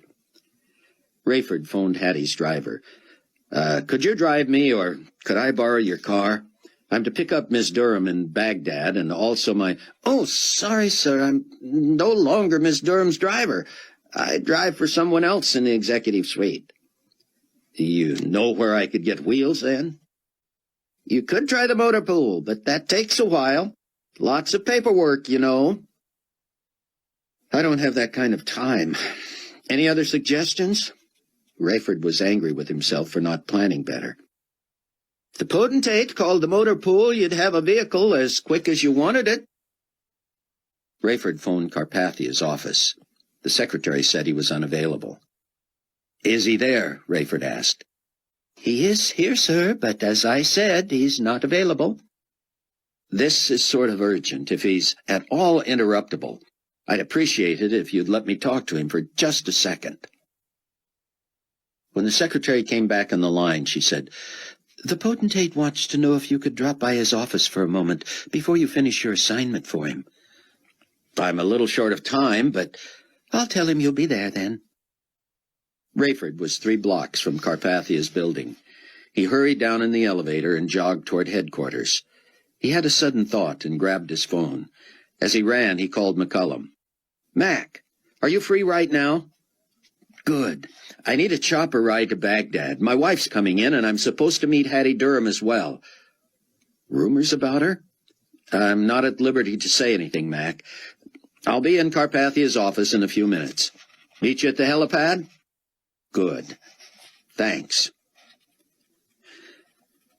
Buck was working on his laptop with his office door shut when the machine signaled that he had incoming real-time mail. He liked this feature. It was like being on a chat line with just one person. The message was from Sion. He asked, Shall we try the video feature? Buck typed, Sure, and he tapped in the code. It took a few minutes to program itself, but then Sion's image flickered on the screen. Buck tapped in, Is that you, or am I looking in the mirror? Sion responded, It's me. We could use the audio and talk to each other if you're in the secure area. Better not, Buck tapped in. Did you want something specific? I would like a companion for breakfast, Sion said. I'm feeling much better today, but I'm getting a little claustrophobic here. I know you can't sneak me out, but could you get in without Loretta suspecting? I'll try. What would you like for breakfast? I have cooked up something American just for you, Buck. I'm turning my screen now to see if it can pick it up. The machine was not really built to pan around a dark underground shelter. Buck typed in, I can't see anything, but I'll trust you. Be there as soon as I can. Buck told the receptionist he would be gone for a couple of hours. But as he was heading to the Range Rover, Verna Z caught him. Where are you going? She said. I'm sorry, he said. I want to know where you'll be. I'm not sure where at all I'll be, he said. The desk knows I'll be gone for a couple of hours. I don't feel obligated to share specifics.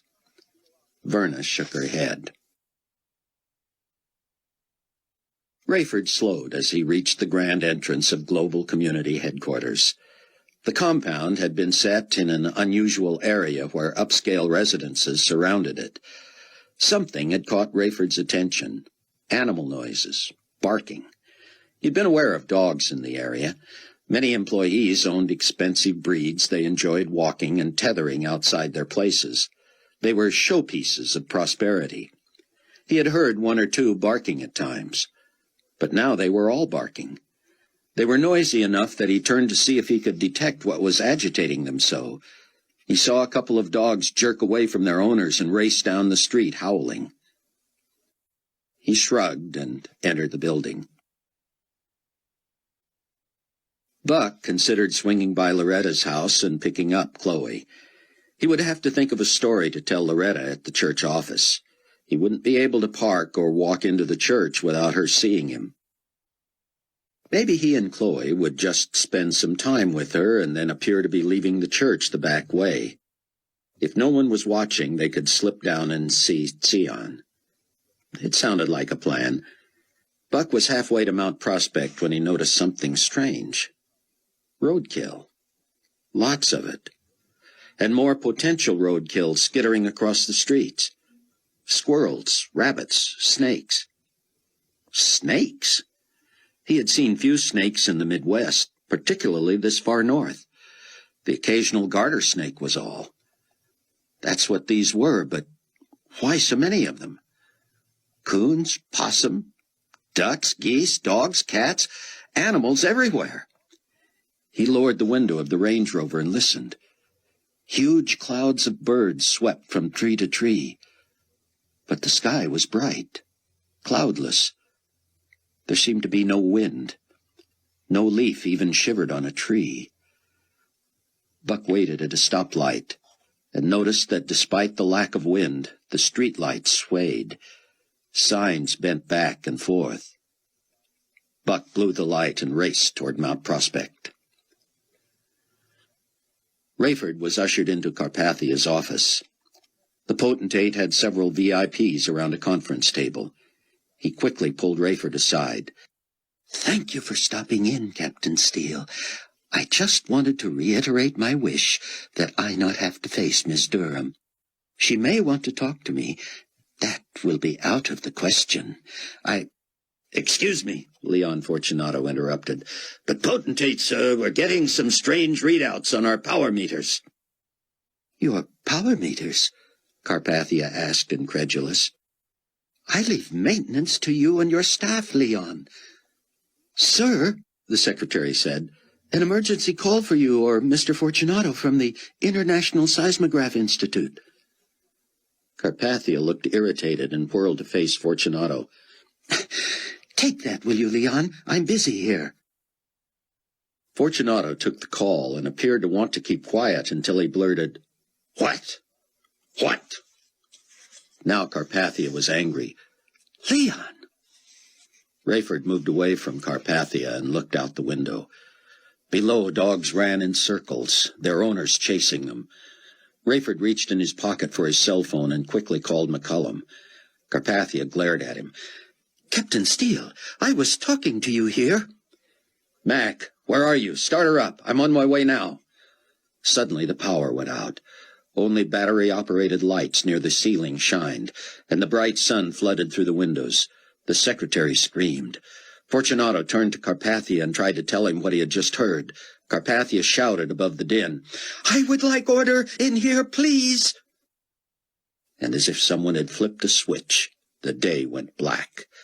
Now even the grown men moaned and shrieked. Those battery-operated lights in the corner cast a haunting glow on the building, which began to shudder. Rayford made a dash for the door. He sent someone right behind him. He pushed the elevator button and then smacked himself in the head, remembering there was no power. He dashed upstairs to the roof, where McCullum had the chopper blades whirring. The building shifted under Rayford like the surf. The chopper, resting on its skis, dipped first to the left and then to the right. Rayford reached for the opening, seeing Mac's wide eyes. As Rayford tried to climb in, he was pushed from behind and flew up behind Mac. Nicolae Carpathia was scrambling in. "Lift off!" he shouted. "Lift off!" McCullum raised the chopper about a foot off the roof. "Others are coming!" he shouted. "No more room!" Carpathia hollered. "Lift off!" As two young women and several middle-aged men grabbed the struts, Mac pulled away from the building. As he banked left, his lights illuminated the roof, where others came shrieking and crying out the door. As Rayford watched in horror, the entire 18-story building, filled with hundreds of employees, crashed to the ground in a mighty roar and a cloud of dust. One by one, the screaming people hanging from the chopper fell away. Rayford stared at Carpathia. In the dim light from the control panel, he saw no expression. Carpathia simply appeared busy about strapping himself in. Rayford was ill. He had seen people die. Carpathia had ordered Mac away from people who might have been saved. Rayford could have killed the man with his bare hands. Wondering if he wouldn't have been better off to have died in the building himself, Rayford shook his head and resolutely fastened his seatbelt. "Baghdad!" he shouted. "Baghdad Airport!" Buck had known exactly what was coming, and had been speeding through lights and stop signs, jumping curbs and going around cars and trucks. He wanted to get to Chloe at Loretta's house first. He reached for his phone, but he had not stored speed dial numbers yet, and there was no way he could drive this quickly and punch in an entire number at the same time. He tossed the phone on the seat and kept going. He was going through an intersection when the sun was snuffed out. Day went to night in an instant. Then power went out all over the area. People quickly turned on their headlights, but Buck saw the crevasse too late. He was heading for a fissure in the road that had opened before him. It looked at least 10 feet wide and that deep. He figured if he dropped into it, he would be killed, but he was going too fast to avoid it. He wrenched the wheel to the left, and the Range Rover rolled over completely before plunging down into the hole. The passenger side airbag deployed and quietly deflated. It was time to find out what this car was made of. Ahead of him, the gap narrowed. There would be no going out that way unless he could start going up first. He pushed the buttons that gave him all-wheel drive and stick shift, shifted into low gear, crimped the front wheel slightly to the left, and floored the accelerator. The left front tire bit into the steep bank of the crevasse, and suddenly Buck shot almost straight up. A small car behind him dropped front first into the hole and burst into flames. The ground shifted and broke up. A huge section of sidewalk pushed up from the ground more than 10 feet and toppled into the street. The sound was deafening. Buck had never raised his window after listening to the animals, and now the thunderous crashing enveloped him as trucks flipped over and street lamps, telephone poles, and houses fell. Buck told himself to slow down. Speed would kill him. He had to see what he was encountering and pick his way through it. The Range Rover bounced and twisted.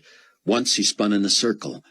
People who had, for the moment, survived this were driving wildly and smashing into each other. How long would it last? Buck was disoriented.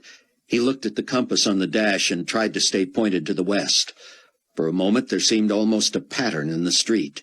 He went down, then up, then down, then up, as if on a roller coaster. But the great quake had just begun. What at first appeared jagged peaks the rover could handle quickly became swirling masses of mud and asphalt. Cars were swallowed up in them. Horror was not a good enough word for it.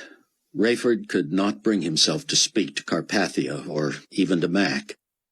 They were headed toward Baghdad Airport, and Rayford could not keep from staring at the devastation below. Fires had broken out all over the place. They illuminated car crashes, flattened buildings, the earth roiling and rolling like an angry sea. What appeared a huge ball of a gasoline fire caught his eye. There, hanging in the sky so close it seemed he could touch it, was the moon, the blood-red moon. Buck was not thinking of himself. He was thinking of Chloe. He was thinking of Loretta. He was thinking of Sion. Could God have brought them through all this only to let them die in the great earthquake, the sixth sealed judgment? If they all went to be with God, so much the better. Was it too much to ask that it be painless for his loved ones? If they were to go, he prayed, Lord, take them quickly. The quake roared on, a monster that gobbled everything in sight. Buck recoiled in horror as his headlights shone on a huge house dropping completely underground. How far was he from Chloe at Loretta's? Would he have a better chance of getting to Loretta and Sion at the church? Soon Buck found his the only vehicle in sight. No street lights, no traffic lights, no street signs. Houses were crumbling. Above the road he heard screams, saw people running, tripping, falling, rolling. The Range Rover bounced and shook. He couldn't count the times his head hit the roof. Once a strip of curb rolled up and pushed the Range Rover on its side. Buck thought the end was near. He was not going to take it lying down. There he was, pressed up against the left side of the vehicle, strapped in. He reached for the seatbelt. He was going to unfasten it and climb out the passenger side window. Just before he got it unlatched, the rolling earth uprighted the Range Rover, and off he drove again. Glass broke, walls fell, restaurants disappeared, car dealerships were swallowed, office buildings stood at jagged angles, then slowly toppled. Again, Buck saw a gap in the road he could not avoid. He closed his eyes and braced himself, feeling his tires roll over an uneven surface and break glass and crumple metal. He looked around quickly as he took a left and saw that he had driven over the top of someone else's car. He hardly knew where he was. He just kept heading west. If only he could get to the church or to Loretta's house. Would he recognize either? Was there a prayer that anyone he knew anywhere in the world was still alive? Mac had caught a glimpse of the moon. Rayford could see he was awestruck. He maneuvered the chopper so Nicolae could see it too. Carpathia seemed to stare at it in wonder. It illuminated his face in its awful red glow, and the man had never looked more like the devil. Great sobs rose in Rayford's chest and throat. As he looked at the destruction and mayhem below, he knew the odds were against his finding Amanda. "Lord, receive her unto yourself without suffering, please." And Hattie. Was it possible she might have received Christ before this? Could there have been somebody in Boston or on the plane who would have helped her make the transaction? Suddenly there came a meteor shower, as if the sky was falling. Huge flaming rocks streaked from the sky. Rayford had seen it go from day to night and now back to day with all the flames. Buck gasped as the Range Rover finally hit something that made it stop. The back end had settled into a small indentation, and the headlights pointed straight up. Buck had both hands on the wheel, and he was reclining, staring at the sky. Suddenly the heavens opened. Monstrous black and purple clouds rolled upon each other and seemed to peel back the very blackness of the night. Meteors came hurtling down, smashing everything that had somehow avoided being swallowed. One landed next to Buck's door, so hot that it melted the windshield and made Buck unlatch his seatbelt and try to scramble out the right side. But as he did, another molten rock exploded behind the Range Rover and punched it out of the ditch. Buck was thrown into the back seat and hit his head on the ceiling. He was dazed, but he knew if he stayed in one place, he was dead. He climbed over the seat and got behind the wheel again. He strapped himself in, thinking how flimsy that precaution seemed against the greatest earthquake in the history of mankind. There seemed no diminishing of the motion of the earth. These were not aftershocks. This thing simply was not going to quit. Buck drove slowly, the Range Rover's headlights jerking and bouncing crazily, as first one side and then the other dropped and flew into the air. Buck thought he recognized a landmark, a low-slung restaurant at a corner 3 blocks from the church. Somehow he had to keep going. He carefully drove around and through destruction and mayhem. The earth continued to shift and roll, but he just kept going. Through his blown-out window he saw people running, heard them screaming, saw their gaping wounds and their blood. They tried to hide under rocks that had been disgorged from the earth. They used upright chunks of asphalt and sidewalk to protect them, but just as quickly they were crushed. A middle-aged man, shirtless and shoeless and bleeding, looked heavenward through broken glasses and opened his arms wide. He screamed to the sky, "God, kill me! Kill me!" And as Buck slowly bounced past in the Range Rover, the man was swallowed into the earth. Rayford had lost hope. Part of him was praying that the helicopter would drop from the sky and crash. The irony was he knew Nicolae Carpathia was not to die for yet another 21 months, and then he would be resurrected and live another 3.5 years. No meteor would smash that helicopter, and wherever they landed they would somehow be safe. All because Rayford had been running an errand for the Antichrist. Buck's heart sank as he saw the steeple of New Hope Village Church. It had to be less than 600 yards away, but the earth was still churning. Things were still crashing. Huge trees fell and dragged power lines onto the street. Buck spent several minutes wending his way through debris and over huge piles of wood and dirt and cement. The closer he got to the church, the emptier he felt in his heart. That steeple was the only thing standing. Its base rested at ground level. The lights of the Range Rover illuminated pews, sitting incongruously in neat rows, some of them unscathed. The rest of the sanctuary, the high-arched beams, the stained-glass windows, all gone. The administration building, the classrooms, the offices were flattened to the ground in a pile of bricks and glass and mortar. One car was visible in a crater in what used to be the parking lot. The bottom of the car was flat on the ground, all 4 tires blown, axles broken. Two bare human legs protruded from under the car. Buck stopped the Range Rover 100 feet from that mess in the parking lot. He shifted into park and turned off the engine. His door would not open. He loosened his belt and climbed out the passenger side. And suddenly, the earthquake stopped. The sun reappeared. It was a bright, sunshiny Monday morning in Mount Prospect, Illinois. Buck felt every bone in his body. He staggered over the uneven ground toward that little flattened car. When he was close enough, he saw that the crushed body was missing a shoe. The one that remained, however, confirmed his fear. Loretta had been crushed by her own car.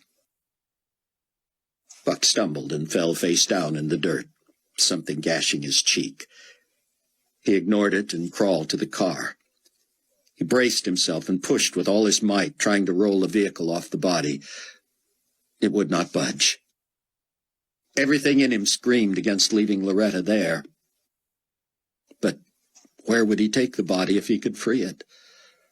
Sobbing now, he crawled through the debris, looking for any entrance to the underground shelter. Small, recognizable areas of the fellowship hall allowed him to crawl around what was left of the flattened church. The conduit that led to the steeple had been snapped. He made his way over bricks and chunks of wood. Finally, he found the vent shaft.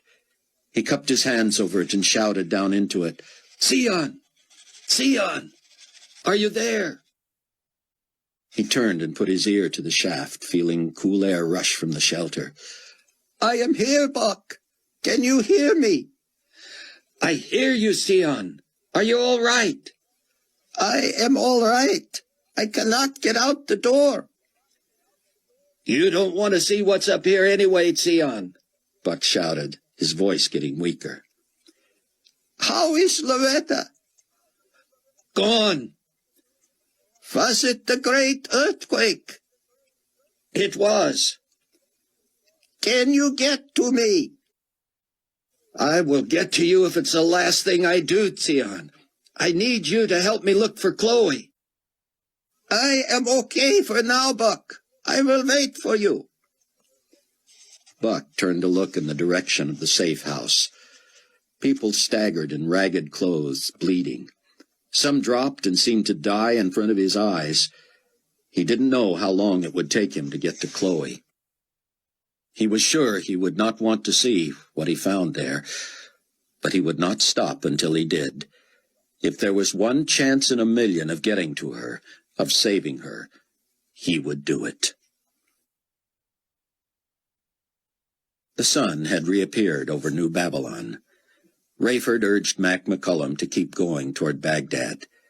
Everywhere the three of them looked was destruction. Craters from meteors, fires burning, buildings flattened, roads wasted. When Baghdad Airport came into sight, Rayford hung his head and wept. Jumbo jets were twisted, some sticking out of great cavities in the ground. The terminal was flattened, the tower was down, bodies strewn everywhere. Rayford signaled Mac to set the chopper down. But as he surveyed the area, Rayford knew the only prayer for Amanda or for Hattie was that their planes were still in the air when this occurred.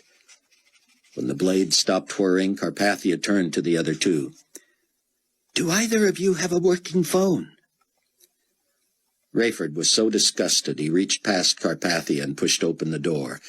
He slipped out from behind Carpathia's seat and jumped to the ground.